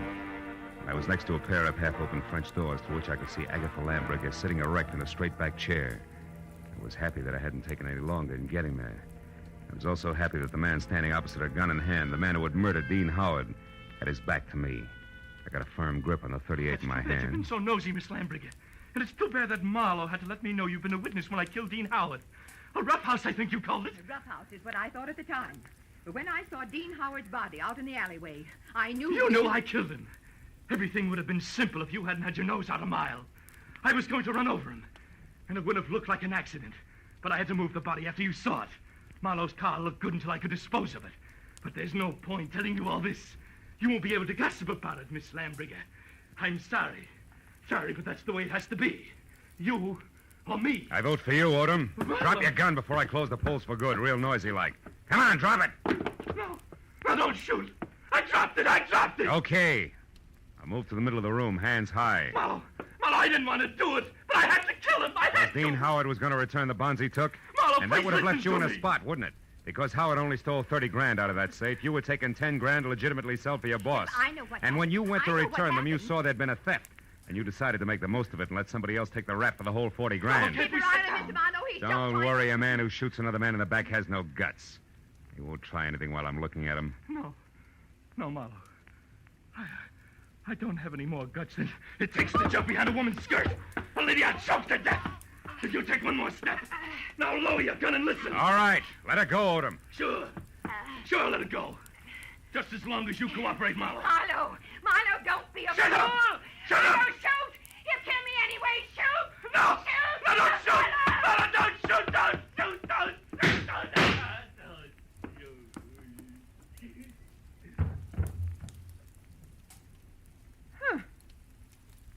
You were right, Marlowe. No guts.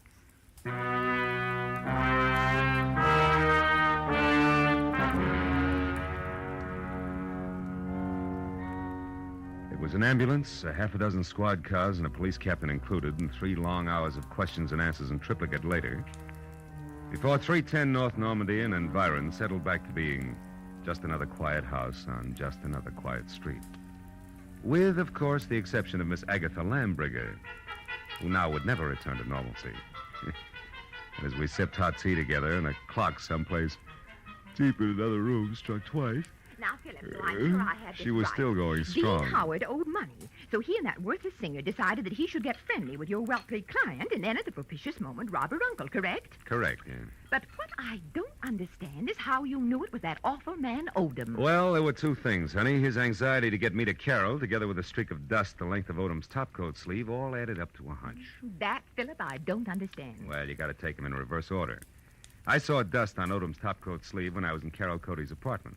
That reminded me of the dust all over Howard's place. Oh, a mess, that house. Yeah, luckily. And the dust was the length of the sleeve, as though somebody had brushed against the wall, coated thick with it. As one would in searching for something, hmm? That's right. Now, there's another thing. You saw Howard and another man roughhousing in a hall by looking out of that window there. Mm-hmm. Where, Miss Lambriger, no hall is visible, but where there is a mirror. Oh, then you mean I actually saw a reflection. Yes, darling, you did. Dean Howard hid the bonds behind the mirror. Which tilted so that I saw the reflection of a side hall. That's right. Well, now, Philip, one last question. Why did Odom move the body? Well, if it's the last, I'll answer it. Because he didn't want Howard's death to appear a murder on the night the bonds were stolen. It was better if he died accidentally and wasn't connected with a theft. Oh, I see. Yeah, well, now look, Miss Lamb. Excuse me, I'll only be a minute. Yeah, but Miss Lambriger... Hello? Oh, hello, Judith. Yes, wasn't it thrilling? Miss Lambriger, really, Darling, it all started so innocently. My part, I mean.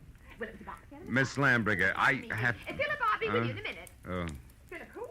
Why, the detective, the one I mentioned earlier. a long minute, I'm sure.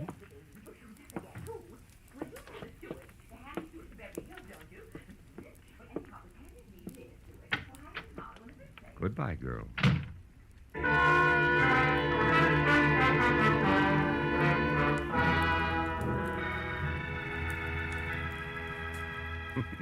When I got outside, the silence was deafening. And then I remembered that I still had a client up on Roxbury Drive who I had to see. And that there were automobiles to be exchanged, and maybe, if I could find them, some right words to say to a girl who had a very rough night. So I started driving that way, slowly. But 10 minutes later, when I was halfway there, I stopped, turned around, and headed back for 310 North Normandy, and my .38 that I'd forgotten after a handful of policemen had finished examining it. It wasn't until I was at Agatha Lambriger's front door again that I realized something more important.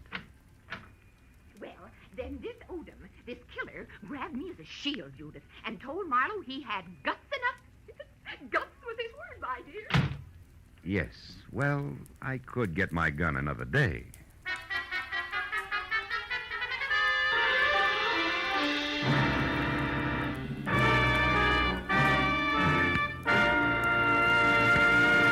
The Adventures of Philip Marlowe, bringing you Raymond Chandler's most famous character and star, Gerald Moore, and are produced and directed by Norman MacDonald. Script is by Mel Donnelly, Robert Mitchell, and Gene Levitt.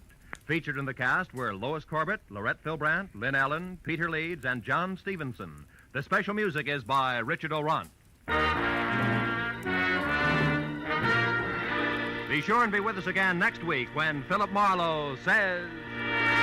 It began as the threat of a beating that turned into murder with a brown-eyed blonde, a jovial hippopotamus, and a tough ex-soldier of fortune, all complicating the problem until I got next to the key man.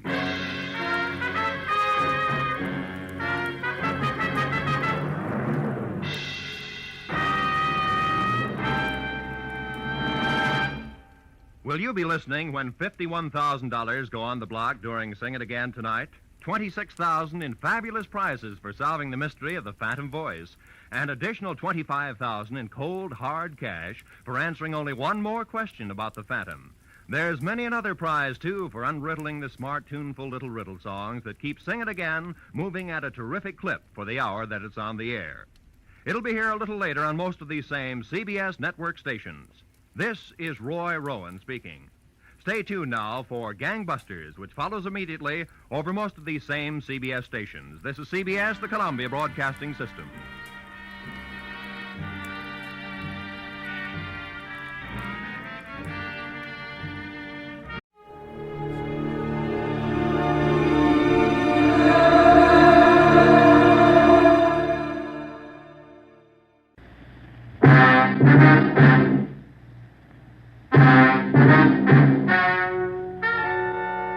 Ladies and gentlemen, the story you are about to hear is true. Only the names have been changed to protect the innocent. NBC brings you Dragnet.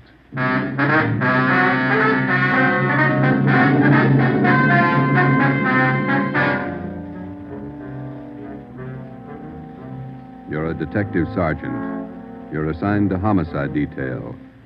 A gang of quick-trigger gunmen have moved in on your city. They've given public notice that they'll kill the first cop who tries to take them. You know the risks, your job. Apprehend the suspects. Dragnet, the documented drama of an actual crime, investigated and solved by the men who unrelentingly stand watch on the security of your home, your family, and your life. For the next 30 minutes, in cooperation with the Los Angeles Police Department, you will travel step by step on the side of the law through an actual case, from beginning to end, from crime to punishment. Dragnet is the story of your police force in action.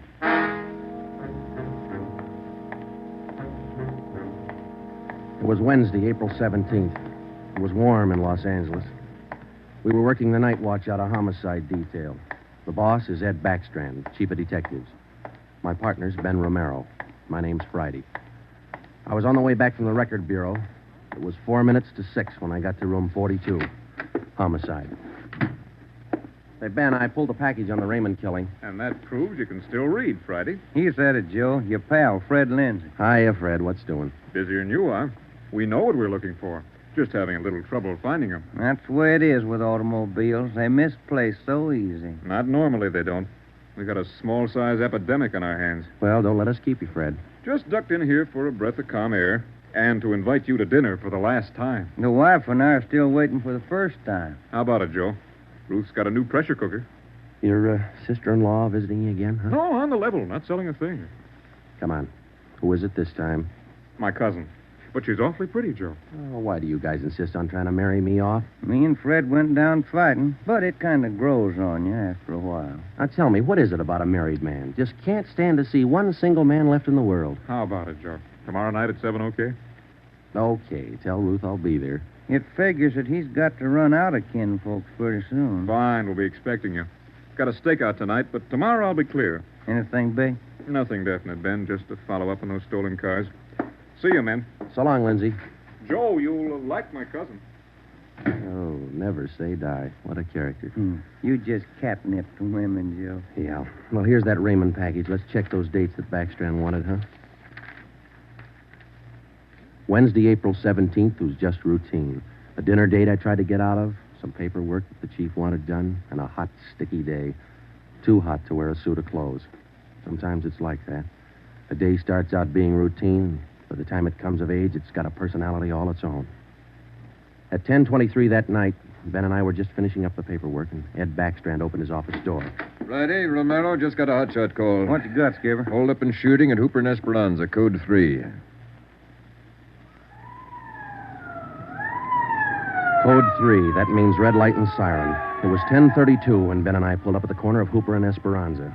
It was a bar in the basement of a building on the south side of the street.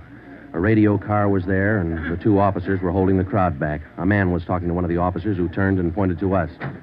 As Ben and I got out of our car, the man hurried over to us. You're the detectives?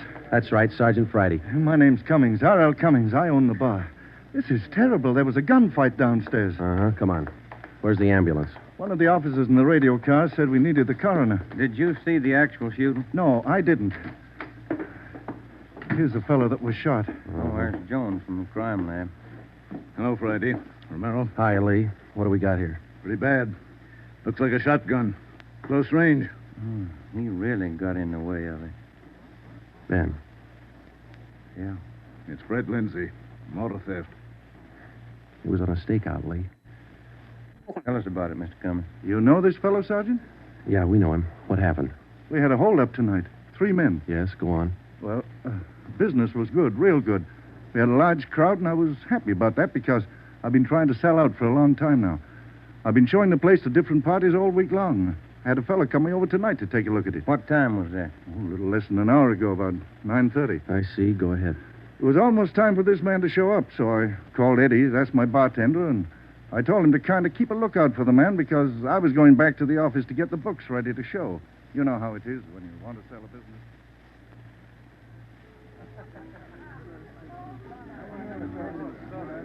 You'll watch for him, Eddie? You bet I will. If you want me, I'll be back in the office. Keep your mouth shut and stand still. Huh? You own this bar, don't you? Well, yes. What is this? You're the boy we want to see. Which one of you? All 3 of us. What's going on? What's it look like, genius? Just a stick-up. I haven't any money. You go to the bank on Thursdays, don't you? Well, I made my deposit today instead. I've been watching you for a month now. Don't give us that. You go to the bank on Thursdays. Now, come on, hand it over. I'm telling you the truth.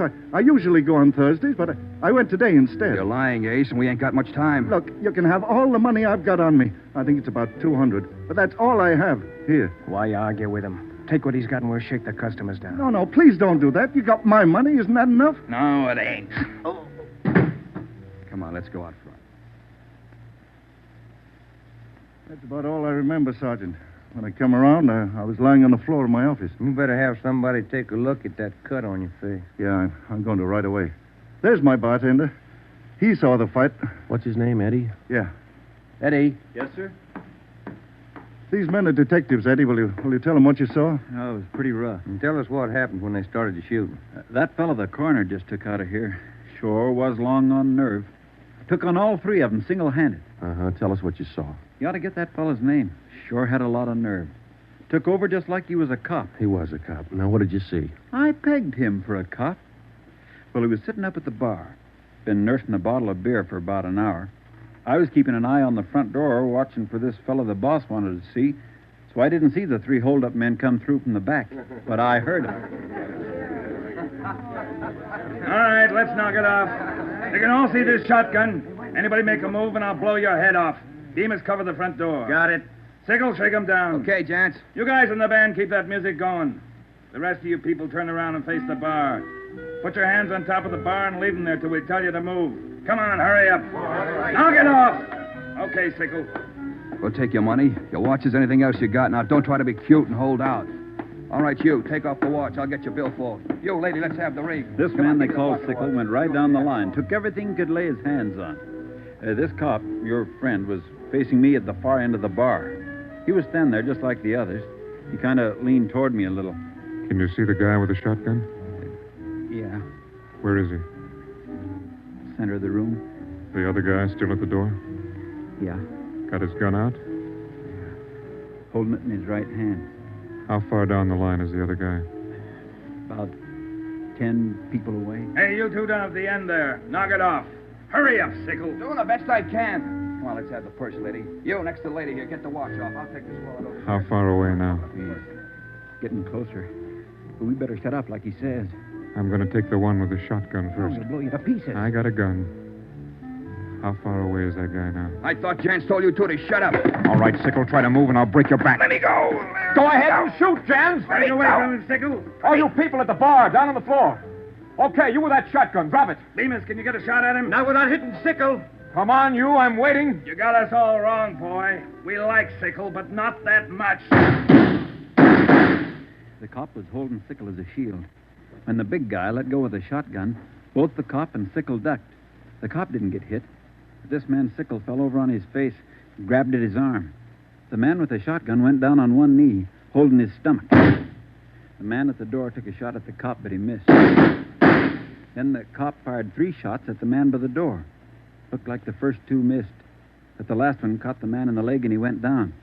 Well, by this time, the big guy with the shotgun had recovered enough to hold his weapon again. I tried to warn the cop.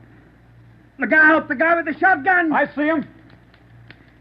The cop pointed his gun and pulled the trigger, but he was out of shells.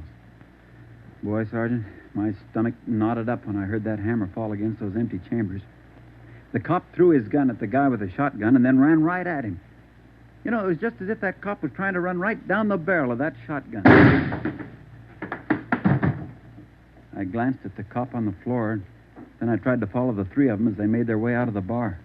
They jumped into a car out front and drove off. As a kid, I used to watch Bill Hart take on a whole gang in the movies, but this way, right in front of my eyes, Sergeant, he was an awful brave guy. Did you get the license number of their car? No, I didn't. I couldn't see very well. You got a pretty good look at all 3 of the men, though, didn't you? I believe I'd recognize any of them. Thanks, Eddie. What's your last name? Bowers. Eddie Bowers. Got that, Ben? Yeah. You'll be hearing from us, Eddie. We may want you to look at some pictures for us. Glad to help any way I can, Sergeant. I hope you get the men that shot this cop. You're sure going to try, aren't you? Yeah, Eddie. We're sure going to try. The next step was for Ben and I to make a complete report to Chief Ed Backstrand. They got Lindsay, huh? That Fred Lindsay an auto theft? Yeah, that's right. Good cut. You say he wounded 2 out of the 3 in that holdup? Yeah. That means they'll have to have medical attention in a hurry. We'll check all the small hospitals, cover all the drugstores to get a line on anyone who's bought medical supplies in the last hour. Uh-huh. As soon as medical detail notifies Miss Lindsay, I'd like to go over and see her. Smith from the medical detail's out there now. By the time you get back, we may have a flash in the drugstores or hospitals. We'll be back in 30 minutes. Call them when you get out there. Right, Ed. You might carry this with you. Yeah? I'm sick. I'm sick to my stomach about this thing. I want you to get those 2-bit punks. I don't want them to see another sunrise. Got that, haven't you?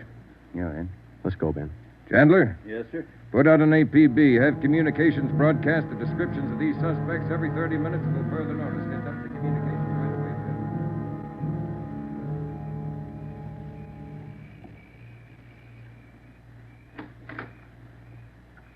Hello, Joe.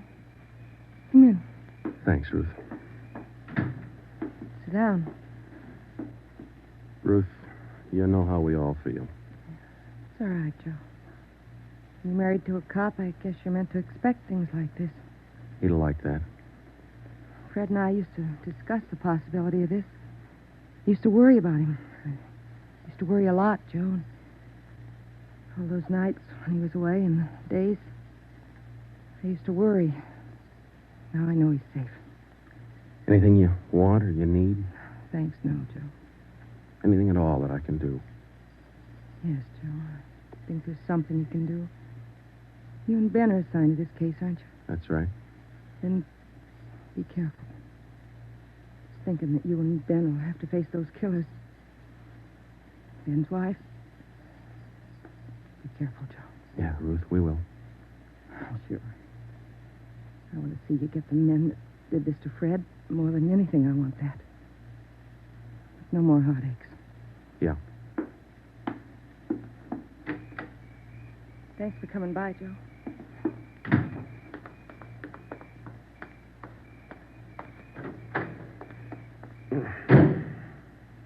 How'd you take it, Joe? Let's go.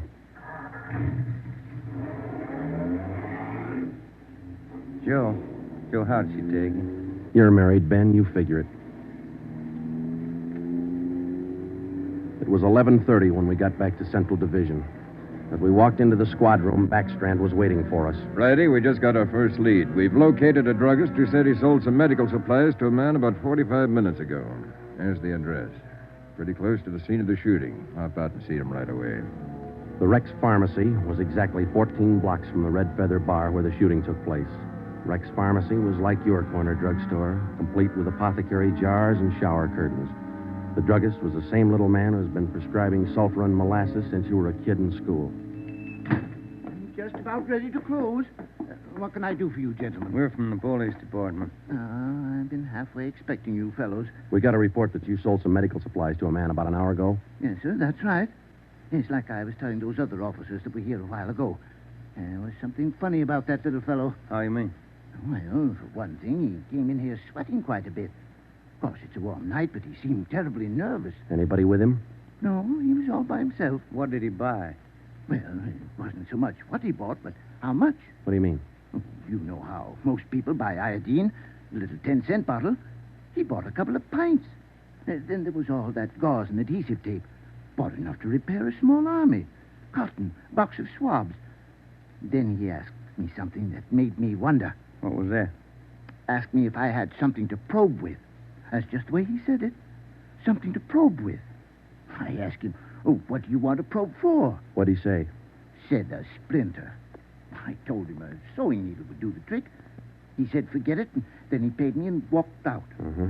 Could you describe the man? He was a small man, dark. Like I said, awful nervous. You think you could identify him? Oh, sure I could. If I ever saw him again. Well, did he leave on foot, or was there a car outside? Left in a cab, parked right out in front. Couldn't miss it. Did you happen to take down the license number? Well, no, I didn't. But I did jot down the taxicab number. Would that help? Taking down cab numbers isn't exactly in a druggist's line, but because he had the presence of mind to do that one small thing, we accomplished in 10 minutes what could have well taken as many weeks. Maybe with this small wedge, we could do what Backstrand wanted us to do. Get the killers before another sunrise. Well, it was close to midnight when we stepped into the drugstore phone booth. I called the cab company, got the night supervisor. I gave him the number of the cab, and he checked his location chart. Cab 375 was operating out of a stand at Wilshire and Greenhaven. He was the right driver, and he remembered the fare. Sure, I know who you mean. A little guy seemed in a big hurry. It was a long fare, though. I took him out to Inglewood. Wait till I check my log sheet. I'll give you the exact address.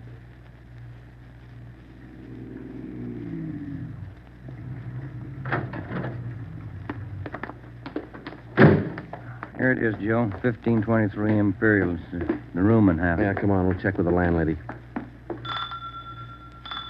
Kind of late, Joe. Yeah, let's stand away from the door, huh? Might not be the landlady who answers. Yes, what do you want? Police department. Oh, well, just a minute. Let me see your badge. There you are, ma'am. I'm Sergeant Friday. This is Romero. Homicide. All right. Now, what do you want? I run a good, clean rooming house It's here. not the house, lady. It's one of your tenants. Which one? That's what we want you to help us on. Look, do you men know what time it is? Come back here in the morning. Sorry, this can't wait till morning. Well, I'm not going to invite you in. We'll talk right here on the porch and keep your voices down. My tenants work during the day. Whatever you say, ma'am. Now, what is it you want to know? We're looking for a small, dark man. Well, I got 3 here. Could fit that description. No, he came in late tonight, about 45 minutes ago. I wouldn't know about that. I don't spy on my people. This is very important. You'll have to keep your voices down. Sorry. He's dark and he's small. Oh, I didn't just say he was dark. You must mean Mr. Tyndall. What's he done? What's his room number? He's in room 10, but I can't allow you to tramp up and down the stairs at this hour. You'll wake all my roomers. We'll be as quiet as he wants us to be. Now, what do you mean by that? Is there going to be trouble? I don't know, lady. Where do we find number 10?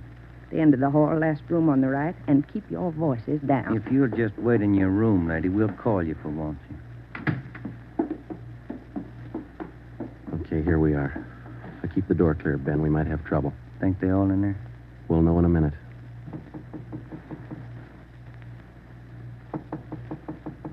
Who is it?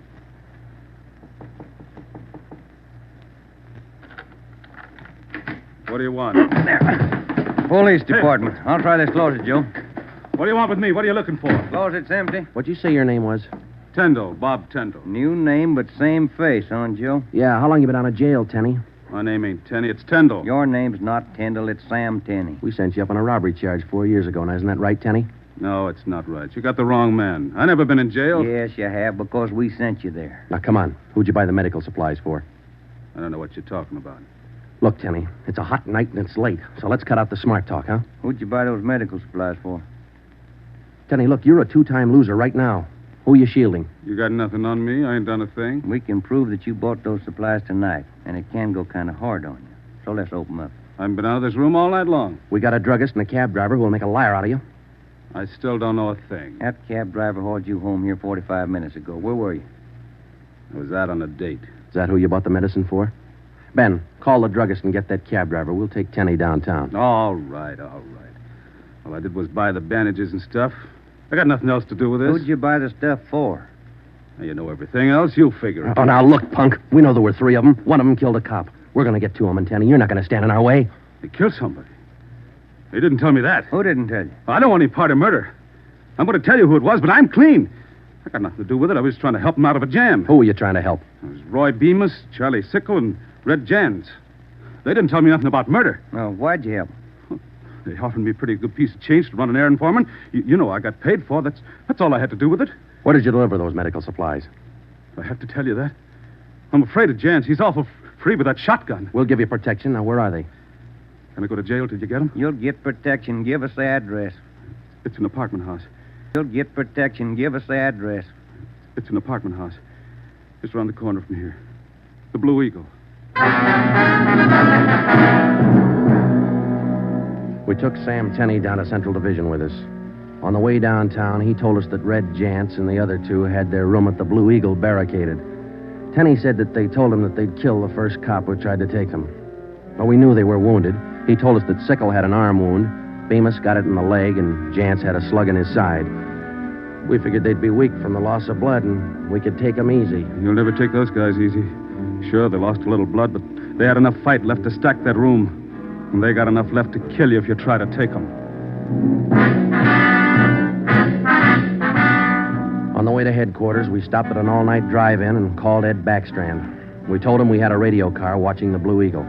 We gave him the whole story and told him we were on our way in.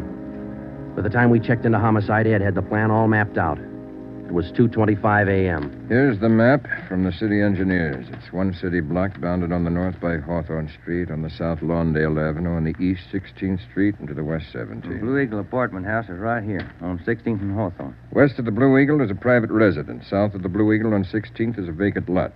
There are 12 apartments in the building. The men we want are on the second floor, number 11. And that apartment faces east on 16th. How do you want to handle it, Ed? Now, Baker and Moorheim will evacuate the private residence. Friday, and Romero clean out the apartment building. Right, Skip. All traffic is being diverted. The entire block is completely isolated. We'll throw up a cordon. As soon as we clear the residence, nobody goes in, nobody goes out.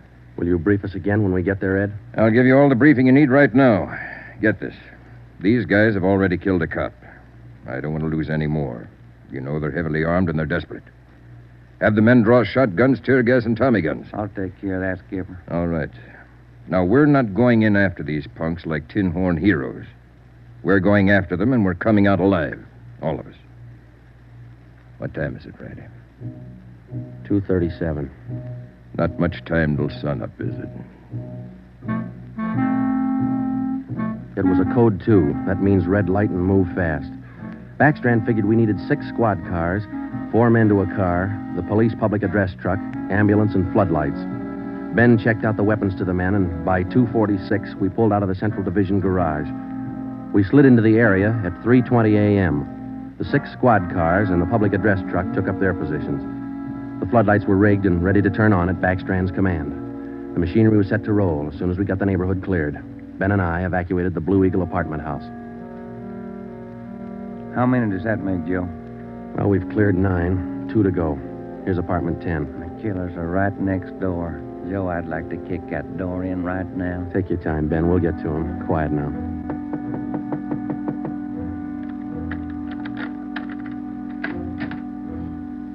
Yeah, what is it? Police department. May we come in? Yeah, of course. What's the trouble? No trouble. We're evacuating the building. Now, we'll have to ask you to leave by the back door. We'll notify you when to return. Please leave quietly and lock your door. What's going on? No time to explain. Thank you very much for your cooperation. Okay, now, we'll skip 11 and go to 12. Yeah.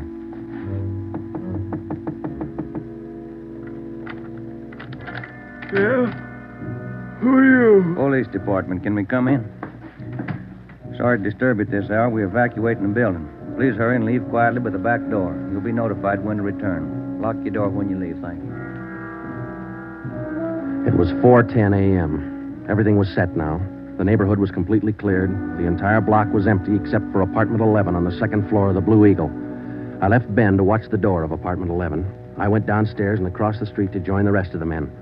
It was Ed Backstrand's show from here on. That's it, Ed. All set. Baker, Moorheim, all clear? All clear, Chief. Baker, you and Moorheim take 3 men and cover the rear of the building. Right. Is that detail covered Hawthorne Street? They're all set, Ed. How about the vacant lot? Taken care of. The rest of you men? Yeah. Friday and I are going into the building. We'll try to get him to come out now. Johnson. Yes, sir? Come with us and keep us covered. Let's go.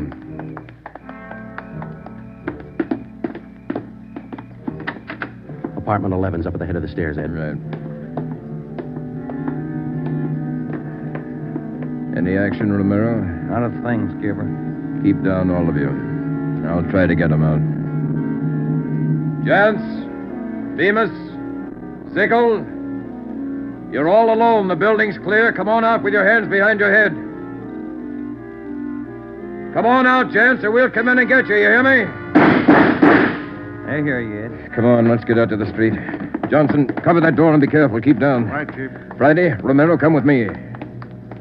We left Sergeant Johnson to watch the door, and we ran out into 16th Street and ducked down behind the police sound truck. The floodlights hit the side of the building. Backstrand grabbed the microphone. Gents, Bemis, Sickle, you've got 30 seconds to come down out of that room. Walk out backwards with your hands behind your head. Stay together. Don't fan out. 30 seconds, gents. They're making it tough, Ed. Marlowe, lob some tear gas through that window. Right, Skipper. Come on out, Bemis. We're giving you a chance. That's more than you gave that cop in the bar. Come on out. That's Jance, Ed. He isn't coming out. They must have got Johnson because they're in another room. Shoot the gas in there. That's not going to get him out, Ed. Give it time, Flatty.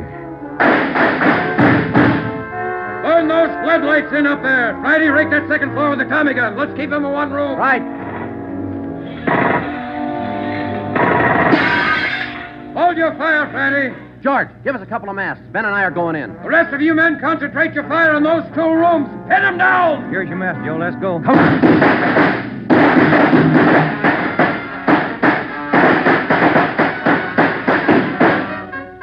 Put that mask on, Ben, and keep down. Yeah, wait a minute.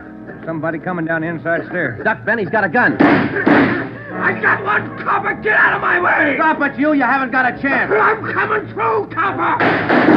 I think I stopped him, Joe. Can you see Johnson? No, it's too much gas in there. All right, you 2 up there. We got one of you. The other 2, come on out. Joe, think we got him? I don't know. Can you see Johnson? No, Joe. It's still too thick in there. I'm going in, Ben. Cover me. Come on. We know there are 2 of you up there. Just one, copper. Throw your gun down the stairs ahead of you. Hurry up. Shotgun, Joe. Jance. I see him. I'll take him at the foot of the stairs. All right, I got my hands up. I found Johnson, Ben. All right, Jance, outside. Come on. Move. Put the handcuffs on him, Ben. I'll cover you. How's Johnson?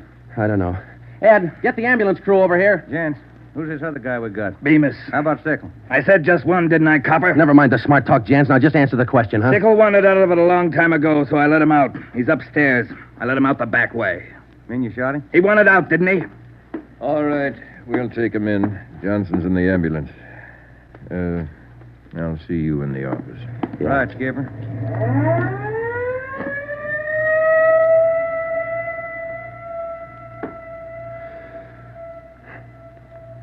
How about a smoke, huh? No. Yeah. Here you go. Backstrand said he didn't want those men to see another sunrise. Yeah. 5 minutes to 5, Joe. Sun ought to be up. Yeah. But look, Ben. It's cloudy. Guess we'll never know, huh?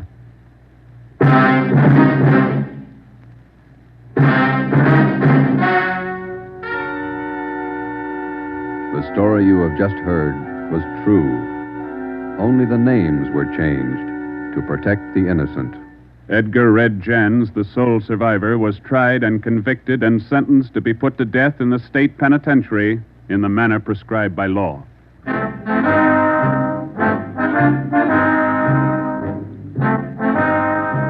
You have just heard the 4th in a new series of authentic cases from official files.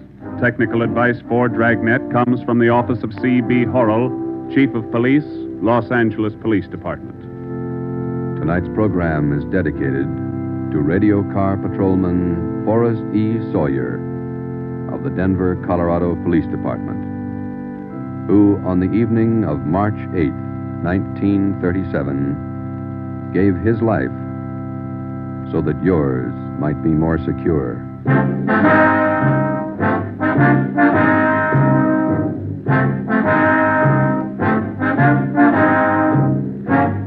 Dragnet came to you from Los Angeles.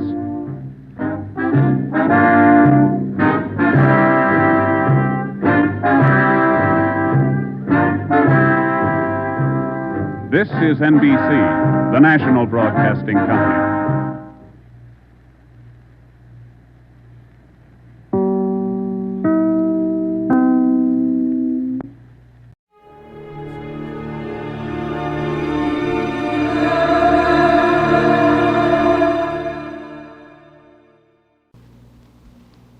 Here's another in NBC's great parade of new shows.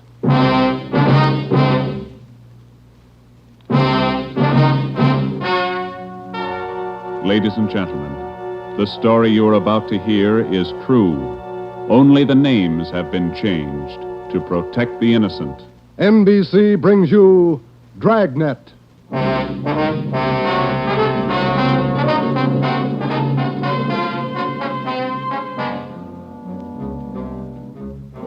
You're a detective sergeant.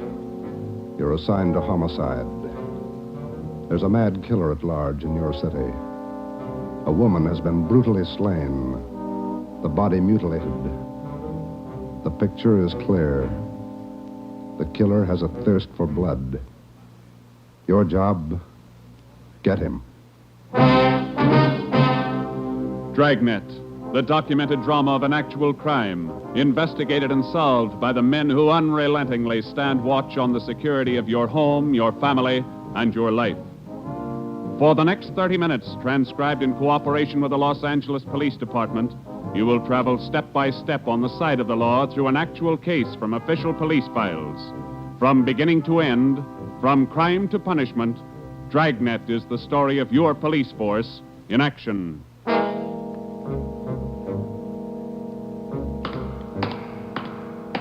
It was Wednesday, January 12th. It was raining in Los Angeles. We were working the night watch out of Homicide. My partner's Ben Romero. The boss is Ed Backstrand, chief of detectives. My name's Friday. I was on the way back from the morgue, and it was 11:23 p.m. when I got to room 42. Homicide. Hi, Joe. Chief wants to see you. He's in there with Romero. Thanks, Chandler. How's the wife? Fine. How about your mother? Better, thanks. Hi, Joe. Hi. Friday, sit down. Did they post the body yet? In the morning. Pretty messy. Strangled and mutilated. The guy's a maniac, Skipper. The body shows it. A murder like this, anybody's a suspect. The coroner looked at the body. He says the weapon was a long, sharp instrument. Found her in a hotel down on East 3rd Street. Manager's son discovered her about 7:30. You talked to him? It was too much for him. He passed out. Manager wasn't home. We'll check with him before midnight. Close to it now, Joe. We better get going. All right. The boys from the crime lab check the room? They're still down there, Ed. The place is a mess. And get back as soon as you can. We're working straight through on this thing. That's a hot shot. I'll get it. At the Lux Hotel, room 219, corner of South Grand and Cordova. Dead body. Possible homicide. The Lux Hotel, room 219, corner of South Grand and Cordova. A dead... What is it, Friday? Lux Hotel, possible homicide. Busy night. Yeah. You coming, Ed? Right. Let's go.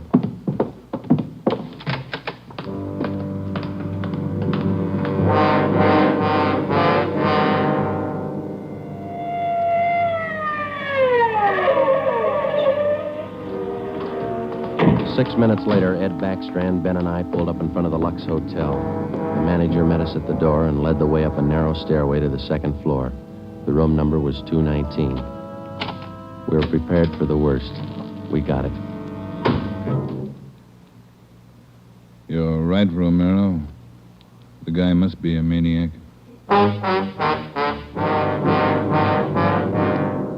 Two hotels, two murders. The same M.O. Three of us made a brief inspection of the room at the Lux Hotel.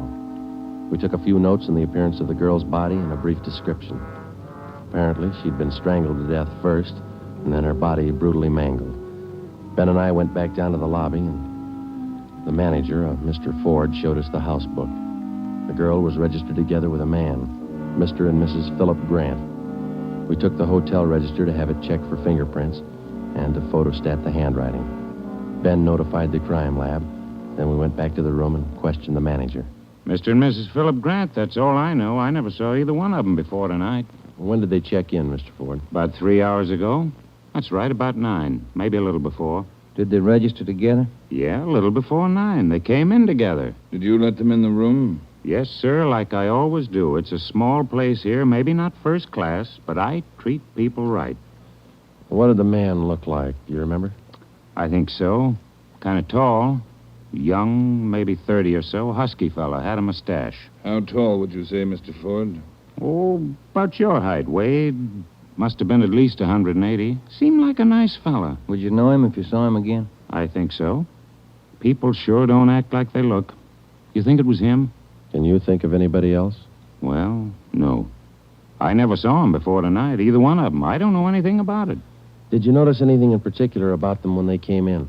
Well, he didn't show it, but it looked like she'd been drinking a little. Giggling, you know. And you didn't see this man Grant leave the hotel? No, I didn't. I must have been checking the account books back of the desk. Guess he got by me. Is there a back entrance to the hotel, Mr. Ford? No, he had to come out this way, all right. How about the fire escape? I never thought of that. Say, I bet you cops think I'm trying to hide something. How did you happen to find the body? I don't know anything about it, honest. I've been running the hotel for 10 years now. Everybody knows me around here. You can ask at the bank. All right, Mr. Ford. Now, would you mind telling us how you happened to find the body? I don't want a lot of lousy newspaper publicity. Give the place a bad name. Can you blame me? The newspapers won't get your name from us. All we want to know is how you happened to find the body. Well, I told you. It's a small place here, but I like to treat people right. A couple hours after they checked in, I remembered I forgot to fill the ice water pitcher in the room. So I got some and took it up. The door was opened a little ways. It's got a bad catch on it, and the lights were on. I peeked in, and there she was. She was... Well, the guy must have been crazy. Do you remember what time it was when you found her?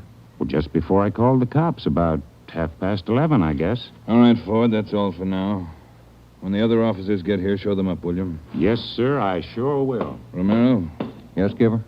Get on the phone downstairs and call the Metropolitan Division. Have them send us every available man from the reserve unit. We're going to patrol the area for the rest of the night. Right, G. Least we can do is make it hard for him. 2 murders in 7 hours. Yeah, both of them in a 3-block radius. Same pattern. It's got to be the same guy. All right, we got a description. What do you think? Well, when the reserve unit shows up, have them cover this whole section of town. Pick up everybody who even comes close to that guy's description. All right, Ed. It's got to go fast. We can't lose a minute. 1 hour either way, it might mean another body. Like this one. 9 minutes later, at 4 minutes past midnight, the men from the crime lab showed up. It started to drizzle. They went over the room in detail. They dusted everything in the room for fingerprints, the walls, the doors, the fixtures in the bathroom, the lamps, chairs, everything. They took samples of the girl's blood and her lipstick. Small pieces of flesh and human hair were found under the girl's fingernails. The nails were scraped carefully and the contents put in an envelope, marked and sealed. Ed Backstrand ordered pictures taken of the room and the girl's body from different angles. Every object in the room that could have any possible tie-in with the murder was photographed. It was raining. The rear of the hotel where the fire escape was overlooked a vacant lot. Ben had a hunch. While the lab men were at work, we left the hotel and circled around into the lot for a look at the ground directly underneath the fire escape ladder. It was raining hard now. Must be an easier way to make a living. Mud's almost up to my knee. Mine, too. Watch your step. See any prints? No. Wait till my wife sees these new shoes. Put it on your expense account. Oh, real funny. Ben, get that light over here. Look. Yeah. Good set of prints. Lucky that rain didn't start turning to wash them out by now. Yeah. Hand me that cover from the trash can over there. I'll cover them. Wait a minute. What? Here, on the edge of the fire escape ladder. Small hunk of cloth. Man's suit? Well, looks like it. Might have caught himself in that sharp corner. I got it. All right, come on, let's get back. Yeah, out of this mud bath. Yo, Huh? let me have a light. You catch anything? Hunk of wrapping paper in that trash can. Stains on it. Open it up. Look. Yeah, a butcher knife. We went back to the Lux Hotel, room 219. The lab men were tearing the room apart. It was 10 minutes to 1. We gave the blood-stained knife and the piece of cloth we found on the fire escape to Lieutenant Lee Jones, head of the crime lab. We told him about the footprints just below the fire escape ladder. The knife will help us, so will the cloth.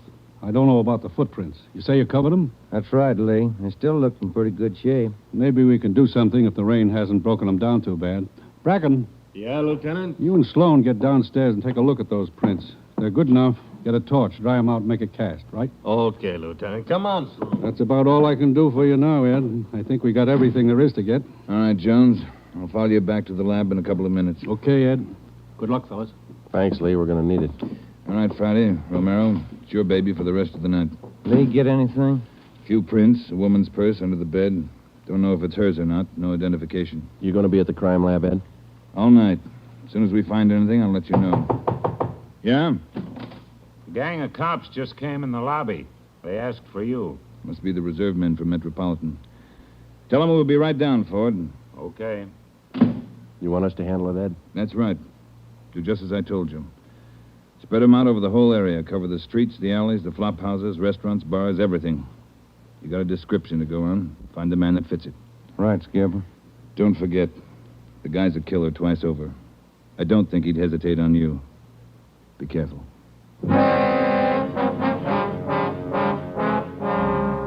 We went down to the lobby, and Ed Backstrand gave the reserve men their orders. Then Backstrand left, and Ben and I took over. We picked up another half-dozen men in addition to the men in the reserve unit. They were deployed over an area of a dozen square blocks. It was one of the toughest sections of the city. With a general description of the suspect, some of them were to travel on foot, some in cruiser cars. A few minutes before 1 a.m., there was a steady downpour. Visibility was bad. At 3 minutes past 1, the manhunt was on.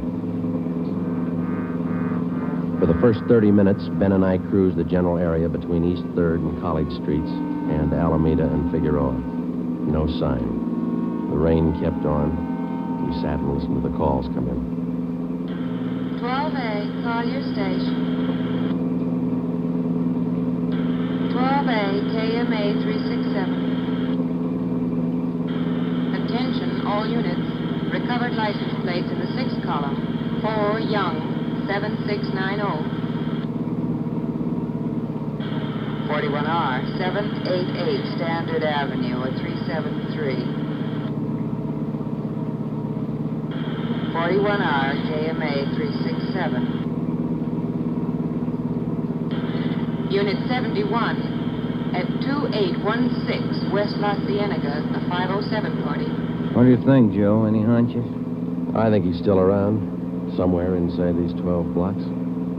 I'd bet on it. 5? All right, you're on. Want to check out a couple of these bars along here? Getting on to closing time. It's a good idea. Pull over, huh?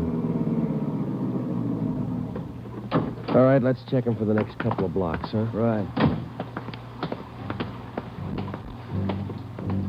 For the next 6 blocks until closing time, Ben and I checked every bar and every informant we met along the way. The questions got to be automatic. Have you seen a man answering this description?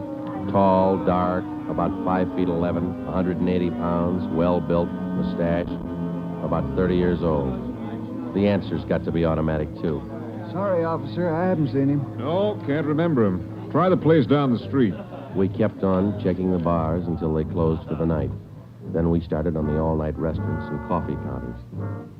We did plenty of legwork for the next hour. Not a trace. About 2:30, the rain let up a little, and then it started in heavy all over again.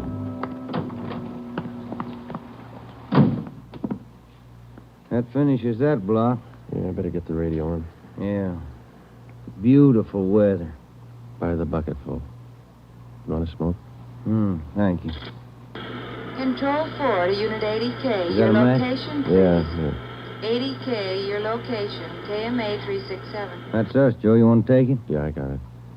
80K to Control 4. 80K to Control 4. Our location, corner of Alameda and Commercial. KMA 367. 80K, stand by. Something doing. Maybe. No, hold on a minute. Control 4 to 80K. Go to the crime lab, code 2. 80K to Control 4, KMA 367. Crime lab. Maybe those prints paid off. Well, I hope so. Let's go. That killer sure picked fine weather to work in. Feels like I just been swimming in these clothes. Yeah. I hope those guys in the crime lab have the heater on. A hot bath and a warm bed lead me on. Attention, all units. Hold on. Let's get the radio. All units. At 420 St. John's Place, a woman screaming. At 420 St. John's Place, a woman... All right, double around, Ben. Hit the siren. I'll get the light. Right, hold on. Left turn on the market, is that right? Yeah, watch out for those car tracks. They're wet. Hold on again. The alley up ahead to your right, huh? All right, pull up, Ben. Put the street light over there. There you are. All right, come on. Let's go. Officer! Officer, over here! All right, what happened? Let's have it. This girl, Rita, she was coming home up the street. A man, he tried to grab her. He slashed her coat. Look at her. I saw him as he ran under the streetlight. Where'd he go? Down that way, down the alley, over that fence there. A big man. Davis, you there? Yeah, Joe. All right, Ben, go with Davis. Circle behind the alley. See what you can find. I'll call in. All right, come on, Dave. Yeah. Officer, look at her face. What's wrong with her? Severe state of shock, it looks like. Get her in the house, huh? I'll call an ambulance.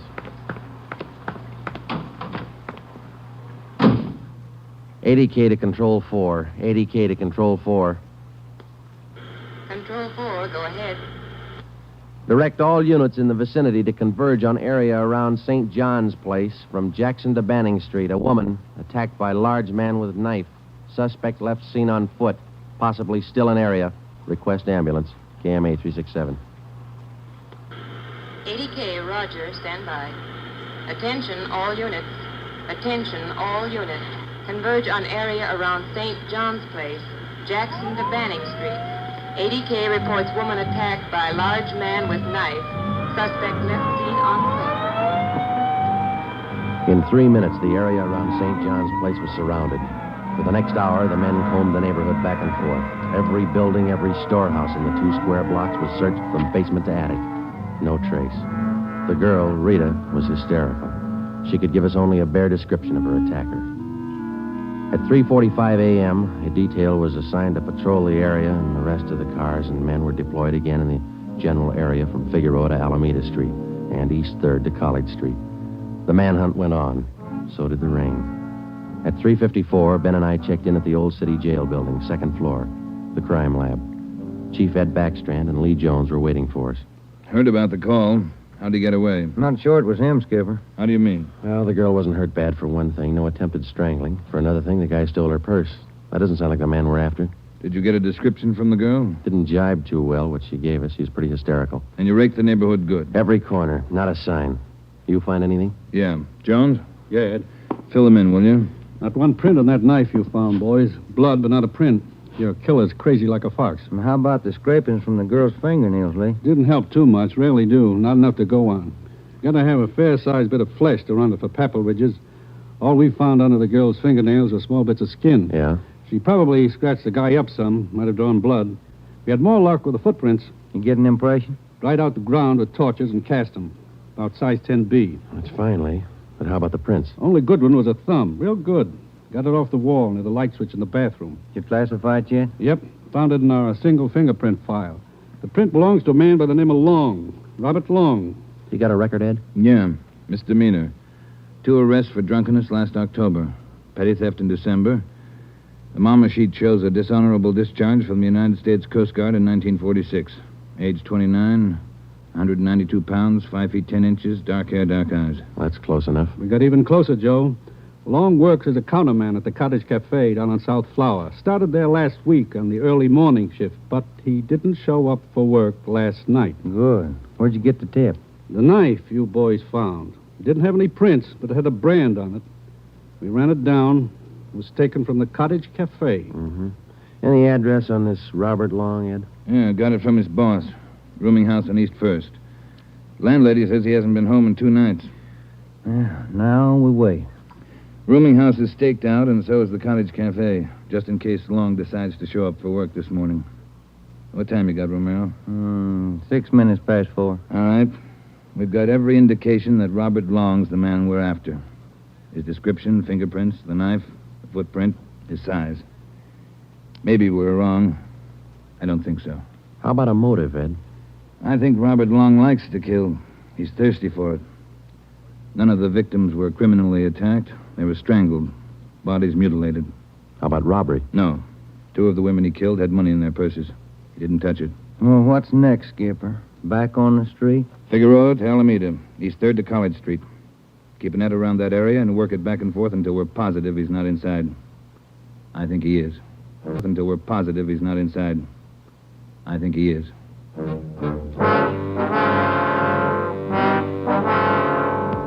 At 10 minutes past 4 a.m., Ed Backstrand, Ben, and I left the crime lab and drove to the surrounded area.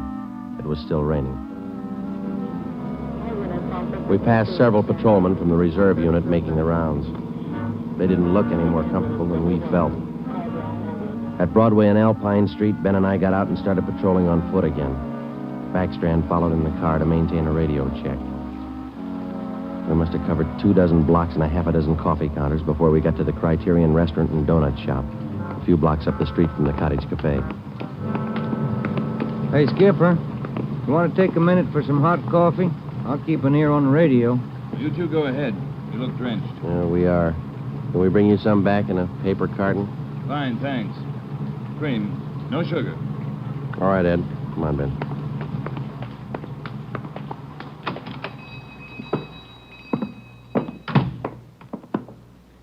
Place is empty. Yeah. Yes, sir, gentlemen. What'll it be? Hot coffee? Yeah, there's 2 of us here. Can you fix up 1 to go? Sure thing.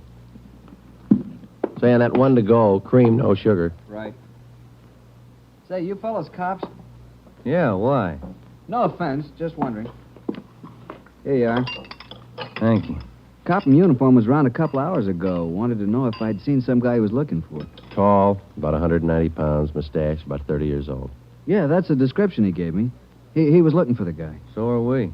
Say, that's good. That other cop came in right at my busiest time, a little after 2 when the bars closed. You know, it gets pretty rushed, and I didn't have much time to think, so I just said no. Then after the cop left, I remembered. You saw a man answering that description tonight? Yeah. I would have told the cop, but I was rushed. You know how it is. No time to think, and then I remembered. Are you sure?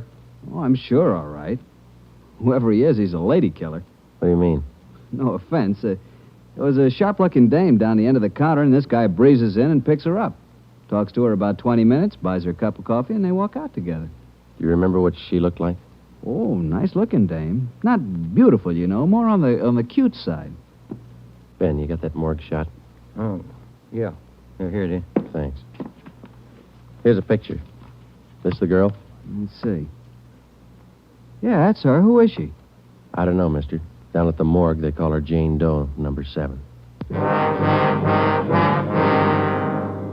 Just by accident, we'd come across a concrete lead on the killer's method of operation. The picture we showed the man in the donut shop was a shot of the Strangler's first victim the night before.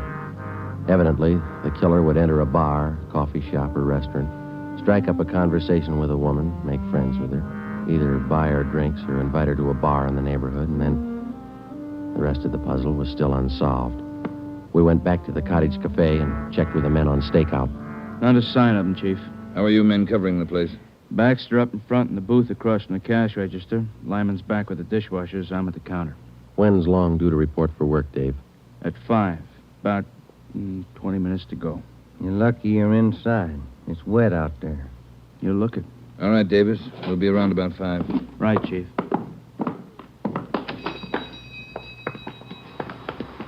Let's get back in the car.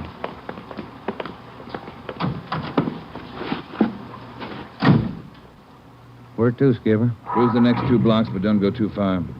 If Long shows up for work this morning, we want to be around.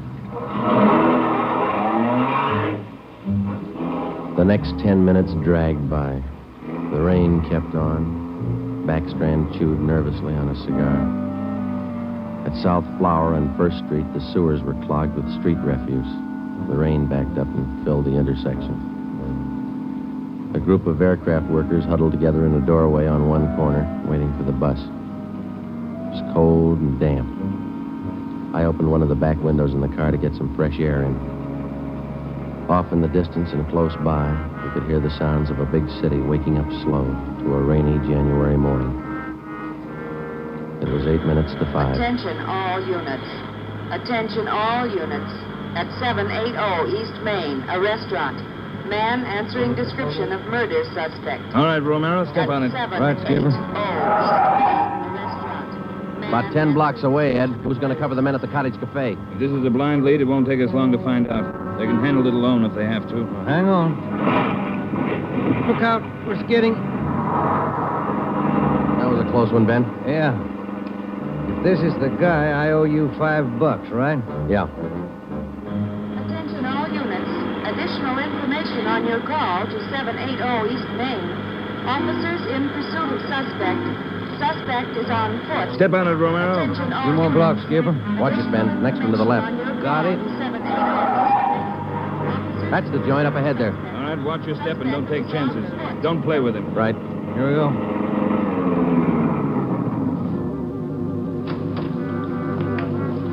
He went out the back, ran down that alley. Come on, Ben. Behind you? You men, hustle it. Circle around the block and choke off the alley. Fast! Jefferson, home. Go with them. Right? All right, over the fence, Ben. Ben, look out, look out. You all right? He's not that good. Come on, Joe. All right. There he goes. Between the buildings. Stop or I'll shoot. The next house. He ducked into the basement. All right, cover me. Right. Come on, he broke through the garage doors. There's Davis. Dave, he slipped through. Get down to the next corner and ring the block. Yeah. Ben, did you follow him? Yeah, right on his tail. That warehouse, a couple of lots over. He went through the back. There it is, Joe. All right, don't go in blind. Watch out. All right, you haven't got a chance. Come out with your hands up. He's not stopping, Joe. All right, let's fan out. All right, Ben, cover me. I'm going for the door.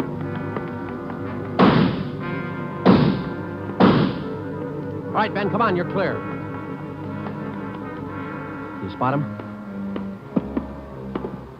There he is. Let's get him. Close. He's in a good spot. Let's move.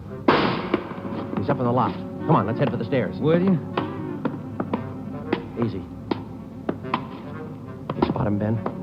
No. Not a sign. Ben, look out, that packing case.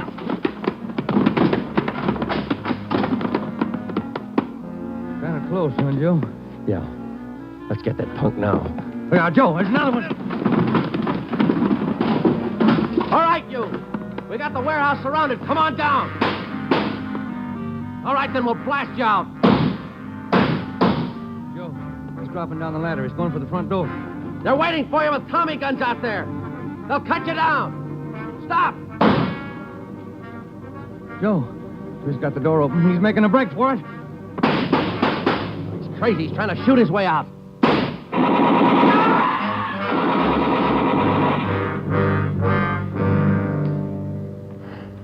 Well, he asked for it.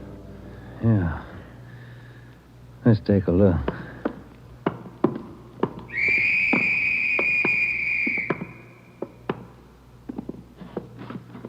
Messed up. Well, like his girlfriends. Yeah. Maybe he just didn't like women. Maybe.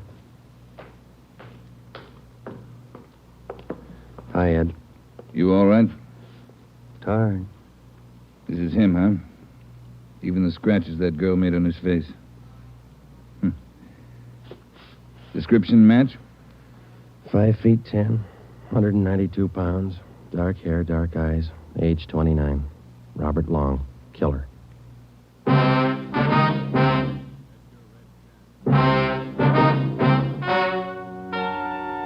The story you have just heard is true. Only the names were changed to protect the innocent.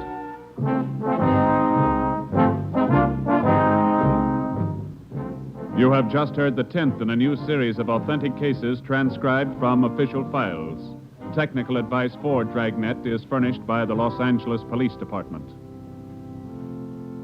Tonight's program is dedicated to Detective Louis A. Abbott of the Chicago Police Department, who on the afternoon of March 3rd, 1947, gave his life so that yours might be more secure.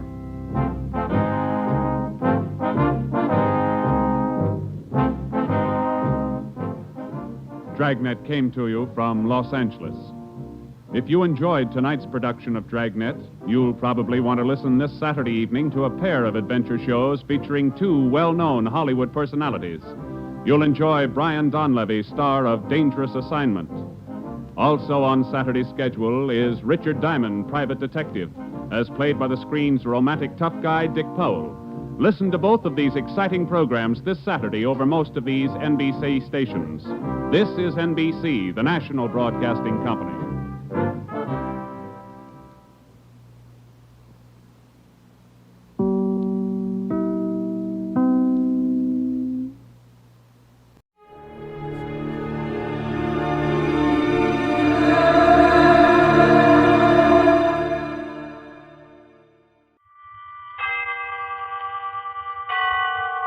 Autolite and its 98,000 dealers bring you Mr. Jack Benny in tonight's presentation of Suspense.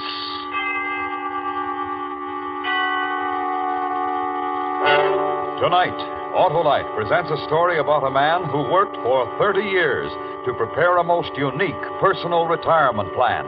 The story is called A Good and Faithful Servant. Our star, Mr. Jack Benny.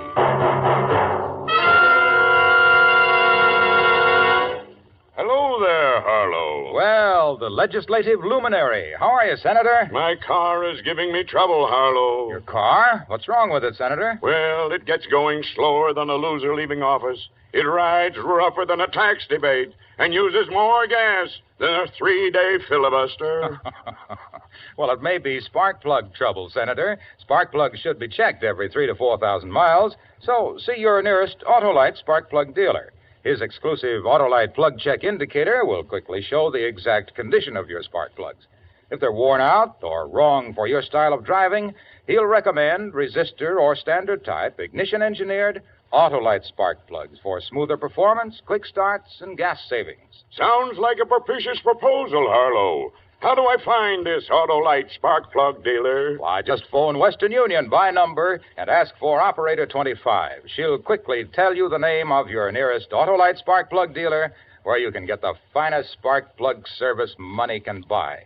And remember, from bumper to tail light, you're always right with Autolite. And now, with the performance of Mr. Jack Benny, Autolite presents transcribed A Good and Faithful Servant, hoping once again to keep you in suspense. I know you've been through a lot, Mr. Fenton, but if you could just try to recall anything else about the appearance of the two men. Lieutenant, couldn't this wait? Fenton has spent 14 horrible hours locked in a vault. And while I admire his spirit and pluck in bearing up as well as he has... I'm just trying to get something to go on, Mr. Waterman. Do you want your money back or don't you? The welfare of my employees comes first, Lieutenant. First, last, and always. And you're insured. Mr. Fenton. Don't answer if you don't feel up to it, Fenton. I don't mind, Mr. Waterman. I'm anxious to cooperate. Now, as near as I can remember... Be sure you get this, Florence. As near as I can remember... Of course, I had only a flash before they forced me into the vault. We understand, Mr. Fenton. I had the impression of one being tall, but not too tall, and the other one was shorter. But not too short. Exactly. And they were wearing masks, rubber masks. One had a Lionel Barrymore mask, and I think the other was Dick Tracy. It was quite a shock to see him. Aha. The Brinks gang, Lieutenant. The Brinks gang to a T. Maybe. Mr. Cartwright, would you come over here, please? Mr. Cartwright, is it the practice to keep large sums of cash on hand overnight at the store? Well, yes, the store does a tremendous cash business, Lieutenant. Tremendous. And yesterday was Dollar Day. Thank you. Mr. Cartwright, how did it happen that Fenton was alone in the cash room when the bandits entered? Did he customarily close the vault for the night? Well, not customarily, no. When I'm unavoidably called away from the store... Does this happen often? Well, very seldom, Lieutenant. Very seldom. But it happened yesterday. And two men walked in, put you in the vault, and walked out with a big hunk of money. At precisely 5:56. Mr. Cartwright opened the vault this morning at 8:02. Correct, Lieutenant. We won't know how much they got until I can make an audit. And if there's any question, Lieutenant, of corroborating Fenton's story, I need only to say that he's been with Waterman's for 30 years, a good and faithful servant. More exactly, Mr. Waterman, 29 years, 11 months, and 29 days. I was due to retire tomorrow before this unfortunate circumstance arose, Nonsense, Fenton. You'll retire tomorrow. And if there's any question, Lieutenant, of Fenton's character, his honesty, his devotion... Yeah, sure. You can go home, Mr. Fenton. Better get some rest. If you want to duck the reporters, go out this back way. Well, what do you think, Mr. Waterman? Entirely up to you, my boy, entirely. But in these days of doubt, of confusion, and dishonesty in high places, I believe your simple story of courage and devotion to duty will be an inspiration everywhere. Mr. Waterman, I am ready to face the press.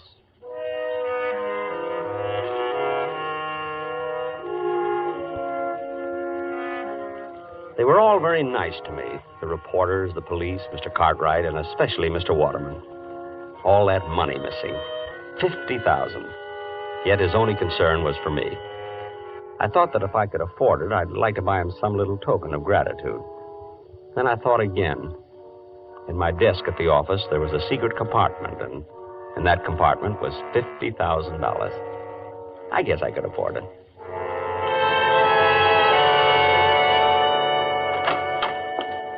Yoo-hoo! Mother, I'm home. Good morning, Harold. I hope you haven't had breakfast. I've kept it hot for you. You're not going to ask me how it went, Mother? Oh, I heard over the radio. But I wish there'd been some way of doing it that it wouldn't have kept you out all night. Oh, I wasn't out all night, Mother. I was in a vault. I know you were, Harold. And if you keep on, you're going to end up with that same sinus strip your father used to have. Oh, Mother, it was a perfectly dry, warm... Oh, never mind. Eat your cereal, Harold. You'll feel better. Mr. Waterman told me to take the day off, Mother. I'm not going in until tomorrow. That was certainly big of him, after all you've done for them. How much did you get? $50,000. It's in my desk at the office, in the drawer with the false bottom. In your desk? Will it be safe there, Harold? Well, no one will be looking for it. Harold, you don't think you'll have any trouble getting the money out of your desk? I think things will work out all right. See, according to my plan, Harold, you see, I told you from the beginning you weren't strong enough for this type of thing.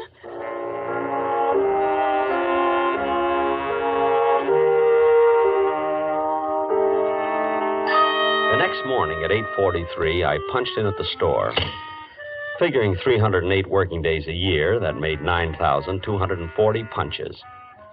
It was a little strange to think of this being my last. I walked through the store to the elevator, past lingerie, ladies' gloves, and perfume the way I always went. But this morning was different. People looked up when I passed. They spoke to me. They knew who I was. Even the brunette in perfume smiled at me. I almost stopped, but I couldn't think of anything to say. In the elevator, one of the girls asked me how I felt. Still scared, I said, and they laughed. They wouldn't have laughed any harder for Mr. Waterman. I got out at 8, my floor, and as I went into my office, Miss Prentice, Mr. Cartwright's secretary, looked at me. 23 months and 2 days she'd been looking at the top of my head. But this morning, she looked at me. And she smiled. I guess I smiled back. Good morning, Mr. Fenton. Good morning, Miss Prentice. It wasn't much, but I felt it could have been a start. I was almost sorry this was my last day. Fenton, did you hear me? Yes, Mr. Cartwright. I heard you, Mr. Cartwright. All right. A big workload piled up yesterday when you took off, and we haven't anyone new coming in till tomorrow.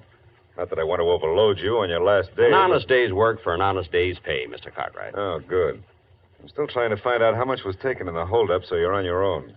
I think I can tell you almost to the penny, Mr. Cartwright. I'll make my own check. And how about the work Oh, good morning, Mr. Waterman. I was just, Well, Fenton, back at the old desk, eh? Well, I just didn't feel right away from it, Mr. Waterman. Hey, I got a surprise for you this afternoon, Fenton. Going to make a little ceremony out of your retirement. A ceremony? Good for store morale. Right, Cartwright? Oh, absolutely, Mr. Waterman, absolutely. And about that request of yours you made last week, Fenton, I wouldn't be a bit surprised if we can swing it. Oh, you're too kind, Mr. Waterman. Oh, my boy, when you work for Waterman's 30 years, you've got something coming to you. No. Really?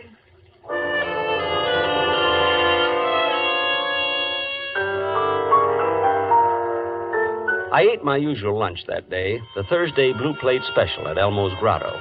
70 cents plus the usual 10% tip. 7 cents. With the usual 20 minutes left in my lunch hour, I headed for the park with a nickel bag of peanuts. The squirrels were going to miss me.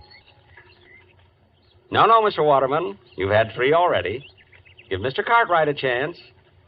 Sit up, Mr. Cartwright. Sit. That's it. That's it. Excuse me. Would you mind if I join you, Mr. Fenton?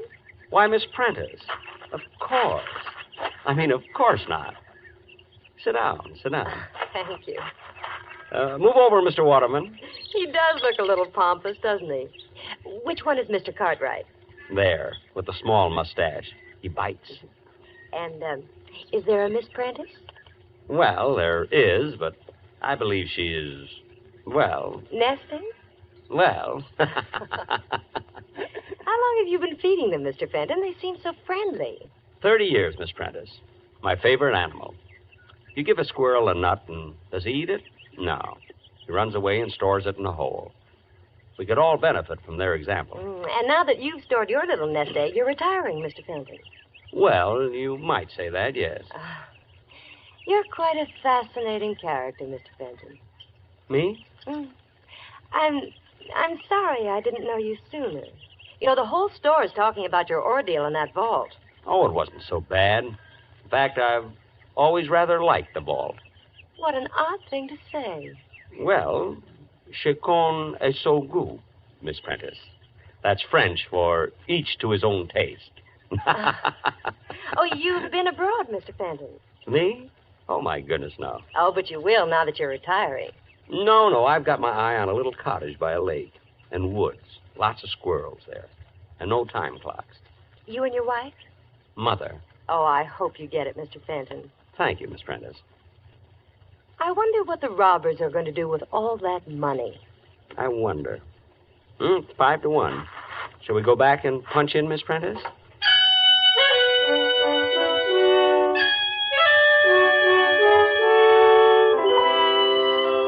She let me walk all the way back to the store with her. And in the elevator, Mr. Bixler, Sporting Goods, winked at me. Funny, for 10 years I'd had the feeling Mr. Bixler didn't like me.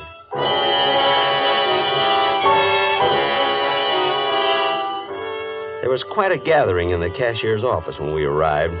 All the executives from Mr. Waterman's down, and the editor of the store paper wandering through Waterman's. I'd sent an item to him last summer. Mr. Fenton of Cashier's Department spending his 2-week vacation at home. But he never printed it. Well, come in, Fenton. We've been waiting for our, shall we say, guest of honor. Me, Mr. Waterman? You, Fenton. We have a little ceremony which I'd hope to conclude before the lunch hour was over. Oh, I'm sorry, Mr. Waterman. Think nothing of it. This is your day, Fenton, your day. Oh, going to get a shot of the two of us, Wolf? Yes, sir, Mr. Waterman. Over by the door. Oh, if you don't mind, I'd like it sitting at my desk. I feel more, secure there. By your desk. How's this? Got it? Good. And now, Fenton, we all say farewell to a good and faithful servant, one who has given 30 years of his life as a contribution, however small, to making Waterman's the great institution it is today. Well done, Harold Fenton. Thank you. A modest man, but conscientious. His regular comings and goings passed almost unknown to many until his ordeal of 2 days ago. Locked all night in the vault by brutal and rapacious thieves. A night in which, in his own words, he relived each and every day of his 30-year service to Waterman's. Oh, greater devotion hath no man. Oh, it was nothing, really. And now, his labor's done, his burden borne, Fenton will live out the rest of his days in ease and comfort, because he has arrived at the retirement age of the Waterman pension plan, by which he will receive... $31.68 a month. $31.68 a month for as long as he lives. Thank you. And now, a little surprise for Harold Fenton. A week ago, in a letter to me, our good and faithful servant asked that on his retirement he be given permission to purchase for his home his old desk. Well, actually, Mr. Waterman, I don't know what I'd do without it. Oh, frankly, I put in a lot of thought on this simple request. I weighed the factors in my mind. On the one hand was Fenton's 30-year service. On the other... Mr. Waterman. On the other, he was already receiving his pension of, his pension. However... Please, Mr. Waterman. However, Fenton, my boy, I decided to go you one better. One better? Not a new desk. Nothing so unsentimental. Fenton, instead of allowing you to purchase the desk, I'm giving it to you. Phew. All right, boys, right in here. Take the desk wherever Fenton here wants it. And now, back to work, everybody. Month-end clearance today. Whoops. Easy, men. Don't drop it. Easy. Fenton, my boy, in the years ahead, when you're seated at your old desk, think of us, won't you? I certainly will, Mr. Waterman. I certainly will.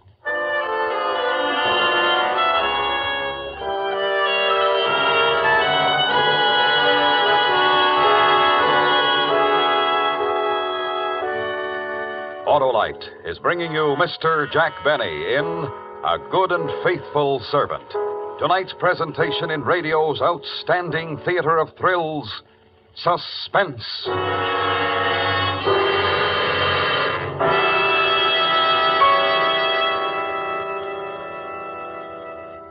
Well, Senator, did you take my advice? Why, yes, Harlow. My Autolite spark plug dealer turned my worn spark plugs out of office and elected a set of ignition-engineered Autolite spark plugs. A wise move, Senator. Those Autolite spark plugs are designed by the same Autolite engineers who designed the coil, distributor, generator, and all the other important parts of the complete ignition system used as original equipment on many leading makes of our finest cars, trucks, and tractors.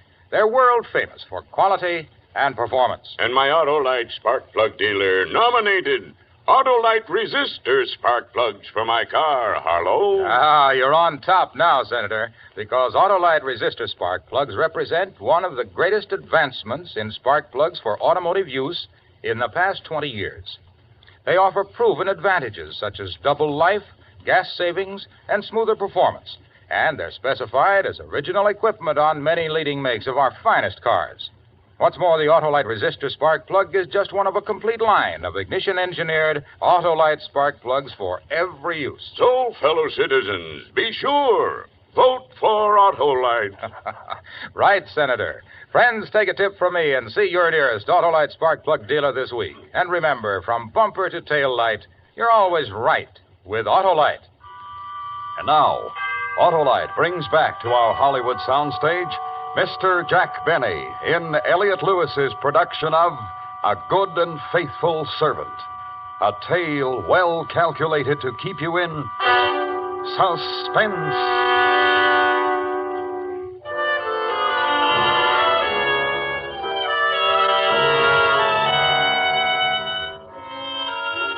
Retirement agreed with me.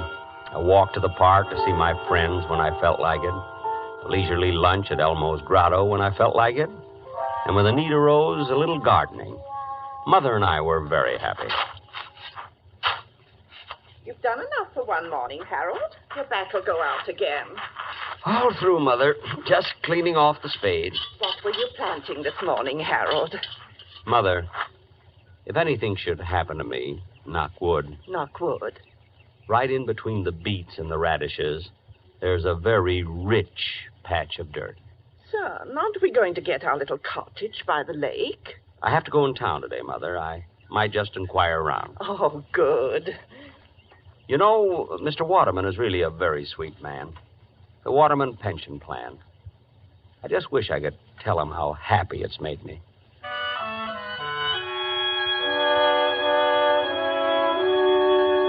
I hadn't told Mother, but Miss Prentice had called that morning. Mr. Cartwright wanted to see me that afternoon at the office, she said. And she asked how I was. What would have happened if I'd asked her to lunch? I almost did, too.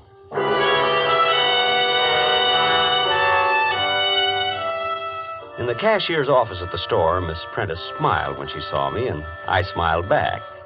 In fact, we struck up quite a conversation. Oh, Mr. Fenton, how are you? Fine. Just fine, Miss Prentice. Retirement agree with you? Yes, indeed. Fine. You notice we haven't filled your old job. No? Oh, yes, indeed. Haven't been able to find another man of your type.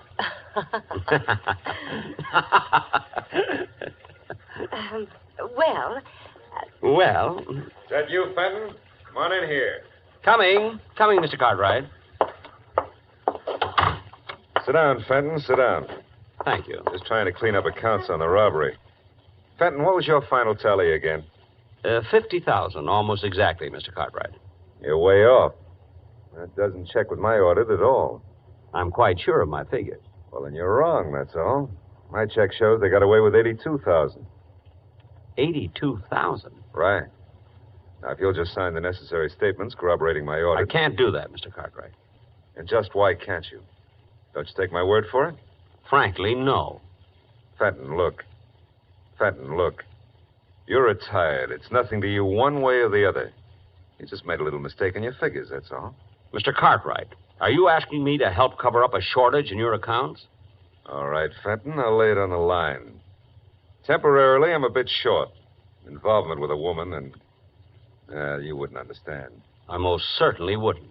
Look, I'll make it worth your while. Shortages are found out sooner or later, Mr. Cartwright. All right, if that's your attitude, let me tell you something, Fenton. I don't like the smell of this robbery of yours. I don't like it at all. What do you think of that? You're implying that I made off with $50,000 belonging to Waterman's? I think it's highly possible. And how are you so sure it was $50,000? Supposing me, for one instant, capable of such a thing, Mr. Cartwright, wouldn't I be much too clever to put my head in a noose by covering up for you? Fenton, if I was talking to an honest man, wouldn't he have taken my story right to Mr. Waterman? I'll give you 5 minutes. Either sign my audit or I go to the police and accuse you of stealing $82,000. Think it over, Fenton.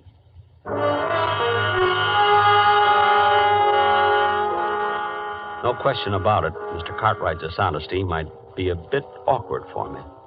My instinct about the man had been thoroughly sound. I had disliked him for 16 years.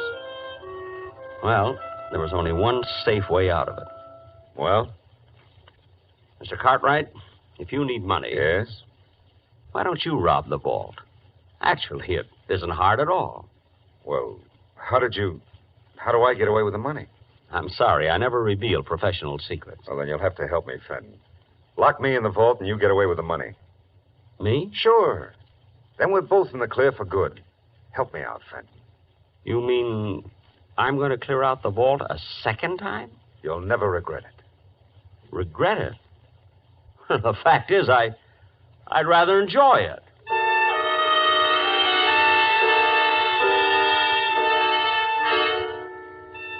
We settled on the following Friday. Friday nights, the store stayed open till 9, and they were having a big white sale that day. The money was already stacked on Mr. Cartwright's desk when I got there. It was a juicy haul. I didn't see Mr. Cartwright around, but... Hello, Mr. Fenton. Miss Prentice. But the money. I was listening when you and Mr. Cartwright made your plans, Mr. Fenton, and he caught me and forced me to help him. You understand, Harold. I mean, Mr. Fenton. Harold. Times like these draw people together quickly, don't you think? Oh, I do. I really do. Miss Prentice. Helen. Thank you. Helen. Miss Prentice. Mr. Cartwright mentioned a woman in his life. You're not the one? Harold, of course not. Excuse me. I just thought...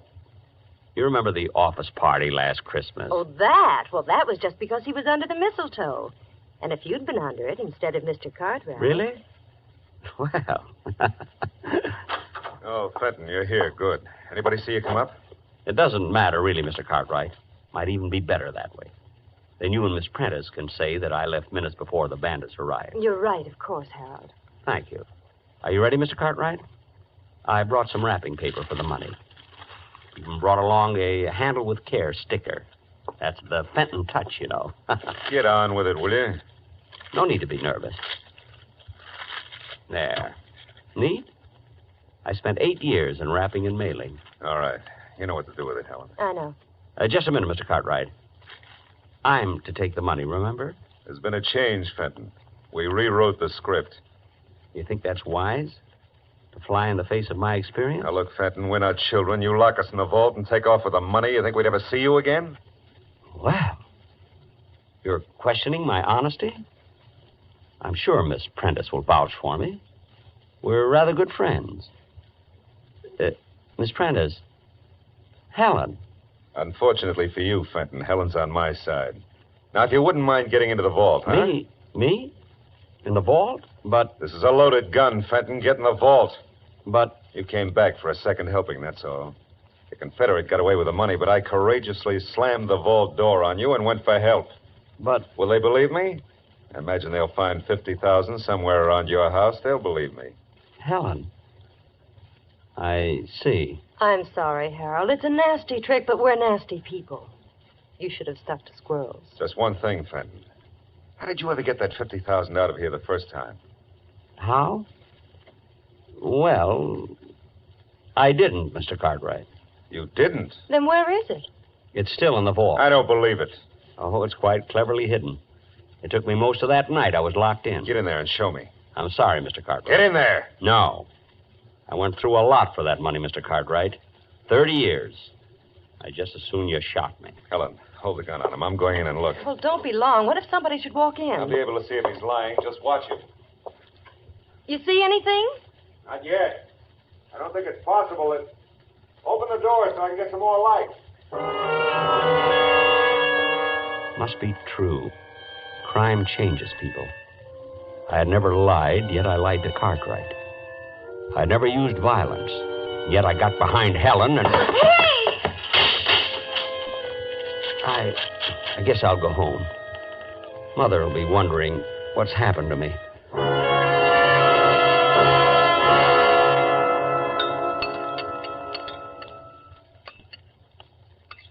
Some more cereal, Harold? I don't think so, Mother, thanks. What time is it? 8:10, son. Well, they would have opened the vault at 8 this morning. The police should be here any minute. Are you sure those two will implicate you, Harold? It seems likely, Mother. The gun would be hard to explain. And I think Miss Prentice will turn on Mr. Cartwright after a night in the vault. Yes, she's just the type. I'm sorry, Mother. I guess I just don't know much about women. It's all right, son. You think they'll be hard on you? Not very. I haven't spent any of the money. The insurance companies always look kindly on such cases. There they are. Harold, how long? 2 years, Mother. Maybe less. Maybe even 1. It's still a long time. A long time? After 30 years in Waterman's? Hardly. I'll get the door.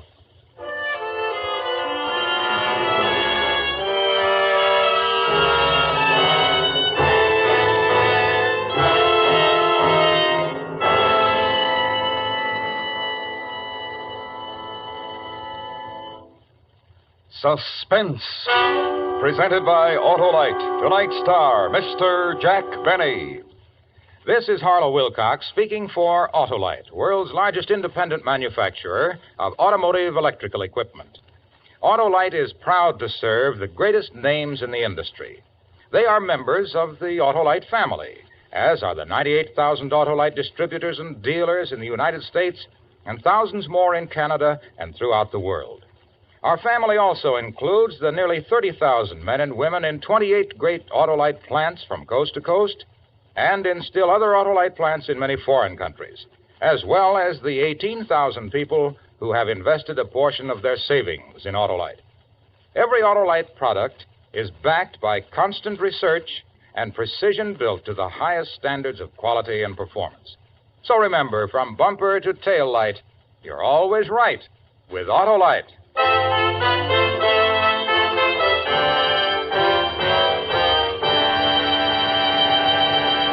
Next week, a story of revenge. The desperate effort of a murderer to destroy the man who had committed him to prison. The story is called Concerto for Killer and Eyewitnesses. Our star, the director of Suspense, Mr. Elliot Lewis. That's next week on Suspense. Suspense is produced and directed by Elliot Lewis, with music composed by Lucian Morowick and conducted by Lud Gluskin. A Good and Faithful Servant was written for Suspense by Richard M. Powell. Portions of this program were transcribed. In tonight's cast, Norma Barton was heard as Mrs. Fenton, Doris Singleton as Helen, Gerald Moore as Mr. Cartwright, Joseph Kearns as Mr. Waterman, Hy Averback as Lieutenant Miller, and Charles Calvert as Mr. Wolfe. For the location of your nearest Autolite spark plug or Autolite battery dealer, or your nearest authorized Autolite service station, phone Western 25. Switch to Autolite. Good night. This is the CBS Radio Network.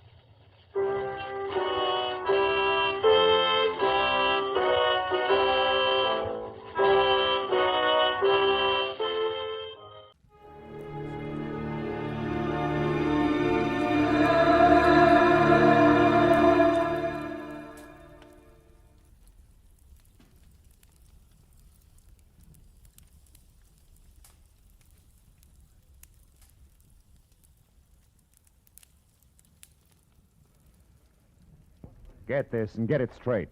Crime is a sucker's road, and those who travel it wind up in the gut of the prison of the grave. There's no other end, but they never learn.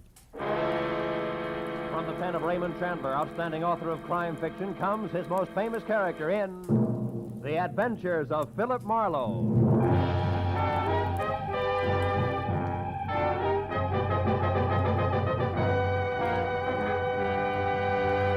Now, with Gerald Moore starred as Philip Marlowe, we bring you tonight's exciting story, The Collector's Item.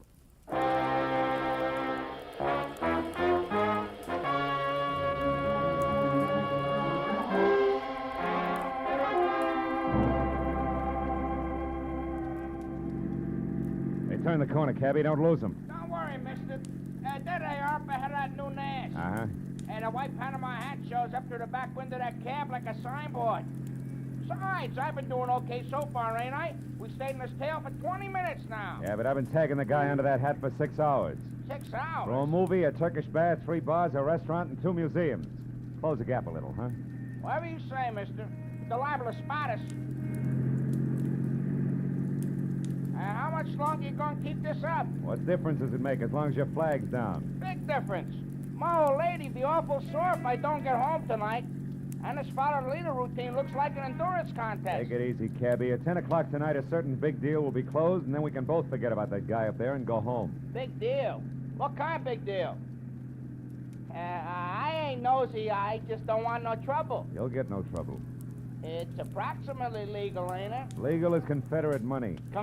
Nah, just a minute. I got a living to earn. I'm serious. So am I. Sirius is a rare coin dealer. Oh, a numismatist. Yeah, that's right. Well, what do you know? I collect Indian pennies myself. Small world. And the guy up there in the hat's trying to louse up for sale, huh? That it? Roughly, yeah. Keeping an eye on him till the deal goes through at 10. He's a screwball from the deep south. Hey, the light's changing. He's gonna be caught. You want I should slow down? No. Pull up behind him. It's okay. Right. Hey, mister, look. You see that? Yeah. Panama hat, it's gone. Yeah, when I drive, it hit his brakes. It disappeared. Pull up beside him, quick. Can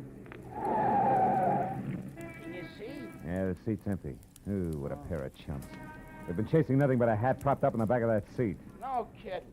Gee, it sure looked natural, didn't it, mister? Nuts. Let me out.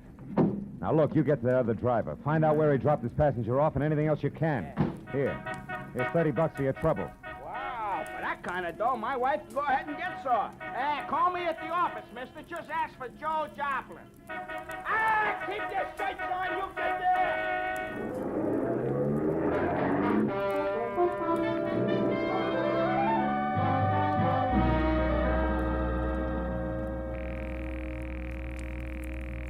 Come on, Rayardi, be there. Be there. You'll go off like a Roman candle. Come on, be there.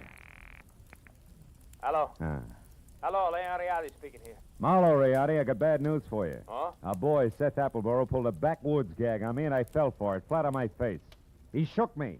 I don't know how long it happened, but... But I do. I know exactly how long ago. Appleboro was here. He was? He was in my shop. He's a madman, that madman. Swore he would kill me, but he didn't. What happened? It was after the coin, of course. He got tough. But I got more tough. I'm not born the day before yesterday.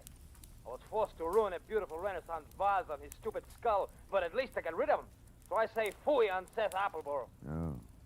I beat him up myself, you hear? And I throw him out. It's finished. So at 10 I shall sell the coin to Pierre Bowman as arranged, and that will be that. Well, glad to hear it, Rayardi. To send the check to... Just a minute, Mr. Marlowe. Huh? Who's there? Who's back there? Who is it? Rayardi. Hey, Rayardi, what's the matter? No, wait. No, listen, dog! Good! Rayardi! Marlowe, you... Rayardi! Rayardi! Rayardi! I ran out of the phone booth, hailed the first cab that came along, and headed for 113 Marion Avenue. Leon Rayardi's shop was a narrow cell with tattered green shades drawn over dingy windows. The front door was locked, so I went around to the alley where I'd left my car earlier. The back door to Rayardi's was half open. Rayardi sat on the floor, his legs spraddled out, his head slumped against the bottom drawer of his desk like a drunk too tired to look for the way home. Beside him on the floor was all that was left of the reason for it. A small open box lined with blue velvet and labeled Unique, Confederate States of America, $50. One of 4 struck at New Orleans Mint, 1861. Only piece of this series now in existence. Sauce, Colonel J.J. Appleboro Collection, 1880. But the box was empty. The 4 bits worth of Confederate money was gone. I picked the phone up in my handkerchief and called the cab company office. 2 minutes later, I had Joe Joplin. Yeah, I got that other driver okay, mister, but I couldn't pry much out of him. Even the hard way, I tried. He left that southern drawl off at the Wilshire Gardens, Villa 9. And he got orders to take the Panama hat on a $10 drive around town. That's all? That's all he knows. He thought it was some kind of joke. Wilshire Gardens, number 9. Okay, Joe, Yeah. thanks.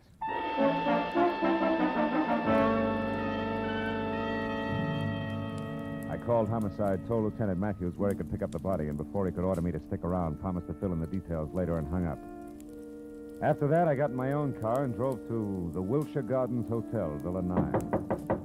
What finally came to the door and eased it open a cautious 2 inches. Had a mop of renegade hair the color and shape of tumbleweed, a body as gaunt as a piece of barbed wire, and 2 sick gray eyes that tried hard to hide under a pair of scrub brush eyebrows. Seth Appleboro wasn't glad to see me. Ain't your business, sir. What's more, I'm a busy man. I'm not well, so be brief. Okay, we'll start off with murder. Murder? Now, see here, We'll sir. follow that with a missing Confederate $50. Now, do I come in peaceful like, or do I knock the door down? Don't go riling me up, Yankee, or you won't get in at all. What's your name? Philip Marlowe. My business at the moment is trying to square things with a client I let down very badly. Client? Then you must be referring to that low-down, unscrupulous carpetbagger, Leon Riotti.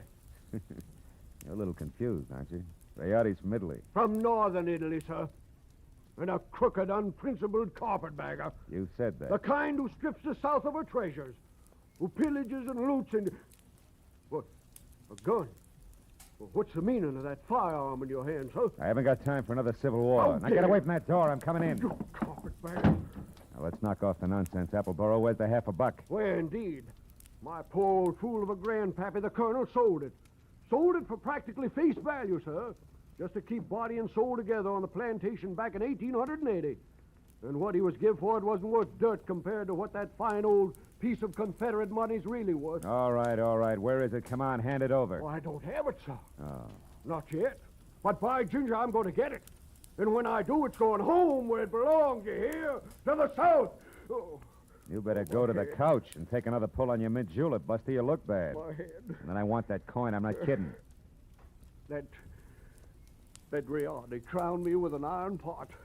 Oh. But that won't stop me, sir. I'm not going to stand by and let that rare old $50 be desecrated any farther. I'll prevent it being sold to any rich, dawdling oaf of a collector who has the audacity to live in Sherman Oaks. If it's the last thing I do. And you, sir, you won't stop me either. Sit down, I told you. Oh. That crackpot. Oh, my head. I should have known. Win, lose, or draw, I'm turning you over to the police right now, Appleboro. Charge is murder and larceny, and it's too bad, but you're a cinch to beat both raps on a goofball plea. You, big boy, put down the phone, drop your gun. Oh, rebel reinforcements.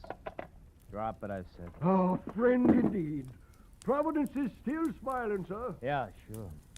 She's hilarious, Mr. Appleboro. Right, big boy? Or don't you see the humor of the situation? Oh!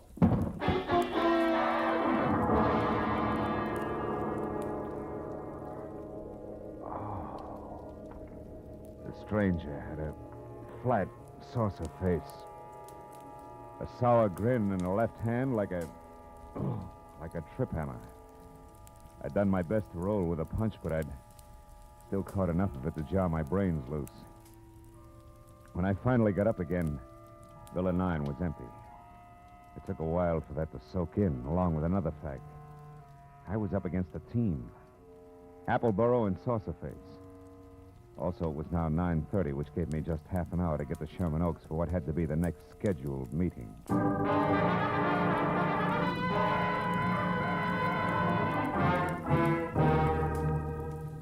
The Boneman Mansion on Clooney Drive, from giant iron gate out front through overgrown grounds and up to the entrance, looked a lot more like the prop room at the Metropolitan Opera than anybody's residence.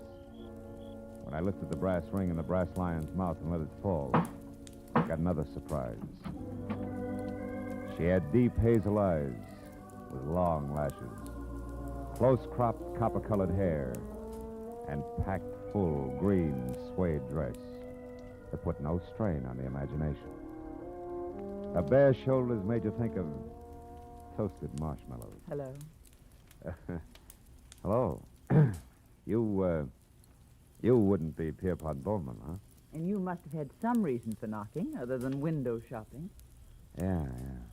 My name's Marlowe. I used to work for Leon Rayardi before he was murdered tonight. Murder? Mm-hmm.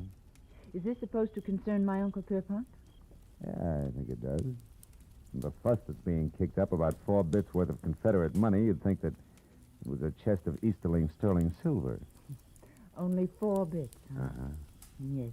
Yes, I'm afraid he is vitally interested. Come in, Marlowe. Wait here. All right. Uncle Pierpont, come here. Huh?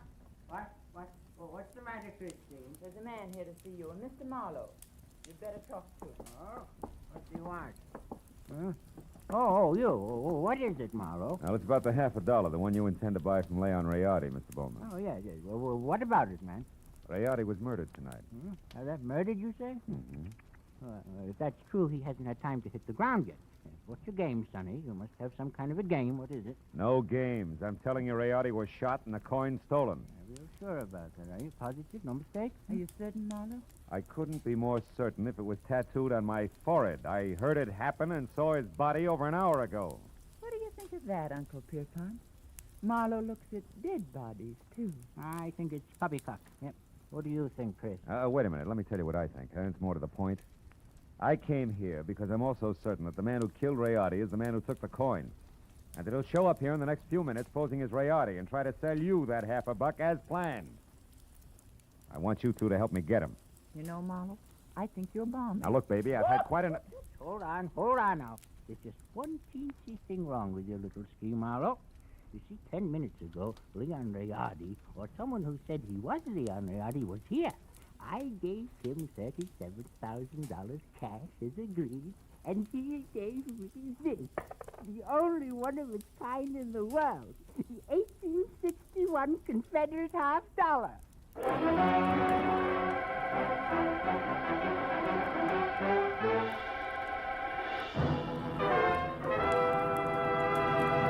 In just a moment, we will return to the second act of Philip Marlowe. But first, there are songs for sale, and one of them may turn into the nation's newest hit as you listen in to CBS on Friday night. This hour-long program of melody is called Songs for Sale, and during the hour, you hear 4 songwriters with unpublished music as they present their tunes to a panel of veteran, top-flight songwriters. At the end, the panel picks out one song to be published and plugged, and you'll hear the reasons they give for their choice. Be listening to Songs for Sale tonight on most of these same CBS stations. Now with our star, Gerald Moore, the second act of Philip Marlowe, and tonight's story, The Collector's Item.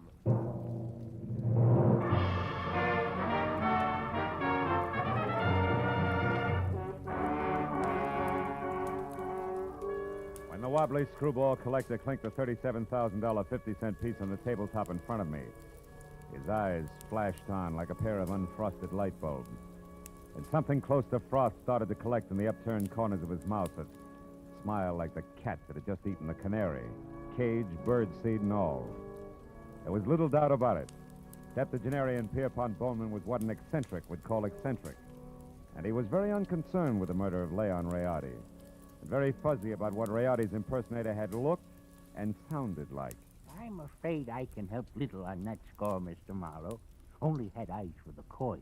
And what a coin she is. Why, suddenly... Mr. Bowman, you've got to remember something. Height, build, color of eyes, hair, voice. Yeah, voice. Was it a southern accent? Think, Mr. Bowman. Southern accent? Yeah. Mm-hmm. No, Mr. Marlowe can't say if it was or not. My hearing isn't all it used to be, you know. But Christine here, now maybe she could... No. Christine wasn't in the room. Answered the door myself. But I did see him come up the walk, Mr. Marlowe, from my room upstairs. He was tall, about your height. Oh, no, perhaps a mite shorter. And he wore a gray suit. No, darker than gray. Sort of light blue shade. Oh, that's I think, great. like Yeah, thanks a lot. And before I start reaching for a butterfly net myself, I think I better get back to Seth Appleborough's place on Wilshire. Why there? Surely if he's the guilty one, Mr. Marlowe, he won't wait to be apprehended. Not on purpose, no. But when I last ran into him and his buddy, Saucer Face, he was fighting an acute case of vertigo. Might have collapsed since. And besides, I don't know where else to go. Oh, but, sir, why must you go any place? The police will attend to that Mr. Appleborough. Now, look, Mr. Marlowe, here on the rim of the Mr. coin... Bowman, this may mean nothing in the Numismatic League. But I went to work for Leon Rayardi to protect him, a job I didn't do. Also, losing clients this way is bad for my business and conscience. Good night, and happy gathering coins in May. Mr. Marlowe, wait, please. Please, Mr. Marlowe, let me see you out and explain something. Be just a minute, Uncle. Now, what is it? I'll pay you $500, Mr. Marlowe, not Confederate dollars either, to see that Uncle gets his money back and that the coin is returned to that Mr. Rayardi's estate. What? You're against the deal? Why? Because it's the 100th one in the past 2 years. You hate to see the money you'll one day inherit go to a bunch of screwballs, huh? Why, you foul-minded, no good... I've got news for you, Mr. Marlowe. It's not my inheritance I'm concerned with, it's my uncle's. In spite of this mansion and all the junk in it, that $37,000 was every cent he had left. Okay, kid. In that case, 2 points. 1? I had the slap coming. 2, I'll do my best to back up everything to where I came in. Good night. Good night. And Mr. Marlowe? Yeah? I didn't enjoy slapping you.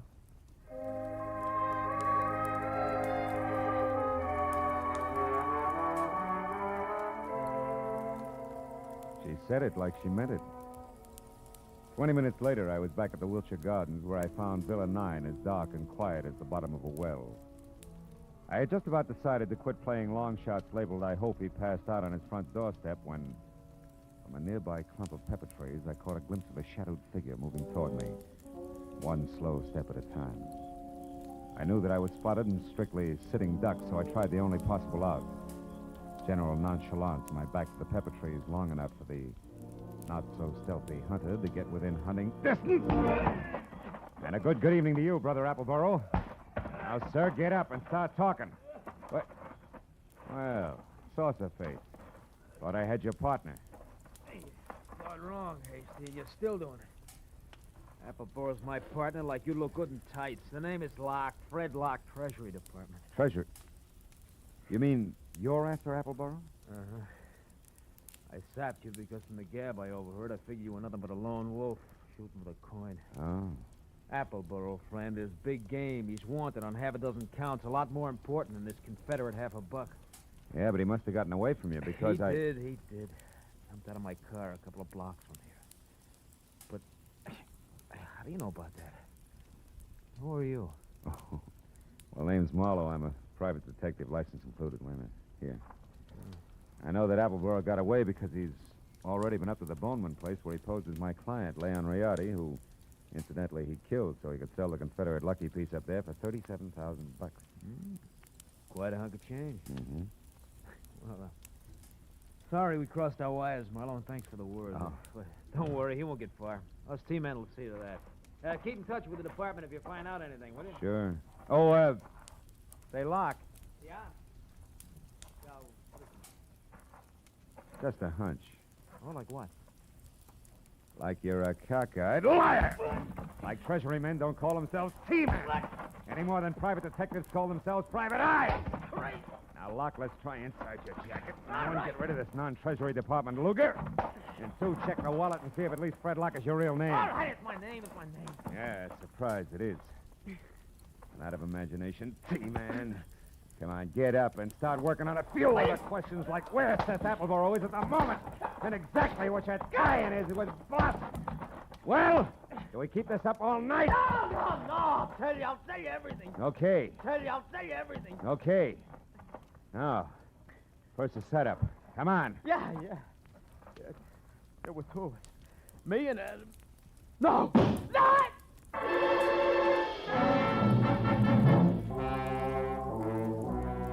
Come from the street that was just beyond the pepper trees and slammed into Locke front and center, folded him up like it was built on hinges.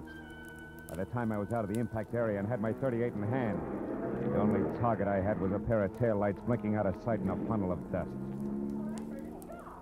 Fred Locke was blood-smeared, dead, and made an ugly centerpiece for the little ring of startled faces that began to converge. I stepped back and became just another sightseer. When a small, bald man with a large white eyebrow and lots of worry stamped on his face began to do his lamenting out loud.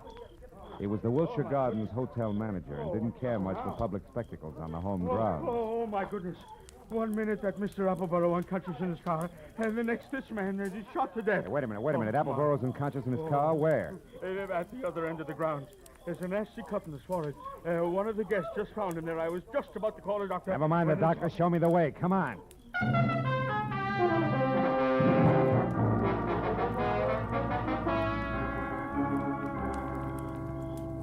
Come on, Dixie boy. Breathe deep. Who? Oh, you again? Yeah, me again. And you're up to your drawl in a couple of untidy murders. Now snap out of it. Oh, my. It's no use. He doesn't even hear you. That's all right. While it's this peaceful, I think I'll check on this drooping flower of the old South. His wallet should do it. Do what? Prove whether or not he gave me a straight pitch. Yeah. What do you know? Membership card, Sons of the Confederacy, New Orleans chapter. Here, let me see. Oh, that's his picture, all right. Sure is. Well, when the police get here, they, Hey, look. Yeah, what is it? His wristwatch was smashed against the dashboard. So it is. He must have held his hand up to protect his head when he fell forward. Yeah, now look, friend, the name's Marlowe. When the law gets here, tell them they can find me at Sherman Oaks, the Pierpont Bowman residence. Oh, now, wait a minute. You can't leave me here with all this on my hands. The police are going to want to know what this is all about. I'll try and have an answer for them. But first, I got to ask a crazy collector a not-so-crazy question.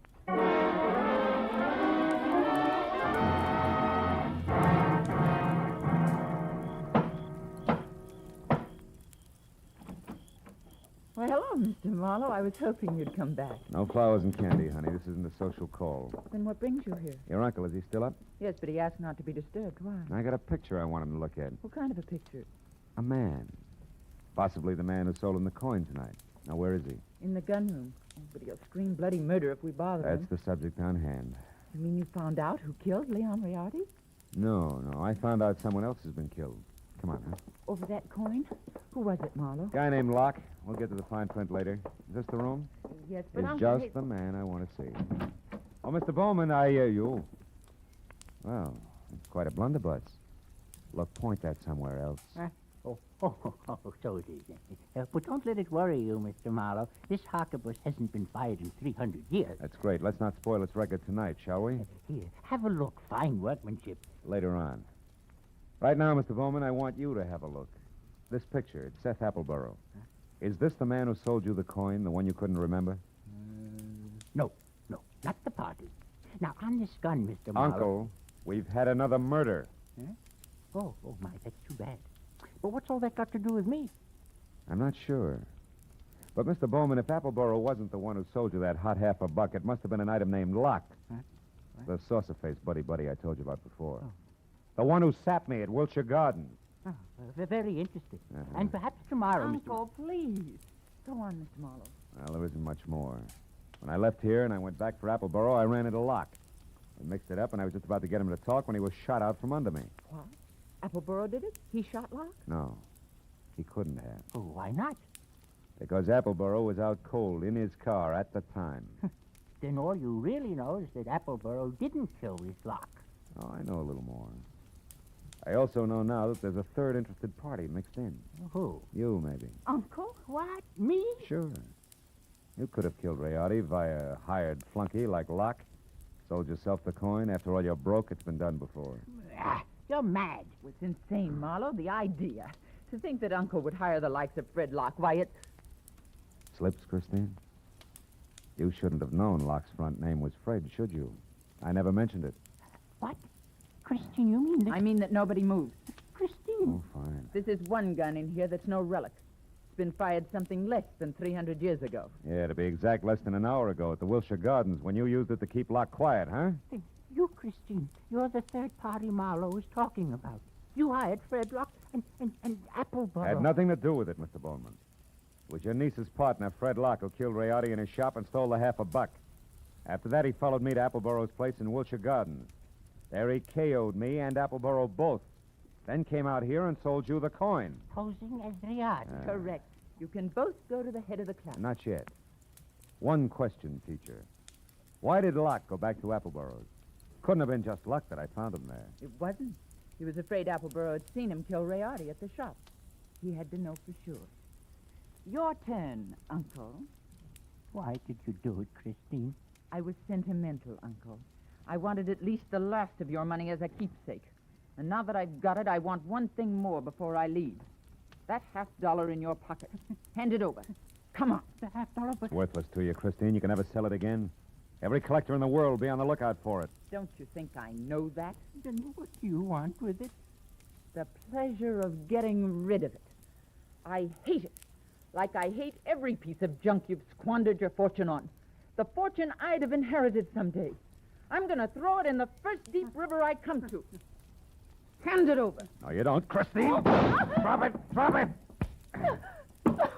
Now, sit in that chair while you can. You may end up in another one.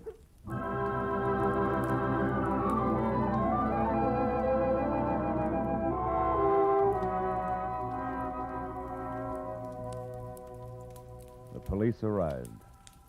They always do. And after a long hour of questions and answers, there were only two of us left. Pierpont Bowman, standing close to a window, tears crowding his eyes. The fingers of his right hand nervously toying with a Confederate coin. And me, thinking about Leon Rayardi and Fred Locke and Christine. It was the old man who finally broke it up. A rotten thing. I left after that. So I don't know if Appleboro got the coin or not. You might check if you're ever running through the New Orleans Museum.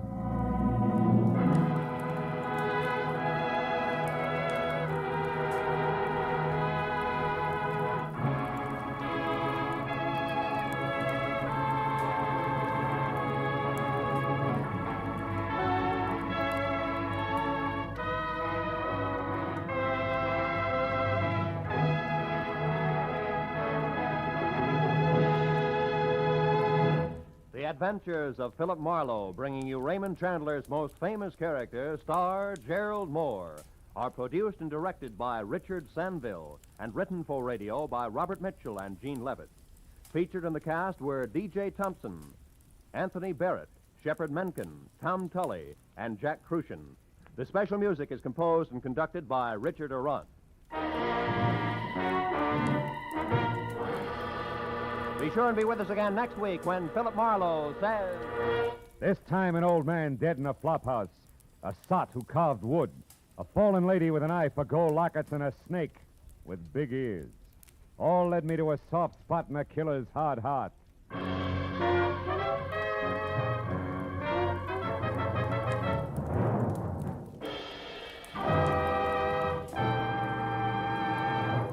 Every Friday night, CBS brings you stories taken from the files of parole boards of the 48 states. With only the names changed, these stories give and detail the events of a criminal's life up to the time he is up for parole. Then, before you hear the board's decision, you can make up your mind. Is this man ready to be set free? It's been hailed by press and public alike as an outstanding anti-crime show. And you can hear it now by staying tuned, because Up for Parole follows immediately on most of these same CBS stations. Roy Rowan speaking. This is CBS, where you play Sing It Again every Saturday night, the Columbia Broadcasting System.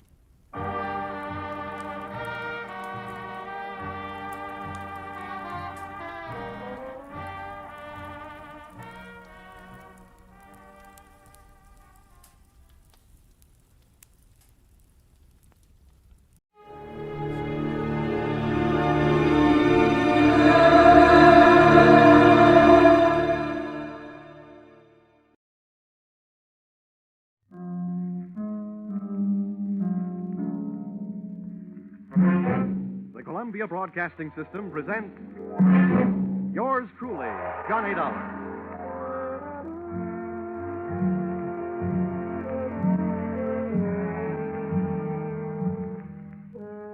next half hour has its baggage packed to take a trip with America's fabulous freelance insurance investigator, Johnny Dollar. At insurance investigation, he is just an expert. At making out his expense account, he is an absolute genius.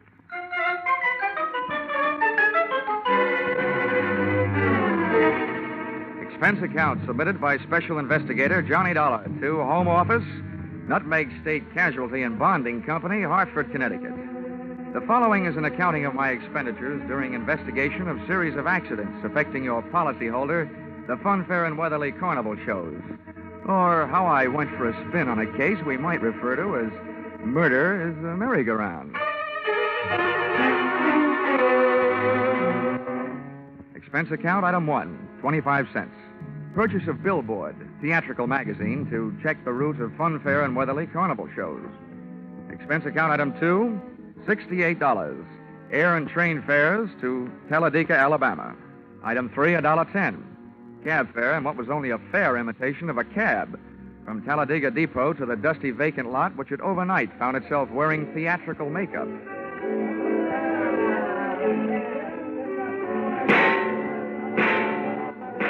Brightly as the hot sun beat down on the midway, it couldn't help the layout of canvas and slats from looking beat up.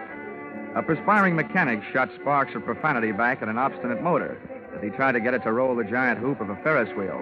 I asked him what he knew about the accident of a week before when a car dropped off the same Ferris wheel, badly injuring 3. He was charming. Listen, pretty boy, don't go getting nosy around here. The Joe in charge of the electric scooter concession was just as sweet. On the subject of how come one of his scooters blew up a few nights back, sending a citizen to the hospital, he just didn't feel like talking. If you ain't a cop, start moving. If you are, where's your warrant? I was just asking the pilot of the giant airplane spin who he thought might have cut the cables the night one of his wallboard gliders took off across the carnival crowd, crashing and busting up a few more customers, when I got a canvasman's version of a sharp answer. A tent stake right behind my ear.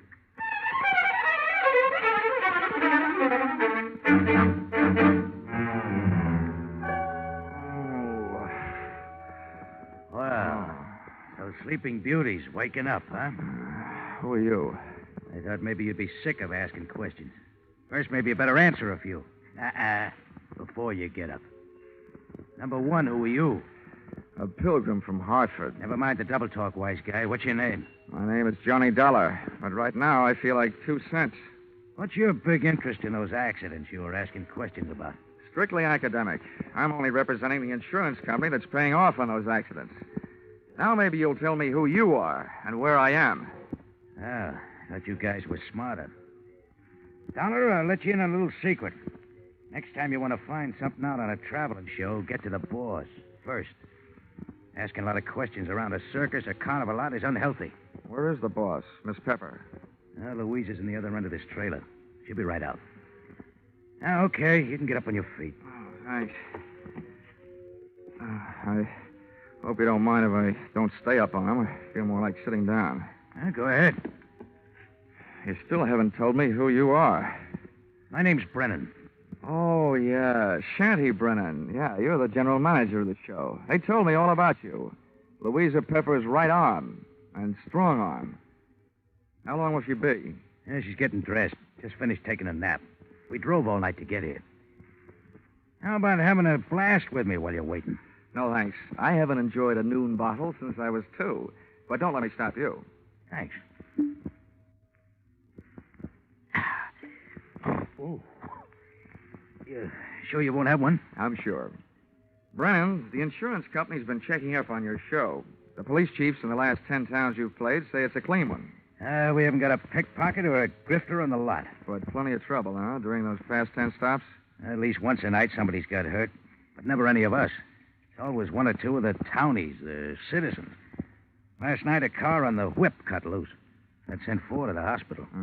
4 more insurance claims for Nutmeg State Casualty and Bonding, huh? Yeah, and 1 more town we won't be able to play again for a couple of years. It's a wonder we didn't travel out of that town last night by rail, tarred and feathered. For 10 straight nights now, you've had at least 1 big accident every night. What's your guess, Brennan? Has fate taken a steady job on your show, or is somebody out to get you? Somebody's out to get us. Okay, well, do you have any idea? Oh. Why didn't you tell me we were entertaining a gentleman, Shanty? I'd have put on some more clothes. It would have taken a lot more clothes to cover all there was of Louisa Pepper. She looked like an aging Cupid doll, but even in a carnival, she was no prize. I didn't like the look in her eye. It looked much too friendly. So right away, I decided to change the unspoken subject. Miss Pepper, I'm here on business, insurance. Sorry, we're not buying any. And I'm not selling any. The way things have been going, the insurance company I represent would probably like to buy some of yours back. Oh? Yeah. I'm from the Nutmeg State Casualty, investigating the accidents. Hope you find out more than we've been able to, and fast, before we go broke. The word's traveling one town ahead of us. They got us pegged for a dangerous midway. Have you been using police protection? 20 extra cops a night at $10 a cop. So, night before last, a guy winds up with a hammer to try and ring the bell and win a cigar. The top of the hammer flies off and almost brains a cop. Around this show, the police need protection. I see what you mean. How are you fixed for people who don't like you? We got many to choose from? Dollar, we treat our help fair and square. We know them all and trust them all. Fire anybody lately? Nobody. The only ones who left were floaters. But none of them had a beef. Okay, Miss Pepper. Now think back. In all your life, who do you know who'd most like to see you have a real bad time? Only one guy. And he's not around. Dead? As good as. He's in jail. Has been for the last 8.5 years. That's a long time. How long did he go up for? 10 years. What are you thinking, Dollar? I'm thinking that with time off for good behavior, maybe he's not in jail. Not in jail? Shanty, he's got to be in jail. He's got to be, I tell you. You told me you were keeping... All right, break it up, Louisa. If Carter Lacey had a voice as sharp as yours, he could saw his way out of jail. Okay, Dollar, you made a guess. How about seeing how good it is? Sure. I'll find out if your bogeyman is still in jail, but I didn't catch that name. Lacey. Carter Lacey. And where's he been in the pokey? Massachusetts State Prison, at Charleston. Well, what did he go up for? What's that to you? Cut it, Louisa. Dollar, we sent Carter Lacey to jail for attempted murder. He tried to kill Louisa's niece, Myrtle. Is she around? He's running the snake show on the Midway. Dollar, how soon can you check whether Carter got out? As soon as I can make a telephone call. But, Shanty, before I do, I'd like to elaborate on that guess I made. Now I'd not only guess that Carter Lacey is out of jail, but I'd also guess that he's been out a little over 10 days.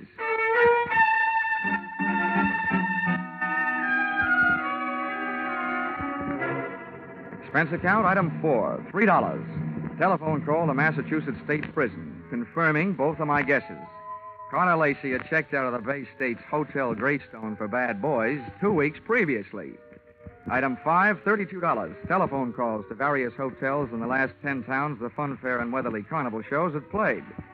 Item 6, 10 cents. 2 nickels spent calling 2 hotels right here in Talladega. Then I dropped 1 more nickel in the telephone, got the lucky number. Yes, sir. We do have a Mr. Carter Lacey registered. Room 312. Shall I call? And hit the jackpot. Expense account item 7, 65 cents. Cab fare to Sunshine Hotel. Tip the driver, $1. From the lobby, I called room 312. He invited me up. I invited him down. I knew I'd feel better talking to Carter Lacey with a lot of people around. They'd make nice witnesses if he suddenly got homesick for prison life and used me as his ticket back. I waited in the coffee shop. The waitress brought me a cup of coffee, and my palate went to work refereeing a one-sided bout between the strong Java and the weak cream. Hello. Dollar? All right. Sit down. Thanks. You're Carter Lacey, huh? Have some coffee? No, thanks. It keeps me awake nights. How about your conscience? Having the same trouble with that? My conscience deserves an 8.5-year rest. But it can't start its vacation until I even up a few scores. Busting up carnivals. Child's play. Look, Dollar, over the phone you told me you're an insurance investigator. You can save your company a lot of money. How? Call them up and tell them not to insure the lives of 3 people. Because any minute now, 2 of them are going to be dead. Louisa Pepper, Anise Myrtle, and Shanty Brennan. Yeah, Dollar. I'm going to kill 2 of those people. The other one's still my friend and is going to help me do it. In case you don't know your law, Dollar, don't bother calling the cops. I can't be held for making a threat unless I put it in writing. Well, Lacey, I don't know what your beef is against the people running that carnival, but those accidents have been hurting a lot of innocent bystanders. Dollar, you're talking to a guy who really knows what it means. Getting hurt as an innocent bystander.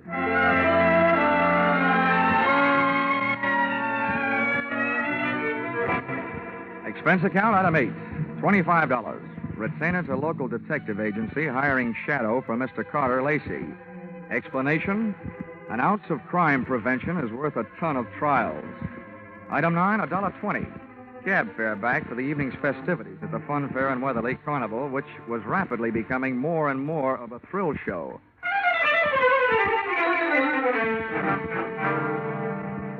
Expense account, item 10, 30 cents.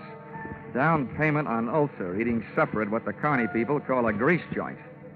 I made my way among the trailers that were lined up behind the midway, and as I looked for the one housing Louisa Pepper's snake-charming niece, Myrtle, the burning sensation around my heart wasn't all caused by the hot dogs I'd just eaten. Who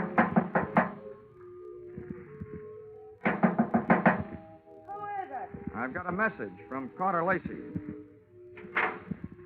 What did you say? I said I've got a message from Carter Lacey. For you and your Aunt Louisa, Shanty Brennan. You're the only one I haven't met yet, so I thought I'd deliver it to you first.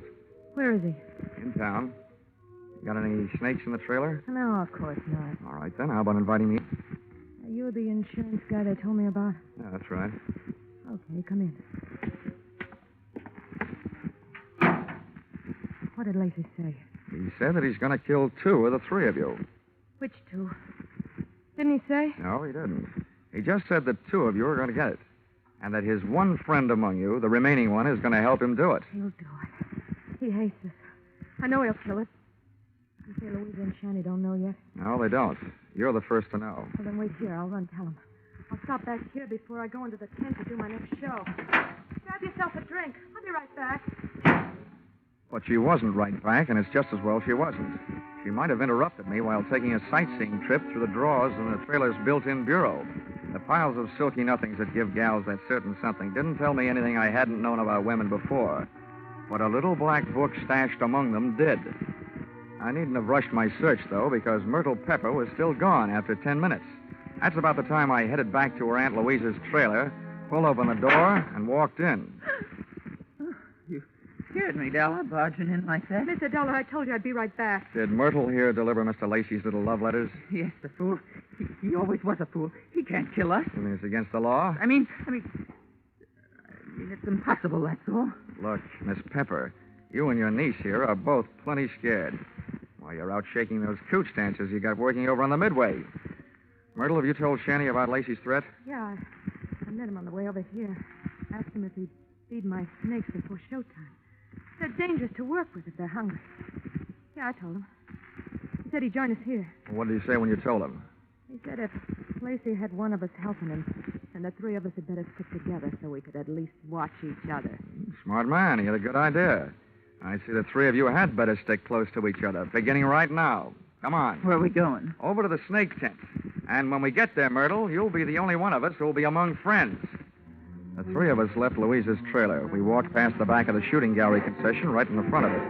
And along the back of the line of canvas shanties. We stopped at one. Myrtle pulled back the canvas flap, and I stepped in ready for anything. With the ladies not far behind me, I edged slowly over to the square red board fence set up in the center of the tent. There were danger signs splashed in white paint along the outside walls of the pit. I clenched my teeth and looked down through the wire mesh top at a slithering tangle of writhing, angry reptiles.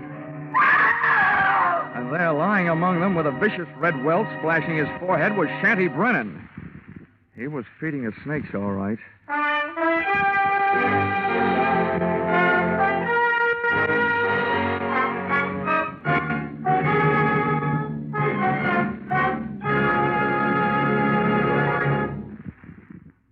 In just a moment, we'll return to the second act of yours truly, Johnny Dollar. But first, here is some news. 30 minutes of new thrills will be added to CBS 10 great Sunday night entertainments this coming Sunday. At 6:30 p.m. Eastern Standard Time, where you formerly heard Spike Jones, CBS will bring you screen star John Lund in an adventure-packed tale of a ship filled with terror and horror. This story, A Shipment of Mute Fate, starring John Lund, is the first of 3 special broadcasts from CBS' famous Escape series. It will be heard over most of these stations immediately preceding a familiar show which brings you a different kind of escape, The Jack Benny Show. And now, back to yours truly, Johnny Dollar.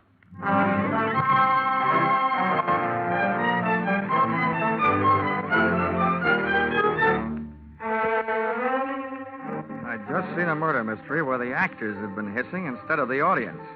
The lead character in that snake pit wasn't going to win any Academy Award. The scene of the crime was no place for a man, let alone a woman, so I herded Auntie Louisa and her niece Myrtle out of the tent and back into the trailer. Oh, poor Shetty. Oh, horrible. Yes, I was wrong, Dollar, when I said Carter Lacey couldn't do it. What's going to happen to us? According to what Lacey told me, Myrtle, what's supposed to happen is only going to happen to one of you. What do you mean? Well, he claims that one of you is in this with him, and that one knows she's safe. This may turn out to be an acting contest between you two. What's that crack supposed to mean? Well, the one who's safe wouldn't want anybody to know she feels safe, huh? Oh.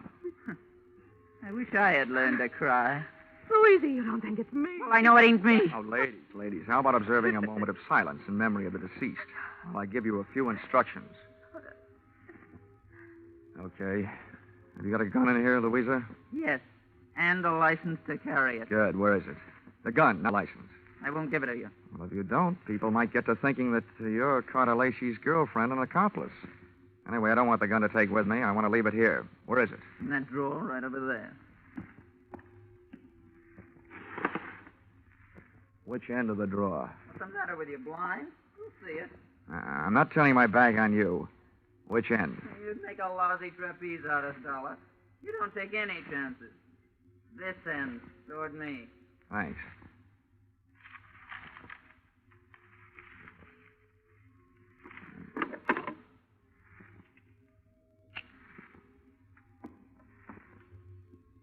Well, now where are the keys to the car hitched to the front of this land yacht? What are they for, Dollar? Just another chance I'm not taking. With those keys in my pocket, this trailer won't be joyriding anybody off into the night. Where are they? I'll get them for you. Wait a minute, Myrtle. How come you know where Louisa's keys were? Yeah, Myrtle.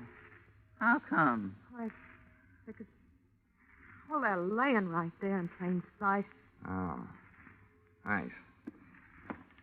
Now I'm going out and call the police. Louisa, I want you to get into that chair down at the other end of the trailer. Okay, General. You got the gun. And you, Myrtle, get on that bunk down at the other end. I don't understand all this. And now, ladies, while I'm gone, I don't want one of you gals to be knocking off the other. But on the other hand, I can't leave you here without protection. So I'm leaving the gun right here on this table in the middle of the trailer. And if Carter Lacey comes knocking at your door, you can have yourselves a race for the gun.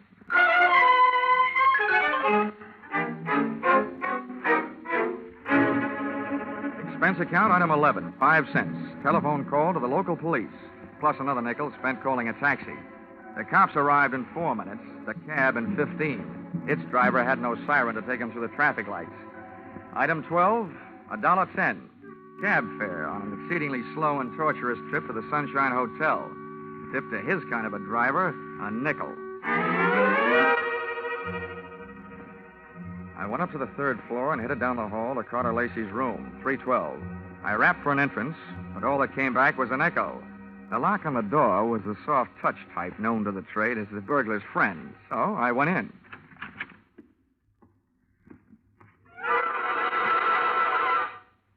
Stars fell in Alabama? Oh. Stiffs fell in Alabama tonight. Oh, Operator, this is an emergency call. Let me have the Talladega police, will you? Hello? Police department? This is the same guy who just called you from the carnival to report a murder. Yeah, well, you can send in the 2nd team. I've got another one. You can send in the 2nd team. I've got another one for you over here at the Sunshine Hotel. Room 312. A party's just been strangled. Yes, I'm sure. Lots of bruises and deep-set fingernail marks on the throat. Sure, I know who it is. The name of the deceased is Myrtle Pepper. Myrtle Myrtle Pepper certainly had been a fast worker. She not only had beat me down to the hotel, she'd managed to get herself killed in the bargain. I dusted the room for information, which was obviously more than the floor mate had done for dirt, and came up with a kind of an eye-opener you don't drink. A pint-sized surprise in the form of some old newspaper clippings and Carter Lacey's prison release form. And what let him out let me in on something. I got out of the room into the elevator, and when I hit the lobby wondering where to start looking for him, I found him sitting there looking at me. Hi. Why do you want to talk, Lacey? I don't want to. But if you want to try and make me, what's the matter with right here? Okay. I supplied you with an alibi today. I don't see him in the lobby. That detective? He had stomach trouble. He got kicked in it. You can reach him at the city hospital. You know, in prison, I was a trustee. I get out, nobody trusts me. Oh, with that forecast you gave me this morning, what else? Forecast? Yeah. You predicted that you'll kill 2 people. Well, tonight the 2 people are dead. Shanty out at the carnival, and now Myrtle up in your room. What does that make you? A good forecaster. Or the killer, maybe? Thanks for the maybe. Look, Dollar, I came to this town to take care of something. I took care of it. You want to yell cop? Go ahead. From now on, nothing bothers me. Well, then stop chewing your nails. You told me this morning that one of those 3 people was working with you. There's only one left. And suddenly, Lacey, I don't believe your story. Suddenly, I don't care. Shanty Brennan lied to me this morning. He said that you went to prison on a charge of attempted murder. Your prison release papers say you went up for grand larceny. You see what happens to bad little boys that tell lies? I'm not through yet. I fished a bank book out of Myrtle Pepper's trailer, a 3-way joint account. Myrtle, Shanty, and Louisa. The first deposit, $60,000. The date, the same year you were thrown into the can for stealing $60,000. To me, that spells a 3-way split for them and a frame for you. Also, to you, it spells a motive for hating all 3 of them. So I lied to you. What are you going to do, wash my mouth out with soap? From now on, I don't need any answers from you, including smart ones. But look, you'd better stick around. If the cops don't pick you up for murder, maybe the hotel will want to press charges against you for having an extra unregistered person occupying your room.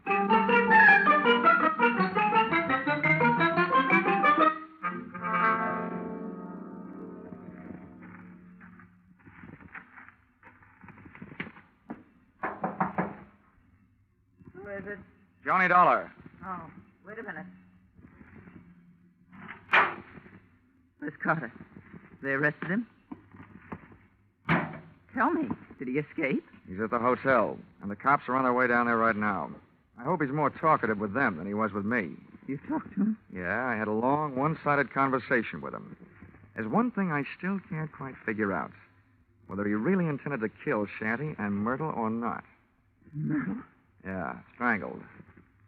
Myrtle? Poor little angel. Of course he meant to kill him. He hated him. He hated us all. Well, you can hardly blame a fellow for being annoyed, framed on a grand larceny trap by 3 old chums. But you've got the wrong idea, Louisa. What I meant was, did he ever really intend to kill him himself? Or did he just intend to set off the greatest chain reaction since the atom bomb, and just sit back and watch the 3 of you try to beat each other to it? Well, that's crazy talk. Yeah, like a fox, maybe. He made his threat to me knowing I'd carry it back to you. I say you because you're the only one left. You see, he set himself up as a patsy. He'd been framed by you once before. To me, it looks like Carter Lacey learned a few things about wrong people during that 8-year stretch. Namely, that they never trust each other.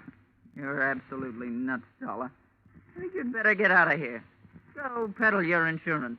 The cops will take care of Mr. Lacey. I don't think they will, Louisa. Why not? Myrtle was strangled. That's the kind of murder a man would commit. Well? But there was a set of deep fingernail marks on her throat. And Carter Lacey bites his nails. So maybe you'd better get yourself a manicure before the police arrive. Thanks for the advice. Stand right there, Dollar. This time I got the gun. Hold everything, Louisa. Carter! This is a standoff, Louisa. Point that thing someplace else before I point mine up your snoot. Okay, Dollar, get out. What's the matter with you, Lacey? Are you cracking up? Well, your plan was going along fine. First, Myrtle tossed Shanty to her snakes. Then Louisa took care of Myrtle. There's only one left, and the state will take care of her for you. That's not enough. There's one satisfaction I haven't enjoyed so far. That's hearing one of these pigs squeal. Carter, we can still split the money in the show and get out of here? The only one that's going to get out of here is Dollar. Beat it. I beat it all right. I was the only one in the trailer without a gun. I plunged into the darkness looking for something and came up with a tent rope, dashed back to the trailer door, and lashed the knob to the guide rail. I didn't want those gun-happy birds flying the coop. Just then, the season opened. I didn't know who was going to come out the worst in there, the hunter or the hunted. The only key I had to the situation was the key to the car, the one I'd picked up earlier in the day. The car churned the trailer through the carnival back lot and out into the highway. When I hit the cement, I started spinning the rubber.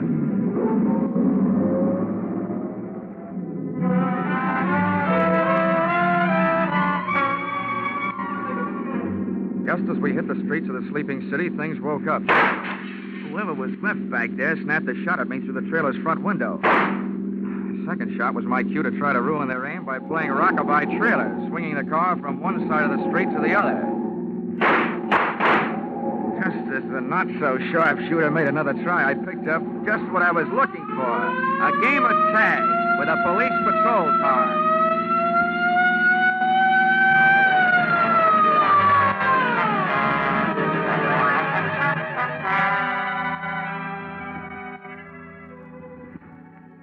Expense account, item 13, 15 cents, bicarbonate of soda. Those Midway hot dogs I'd had for supper were no thoroughbreds. Item 14, $35, cigars for night shift. Talladega police, for whom I had started things smoking. Item 15, $3, hotel bill. Oh, but never let it be said that I ever turned in a measly $3 hotel bill for myself. This was to check out of the Sunshine Hotel, the man who had checked out in the trailer at the hands of Louisa Pepper. Louisa Pepper, the only one who was a good bet to catch up with Brennan, who had been murdered by Myrtle. And Myrtle, who had been loused up by Louisa. And Carter, whom she had also carted out of this world, proving that when you start any kind of chain reaction, you should be careful, because you're never going to be sure where it's going to stop. The expense account total... What? Only $692.18. I must be slipping. Yours truly, Johnny Dollar.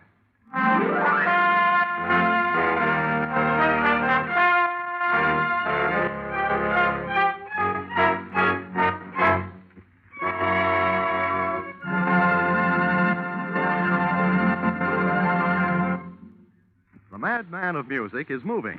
Yes, Spike Jones, formerly heard on CBS on Sunday, is already unpacking his famous collection of flit guns, dishpans, and other instruments, ready for tomorrow night's premiere broadcast as a CBS Saturday star. Hear the Spike Jones Show on most of these same stations tomorrow night at 7 o'clock Eastern Standard Time, when it joins Vaughn Monroe, Gene Autry, Gangbusters, and Sing It Again as a regular Saturday night CBS feature.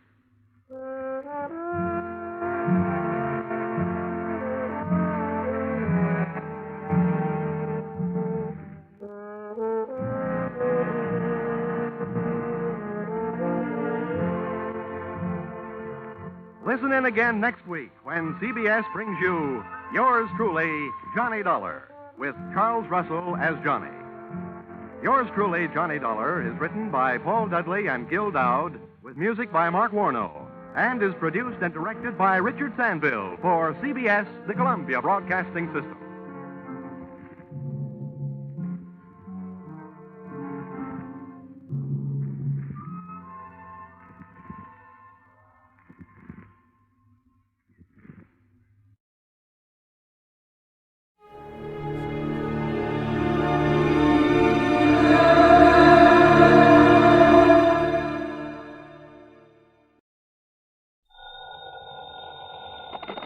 $20. Earl Poorman, Johnny, down here in Sarasota. Earl, so how's the insurance business down in Florida these days, to say nothing of the fishing? Well, why don't you come down here and find out for yourself? But now listen. I'm listening.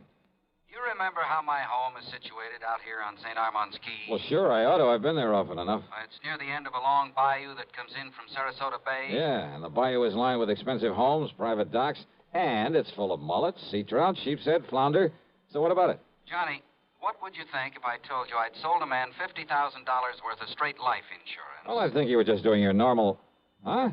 Did you call to talk fishing or business? Listen, will you? Okay. What would I think if you sold a man a $50,000 policy? And? And then, 3 days later, just this morning, as a matter of fact, found his body floating under my dock. Oh. Okay, Earl. I think I'd better grab the first plane I can. That's what I think. And not to go fishing.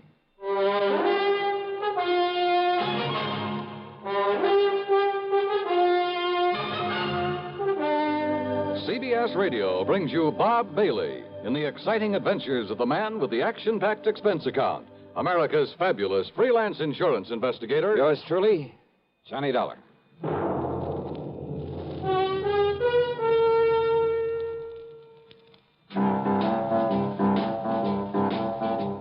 Talk about best-selling records.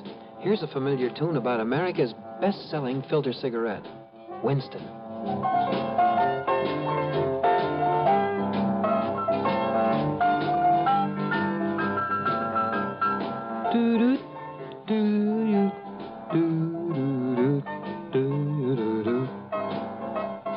Winston gives you real flavor, full, rich tobacco flavor. And you know, that's because only Winston has filter blend up front. Choice, flavorful tobaccos, specially selected and specially processed for filter smoking. No wonder Winston tastes good, like a cigarette should. Smoke Winston. And now, Act One of yours truly, Johnny Dollar.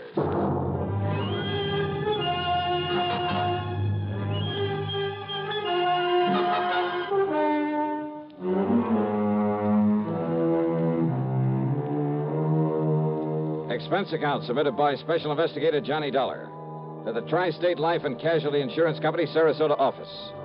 Following is an account of expenses incurred during my investigation of the Bayou body matter.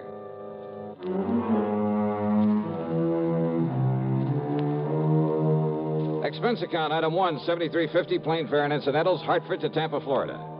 There I'd figured on getting a ferry plane to Sarasota, but instead Earl Poorman met me at the international airport with his car. Oh, Johnny, I'm glad you got down here so quickly. You realize I only phoned you about 5 hours ago? Yeah, Earl, I just finished my breakfast. Matter of fact, I called you before I even contacted the police. Then you probably aren't sure whether it was natural death or suicide or what, huh? We'll find out what the police have found out when we get to Sarasota. You ask me, though, I think the old man simply went out on his dock this morning, had a heart attack, keeled over, and by the time he floated down to my place, he was dead. Who was he? Well, his name, Johnny, is Ralph P. Carter. He lived in the fourth home up the bayou from mine. That new place that was just being built the last time I was down here? That's the one. He was a man of 64. Used to live in New York, where he had a business of some kind.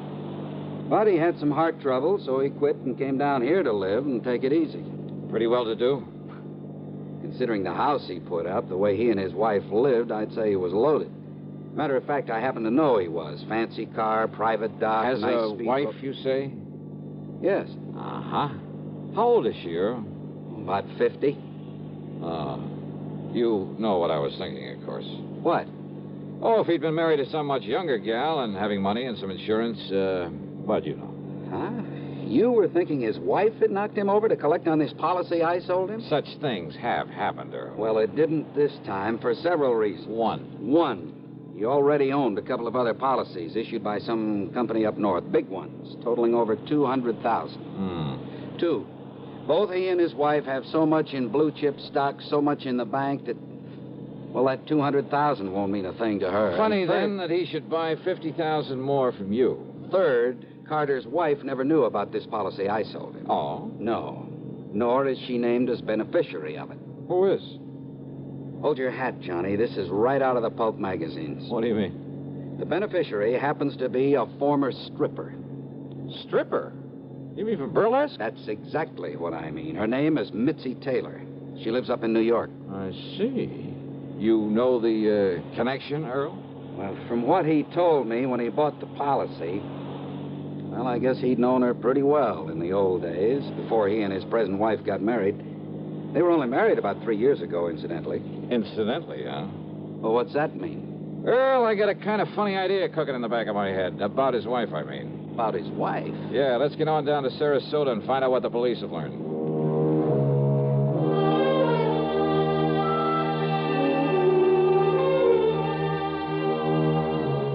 The police hadn't wasted any time. After recovering the body from the Bayou, they'd immediately turned it over to the coroner, Dr. Phillips. Sergeant Edwards, who was in charge of the case, made us cool our heels until the coroner could finish his preliminary examinations. But why an autopsy, Sergeant? You mean you suspect foul play, something like that? He was alone. He was unattended when he died, Mr. Pullman. That means an autopsy is mandatory. Oh. Hey, tell me this, Sergeant. Do you yourself have any reason to be suspicious of how Mr. Carter may have died? You don't mind, sir. I'd rather wait until Dr. Phillips is through before we talk about it. Which means you did find something suspicious. I didn't say that, sir. Well, you might just as well have. Did you talk to Mrs. Carter? No, sir. What? It happens she isn't home. Then she doesn't know her husband is dead? Looks that way, doesn't it? Oh, come on. Now, wait a minute. Sergeant, that's a pretty evasive answer. Truth is, Mr. Dollar, it was meant to be. Oh, great. Then I can expect a lot of cooperation from this department. All we can possibly give you, sir. When we find out what we have to go on. Yeah. Earl, do you know if Carter had a regular physician? Yeah, Dr. Theo Foote, Johnny. We've checked with him, Mr. Dollar. And? Mr. Carter's heart condition was such that he was ready to go at any moment, and without warning. What if you're suspicious of something else? Have I given you any real reason to be suspicious? Now, look, Sergeant, let's not be... Dr. Phillips. Johnny Dollar. Hiya, Doc. I might have known you'd be called in on this, Johnny. You certainly got down here in a hurry. Mr. Pullman. Hello, Coroner. Did you find out anything, Doctor? You were right, Sergeant. I've got a lot more work to do, of course, before making out my report on this case, but there's no question about it. Mr. Carter died neither from a heart attack nor from drowning. Oh?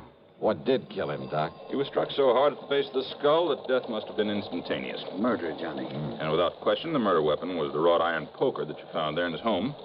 No reason for suspicion, Sergeant? Thanks, Doctor. I'll get out an APB on Mrs. Carter right away. I think you'd better. And, Mr. Dollar, I'm afraid you'll just have to wait around until we pick her up. You, want to bet on that?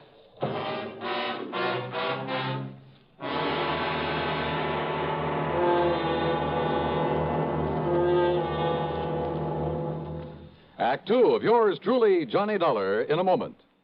Bonjour, I am Jacques Leroy, expert on the stereophonic phonograph. I will now clear up this whole subject. S'il vous plaît, listen to ordinary stereo. A girl crossing the street. Eh bien, now on Columbia Stereo 1. Ah, that was a pretty girl crossing the street. Quelle différence! The fantastic Columbia Stereo 1 phonograph gives you all the realism and excitement of a live performance. Oh, in a moment, mademoiselle. Oh la la. Oh, pardon. You see, only Columbia has exclusive stereo projection. Not just a few separated speakers, no, but multiple speakers that send interlocking circles of sound through every inch of a room. See the Columbia phonograph man tout de suite. Columbia Stereo 1 portable start at $39.95. Consoles from $129.95. Attendez, ma chérie! Wait for me! And now, Act two of yours truly, Johnny Dollar and the Bayou Body Matter.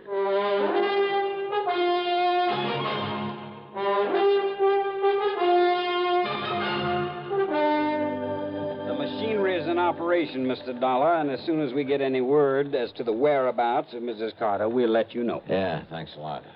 Earl, just how much did you know about Carter and his wife? Well, you know how it is, Johnny. There was some talk about their not getting along too well, but... I've thoroughly investigated, Mr. Dollar. They fought like cats and dogs. Well, now, I wouldn't go so far as to say that. At times, that is. At times. According to the people next door, they had quite an argument just last night. Oh? At one time, according to these people, she hollered at him, "I could kill you, Ralph. I could kill you." Yeah, well, that's not proof that she did. No? Then why would she Well, say it? haven't you ever told somebody you'd like to kill him? Well, saying I'd like to, or saying I could or would are two different things. And look here, sir. If she didn't do it, then why would she hightail it out of town early this morning? Oh, those neighbors reported that she did? Yes, sir. She drove away from their place at approximately the same time as the coroner says he was killed. Well, let's face it, Johnny. The sergeant must be right. She must have done it. No question about it, Mr. Dollar. But why? What could her motive have been? Who knows? Could have been most anything. Now that we know there was friction between them. And what about his money? She stands to be worth an awful lot with him out of the way. And don't you forget for 1 minute she's much younger than he was. Not only that, but she's a nice, healthy, attractive woman, too. And he, with his heart condition, well, he was probably just a millstone around her neck. Makes sense, Johnny. Sure it does. Did you or the coroner find any fingerprints on that poker that was used on him? No, sir. But there was some lint from a pair of cotton gloves on it. All right, then. Johnny. All right. I've seen Mrs. Carter many times. She prides herself on her dress. She can afford to. And I've never seen her outside that house without a hat and without a pair of gloves. And, of course, a lot of people wear gloves when they drive a car. Okay. Now, don't you worry, Mr. Dollar. The APB is out, and every highway north of Bradenton, south of Venice, and east of Arcadia is being watched for her. When we get her, I'll let you know. Yeah, you do that. Come on, Earl, let's have some lunch. Sure. Nothing more we can do here. Reach you at Mr. Pullman's house, I take it. Don't bank on it, Sergeant. So Earl drove me to his home on St. Armand's Key, and by then I was beginning to wish I'd made the trip to Florida solely for purposes of fishing the blue waters of the Gulf with him. But then, after saying hello to his charming wife and having a drink and a good lunch with them, I walked over to the Carter place, 100 yards or so up the bayou.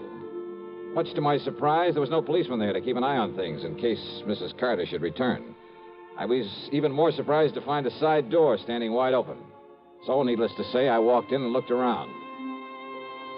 One of the first things that caught my eye in a den off the living room was a desk. It was locked, but I managed to pry it open without too much difficulty. And there, among other things, kind of half hidden away in a folder, I found some canceled checks, a whole series of them, written twice a year for a period of over 3 years. They were made out to Mitzi Taylor, the ex-Burley Queen. Pretty sizable checks, too, all for the same amount of money. No wonder he'd kept this desk locked. But during one period of time, well, 3 checks that should have been there were missing. And it gave me an idea. Out in the living room was another desk, a tambour, obviously Mrs. Carter's.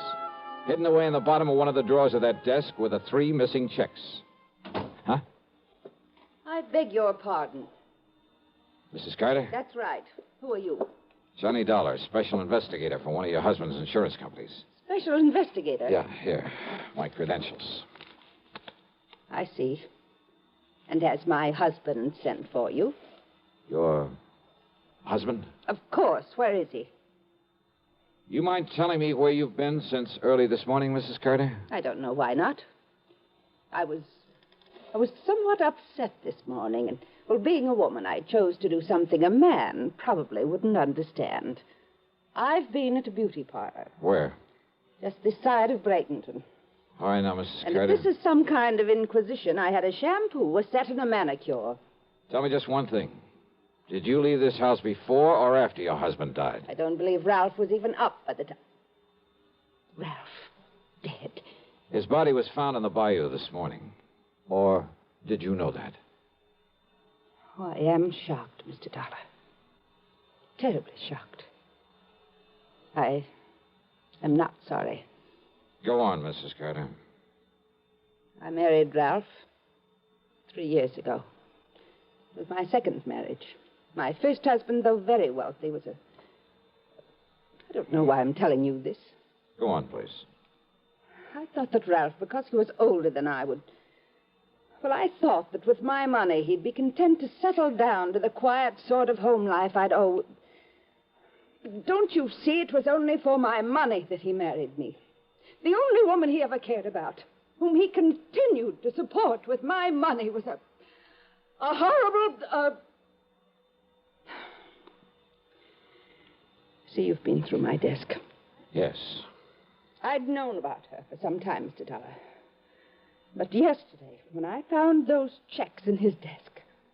Would you call them motive for murder, Mrs. Carter? I told him I would divorce him. I told him last night. I'm afraid it was quite a scene, but Good heavens. All right, now listen carefully. I want you to answer my questions carefully, regardless of how absurd you may think they are. Well, all right. You always wear gloves, don't you? What? Well, of course. This kind of gloves, like you're wearing now? Only this kind. I have them made for me in France and sent to me on special order. Even when you're working in the garden, say? Of course. I save the old ones for that kind of thing. Any other kind of cotton or wool or domestic leather I'm allergic to. But, Mr. Dollar, I don't understand why... Such a little thing, and yet... What? And yet murder cases have been solved on a whole lot less. Murder? Did you say murder? So you found her for us, Dollar. Oh, Sergeant Edwards. So maybe you private dicks do have some value after all. All right, Mrs. Carter. Yes, Sergeant. I'm arresting you on suspicion of murdering your husband. You what? Now, just a minute, May as young well man. go along with him, Mrs. Carter. But, Mr. Dollar, But I'm glad you threw that word suspicion in there, Sergeant. What's that? Yeah, it may save you from being sued for a lot of money. Huh? Yeah. For false arrest. Act 3 of yours truly, Johnny Dollar, in a moment. Welcome, recording star Mel Torme. It's terrible trying to sing with a bad cold. So I always take 4-way cold tablets to relieve cold miseries fast. Good idea. Tests of all the leading cold tablets proved 4-way fastest acting. 4-way starts in minutes to relieve muscular pains, headache, reduce fever, calm upset stomach, also overcomes irregularity. When you catch cold, try my way. Take 4-way cold tablets. The fast way to relieve cold distress and feel better quickly.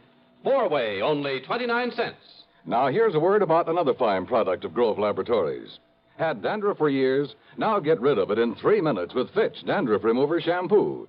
3 minutes with Fitch regularly is guaranteed to keep unsightly dandruff away forever. Apply Fitch before wetting hair, rub in 1 minute. Add water, lather 1 minute. Then rinse 1 minute. Every trace of dandruff goes down the drain. 3 minutes with Fitch, embarrassing dandruff's gone. Fitch can also leave hair up to 35% brighter. Get Fitch Dandruff Remover Shampoo today. And now, Act 3 of yours truly, Johnny Dollar. After getting the address of Missy Taylor from him, I persuaded Earl Pullman to drive me in a hurry to the airport up at Tampa.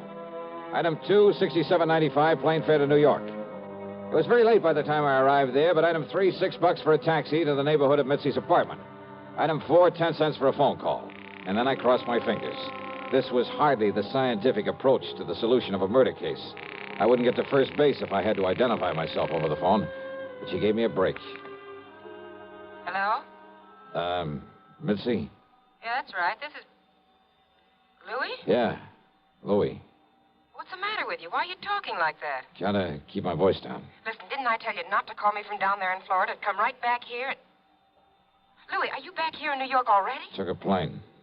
Did you take care of Ralph Carter? Don't worry, baby. It'll be in all the papers. Okay. And come on over here and I'll pay you off. Sure. But then you're to clear out. You're to get out of this town as far away from me as you can. Sure. Okay. Come on over. Yeah, a real break. Now it was up to me to take the fullest possible advantage of it. Item 5, another dime for another phone call, this time to Lieutenant Randy Singer at the 18th Precinct. No question about it, Johnny. Old man Carter must have known that sooner or later his wife would catch on to all the money he's been giving his dame. Right. And maybe he was getting tired of sending out those checks. Right. So to get off the hook and still provide for Mitzi, he named her as beneficiary to a $50,000 insurance policy. Sure, his wife would know about it after he died, but she wouldn't be able to do anything about it. Yeah, but little Mitzi just couldn't wait, huh? Now, look, I don't anticipate any trouble with her, Randy, but if you're going to be around for a while, well, after I've wrapped it all up, I'll call you to come over and make the arrest, huh? Seems to me you have got it all wrapped up. Sit tight, Randy, and I'll call you.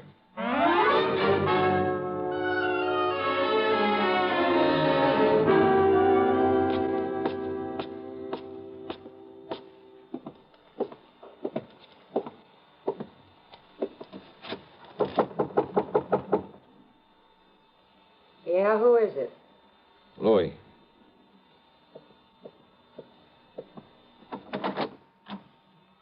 Louis, huh? Do you mind if I come in, Mitzi? Now, who are you? Johnny Dollar, special investigator. Yeah? For who?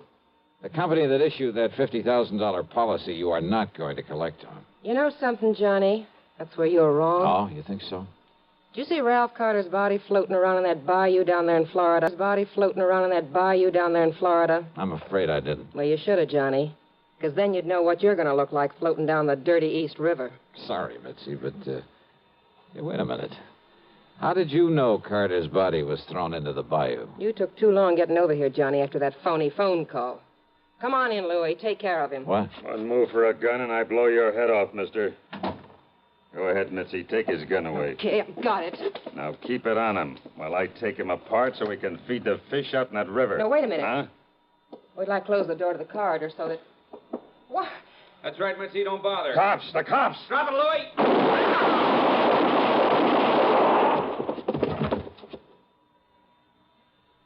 Okay, boys. Take what's left of them out of here. Right, Lieutenant. Maybe you better put some cuffs on the dame. Right. Come on, baby. Hiya, Johnny. Fancy meeting you here. Very funny. And, hey, what happened? I thought you were going to call me back. Oh, stop hamming it up, will you, Randy? But, thanks. Think nothing of it.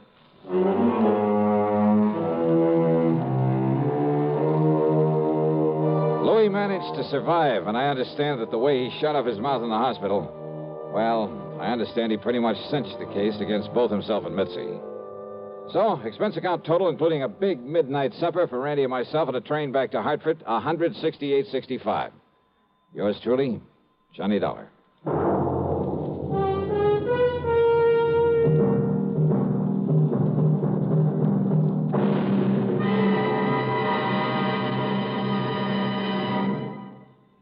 Our star will return in just a moment. This is the cold season. What do medical authorities say about the common cold? Doctors tell us there is no known drug which will cure a cold. There are effective medications for treating complications, accompanying or following a cold. If you've been taking sensible precautions and still have one cold after another, it's best to see your doctor. And here's more good advice. When you have a cold and need a laxative, that's the time to rely on gentle X-Lax. Pleasant-tasting, chocolated X-Lax helps you toward your normal regularity gently overnight. X-Lax gets along with any cold remedies you may be taking, and X-Lax works where nature wants, in the lower tract, not the stomach. Taken at bedtime, X-Lax won't disturb sleep, gives you the closest thing to natural action the next morning. You're well on your way toward your normal regularity, without upset or discomfort. So when you have a cold and need a laxative, take X-Lax, the laxative you can use with complete confidence. X-Lax helps you toward your normal regularity gently overnight. X-Lax. Now, here's our star to tell you about next week's story. Well, next week I take another trip to Florida, and I still don't get a chance to go fishing. Instead, a lesson in how not to commit a murder. Join us, won't you? Yours truly, Johnny Dollar.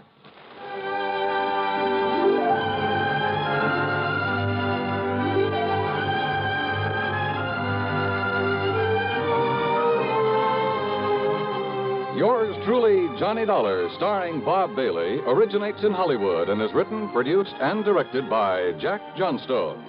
Heard in our cast were Virginia Gregg, Lillian Bayef, Vic Perrin, Sam Edwards, Barney Phillips, Herb Bygren, and Frank Gerstle. Be sure to join us next week, same time and station, for another exciting story of yours truly, Johnny Dollar. This is Dan Cubberly speaking.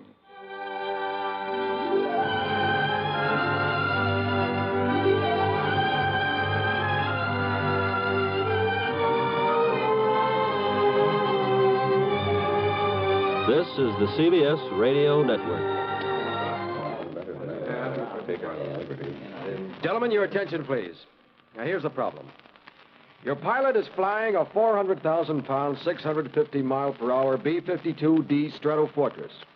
Now, with the weather, wind, and bomb load information provided on your test sheet, I want you to figure your estimated time of arrival at point X on the map, 2,109 miles away. Quite a knotty problem, isn't it? But not for the fledgling navigators in U.S. Air Force aviation cadet training. You see, these men have a firm background in astronavigation, electronics, engineering, and allied fields. They are eminently prepared to cope with the most intricate navigational situations. College men between 19 and 26 and a half. Find out today if you can qualify as an Air Force navigator. If so, you're in for a prestige position with a brilliant future. See your local Air Force recruiter today for complete details. WROW, Radio 59.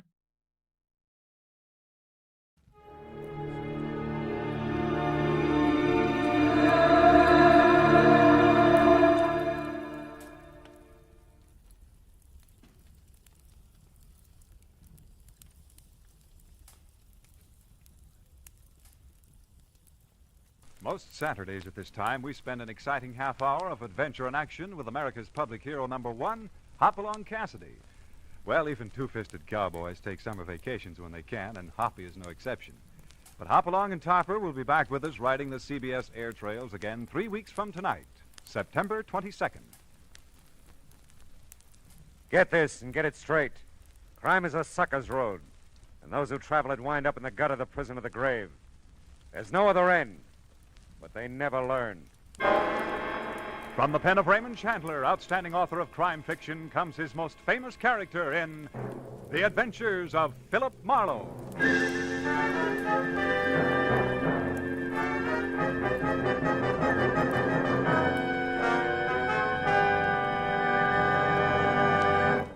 Now, with Gerald Moore starred as Philip Marlowe, we bring you tonight's transcribed story, Nether, Netherland.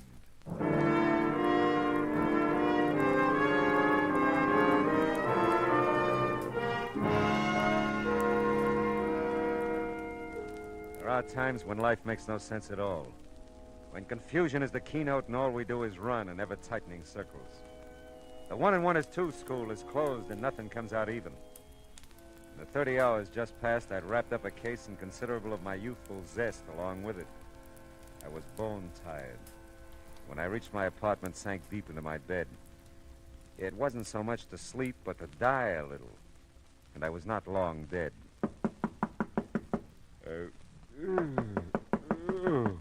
Oh, okay. Where are those slippers? Okay. Who needs more than 15 minutes sleep? Yeah. Yeah. Mr. Marlowe, I've got to see you. It's very important. Yeah, it better be. It's awfully late, I know. You're nice to let me in. Did I let you in? Yes. Just now. You're not still asleep, are you? No. No, I don't think so. You see, I always sleep lying down. It's a habit. You must know I wouldn't bother you this way if it weren't that... Well, someone's following me, Mr. Marlowe. Oh? He's been following me for I don't know how long. I'm so frightened. Oh, come on. How about a cup of coffee, huh? Oh, really, Mr. Marlowe, I don't think you're listening to me. I can make it worth your while. I wish you'd wake up. Yeah, well, that's what coffee's for. Come on. You can talk to me while I make it, hmm? Now, you were saying someone's following you. A man.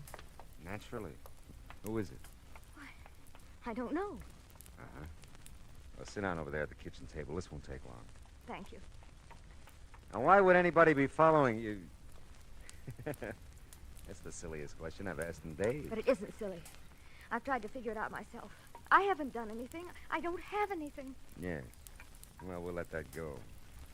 Look, maybe I ought to know your name, huh? Oh, I'm sorry. I'm Carolyn Shepherd. Don't be sorry.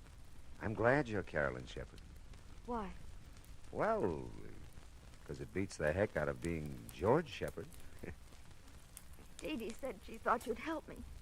That's why I came. Dee Dee? My roommate, Dee Dee Reynolds. Oh. She doesn't know you or anything. She just said if she were troubled, like I am, she'd get in touch with you. Yeah, well, that's nice of Dee Dee. Does she know somebody's been following you? No, I haven't told anyone. Oh. I don't know her very well. We haven't lived together long. I don't know. I didn't want to frighten her, too. Mm-hmm. So I just told her something that sounded all right. And she said she'd heard about you. Oh, your water's boiling. Mm-hmm. Oh, thanks. Does he ever call you? No, we don't have a phone.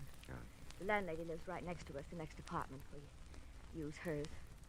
But he never tries to call me, as far as I know. Well, does he ever come to your door or approach you in any way? Sometimes he gets very close. That is, almost before I know it, there he is.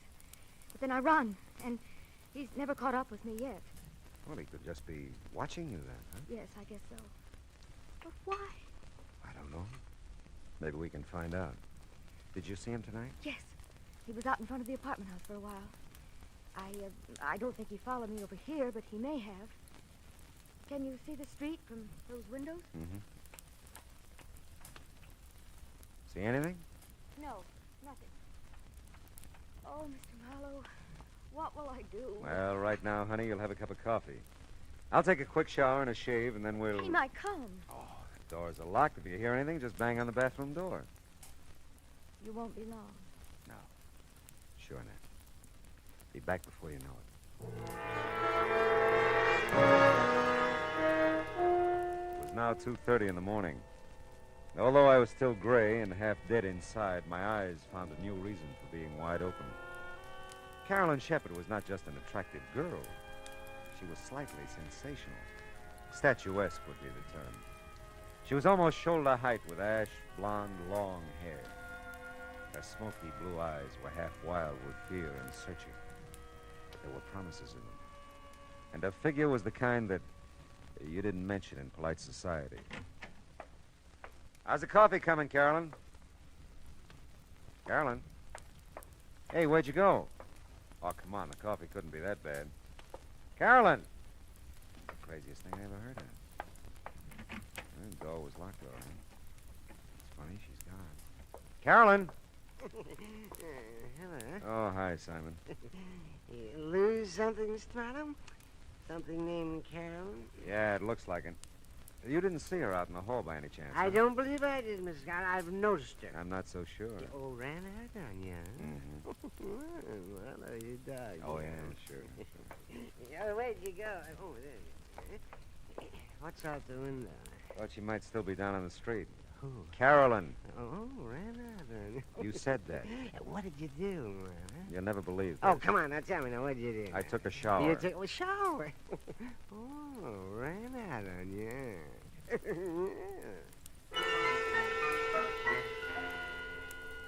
Simon was listening badly, but enjoying a good laugh when I left him. Back inside the apartment, I reached for a cigarette and a few conclusions. Her name was Carolyn Shepard. Someone was following her. She'd been here, and she was gone. That's all I knew.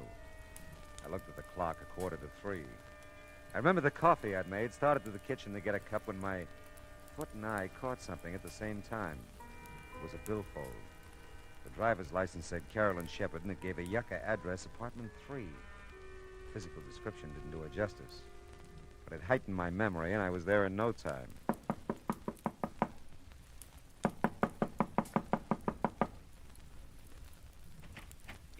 Yes, what is it? I'm looking for Carolyn Shepard. Oh, you were? Well, she isn't here. I don't know her, but I'd like to meet that young woman sometime. It's a pleasure, believe me. Now, look, I'm sorry. You're always sorry. Between the freeway by day and the traffic at this door by night, on account of Carolyn Shepard, body can't get any rest or sleep. I'm really sorry. I know it's late, but Late? you see... I can't imagine what kind of a person she is, that men can knock on her door, or any door they think is hers at all hours. I'm not going to stand for it. I'm going to move. And someday I'll meet this young Shepard person, and I'll give her a good thrashing. You do that, but just tell me one thing. I'll tell you nothing. How long have you lived here? 6 weeks. 6 of the most miserable weeks of my life. Thanks. Very much. My goodness, what's going on out here? I guess I have the wrong address. I didn't mean to wake everybody up. Why, you didn't wake me up. Just Mr. Norton, I guess. Well, I guess it's insomnia. I just practically never sleep nights. You ought to get together with Mr. Norton. He tells me he has the same kind of trouble. He isn't a very pleasant old gentleman, is he? No. Oh, my. I guess I should introduce myself. I'm Hester Hutchison. I'm the manager of the building. Oh, well, maybe you can help me then. I'm trying to locate Carolyn Shepard. This is the only address I've got for her. Oh, I'm sorry. You're sorry? Carolyn did live here, but she moved about 6 weeks ago. And for some reason or other, I never understood really, she didn't want to leave any forwarding address. I see. Well, thanks, Miss Hutchison. Oh, not at all, not at all. I hope I didn't disturb you, Oh, really. my goodness, no. As I said, I'm sort of given to this insomnia or whatever it is. Well, as a matter of fact, I just baked a coffee cake. Sounds silly, I know. But I get some of my best ideas at night. And tonight it was coffee cake. Coffee cake, huh? If you'd care for some, I'd be, you'd just be more than welcome. Oh, that's nice, Miss Hutchison. But you see, I get some of my best ideas at night, too, and I got one right now. About going home to bed.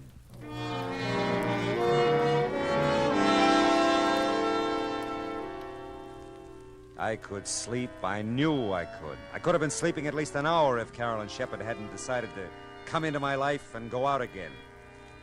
Well, I didn't know where else to look for her, so I decided to give my little trundle bed another whirl. I'd gotten about 10 out of the usual 40 winks.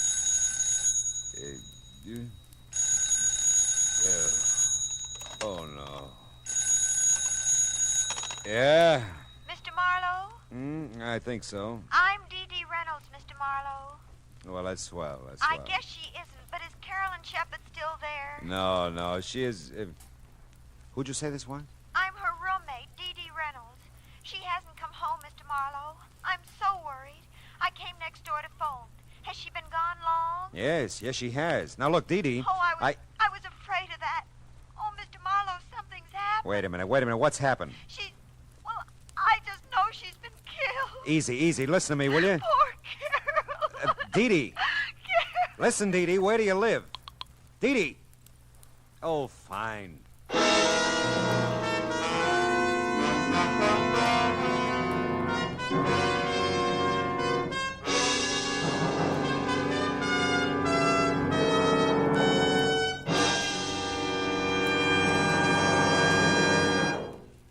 In just a moment, we'll return to the second act of Philip Marlowe.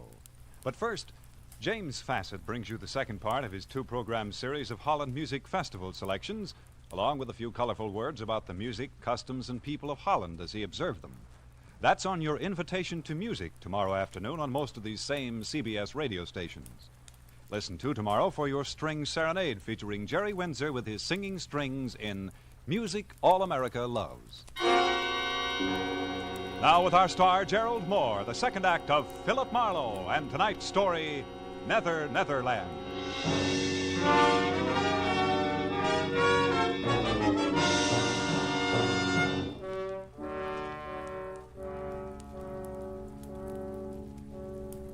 I was wide awake again and furious.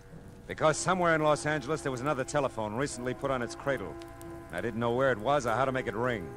Somewhere in Los Angeles, too, were a couple of near-hysterical females, neither of whom had any regard for my sleeping habits. Dee Dee had jumped to a conclusion about Carolyn that I wasn't buying, probably because I didn't want to. Well, it was beginning to turn gray outside, and the jarring thump of the paper grazing my door told me a new dawn was with us. Oh, yeah. You still looking for that girl, Mr. Marlowe? Morning, Simon. You still bouncing off walls? I am confronted with something of a problem, Marlowe. So am I. Someone in the night, mind you, has moved my apartment. No. Yes, I've looked all over the neighborhood, and it is gone. Yeah, well, you just hang on. It'll be back. No, it has to be. It just has to come home to me. Oh, say, did you ever find her, Marlowe? Her. No, never did. Well, you were taking a shower then. Yes. Oh, Marlowe, you dog. Fine. You like coffee cake, Simon? Oh, my dear Marlowe, I not only like it, I respect it. And I'd be proud to join you in some of it. I'd just be proud. No, not me, Simon. About 3 blocks from here, over on Yucca. Ask for Hester. I thank you, Marlowe, from my heart of hearts. I thank you. Hail and farewell, Simon. Go. Well, let's see what's in the paper. International situation. Inflation. Holy smoke. Police late last night found an unidentified woman beaten and unconscious in the Beechwood area near the Hollywood Hills. The young woman, tall and blonde, was taken immediately to the police receiving hospital in Hollywood, where her condition is reported as serious.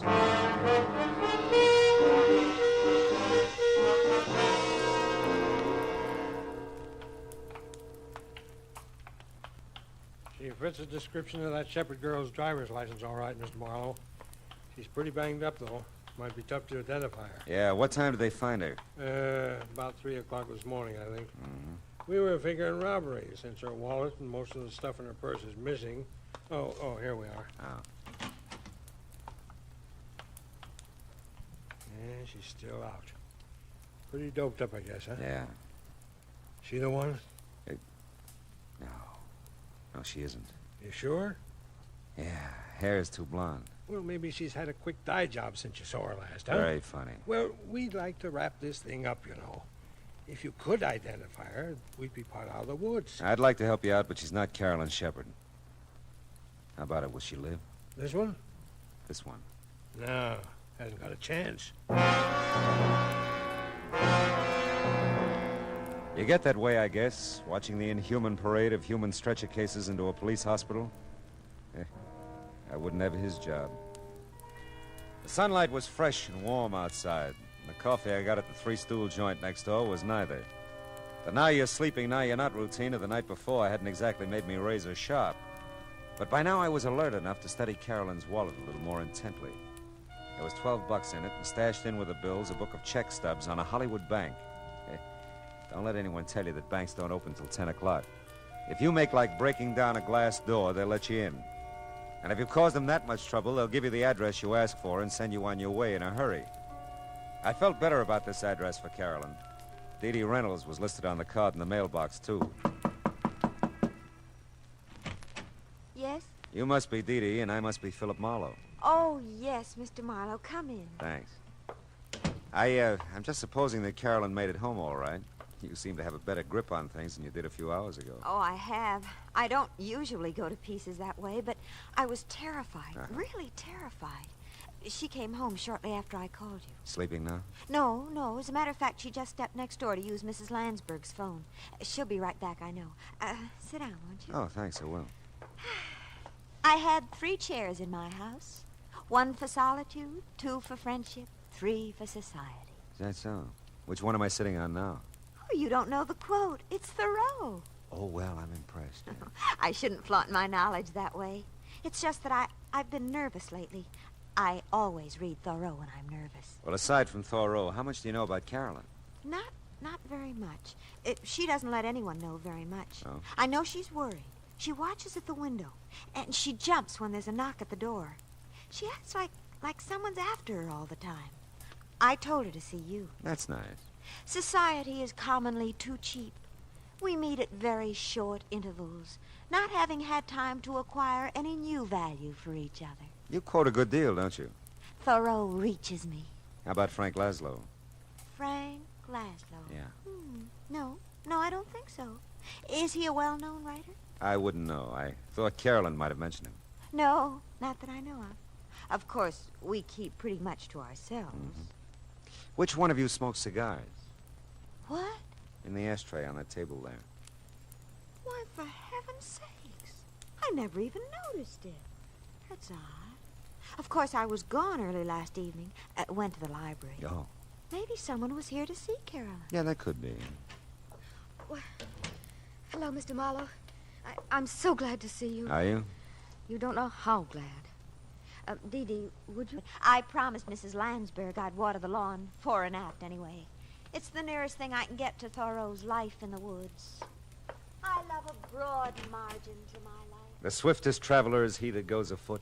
Mr. Marlowe, you do know Thoreau. See you later, Dee Dee. Oh, it's been a pleasure. A real pleasure. She's an amazing girl, isn't she? So are you. You did a great disappearing act last night. I know. I felt so strange there. I knew he was around somewhere, and then I saw him down the street in front of your apartment. I had to run. I went out the back, down the fire escape. But you didn't come home for quite a while. Well, there's an all-night diner over on Franklin. I stayed there a long time.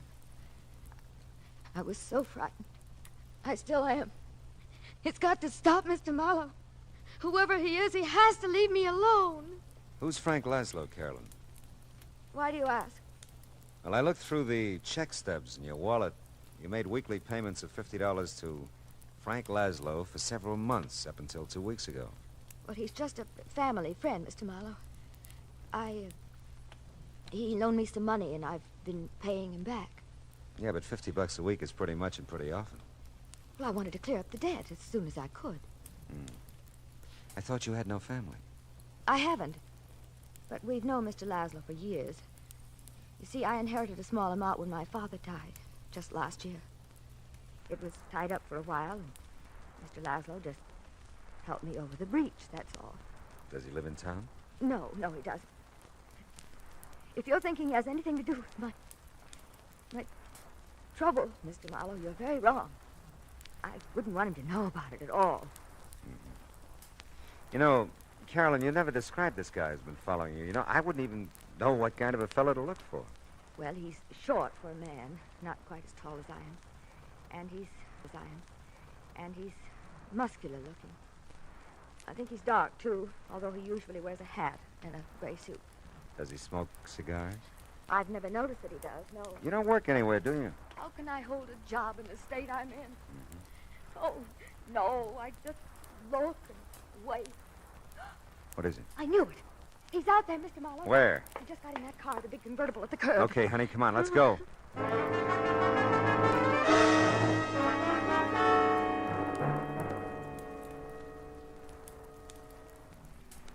He must know we're following him the way he's driving. Yeah, he can lose us with that job, too. Those babies can really take off. Look, he's moving over into the right lane. Probably going to turn. Well, we're going with him. Hang on, honey. We can't lose him. We can't. We won't.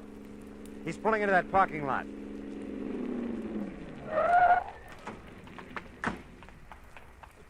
Well, sir, we made quite a chase of it, didn't we? Yeah, we did. Get out of that car. I was just about to... You know, you really shouldn't try to keep up with a car like mine. I was just toying with you that time. Now, if you want to make a real race of it... Now, wait a minute. How tall are you? Oh, I'm quite tall, really. 6'7" in my stocking feet. How tall are you? It doesn't matter. Why, what's the matter, young lady? She'll be all right. She's just a little disappointed. Come on. No. You mustn't take it so seriously, young lady. Your companion here made a good race of it, considering he was up against great odds. Yeah, thanks. Mr. Old for you. Pious. Old for you. Yeah, well, thanks.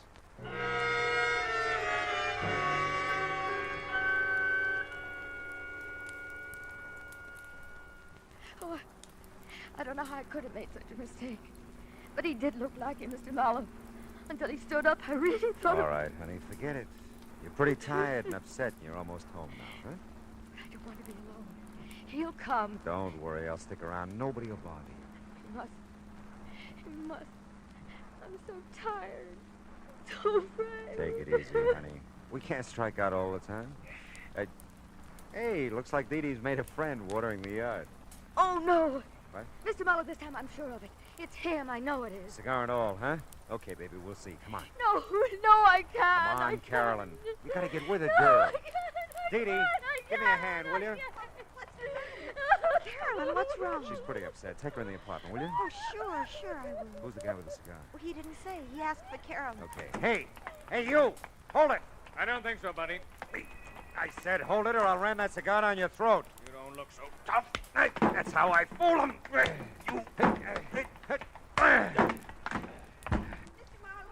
Are you hurt? No, go back to Carolyn. Get her in the apartment. Well, she's in Mrs. Lansbury's. She's not making much sense either. Just Nothing's crying making and any mumbling sense. things. Oh, he's really out cold. Yeah, now look, take a look in there. His auto registration. Read it to me. Oh, let's see. Frank Laszlo, Uh-huh. something Kling Street, Barstow, California. I thought so. Did you? Never mind. Go back with Carolyn now and stay with her. If she says anything, memorize it like you do with Thoreau. But where are you taking Where I hope he belongs. I'll be right back. Hey,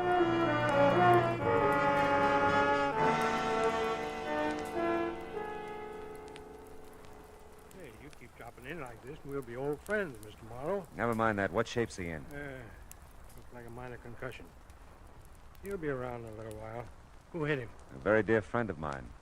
Look, keep him here, will you, and keep an eye on him. I'll be back maybe with another customer for you. Hey, we'll make you a rate. And you can save us both some time if you get one of the boys at the station to call Barstow. Find out anything they can about Frank Laszlo and a girl named Carolyn Shepard. You can reach me at the Landsberg phone number I looked up on Cherokee.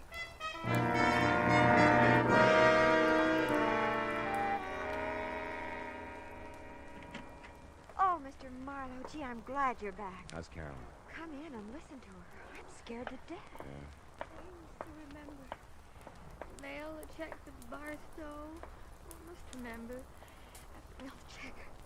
Got so much to forget, too. Forget and remember. It's been going on like that ever since you left. Yeah. What does it mean? I don't know for sure yet. Steve, you can't be everywhere. Everywhere I look, you can't be anywhere. You're dead, Steve. Don't you know you're dead? Take it easy, Carolyn. Easy. Easy.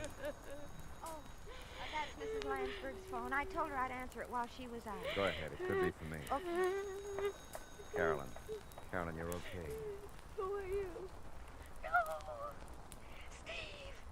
It can't be you, Steve. You're dead. I'm not Steve, Carolyn. Steve, you're dead. Don't you remember, Steve? I killed you. But you won't go away. You won't go away. It's for you, Mr. Marlowe. It's the police. Yeah, I know. I'll get it. She's... What's wrong with her, Mr. Marlowe? She fainted. She'll be okay. Yeah. Did you leave Mrs. Landsberg's door open? Oh, sure. Phone's right there in her living room. Thanks.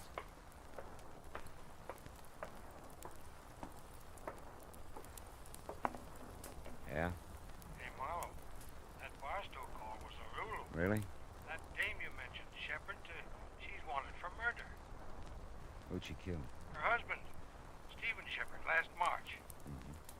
What about Laszlo? Well, they're not sure out there. He was questioned at the time, but they couldn't get anything on him. The dame apparently just vanished until now. Last time they had Laszlo in for questioning a couple of weeks back, he said he didn't know where she was. Must have a real bad memory, huh? You bringing the dame in? Yeah. I'll bring her in. She all beat up, too? I can send the wagon. No. I'll bring her. Just keep a straitjacket handy.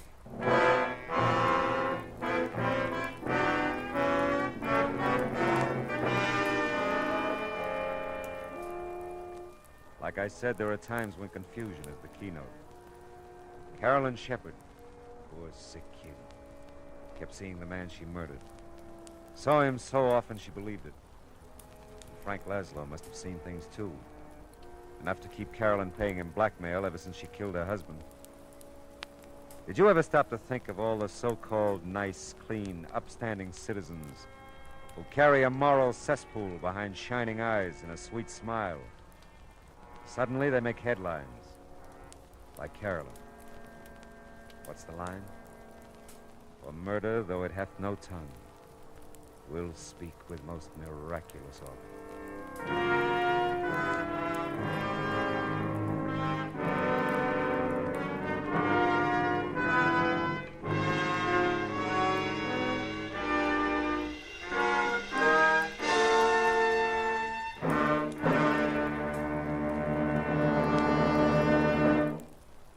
The Adventures of Philip Marlowe, bringing you Raymond Chandler's most famous character, starring Gerald Moore, was produced and transcribed tonight by Cliff Howell and written for radio by Kathleen Height. Featured in the cast were Lorene Tuttle, Verna Felton, Shirley Mitchell, Howard McNear, Ted Osborne, and Cy Kendall. Gerald Moore may currently be seen in the Santana production Sirocco. The special music for Philip Marlowe is composed by Pierre Garrigank and conducted by Wilbur Hatch.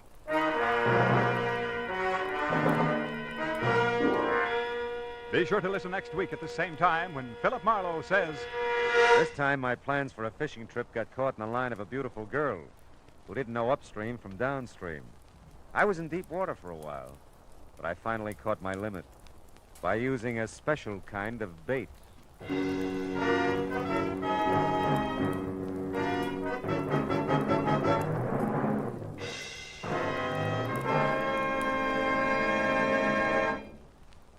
There's a song that goes with this story, friends. The story is, starting tomorrow evening, you'll be able to laugh again at the adorable antics of America's favorite teenager, Corliss Archer. Her boyfriend Dexter returns from vacation, too. So does her whole family. All of which means more Sunday night fun for your whole family when you meet Corliss Archer Sunday nights on most of these same CBS radio stations. We said a song went with this story, didn't we? Well, here it is. CBS. B for the best. F. Yes, yes, yes. The star's address is CBS.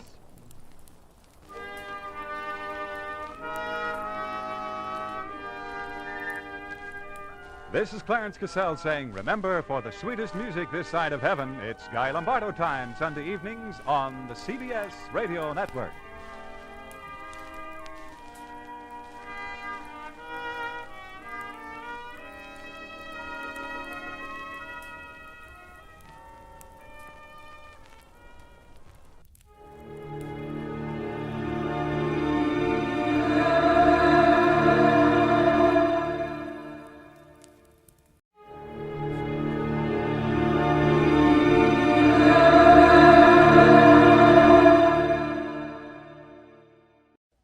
For your listening enjoyment, John Lund as Johnny Dollar. Johnny Maxwell, Johnny. Oh, hello, I got Mr. a Max. job for you. We insured that's Mr. swell. Frank Meadows, lives in Newport, California. He was killed last night. Oh, is Shot Max? to death. How long will it take you to pack and catch a plane?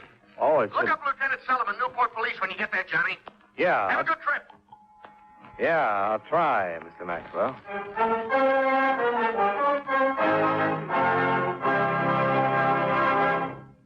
Right now, I'd like to take a few minutes of your time to pass on a thought which, incidentally, concerns time. According to the Bible, to everything there is a season and a time to every purpose under the heaven. We all agree on that, I'm sure. And we'll also agree that the regulation of time also depends on the season.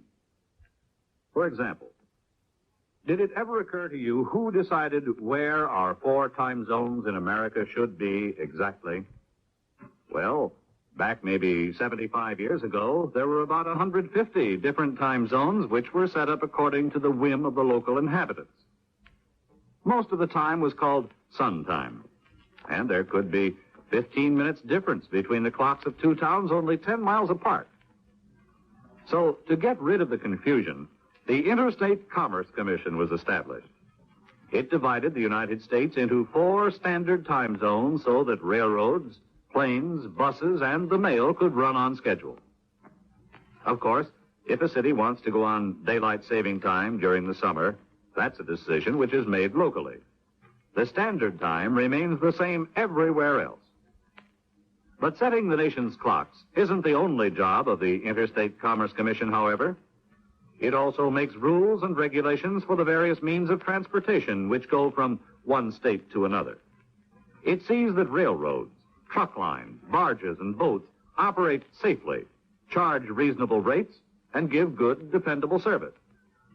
It also protects trucks and bus drivers from working such long hours that they might fall asleep while they're driving.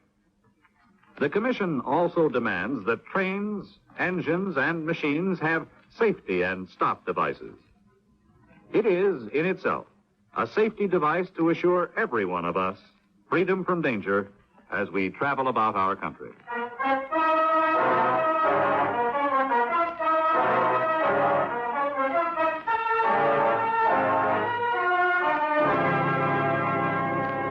Expense account submitted by Special Investigator Johnny Dollar to Home Office, Universal Bonding and Indemnity Company, Hartford, Connecticut. The following is an accounting of expenditures during my investigation of the Barton Baker matter. Expense account item 1, $195.80. Plane fare and incidentals from Hartford to Los Angeles. I arrived at International Airport at 11 the morning of the 26th and rented a car there. An hour later, I was pulling into Newport, a sea town not far down the coast. At the police station, I met Lieutenant Solomon, and we discussed the case. Frank Meadows ran a boat chartering service. Did you know him? Yeah. Excuse me. Open a window. Sure has been hot the last couple of days. Like a cold drink or something? No, thanks. Well, we got a report on the shots, and when we got there, Frank was dead. Shot 3 times. He had a gun been fired twice. Obviously shot it out with somebody. Any suspects? His partner, Dave Geller. Owned the boat with Charlie. What makes you think Geller did it? No, don't know for sure, but he's missing. Disappeared. Nothing else? No. It's the only thing we've got to go on. Any reason why Geller would kill Meadows? None that we know of. I know Dave as well as I did Frank. They always seem to get along. Never heard of any argument. But you know how those things are. A couple of guys get along fine for years, and then some little thing comes up. Yeah. Might be a woman. Just a woman or some particular woman? Frank has a wife. And Geller? No, he's not married. What's Mrs. Meadows like? Well, you got to talk to her anyway, don't you? Yeah. Then you can see for yourself. I'd say she was the kind that might cause a lot of trouble under the right circumstances. But that's only a personal observation. You might not think so at all. Here's the address. Well, thanks, Lieutenant. I'll let you know. Do that.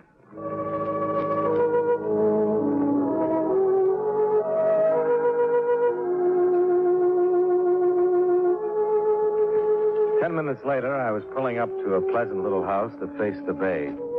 Mrs. Meadows met me at the front door. I don't generally make snap judgments, but at first sight, I was inclined to go along with the lieutenant. Mrs. Meadows was very attractive. Tan, blonde, and could have been in mourning, but I doubted it, even though her tight bathing suit was black. I introduced myself, and she showed me into the living room. Sit down, Mr. Dollar. Thank you. You'll have to forgive me. I've been getting some sun. Oh, I don't mind. I practically live in a bathing suit during the summer. Surprised the beach isn't more crowded. You're from the insurance company. That's right. I was sent out to investigate your husband's death. I'll be glad to help any way I can. I'd appreciate it. How much was my husband insured for? Don't you know? I have no idea. I knew he had insurance, but I never knew how much. $25,000. That much? Should buy you a lot of sun. When will I get it? Well, in a case like this, a murder has to be a complete investigation. And it's generally considered proper to bury the deceased before issuing a check. By the way, when is the funeral? It was this morning at 8 o'clock. What did they do? Dump him off a surfboard? I don't think I like that, Mr. Dollar. Oh, I'm just being a little sadistic.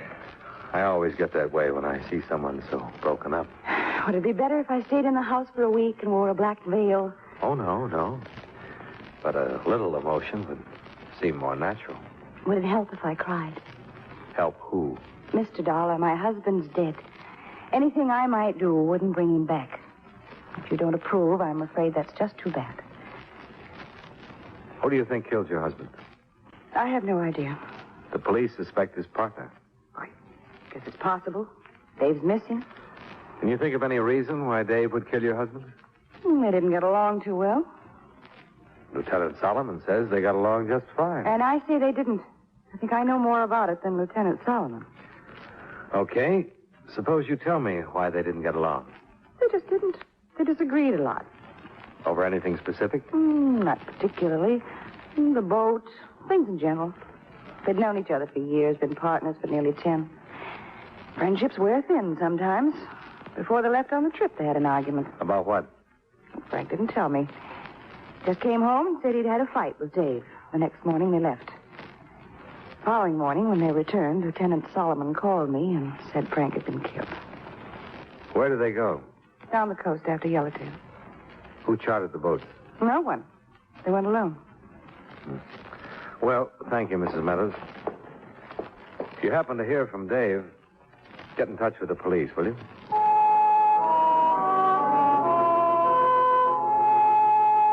It was going on 4 o'clock when I left Mrs. Meadows standing in the doorway in her black bathing suit. I drove to a motel on the bay and was shown to my room, where I called Lieutenant Solomon.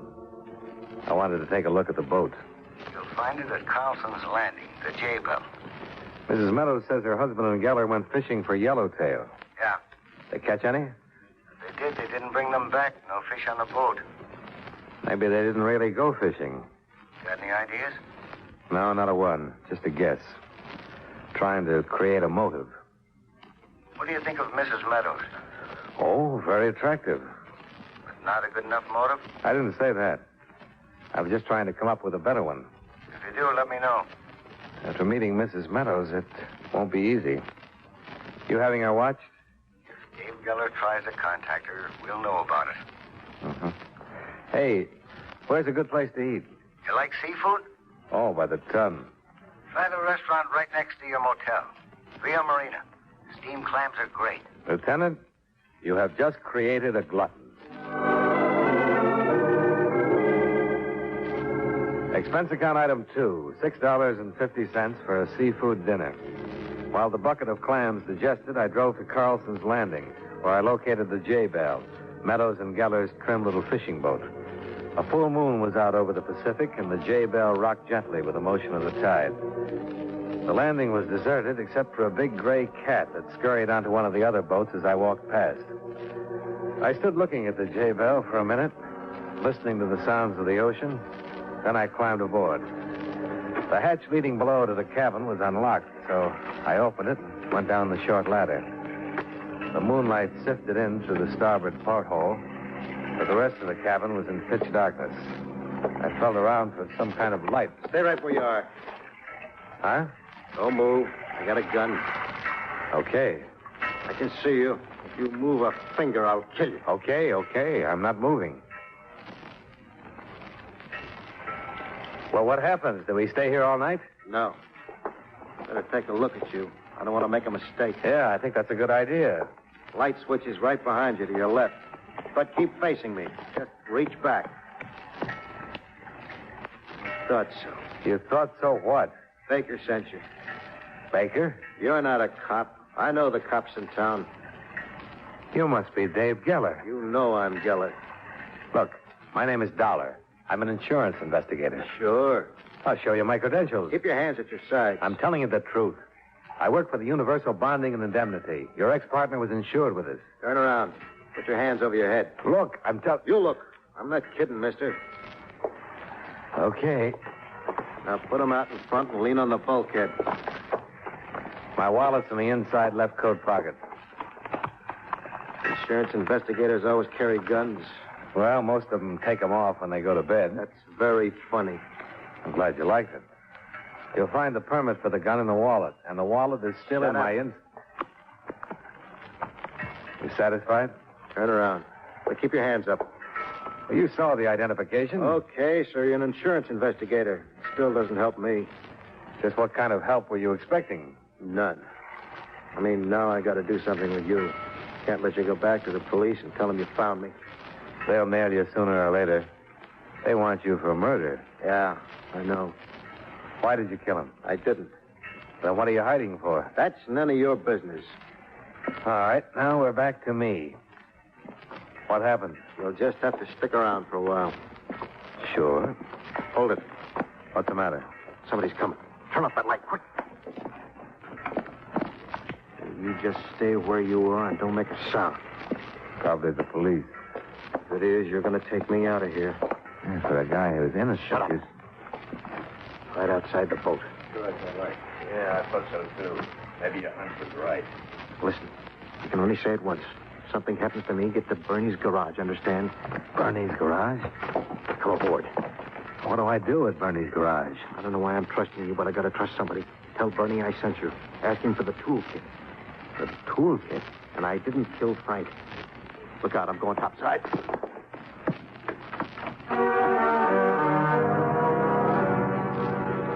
He went up the ladder and out on deck, holding his gun in front of him. I thought about trying to stop him, but he moved too fast. And besides, he had my gun stuck in his belt. I was going up the ladder when the shooting started, and being a practical man, I stopped halfway up and ducked. After a moment, I looked up through the hatch, and there, standing in the moonlight, was a tall, thin man dressed in a white suit. He was holding a gun, pointed right at my head. Well, good evening. Who got killed? Your friend, Mr. Geller. And now it looks like your turn, Mr. Dollar. Johnny Dollar. How do you do? My name's Baker. Barton W. Baker.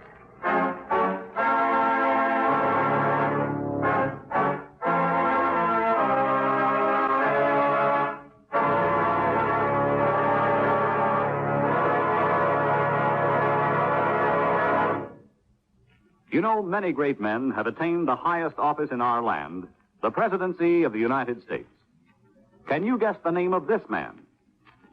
He was descended from an English family which landed in Plymouth in 1624 and was a native of Ohio. In the late 1880s, he was a newspaper editor in that state, and as senator in 1900, he opposed federal control of food and fuel. As president, he supported prohibition and backed the 19th Amendment, which gave women the voting privilege. His administration also saw the establishment of the national budget system. If you don't have his name by now, here's another clue. During his presidency, the Lincoln Memorial was dedicated. Who was he? Warren G. Harding, 29th President of the United States. His life is part of your American heritage.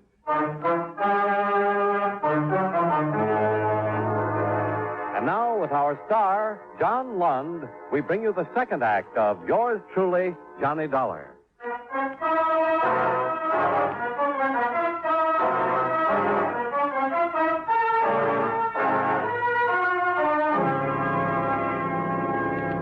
The tall, thin man in the white suit who called himself Baker came down the ladder into the cabin. He flipped on the lights again and stood facing me, a half smile twisted on his lips. We said nothing.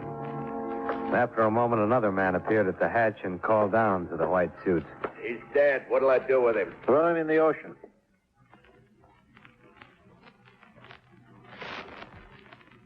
Actually, I had no desire to kill Mr. Geller. But you forced yourself. Had he offered his cooperation, he would be alive this minute. Yeah, he's in the water, but those shots are sure to bring somebody. And we must expedite matters as quickly as possible. Mr. Dollar, where is the toolkit? The toolkit? Oh, come, Mr. Dollar. The shooting has forced me to a tight schedule. I want to know what Geller did with the tools. Look, I don't know what you're talking about. Hank. Yes, sir. Now, wait a minute. Oh. As you can see, Mr. Dollar, I mean to have the information one way or another. Look, yeah, One moment, Hank. Mr. Dollar, I was prepared to offer the late Mr. Geller $5,000 for the toolkit. I'll make you the same offer. It's a good offer. But how can I give you something I don't know anything about? $10,000. I don't know anything about a toolkit. You've been with Mr. Geller? Sure. I can't believe you were discussing the weather. Oh, hardly. I'm an insurance investigator. I'm investigating Frank Meadows' murder. Can you prove it? Certainly. Something wrong? My wallet is in Geller's pocket. I'm not lying. I think Geller sent for you and told you where he hid the toolkit. Look, I found Geller hiding on the boat. He pulled a gun on me and Time is too short. Hank. Now, look, I'm telling you that... Oh! Where is it? I don't know. Oh. The toolkit, Mr. Dollar. I don't know anything about it. Baker's handyman beat me until I was asleep, trying to make me give up the information Geller had passed on a few minutes before he was killed.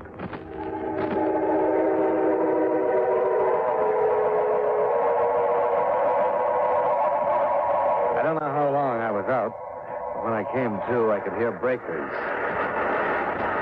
I was lying on the beach looking up at the big moon and feeling my head throb as though it was stuck on the end of a drumstick.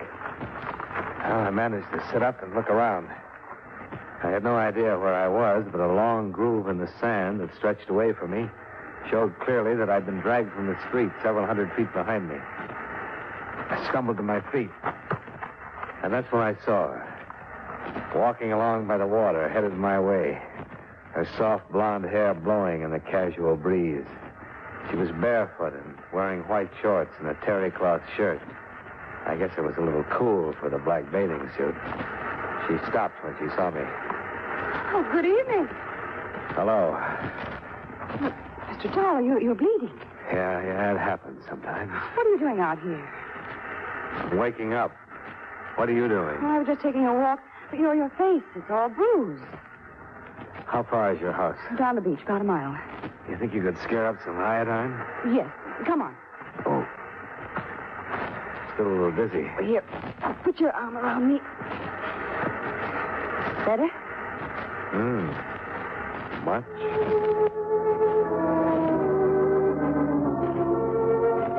I leaned on Mrs. Meadows while she steered me toward her house.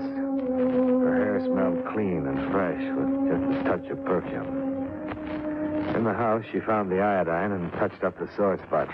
I'm so hurt. Oh. Sorry. Yeah. All right, I'll make it. What in the world happened? You know a man named Baker? Baker? No. Runs around with a handyman named Hank. No, I've never heard of him. I found Dave Geller tonight. Where? On the J-Bell. On the J-Bell? Why would he go there? Best place to hide. Last place the police would look. Did he do this to you? Oh, no. Hank did. With Baker's blessings. But why? Well, I don't know. I'm not sure. When I found Geller, he was hiding on the J-Bell. He pulled a gun on me. Then Baker and Hank showed up, and it turned into a shooting match. Do you know anything about some kind of a toolkit? Toolkit? I know it sounds silly, but Geller got killed for it. I nearly took the same trip. Because of a toolkit? I don't see what... Before Geller got killed, he told me to go to Bernie's garage. That's on Maple Street. He told me to tell Bernie that he sent me and to ask for the toolkit. I still don't understand what's so important about a toolkit. I don't know, but something is. Your husband was probably killed for the same reason. What are you going to do? Go over to Bernie's garage and take a look at this toolkit. Do me a favor. Certainly. Call Lieutenant Solomon and tell him where I've gone. Tell him to meet me there. All right. Oh, I haven't got a car. Still down at the landing. Use mine. I'll get you the key. Thanks. I drove her car over to the garage on Maple Street, parked it, and got out. The garage was open, and the sign over the door read 24-hour service. I went in and found a mechanic stretched out on a bench, sound asleep. Hey. Hey. Come on. Wake up. Okay, I'm up. No, I'm awake. Yes, I'm really knocking it off. Where can I find Bernie? You just woke him up. Dave Geller sent me over. That's all? Yeah. He said to pick up the toolkit. He did, eh? Yeah, he did. Now, where's the toolkit? How'd I know Dave sent you? Because I said he did. Something so important about a toolkit? Heck, no. But when Dave left us here, he said be sure and don't give it to no one except him. I can't just hand it over to you because you tell me Dave sent you. You better have Dave call me. He'd have a hard time talking with his mouth full of water. What you mean? He was killed and dumped in the bay. Now, Lieutenant Solomon will be here in a few minutes, so wheel out that toolkit. Dave was killed? That's right. First Frank and then... The toolkit, huh? Well, what's the matter? You a cop? No, I'm not a cop. Then I'm sorry. I'm an insurance investigator. I'm investigating 2 murders, Frank Meadows and Dave Geller. Insurance investigator? Well, that's kind of like a cop, ain't it? Everything but the feet. Got any identification? Now, look, are you going to get that toolkit, or do I have to... Okay, no, you don't have to get rough. I'll get it. It looks like somebody got kind of rough with you. Yeah, kind of. I got it stored in the parts department. How come you're so interested in a bunch of tools? Have you seen them? No. Box is locked tight. There it is. Just a plain old toolkit. Yeah. You got something I can bust this lock? Oh, no, wait a minute. Crowbar or something. Well, maybe we better wait for Lieutenant Solomon. If you ain't got a key, Will you get me that crowbar? Okay. It's against my principles. If Dave wanted you to pick up the kid, he should have called. He's dead. Remember? Oh, yes. Do you know who killed him? A man named Baker. Here's the bar. Thanks. Baker? Never heard of him. Oh, hey, I got a customer. Might be Solomon. Yeah.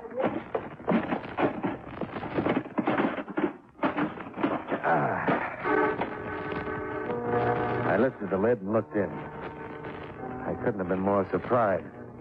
Because there in the box was exactly what I didn't expect to find. Tools. About 50 of them. All sizes, brand new. All the tools were painted black. But on the handle of a large wrench, there was a small space that had been scraped down to the metal. I picked the wrench up and looked at it more closely. Took out a pocket knife and scraped some shavings from the metal. I stood up and held the shavings under the light. And then I understood a whole lot of things. The shavings were solid platinum. Hey, mister, you got visitors. We meet again, Mr. Dollar. It was Barton W. Baker, complete with white suit, gun, and bodyguard. He looked at the platinum wrench I held in my hand, smiled, and moved slowly across the room toward me. I couldn't help it, mister. They held a gun on me and made me take them back here. Get up. Take the old man out to the garage, Hank, and guard him until I'm finished with Mr. Dollar. Yes, sir. Honest, mister, I'm Go sorry. on, old man. Go on. Well, Mr. Dollar, you were lying to us. I thought so. That's why you let me live. So I'd lead you here. Precisely. The tools are platinum. Of course. But you knew that. Geller just told me where to find them. I had no idea what they were. Well, I'm afraid your curiosity will be short-lived. I kind of thought that was the way it was. You killed Frank Meadows because he discovered the secret of the tool. Yes. If he had simply picked me up and landed me, as he was paid to do, I take it you're an alien, Mr. Baker? Correct. Would I know your government, Mr. Baker? Unless you happen to be deaf, dumb, and blind. Now, if you'll just proceed with me back to the garage. One more question. Yes? How did Dave Geller get hold of the kit? He and Meadows were offered a large sum of money for picking me up on the other side of the border. Aboard the boat, Geller grew suspicious of the kit, and knowing that I could not possibly notify the authorities of its theft, he forced me at gunpoint to go ashore and leave the kit with him.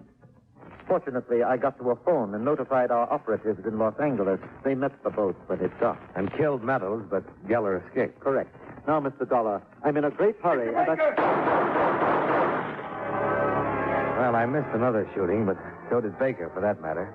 When Hank yelled, Baker turned just enough to give me a chance to swing the heavy platinum wrench. What's it all about, Dollar? I thought you'd never get here, Lieutenant. Mrs. Meadows called and said to get right over. You know something? I think you owe her an apology. Okay, so she'll get an apology after you tell me who the guy on the floor is and who the guy was I had to kill in the garage. Here. Have a platinum wrench. A what? Yeah. Mr. Baker is going to have one very expensive headache.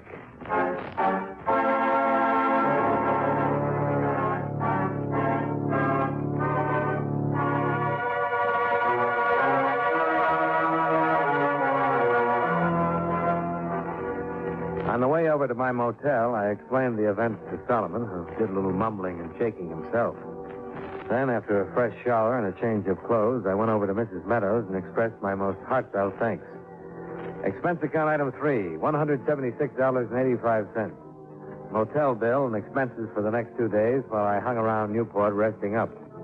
I saw Mrs. Meadows a few times before I left, but for some reason I didn't get much of a tan. Expense account items 5 and 6, $225 car rental, plane fare, and incidentals back to Hartford. Expense account total, $604.15. Oh, yes. Barton Baker comes up for trial on illegal entry, smuggling, and 3 counts of espionage. I hope he enjoys his stay in the USA. Yours truly, Johnny Dollar.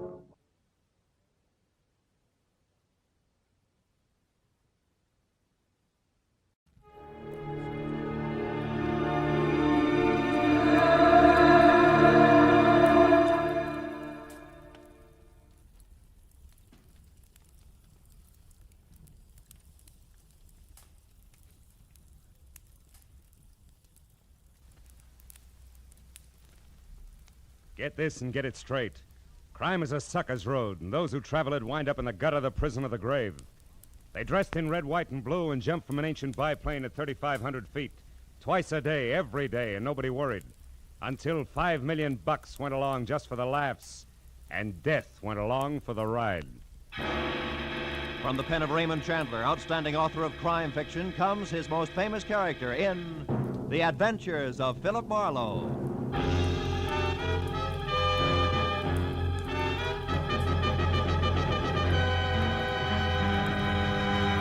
Now, with Gerald Moore starred as Philip Marlowe, we bring you tonight's exciting story, The Birds on the Wing.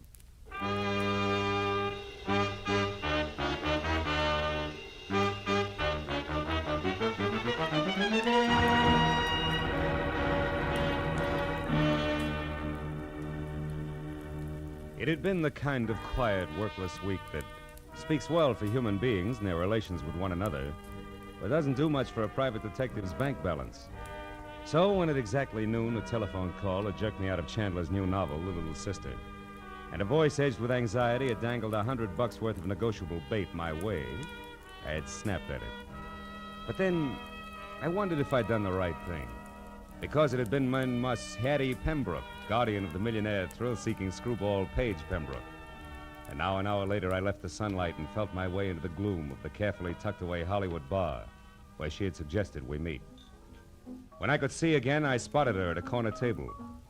That the old girl would be the other side of 50 and doing a little too much to disguise it, I had expected.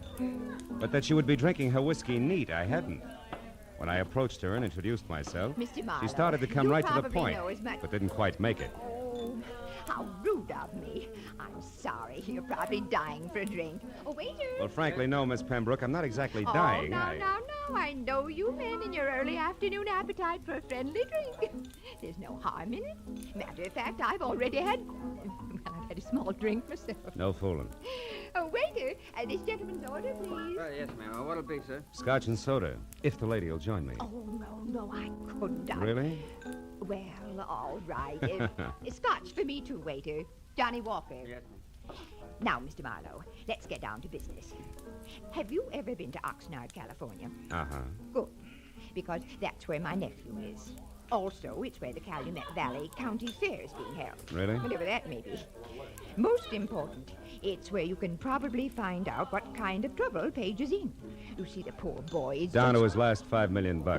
No, I'm sorry, Miss Pembroke. I don't think I want the job after all. Now, one moment. Why not? Well, frankly, I hope you'll excuse the reference to actual living persons, but your polo-playing, motorboat racing daredevil nephew is a jerk. I know. Page Pembroke III is an unmitigated ass, a virile egomaniac, an idiot who's never done an honest day's work in his life. Wait, where is that drink? Right here, ma'am. Oh, thank you. Now, Mr. Marlowe, sit down and drink your drink.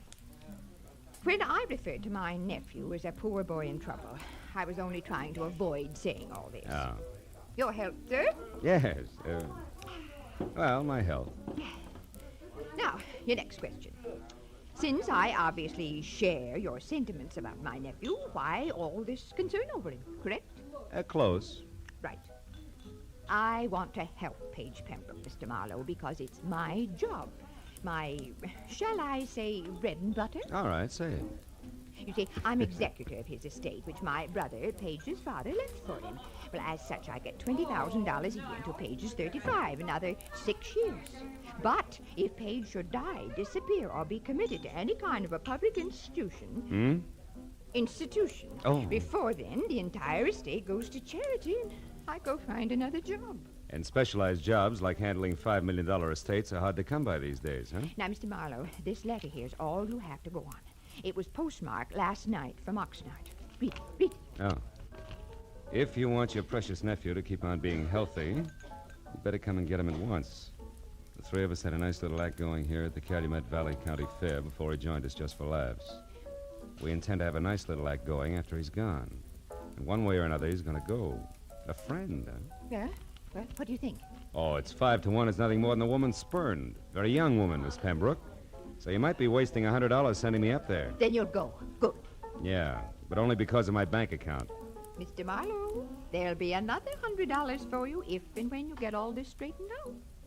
Now, call me at my home, Beverly Hills. Crestview 5412.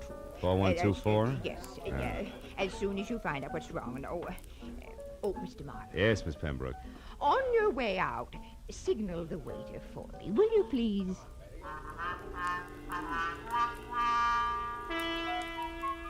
The ride to Oxnard was a pleasant but frustrating hour-and-a-half drive along the kind of beckoning, sun-scrubbed Pacific shoreline that always demands to know why you have to work for a living. The ride through Oxnard to the sprawling county fairgrounds located at a semi-retired airport was a fast 10 minutes. So all in all, it was a little better than 3 o'clock, and there was still a measure of boyish bounce in my stride when I started past the prize cows and plain and fancy leghorns and headed for the midway, looking for the act Page Pembroke had joined just for laughs. But it was 4 o'clock, and I had checked a half a dozen death-defying numbers before I was standing in front of a banner Columbus could have used for a sail. It said I was getting warm. In iridescent orange cloth on black, it read, "The Plunging Comets. Taffy Starr and Midge Maynard on wings of death with fearless Eddie Knapp at the controls. The greatest parachute act in the world, admission free. 5 and 9 p.m., north end of the Midway. Come one, come all." Yeah, this had to be it. At the north end of the Midway, just outside of a sagging, weather-peeled hangar, I found the World War I biplane that went with the Plunging Comets being mothered by a mechanic who didn't have grease on his face. And beyond that, on an inside wall of the hangar, were the parachutes used in the act, each on a separate hook, its owner's name carefully block-lettered on a card tacked above. Taffy, Midge, and Eddie. And then, scrawled in black crayon, the name I wanted most of all to see, Page. Lost something, mister? The voice went with the woman and the woman with the act. At the top, there was what used to be called the boyish bob, sticking out of a white aviator's helmet circa 1918. Then a bright red leather jacket open wide at the throat, black riding breeches, black boots, a color of hair that stuck out and said this one was taffy. I asked if you lost something. Have you? Well, come to think of it, yes.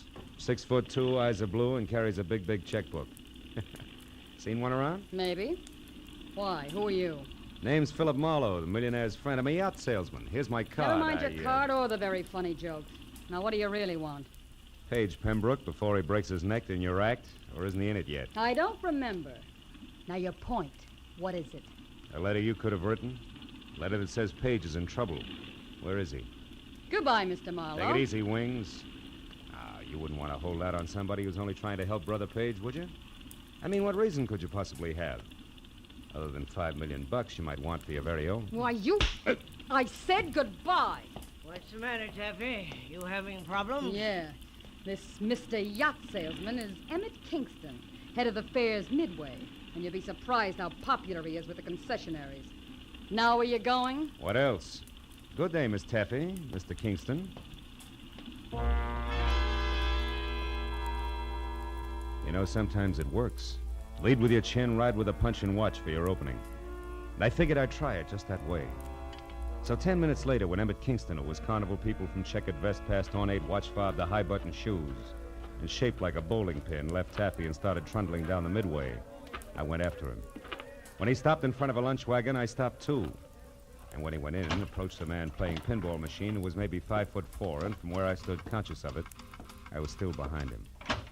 At the pinball machine, a stranger with a thin face that wore a nervous toothpick was also watching the little man's game. Oh, boy, Doc, it's peachy. So when I moved closer to the trio, my face turned away from Kingston. Nobody seemed to mind. Hershey, jack of many trades, I see. What? Oh, Mr. Kingston, how are you, sir? Fine, Hershey, just fine. 800 more is jackpot, Doc. Come on. You wanted to speak to me, Mr. Kingston? No, Hershey, nothing important except about last night. Last night, sir? You were working late for a parachute rigger, weren't you, boy? Or am I wrong to consider 2 o'clock in the morning an odd hour for you to be folding these silks? Hey, Doc, you're going to shoot it, aren't you? Which? Of course she is. Go on, I'll shoot for the gentleman. Yes, sir. Hey, 2,000, 3,000, 4,000. Hey, that's great. Now do that again with your last ball, Doc. Was there something else, Mr. Kingston? Yes, Hershey. Why were you near the chutes at that hour? And don't bother denying that you were, because Eddie Knapp saw you there. Well, son? Well, I was there to double-check the riggings, Mr. Kingston. Hey, look, I'm sick and tired of Midge Maynard complaining about the way I pack her chute. It's a stupid excuse, just trying to cover the fact that she's losing her nerve. Hey, boys, don't ignore me. Do we try for the jackpot? Shut up, you, and get going. Rosie, get this stumblebum out of here, will you? Sure, Mr. Kingston, whatever you say. Oh, and it's social, huh? All right, Doc, I'm going. Of my own free will, too. But I could stay if I wanted to. Hershey, you were saying? Well, just this, Mr. Kingston. Midge Maynard and Taffy Starr fighting because of that Pembroke fellow, or because Eddie Knapp is crazy about Taffy is one thing. But bringing me and my work into it is different. Meaning? The parachutes Midge and Taffy use are identical. In the act, both girls jump from the plane wing at the same time. But Midge always gets scared and opens her chute sooner than Taffy. So Taffy is on the ground long before Midge. But this has nothing to do with the way I rigged the chutes, and I think that you... All right, Hershey. Nobody's blaming you. Say, you... Yeah? You wouldn't be trying to sell another yacht in here, would you? Just waiting for the finish of an exciting pinball game. Is that all right, or is it time to call Rosie again? No, it's quite all right. We're leaving. You try for the jackpot. Come on, Hershey. It's about time for the 5 o'clock show. Oh, yes, Mr. Kingston. Only 40,000 to go.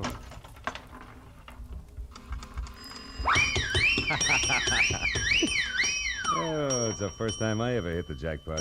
Oh, that's pretty good, Mr. Marlowe, considering that it wasn't your nickel you won on. Oh. Now that you mention it, Mr. Pembroke, it wasn't. Which should take care of the introductions, Yeah. huh? And that leaves very little. But something. But definitely. Marlowe, you can tell Aunt Hattie from me that at the moment I don't need a watchdog. And when and if I do, I'll go to the nearest city pound for one, not to a private detective agency. I told myself it was foolish to slam the door on my way out. So I slammed the door on my way out. I started north down the Midway toward the open stands and the 5 o'clock sharp performance of the plunging comets. When I got there, the act was already underway with the silver biplane taking off. Eddie Knapp in white at the controls, Taffy in a red jacket and parachute crouched on one wing, Midge Maynard in blue jacket and chute on the other. Then as they slowly gained altitude, High Button Shoes himself took over the PA. They did it up well, and by the time the plane was at about 3,000 feet, every pair of eyes was riveted skyward, and an expectant hush thicker than winter fog had settled everywhere. At 3,500 feet, the plunging comets, Taffy, Star, and Midge Maynard with fearless Eddie Knapp at the controls. They will not open their parachutes until they are within 500 feet of the ground. Now watch. They should be ready. Yes, yes, there they go. Knees drawn up tight, arms close into their sides, they jumped. Specks in the sky growing bigger as they fell. 1,000, 2,000, 3,000 feet, and then, from taffy chute cloth, long and colored, a huge flag rippling in the wind from the end of a long rope. The flag seemed to rise above her as she fell, until the slack was gone, and then suddenly her chute opened, billowing. And then Midge, another flag rippling from the end of a long rope, and then the flag drifting free. Midge's chute not open, Midge plummeting down to the hard ground.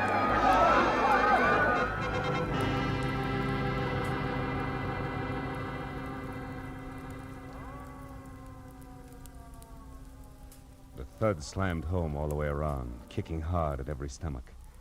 A minute ago, a girl, very much alive. Now a smashed, still body. Someplace near me, a woman cried. There was a bitter, sick, sweet taste in my mouth as I headed for the hangar where I'd first met Taffy. At the moment, I figured the guy who packed the parachutes was a good man to see. When I got there, the only one present was Emmett Kingston. Stop right there, boy, and tell me straight and fast just who you are. Philip Marlowe, Los Angeles private detective, Mr. Kingston. You can prove that? Sure. Here's my business card, state license, county permit. I'm working for Paige Pembroke's aunt. She wants his nibs kept out of trouble. Which has what to do with your being here now, Marlowe? Here at this hangar, I mean. Close to where the parachutes are kept. I'm not sure, Kingston. I've only got a hunch. A hunch that Midge Maynard's death was no accident. Yeah, I got more than that already, Mr. Detective. I've got proof. Oh? You see this flag? It's the one that came off Midge's chute. There's a long rope attached to it. Yeah, I know. I saw the act. Pulls the chute open after the flag's flown a while, right? Sometimes, but not tonight, Mr. Marlowe. Tonight it couldn't. Why not? Wasn't it attached to the chute? It was. One end to the chute release cord, the other to the base of the flag. What went wrong? Nothing.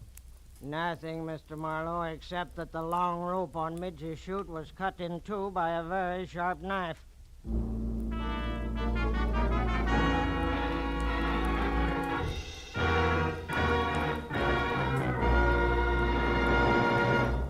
In just a moment, the second act of Philip Marlowe. But first, Sunday nights on CBS.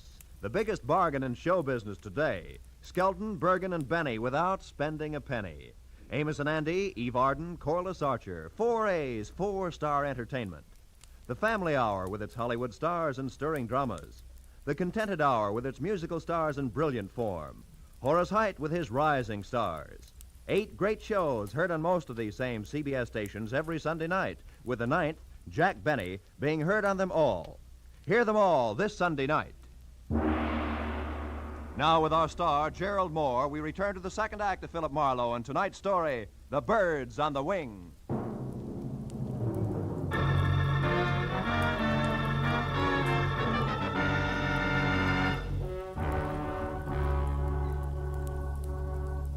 When Midge Maynard's grim accident turned out to be grimmer murder, I left Kingston and headed for a phone to call my client. Everywhere the chill of the viciously spectacular death lay like a soggy blanket. At the exposition office, I found a phone and finally got through to Hattie Pembroke. She listened up to the word murder and then, between gasps, insisted on coming out to help me. When I hung up, I turned to see that the pilot, Eddie Knapp, had been standing in the door listening. He looked sick. What's it to you, mister? What's what to me? Midge. The long drop she took out there. And Pembroke. I heard you say Pembroke.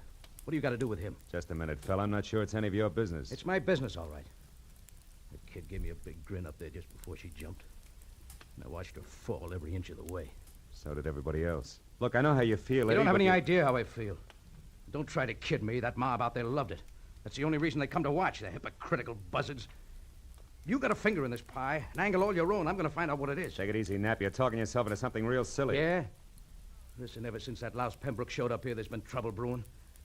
Now Midge is dead. She was a friend of mine. Best friend I had. Aren't you pulling a switch, Buster? What happened to your red-hot passion for Taffy Star? Oh, you nosy... Come here, you jerk! Look at my arm, Buzz boy, and unless you want to take off with a busted wing, stand still. Now get this, Eddie. I've got no beef with you yet. In fact, we might even be on the same team because I want Pembroke out of here just as much as you do. So cool off. Who are you? Private detective named Marlowe. I got news for you. Midge fell because her chute was fixed. She was murdered. Murdered? You heard me. Where's Hershey? He packed the chutes. Have you talked to him? No, I can't find him. You mean he's run away? With that filthy half-pint Now psycho? listen, for your own sake, Eddie, leave Hershey to me and the police. You know where he's staying? No, I don't. In town someplace. Well, didn't he ever tell you where? Come on, think, Eddie. Well, yeah, he told me he had a buddy in town. Some guy who runs a pool hall. I didn't pay much attention. That's enough for a starter. I'll find him. And keep a lid on your temper, Eddie. I'll see you. As I crossed the grounds to my car, I looked back once at Eddie Knapp standing in the office door, rubbing the shoulder I twisted for him. I hoped he'd stay out of circulation until I got back because the barnstorming flyer was charged up like a high-tension wire. The way he felt there'd be sparks no matter who he touched, Taffy, Pembroke, or Lyle Hershey. But my immediate worry was the location of the lambing parachute packer, so I drove into Oxnard, found a phone booth, and went through the book calling pool parlors. I finally hit pay dirt at a joint called Pindy's. It's 212 B Street, upstairs in the back. 212 B Street was an apartment, second floor rear over a boarded-up fish market. I went up the stairs to the half-open door with my hand around my .38. But the shooting part was all over. Because Lyle Hershey was crumpled in the bedroom door with the slovenly abandon that violent death always has. From the look of the puddle of blood under him, he'd been that way over an hour. I started backing out, just as someone else started up the stairs. So I flattened myself against the wall beside the kitchen door and waited. Lyle, it's Taffy. Come on in. Take a good look, Taffy. What are you doing in here? Where's Lyle? It's a great act, baby. Holds water like a duck's back. What do you mean? That wherever there's murder, there's also motive, and you've got it, Taffy. Lots of it. Me? What are you talking about? Maybe he's dead, and maybe you killed him. Keep him quiet, because maybe he fouled up Midge Maynard's parachute on your orders. Consequently, he had you over a barrel. On my orders? You're out of your mind. And maybe you had to get Midge out of the way because you objected to Page Pembroke and his idle millions honing into the act. Pembroke and his idle millions honing into the act. Objected so strenuously that she was doing something about it, such as sending threats to his Aunt Hattie. Let's face it, baby, it fits. But not tight enough, Marlowe. Oh, Paige, darling. Taffy, I got worried when you didn't come back to the car, so I decided... Don't move, Marlowe, or I'll shoot. Pembroke, if you got any sense in that gold-plated skull of I'll yours... show it, Marlowe. I stood outside and listened to enough of your crackpot theories to know you're nuts. I don't need any advice from you at this point, so keep your long nose out of my business. Now listen, you harebrained dope. You just stand there like a good little boy. Taffy and I are leaving, and don't try to follow too fast. Go on, Taffy, outside. I'll follow you. So long, detective. I let him go. Spent 20 useless minutes searching the almost bare apartment for any kind of an answer, but came up with nothing. Hershey's body at my feet convinced me there was nothing in Oxnard for Marlowe. And the sooner I dumped the whole mess into the laps of local law and order, the better. So I kicked out the 10-cent lock on the flimsy door and went down the stairs. I cut through an alley to the street and started across to where my car was parked. And I was bracketed by a pair of headlights on a sleek Nash convertible. Hey there, Marlowe. Marlowe, what you doing here, boy? Nothing. Even that's an exaggeration, Kingston. What about you? I thought you had a show tonight. I certainly do, but the police don't give a hoot about that, boy. No. They insisted that I bring the rest of Midge Maynard's parachute harness in for investigation. Get in, come along, will you, son? Maybe you can help me out. Okay. I want to see the police myself. Oh, is this Midge's stuff here? That's it. Don't mind holding it, do you? No. You know, this is a waste of time, boy. All they have to do is pick up Lyle Hershey, and they'll get all the answers. They'll have to pick him up, all right, but he'll give them problems, not answers, Mr. Kingston. Lyle Hershey's dead. He was murdered. You say Lyle... Yeah, I just came from his place. Somebody shot him. Great suffering sardines. Well, that means there's another killer, and still on the loose. I knew I shouldn't let him do it. Let who do what? Why, Taffy's going to give an air performance tonight. They pulled me into the grounds just as I was leaving and told me that Pembroke fella's going up to Midge's place. You mean those two showed up out there? It doesn't make sense. Well, Pembroke's got plenty of nerve in his own chute, so I guess... Shoot? Yeah, he's... Wait a minute, Kingston. Stop under that streetlight, will you? Why, what is it, Marlowe? What are you looking at? Sure. Red smudges on the inside of these straps. There's something wrong here, Kingston, but I can't quite peg it. Say, Kingston, what time was that performance going to start? Why, 9 o'clock. 5 minutes and 5 miles to go. Come on, boy, turn the heap around and romp on it. We got a killer to catch.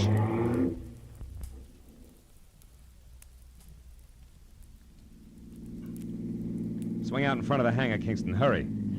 It's empty. They're already out on the runway. Yeah, there's one parachute still on the rack. Why, that's Eddie Knapp's chute, and he never goes up without it.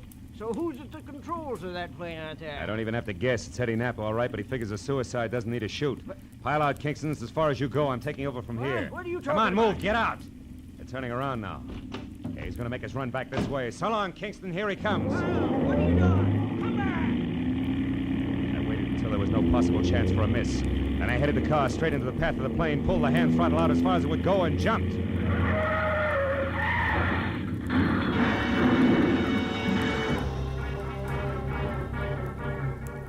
From there on, it was easy. The plane sort of stumbled over the car, rolled up on its nose, and stayed there. Quick work by the volunteer crash crew took care of that. A box of bandages took care of the collection of minor cuts and bruises all around, and the Oxnard police took care of Eddie Knapp. Everything had come out more or less even, except my client, Hattie Pembroke.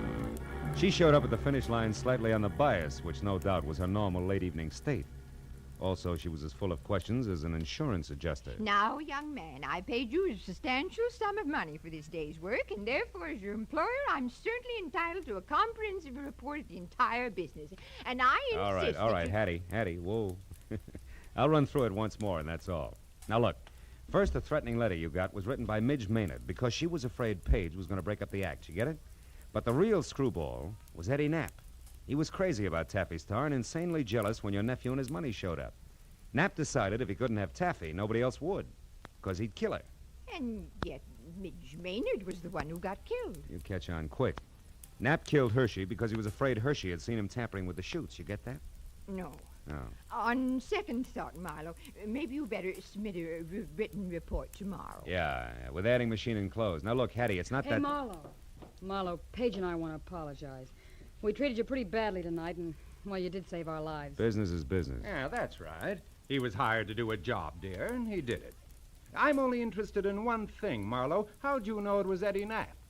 Well, nobody had a really good motive for killing both Midge and Hershey, so when I realized the chutes had been switched, I knew Midge's murder was a mistake. And there it was easy. How'd you find that out, Marlowe? From red smudges on the inside of the harness shoulder straps. Red that had to come from your leather jacket there, Taffy. The one Midge always wore was blue. Mm-hmm. Very interesting. Well, Hattie, write the detective a check so he can go. That's the best idea you've had to date, Pembroke. And include on it the price of a repair job on Kingston's car, a new tweed suit to replace this one that lost knees and elbow on the runway when I jumped. And also, don't forget the bonus you promised for keeping your job alive, Hattie. Oh, just a minute, Marlowe. As for you, Pembroke, the only reason I'm not filing an assault and battery charge against you is that you've got great grounds for a countersuit. What do you mean? This! Bless you, my boy. Mail me the check. Good night.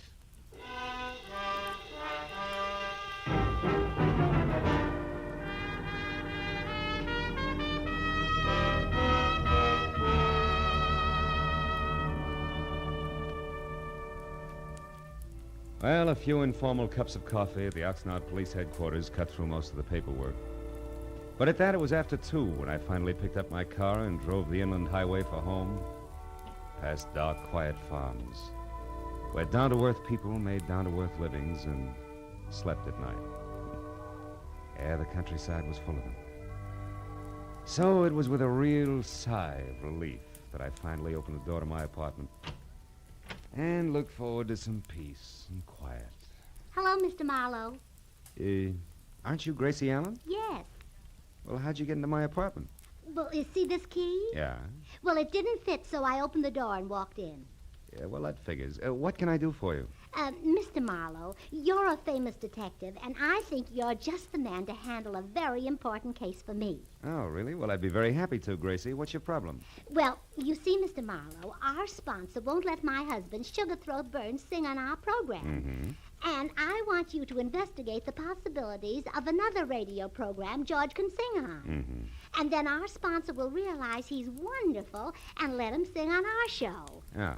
Well, I'm sorry, Gracie, and the next time you pass my house, I'll be very grateful. Oh, thank you. And I'll be looking for you, too. Goodbye. Goodbye.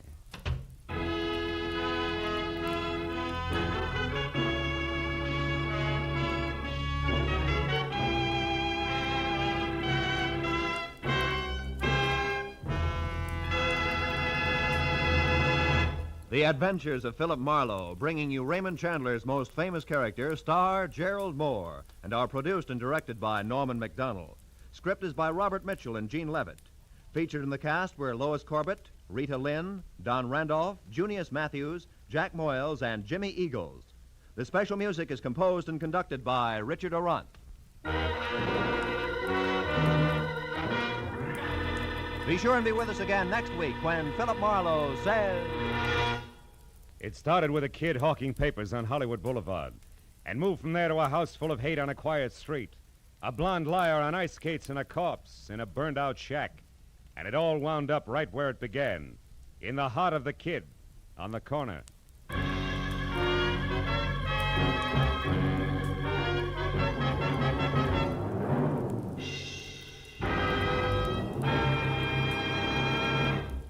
Two music programs that make your Sunday afternoon listening a delight and a pleasure are the Symphonette and the Choraleers. The Choraleers sing popular and semi-classical songs in stirring style. The Symphonette brings you excerpts of great orchestral works. Hear the Symphonette and the Choraleers tomorrow and every Sunday, as well as Sammy Kaye's Sunday Serenade, now heard exclusively on CBS. All of these outstanding music programs are heard on most of these same CBS stations. This is Roy Rowan speaking. Stay tuned now for Gangbusters, which follows immediately on most of these stations. This is CBS, the Columbia Broadcasting System.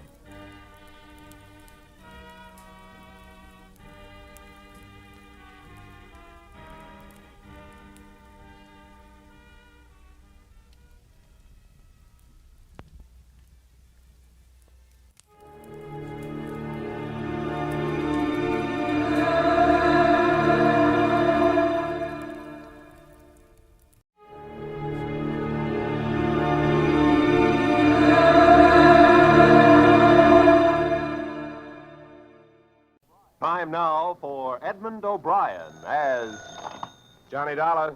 Dollar, thank goodness I found you. Why, what's up? You've got to leave for New York, Dollar, immediately. A policyholder, he's afraid for his life. Here we go again. Who's he afraid of? Well, he wouldn't say over the telephone. All I know is, to us, he's worth $100,000 alive. Well, that makes it simple. He must be afraid of somebody to whom he's worth $100,000 dead.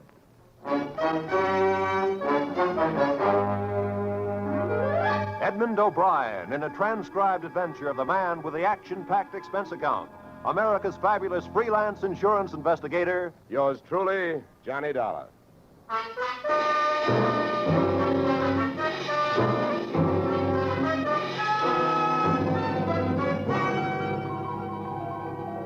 Expense account submitted by Special Investigator Johnny Dollar to Home Office, American Continental Life Insurance Company, Hartford, Connecticut.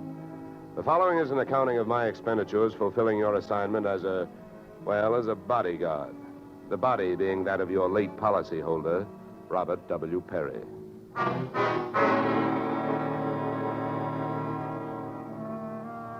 Expense account. Item 1, fare on night train, Hartford to New York, $3.65. Expense account item 2, $1.80 taxi to Lower Manhattan following morning to offices Perry and Van Bruten, importers, arriving as promised at exactly 9 a.m. Oh, good morning. May I help you? Yes, you certainly can. My name is Johnny Dollar. I have an appointment with Mr. Perry for 9 o'clock. Oh, yes, from the insurance company. Well, you're right on time. Yes, they told me I'd better be, and I'm glad that I am.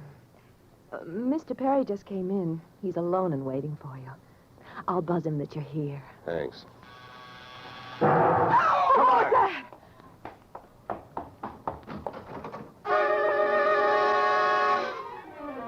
What was was left of your policyholder, Mr. Perry, was just sliding out of a swivel chair as I hit the room. The top of his desk had erupted, and splinters of mahogany pointed their sharp fingers upward through lazy circles of smoke swirling toward the ceiling. The buzzer from his secretary's desk had been rigged to a booby trap. Oh, no. Mr. Perry. Stay away from him. Come on, there's nothing you can do. He's dead. Oh. What happened? What happened? Whatever happened? Let's go. Let's get back out of here. Here you are. Sit down. I'll get you a drink of water.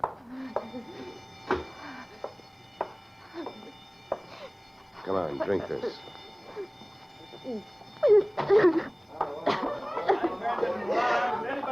There's a doctor on the third floor. Shall I call him? Never mind the doctor. Go call the police. Nobody gets in here till they arrive. Now, the rest of you, go on, run along, beat it, will you? And have the building superintendent turn off that alarm. Okay, miss. Now, take it easy. It was all so sudden. What happened? Well, that's not hard to figure out. Somebody wanted to give your boss, Mr. Perry, a shortcut through life. So whoever it was figured out that a secretary would never buzz a boss unless he was at his desk. They rigged up a bomb somewhere in his desk that would go off when you buzzed him. Oh, then I killed him. Now, wait a minute, will you? Wait a minute. Don't go hysterical on me. There's excitement enough, and there'll be more when the police get here, so you keep cool. But I did it. You saw me do it. Look, honey, the way you put it, I killed him by coming in here and giving you my name so you would buzz him. And I was here to protect him. So drop it, will you? I'm sorry. Now tell me, what about yesterday? Was Perry here? Yes, all day. What time was it when you last used the buzzer? Oh, right up to the last minute, about 5:30. Who left the office first? Oh, Mr. Perry, he always leaves first. I lock up. From the looks of things, you should have used more locks last night. Somebody got in here to do some wiring. Oh, I forgot that fire alarm. Look, before the police arrived, do you know why I was sent here? Oh, yes. Mr. Perry felt that his life was in danger. He thought that, well, with a $100,000 policy, the insurance company would do everything they could to help keep him alive. Oh, he didn't have much of a chance, did we? What was he afraid of? I don't know. Okay. Tell me, what were his other appointments for today? Well, he only had two. His partner, Mr. Van Bruten, at 11, and later he No, had one at a time, please. Van Bruten. Anything special about their meeting? Oh, yes, Mr. Van Bruten arrived just yesterday from Holland. Oh, you mean there was a branch of this firm in Holland? Oh, huh? yes. Mr. Perry was buying out Van Bruten's interest. They had a final meeting at Van Bruten's hotel last night. I see. Van Bruten was coming by this morning to pick up his money. Cash? No, a cashier's check. The bank is to deliver it here at 10:30. Well, Perry's other appointment, who is that? Christine, his wife. Now she tells me. Christine, the beneficiary. Yes, she wouldn't have been the beneficiary in about another 2 weeks. They were getting a divorce. Thanks for the motive. You don't like her. Well, I didn't mean it that way. Well, how about Perry? Did you like him? Okay, here's an easy one. What's your name? Susan Gates. Now, isn't that about enough? Okay, Susan, you better save your voice. During the next few hours, you're going to have to do a lot of talking. I've been everywhere else. Is the fire in here? Well, you'll have to stick around. When the cops get here, somebody will get burned.